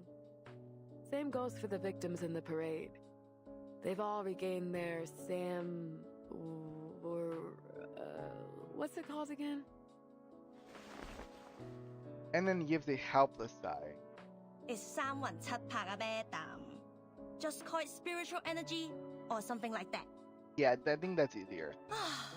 I heard that those crooks who were taught by a thing or two by Keising has also recovered. Well, mentally they are pretty physically messed up, so they will have to stay here for a while, I think. So many victims and not a single death. That's a blessing. Qixing pulled her punches, apparently. I guess deep down she wasn't the deliverer of justice she claimed she was. Well, no use wondering about it. Years on this job will quickly show you that the madness in Arcanist blood always comes out in Arcanist criminals. Trying to understand them is a waste of time. That may be the case, but I think that if we look at each other as individuals, we can come to understand one another eventually. Takes out the brick-sized mobile phone she has carried with her since she was 6 years old. But now, its screen remains dark. No matter how much Liang tries to summon the spirit residing within, there is no response. If we'll try our best. Holding on to hope, Liang tries a few different buttons combinations on the phone. Usually the screen would light up, but this time there is nothing. Still nothing from Xiang Liang? It's out of... What's out of order? Is that out of signal? Out of reach? Out of area? Forgot whenever like your like cell phone is like out of service. Yep. Lian lowers her gaze and shakes her head. Well, what did you expect? That huge spooky spookters was a nasty opponent on its own. Not to mention all the ghosts that were attracted by that film reel. It was creepy lah. All those ghosts in one place. It was more crowded than the Dai Pai Dong. I mean, the Chinatown food store on a Saturday night. Yeah. Legend says that he actually comes back whenever Hisabeth is launched. What's worse, those specters drowned the Sanwan Chatpa of innocent people. If that hadn't happened, then Qiang Liang wouldn't have had to say. And then cuts herself off. It would be too cruel to say these words in front of Lian.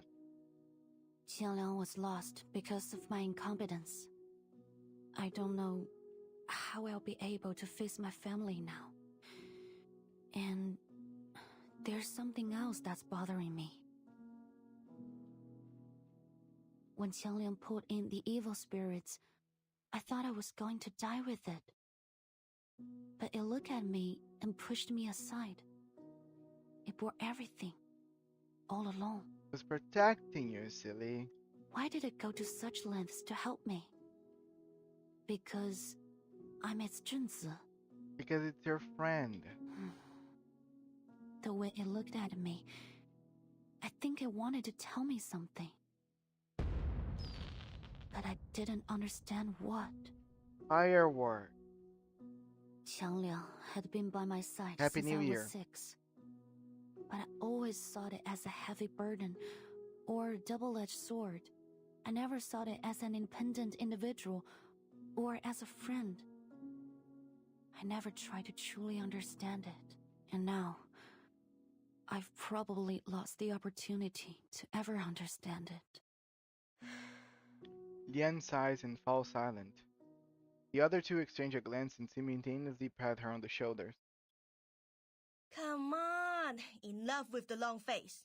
Maybe Changliang will respond to you one day lah. You never know. And I'm here if you ever need my professional ghost busting service. Exclusive discount just for you By the shape of these fireworks, is this the year of the tiger? Agreed. Isn't it a literal legendary beast that's existed for ages? No way it bit the dust just like that. I bet it's recharging in its lair or something. Then it'll come back when it's full of juice again. I hope so. She knows these are just comforting words, but their concern for her gives her the strength to move forward nonetheless. Oh, Portier! There you are! And the ghost-busting girl in Liang! Great! A familiar figure waves from the end of the hallway as she hurries over. Noticing the Yang's slightly surprised expression, she slows her steps. Oh, sorry. I mean, Officer Liang. But if you don't mind... Of course I don't. Just call me Liang. Despite her swift response, Lian still feels as a little surprised when she sees the officer extend her hand toward her. Where are my manners? Name's Jenny Carter. Just Jenny's fine. Unlike your instructor, I don't try to hide my appreciation of people. Ooh. I gotta say, you've done an awesome job. Folks at the department have all been talking about it. We're proud of you. Please tell me there's some way to postpone the end of your field training. This is the second hand Liang has shaken today. Thank you. That's very kind. What brings you here? Deputy Chief Eldon, of course. Who else? Foundation staff have arrived. They're gonna take over Qi Xing's interrogation and everything. They're gonna take the film reel back to their headquarters, too. But your request has been approved. We can watch Reunion of the Three Swallows before they take it away. You're gonna watch the Haunted movie? Sick.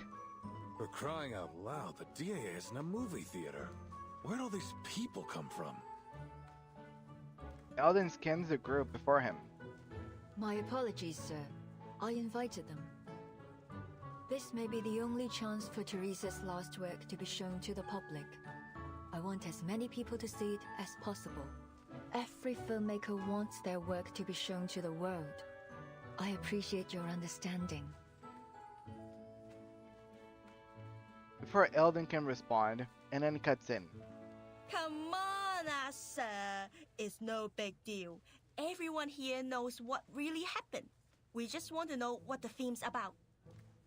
Yeah, didn't you see something on TV about assistance and feedback? You'd be going back on your word if you ignored us now. Hey, don't you go talking circles around me again. Even in this harmonious scene, the two men can't help but bicker. Poitier rolls her eyes. Luckily, the two were quickly interrupted by a woman in the Foundation uniform. No need to worry, Deputy Chief Eldon. After thorough examination, we've determined that the film reel no longer possesses the ability to twist reality. Aww, dogs. It was our negligence that allowed the film to be taken in the first place. So, as Mr. Zhou said, the people deserve to know the truth. Lame. Past were the days where movies were just a story reality and nobody would care about it. Besides, every viewer is required to sign this confidentiality agreement before entering the screening room. Alright, everyone, please hurry. The movie starts in 15 minutes. But this one particular lady works a lot. She works just as much as the freaking alleyway. Oh, I'm pumped! No way I'm missing this! Give me a pen! And then heads over to the desk, and the DAA officer and Chinatown private detective follow suit. Liang and Noir, on the other hand, hang back. They already signed the confidentiality agreement. After all, they are the ones who drafted it. You have my thanks, Vigil. Why you should gatekeep stuff? Yeah. If it weren't for you, I doubt Ah Sing and I would have had this chance to watch our good friend's swan song. I also have to thank you for helping me stop Ah Sing and for helping me keep my promise. Your promise? Noir pats her hands on her thighs. Yes, I swore on these two legs. In the past, all I cared about was making the best film. I saw everyone, even my actors and writers, as tools to reach that goal. But I was wrong. There's no such thing as a best film, only a better film. And to make a better film, I need a team around me. What matters most is the people who make the film, not the film itself. Turns her head and looks towards the bolted door at the other end of the room. But as long as we're living, there's still a future.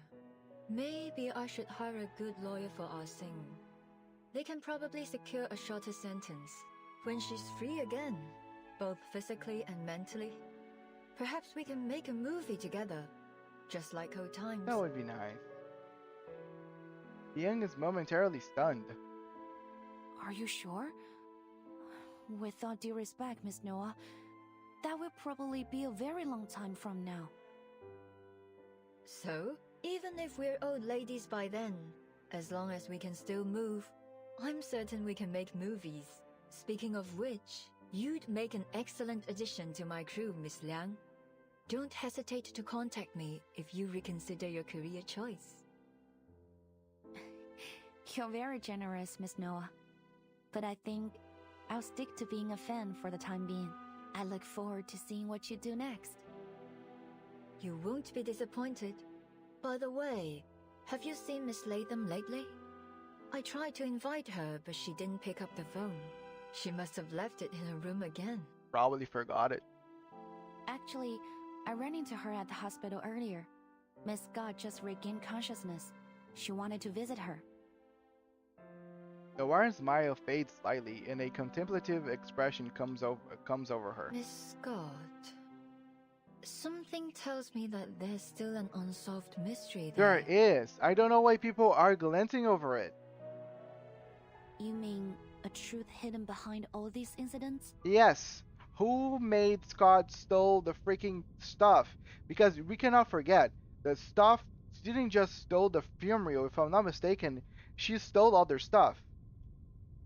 Yes, like a chessboard, with the pawns placed on the front line. Somehow, we've managed to fight our way out, escaping our planned doom. But who is the player who placed us there?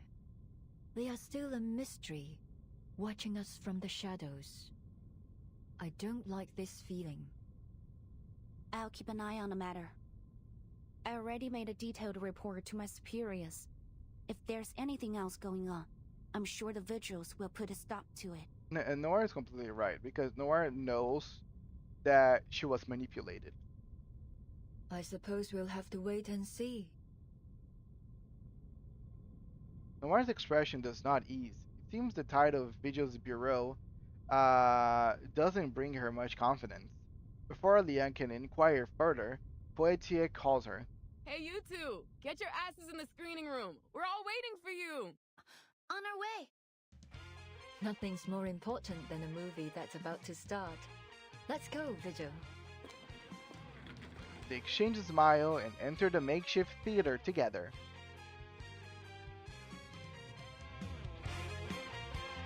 Bum, bum, bum, bum, bum.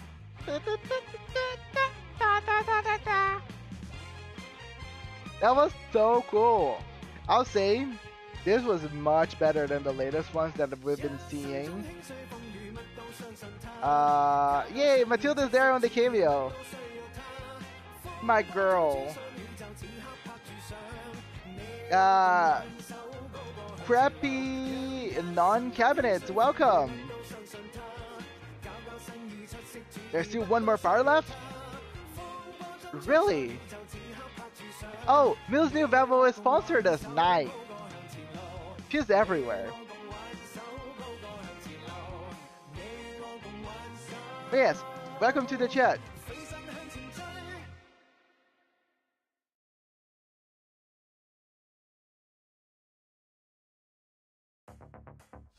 Anonymous visitor. Okay, let's just see this before we go for the last one.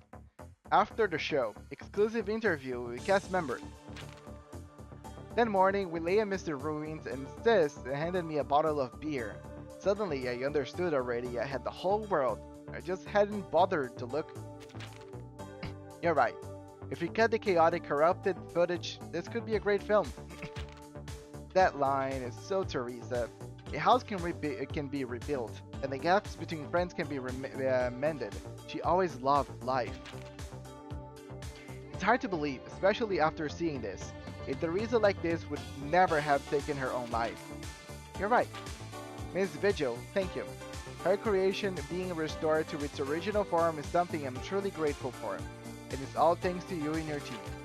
About Xianyan, I'm more sorry than you can imagine. This wasn't my intention, but ultimately my selfish behavior caused this to happen. If there's anything I can do to make amends, there's no need to feel guilty, Miss Tishin. Purging the ghost plague is part of Xianliang's and my duty. I know that you really like those movies. I must have really let you down, eh, kid? I won't lie. I was a little disappointed. But it doesn't matter. CO7 is still my favorite character, and that will never change. Thank you. Wait a moment, Chishin. Before you and the officers leave, Miss Young and I need to confirm one last thing. There's something in your testimony that's been eating at me. Don't get me wrong, I'm not saying that you're lying. The Vigil's interrogation experts confirmed that much. But even you probably noticed the sequence of events that led you to become the Night Piercer. You stole the reel and caused the incidents in Chinatown, but your motive seems inconsistent. I feel like I'm missing a piece of this puzzle. It's almost like the memory gap's affecting Loggerhead, but your expertise in arcane skills surpasses hers. Perhaps you can recall something. Sorry, I really don't remember. I only recall how it all began. I got word that reunion of the Tree Swallows had found its way out of the Foundation storage and into the black market. I even got into the secret auction for it through some intermediaries, but unfortunately I didn't have the dough. So I asked myself, who else out there could be as fixated on that reel as me? The answer to that was obvious. Me. That's right. You're a public figure. Following you to Los Angeles wasn't difficult. I tracked down your intermediary, Bug Dog, and for a bit of cash, I got the time and location of your deal. You see, so the friendly advice Bug Dog gave me back then was about you. What a guy, zero professional ethics. That night, my only objective was to take the reel from you. The question of who stole it from the Foundation wasn't something I even bothered to think about, but at the very last moment, a sliver of sense kicked in. It was a close call, but I managed to hold myself back. I think there was a moment when I really intended to kill that poor staffer, Miss Scott. But I don't understand why I felt that way. You know the rest. The player that plays does here. Okay. If this AP doesn't rank high in your tier list, I'll be surprised. Oh yeah. I really wonder who it is in a minute. No, this for sure is gonna be that, like, very, very higher up. The story is nice. The dynamic between Poitier and Ling Wing was very nice. The story is nice. The whole lore between this secret, what's happening, who's manipulating everything behind the scenes, the music, the final battle, that last CG, really a lot of things here just like hit. Because my issue is some of these events can get a bit boring, because we're talking about like over 20 episodes or like 20 parts, and at some point you can kind of like, oh, this is kind of slogging. I don't think that this is slogged as much as most of the other ones. Let's see. Anonymous visitor. A bouquet left by the comforter, wilting away.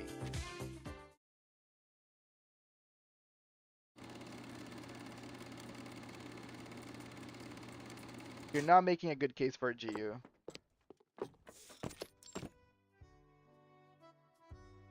Scott's ward. Scott's ward. Did I take a wrong turn? Because, okay, probably show up, but let's say, probably people can maybe dig in information out of Scott's. If I was someone that manipulated her, I would probably try to get rid of her. And I think... Excuse me, Doctor. Could you tell me where Constance Scott's ward is? I'm kind of lost. One of the last things Tishing said on that one thing that we just read, she said at some point I wanted to kill her. Like something kind of came over me and wanted to murder her. So my opinion is whatever was manipulating Tishing kind of tried to manipulate her into trying to kill Scott at that moment. But Scott didn't die. So it means that the person behind the scene wants her dead now. So she is in the hospital. I think we all watch enough movies to know that that's a very good place to actually off her before like she actually has time to spill the beans or remember anything or whatever. You're in the wrong area. You need to go straight forward this way, take a left at the corner, and a right at the next. Forward, left, then right. Okay. I'll remember it now. Thanks for the help. Sure. Loggerhead makes her way down to the hallway, muttering the directions to herself as she goes. But then she stops and turns back in confusion. That's odd. Why do I feel like I talked to that doctor a few days ago? Must just be my bad memory. The lady last time was more friendly. Yeah, that was the lady that was talking to Loggerhead because she had broken her arm. Tilts her head before quickly deciding to let it go. Wait, which way did she say again? My god.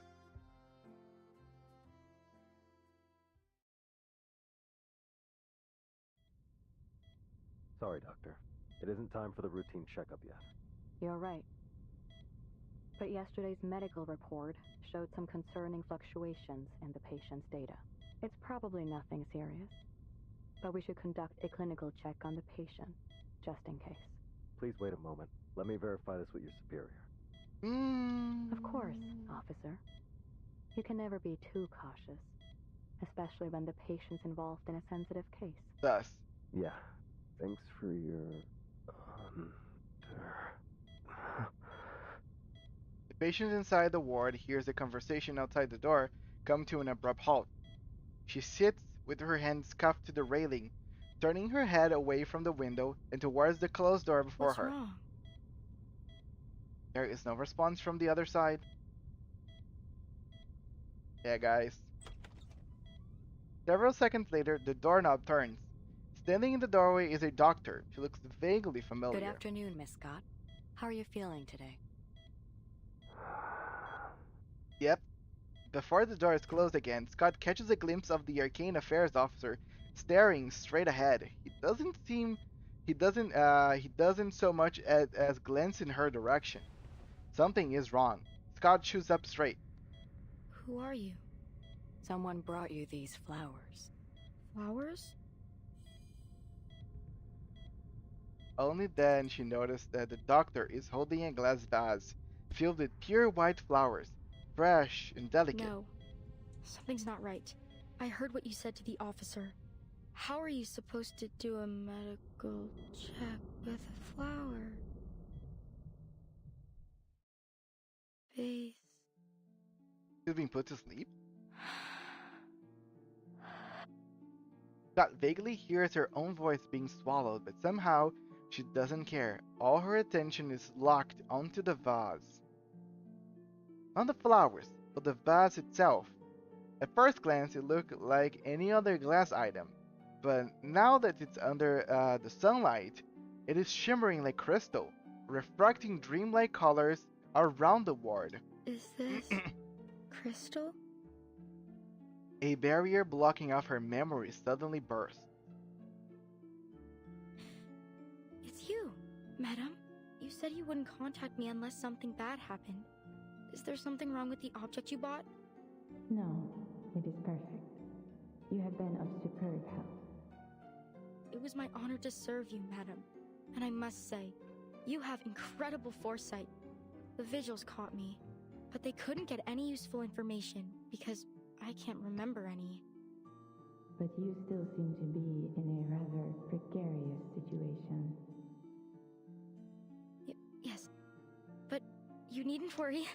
I can handle this myself. I'm quiet because I'm trying to think. That is good to hear. What is this?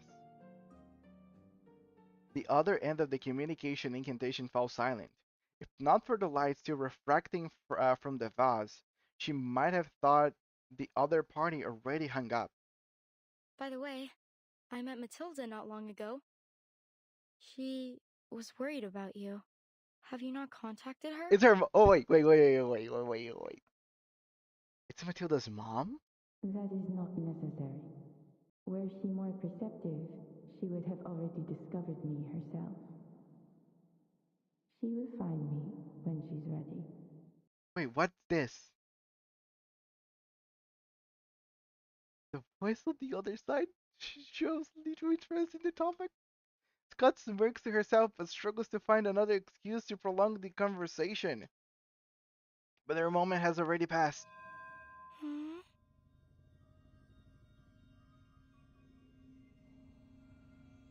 The callers. Why is Matilda's mother doing that? Like, I am happy that now Matilda is probably gonna be a centerpiece of something because she's my favorite character, but at the same time, what the fuck? What was I doing again? I am contacting you to express my gratitude. Merci beaucoup, Miss Scott.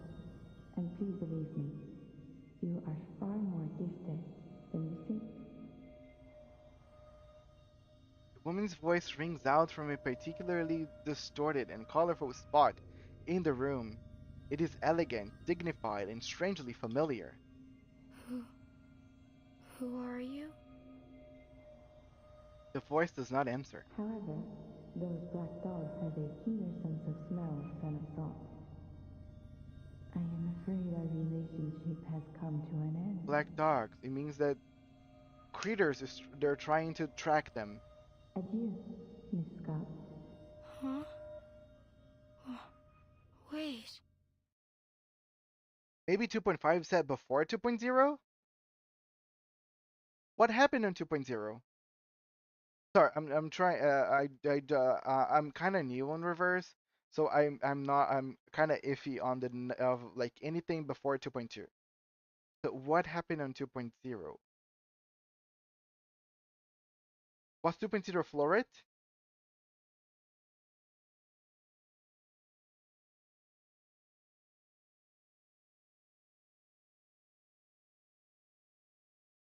That's why I haven't finished Floret.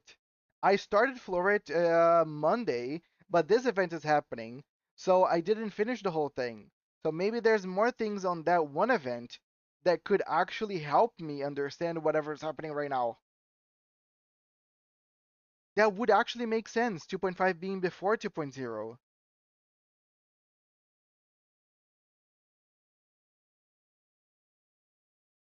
Because the way Matilda was talking, whenever she showed up on the little thing with Scott, kind of gave me the vibe that she hadn't yet like participated on that investigation.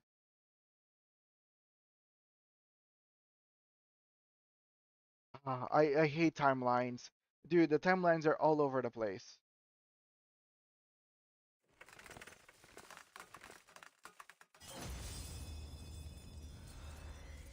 At the end of the San Francisco story, we see Matilda go to visit the safe house. Yes, that's the thing. I never ended Florid, which is the San Francisco story you're mentioning. I'm still in the mid. I'm actually half below the middle. I will finish Florid as soon as I am done with this event whole stuff. So probably I will finish next Friday. So I don't know what happened at the end. So like whatever is gonna happen now is gonna be like I will pay much more attention to the ending of Florid now that I know that's gonna be related to whatever is happening right now. But yeah, thanks for letting me know about some of these things, Peppy. Okay, a bullet shatters the vase, shattering the dream and crashing her back to reality. At some point, the door was silently opened. A pair of black leather boots steps over the shards of the broken vase and comes to a stop at Scott's bedside. Huh, they run fast, that's for sure. Looks like this fish is bigger than we thought. Have you figured out what happened to the two officers? Wait, who's this girl? Is she from the Vigil? Oh no, I'll correct the timeline. 2.5 is set after Chapter 8, so it takes place after 2.0.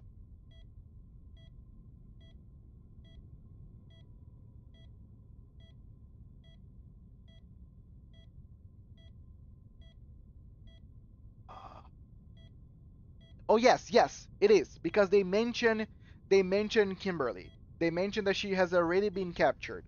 At some point on this, I remember they talked about they not even mention her as Kimberly. They talk about Anjonala. So yes, it is after Chapter 8 because there wouldn't be any point. Like you're right, it cannot be before Florid. Who's Black Ibis? She showed up before? The woman turns to her cadet. A man also dressed in the same black uniform is dragging the unconscious body of the doctor who visited earlier beside of the DAA officer who had been keeping guard They're under outside. some kind of hypnosis. Caster's no amateur either. Arcane fluctuations are impossible to trace. I like that this Viju Bureau is kind of like the real undercover people, like the real Not professionals. Not bad at all. She crouches down to pick up a shard of glass as she examines in her mouth, curls up into a Not bad. smile. This is really bad. We already knew Scott was the culprit, but you just had to use her as bait to reel in the fish hiding in the darkness. She's her thingy. I don't know who the fuck she is, but then now she's Now all we okay. have Nice. is Scott with no memories of what happened, and a stone cold trail. Truly genius. And I still don't get why you're keeping all this from Liang. She's your cadet and right here in the city. We should have had her join the investigation. But it's very nice because you gotta remember that Scott actually identified that the vase is made out of crystal. And you gotta remember, Matilda probably said it during Florid, it needs to be, like, whenever they do the divination, it needs to be pure crystal. Like, that's why Matilda uses the crystal ball. I can't wait to see her face when she finds out what's been going on. And I'm not defending you this time either. And clearly Matilda's mom, whatever she can do, not only is stronger than what Matilda can do, but she can actually hypnotize people through crystals. Faced with her cadet's accusation, the woman feigns innocence. Defending me? There's nothing to defend. I don't think it would be Grace. I can already probably shut down because they never made any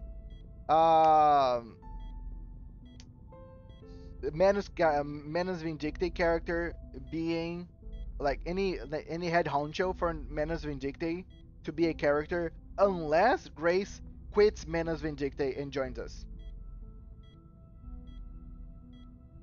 Okay, then that's a thing. Yes, unless she's a good girl, then she will never be. But if she is a double agent or she is a good person behind everything, then yes, she can also like be one of us. Because like Druvis was kind of part of Menace Vindictive for a time, and then she ended up joining Veritin and helping her, and that's why we have Druvis. So that could the same thing could apply to Grace. Even though I would low-key love if it was Ulrich, the anniversary character. If we told her about our plan, she would have started acting differently and spooked our fish. But why do you think is Grace? And why do you say that she's a double agent, Crappy? Because again, I am trying to avoid as much spoilers from whatever chapter we already have out on CN. Like I experience everything as soon as it comes to global, but I'm trying to avoid any future spoilers. Just because I want to actually experience everything like with fresh eyes once I watch them on stream. So I don't know much about what happens on 2.6 or in 2.7. Besides, the whole point of her field training program in the LAPD was to see if she could handle things on her own. And she's proven that she can. The Division of Arcane Affairs seems to adore her, so I'm sure the Deputy Chief will give her an excellent write-up. Everything's turned out great, hasn't it?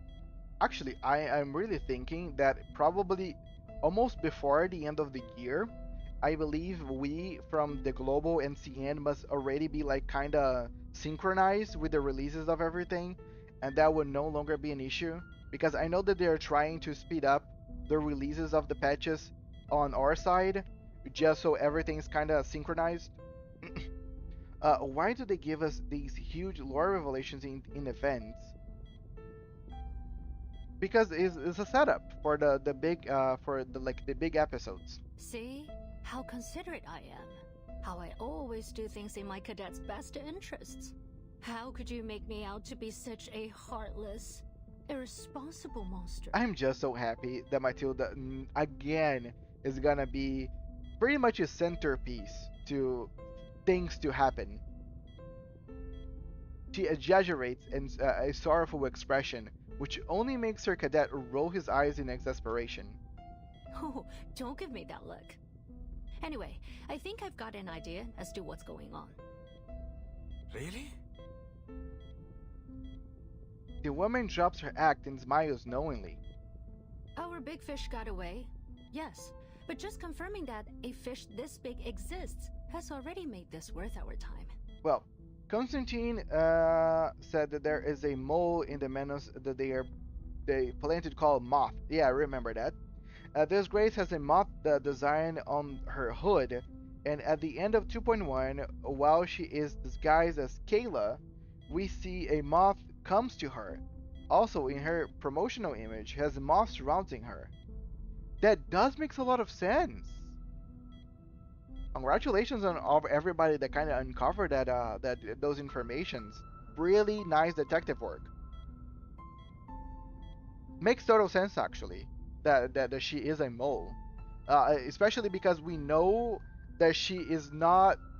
She's clearly doing things behind. Like whenever we finish the 2.4 event, right after she leaves the Free Breeze and goes back to Pergaminot, we clearly see that there's something that she's doing behind the scenes that Pergaminot is unaware of. Now, back to the stolen arcane items. There are 5 in total, including the cursed film reel and the wind-up toy that the timekeeper shattered. Tell me, Bob, does our fish need all 5 arcane items? Okay, let me see. Arcane items. There are 5 in total, including the cursed film reel, yes, and the wind-up toy that the timekeeper shattered, yes. So 5. I thought it was 4. So 2 of them are already out of there. So we're talking about there's still 3 items running around that people are looking for. And all of them are super strong. One of them controlled a limited character, which was Nala. One of them was creating a big as fucking distortion all over a city. So what else is the other 3 items? I'm super curious. Other evidence is for 2.4. Moth knows where Grace's ship is going, so of course she can relay where her own ship is going. Plus, she had lifeboats save passengers to save lives. And now, for sure, like if this is all true and like all of those signs link Moth to being Grace, they really did a very crafted job whenever they were making not only the story but even down to her design. Pretty awesome. I'll say, I'll keep praising all the time I stop and I have to praise Showers to Blue Parch in reverse on their storytelling abilities because for me it's far beyond any other gacha games. For real, any other like there's a lot of games in general that pale in comparison to reverse, but gacha games they really don't even come close. Whenever people try to say anything about MiHoYo, I always say like MiHoYo has nothing close to this. It's Alan, not Bob. How many times do I have to tell you? Rola's story. She disguised herself as the blonde woman at the end. Blonde woman? Do you mean that woman that brought some like music from Greece to her? The one that wanted her to join the ship? Okay, I'm looking your link. Sorry guys, I'm getting a lot of exposition of information and like I'm curious. My brain is working. Of course, everything's gonna come from Reddit. Okay, let me see. Marco source part. In the final chapter, the cruise ship musician NPC suddenly gets an additional accessory to her profile, a butterfly or moth, or moth pin to her hat. Her voice also becomes similar of that Miss Grace's, as she talks about Nucatale. Dude, I never realized that there was like a butterfly there.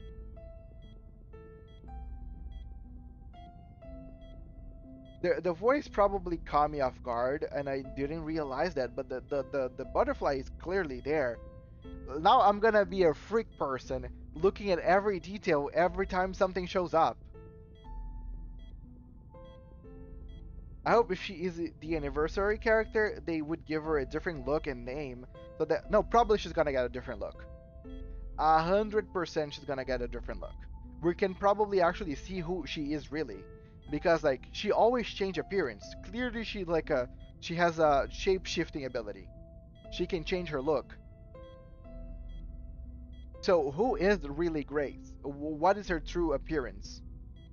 And to answer your question, no. I don't think so. The wind-up toy has already been destroyed, and the film reel's been recovered by a fellow... You know what would be even dope? If we had already seen Grace's real form before, if she already showed up before and we have no idea until whenever they actually expose it to us. These items did cause a few problems, but I don't see any common thread between the incidents they Because caused. clearly she is hiding in plain sight. Correct, Brian. Those two items were probably just decoys to divert our attention. Again, it's Alan. Ignoring her cadet's correction, she goes on. 夫藏木于林，人皆视而不见.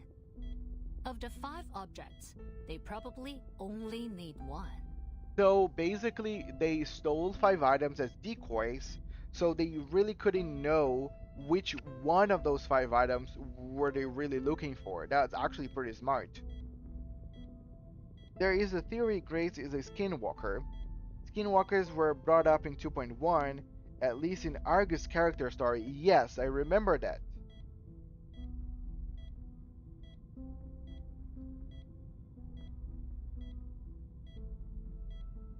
No, I don't remember that because I didn't do Argus' character story. I'm dumb. I heard something whenever we're on Tuesdays Motel about skinwalkers, but I don't know details of that. The other theory is that Grace is a butterfly itself, and she controls other people with her arcane skills. butterfly itself, like those moth enemies that we fight during the Numa analysis. Oh, I wish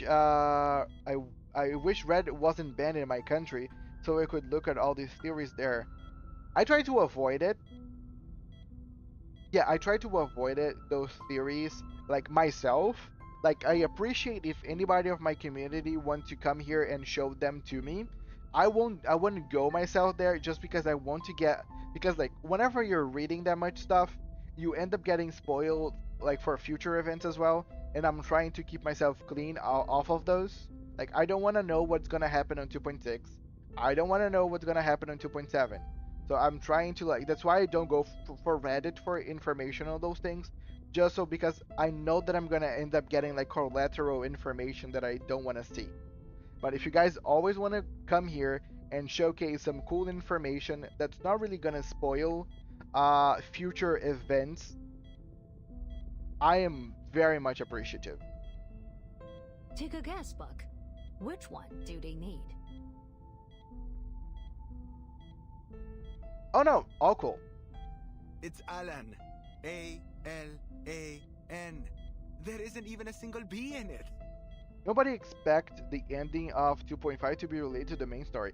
Yeah, because usually they tend to alternate. Whenever, like, because 2.4 was heavily main story focused. So we thought that 2.5 would be more lenient into some like other content that wasn't too much canon.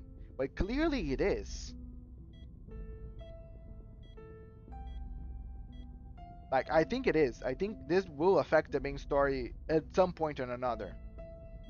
The cadet's eyes, half in reluctancy, half in realization. Well, out of the three, which one is...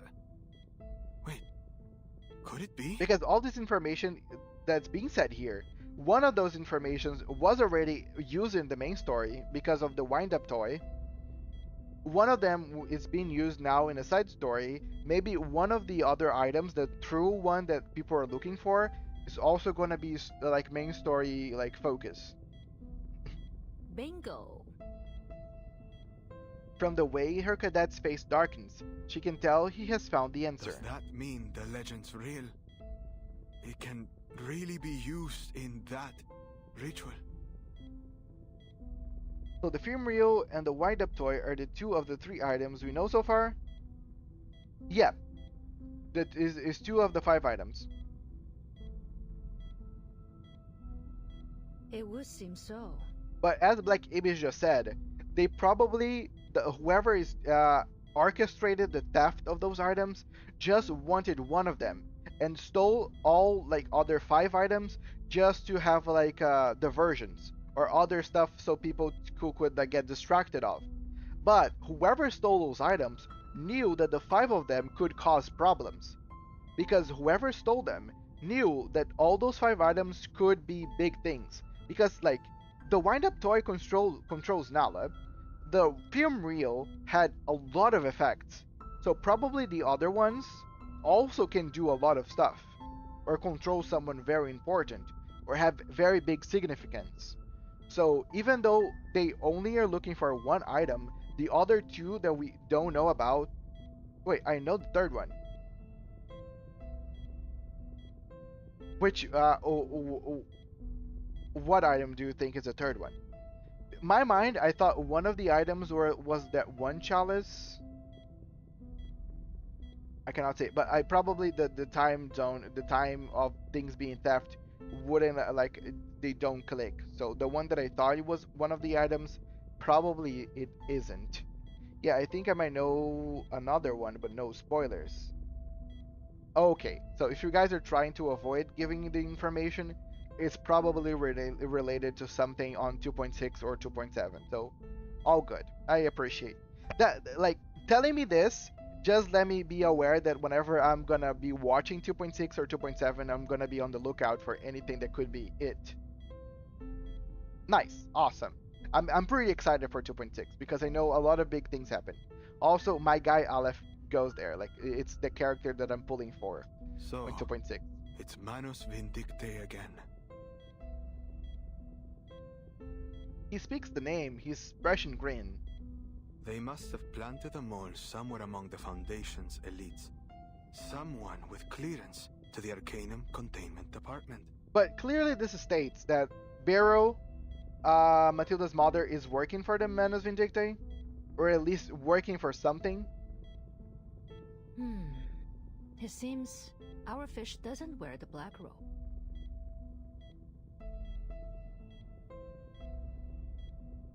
Hope second anniversary live stream is next week. I don't want to wait 2 more weeks. Oh, second anniversary? Oh, you're saying that the 2-year anniversary for CN server is gonna happen soon?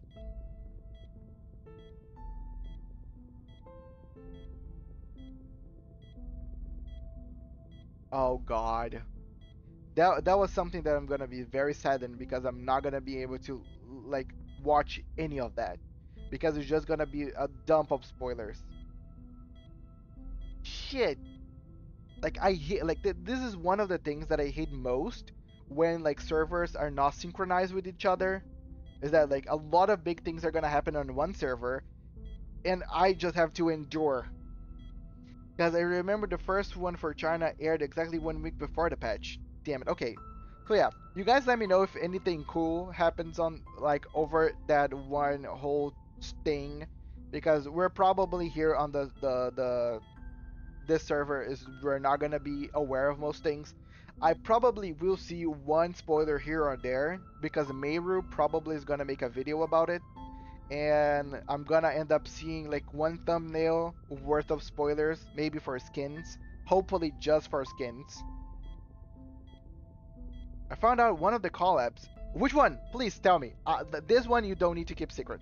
Who's the collab one? I'm actually, please be something that I know and like. It doesn't matter. Just give me a name. Give the streamer what the streamer needs.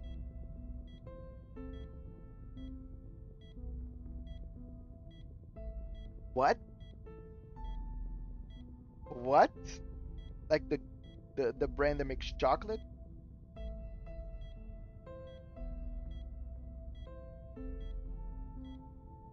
Really, Nestle? I'm disappointed. If I hope it is not that. I was like, what? What kind of collab is that?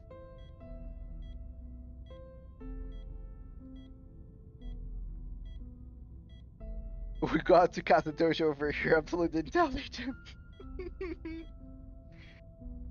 I have the image too. Okay, you can send in here if you have a link for it. If not, I have a Discord. You can showcase there if you want to join. I'm not forcing you to do it. The woman taps her chin. This response makes her cadet's eyes widen in disbelief. Huh? So you're saying there's someone behind all this who wants to perform that ritual, and somehow has the means to steal from the Foundation? There's just no way. The stolen items would probably go to the Manus eventually. But I have a hunch that our wily fish isn't totally on their side.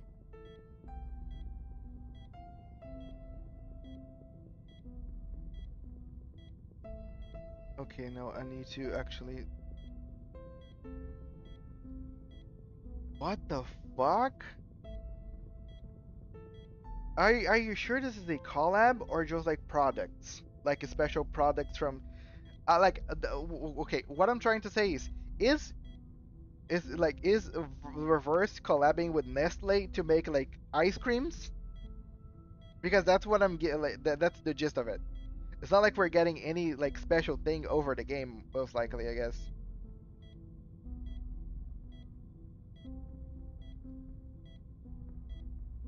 No. I can kind of see it. Like the Reverse can collab to get like one special like ice cream stuff. Just character. That's sad. Not that I don't mind. Like it doesn't affect me whatsoever. I'm not gonna see those ice creams. So again, this doesn't affect me at all. I was hoping to like collabs in game, like characters from other franchises inside Reverse. Even though it wouldn't make that much sense. Not that it does, like, yeah, no, that wouldn't be a problem. Like, yeah, that would be cool. Like, I hope Reverse eventually does like a collab with like something like Fate. I mean, Assassin's Creed. Is that Assassin's Creed thing really like confirmed? The stolen items would probably go. Okay. Manus Vindictae obviously considered the succubus a valuable asset before she got away, right? Yep. So if our fish was a die-hard loyalist, they would have delivered the wind-up toy to their master straightway, rather than letting it be passed around all over the place. Yeah, the problem is most of the merch that Reverse makes are it goes into the Reverse shop, and the Reverse shop does not ship items to my country. I live in Brazil, actually. If you're so yeah, I am a Brazilian person, human, Apple, and yeah, it does not ship to my country, so it's kind of harsh for me to get my hands on any Reverse item. But again, I always say, you guys can always ship stuff to me. Confirm, there is no better info. Let's see.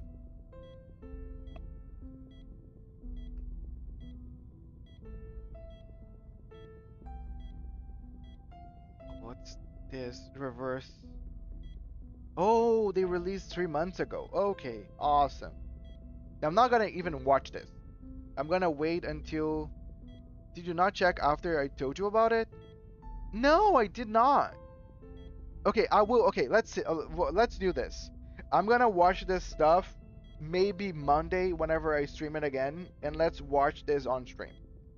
I'm gonna actually like just like make a collection of some videos that I want to watch as well, like the extreme talent for Ling Wei. Let's do it all one day and Monday, and then we're gonna do Ling Wei's story character. Sorry, Veneto, I'm sorry. It only shows the game that you're collabing with from the franchise.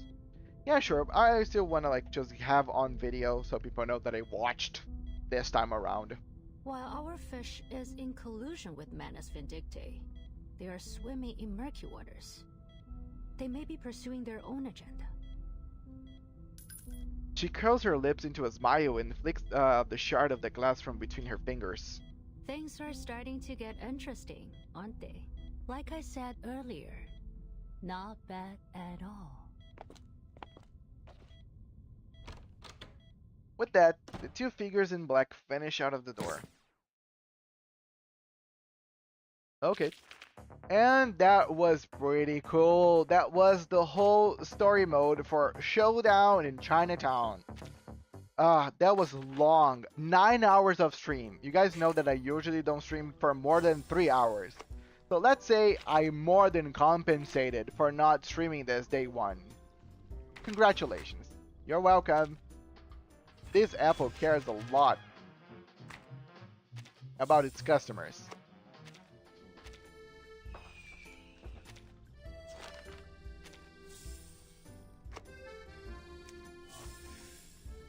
Nice. I will do the rest of the stuff off stream, just the grinding for like clear drops.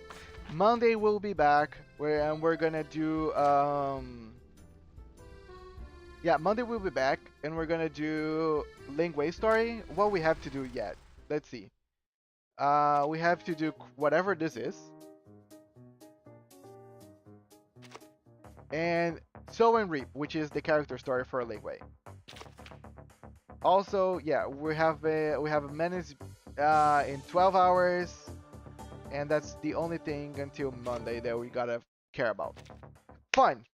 So Monday's gonna be pretty nice. And that's all, folks. Have a fun editing this. Oh, that was an amazing event. That was very cool. Yeah, I'm gonna have a good time, but I'm gonna do it over the weekend, so I don't need to worry myself too much. Without further ado, thank you so much, Veneto, for accompanying me with this. That was a long one. Thank you so much, everyone else. Thank you so much, Jay, for following. Thank you so much, everybody that showed up on YouTube and said hi. Thank you so much, Crappy, for sharing so many information with us. That was super cool. Very nice intel. I hope you can join us the next one. If you can ever just show up and say hi, it's always nice. And thank you so much to everybody else. Like a lot of other people show up for the stream. Draggy, Steffi, Kev said hi. A lot of other folk. But yeah, the history is long. Scusi. Yeah, you guys all know who you are. I appreciate you all. Let me rate someone. Always include Pass you guys over. Let's see whoever is streaming. Okay,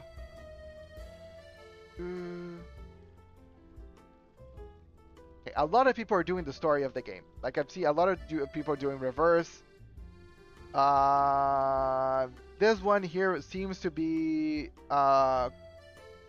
Russian, so I will avoid it just because you guys are not going to be able to understand unless any of you are Russian as well.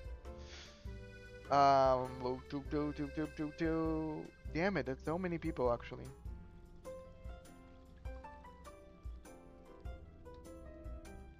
Yeah, I'm just gonna rate and run basically. Event story all day.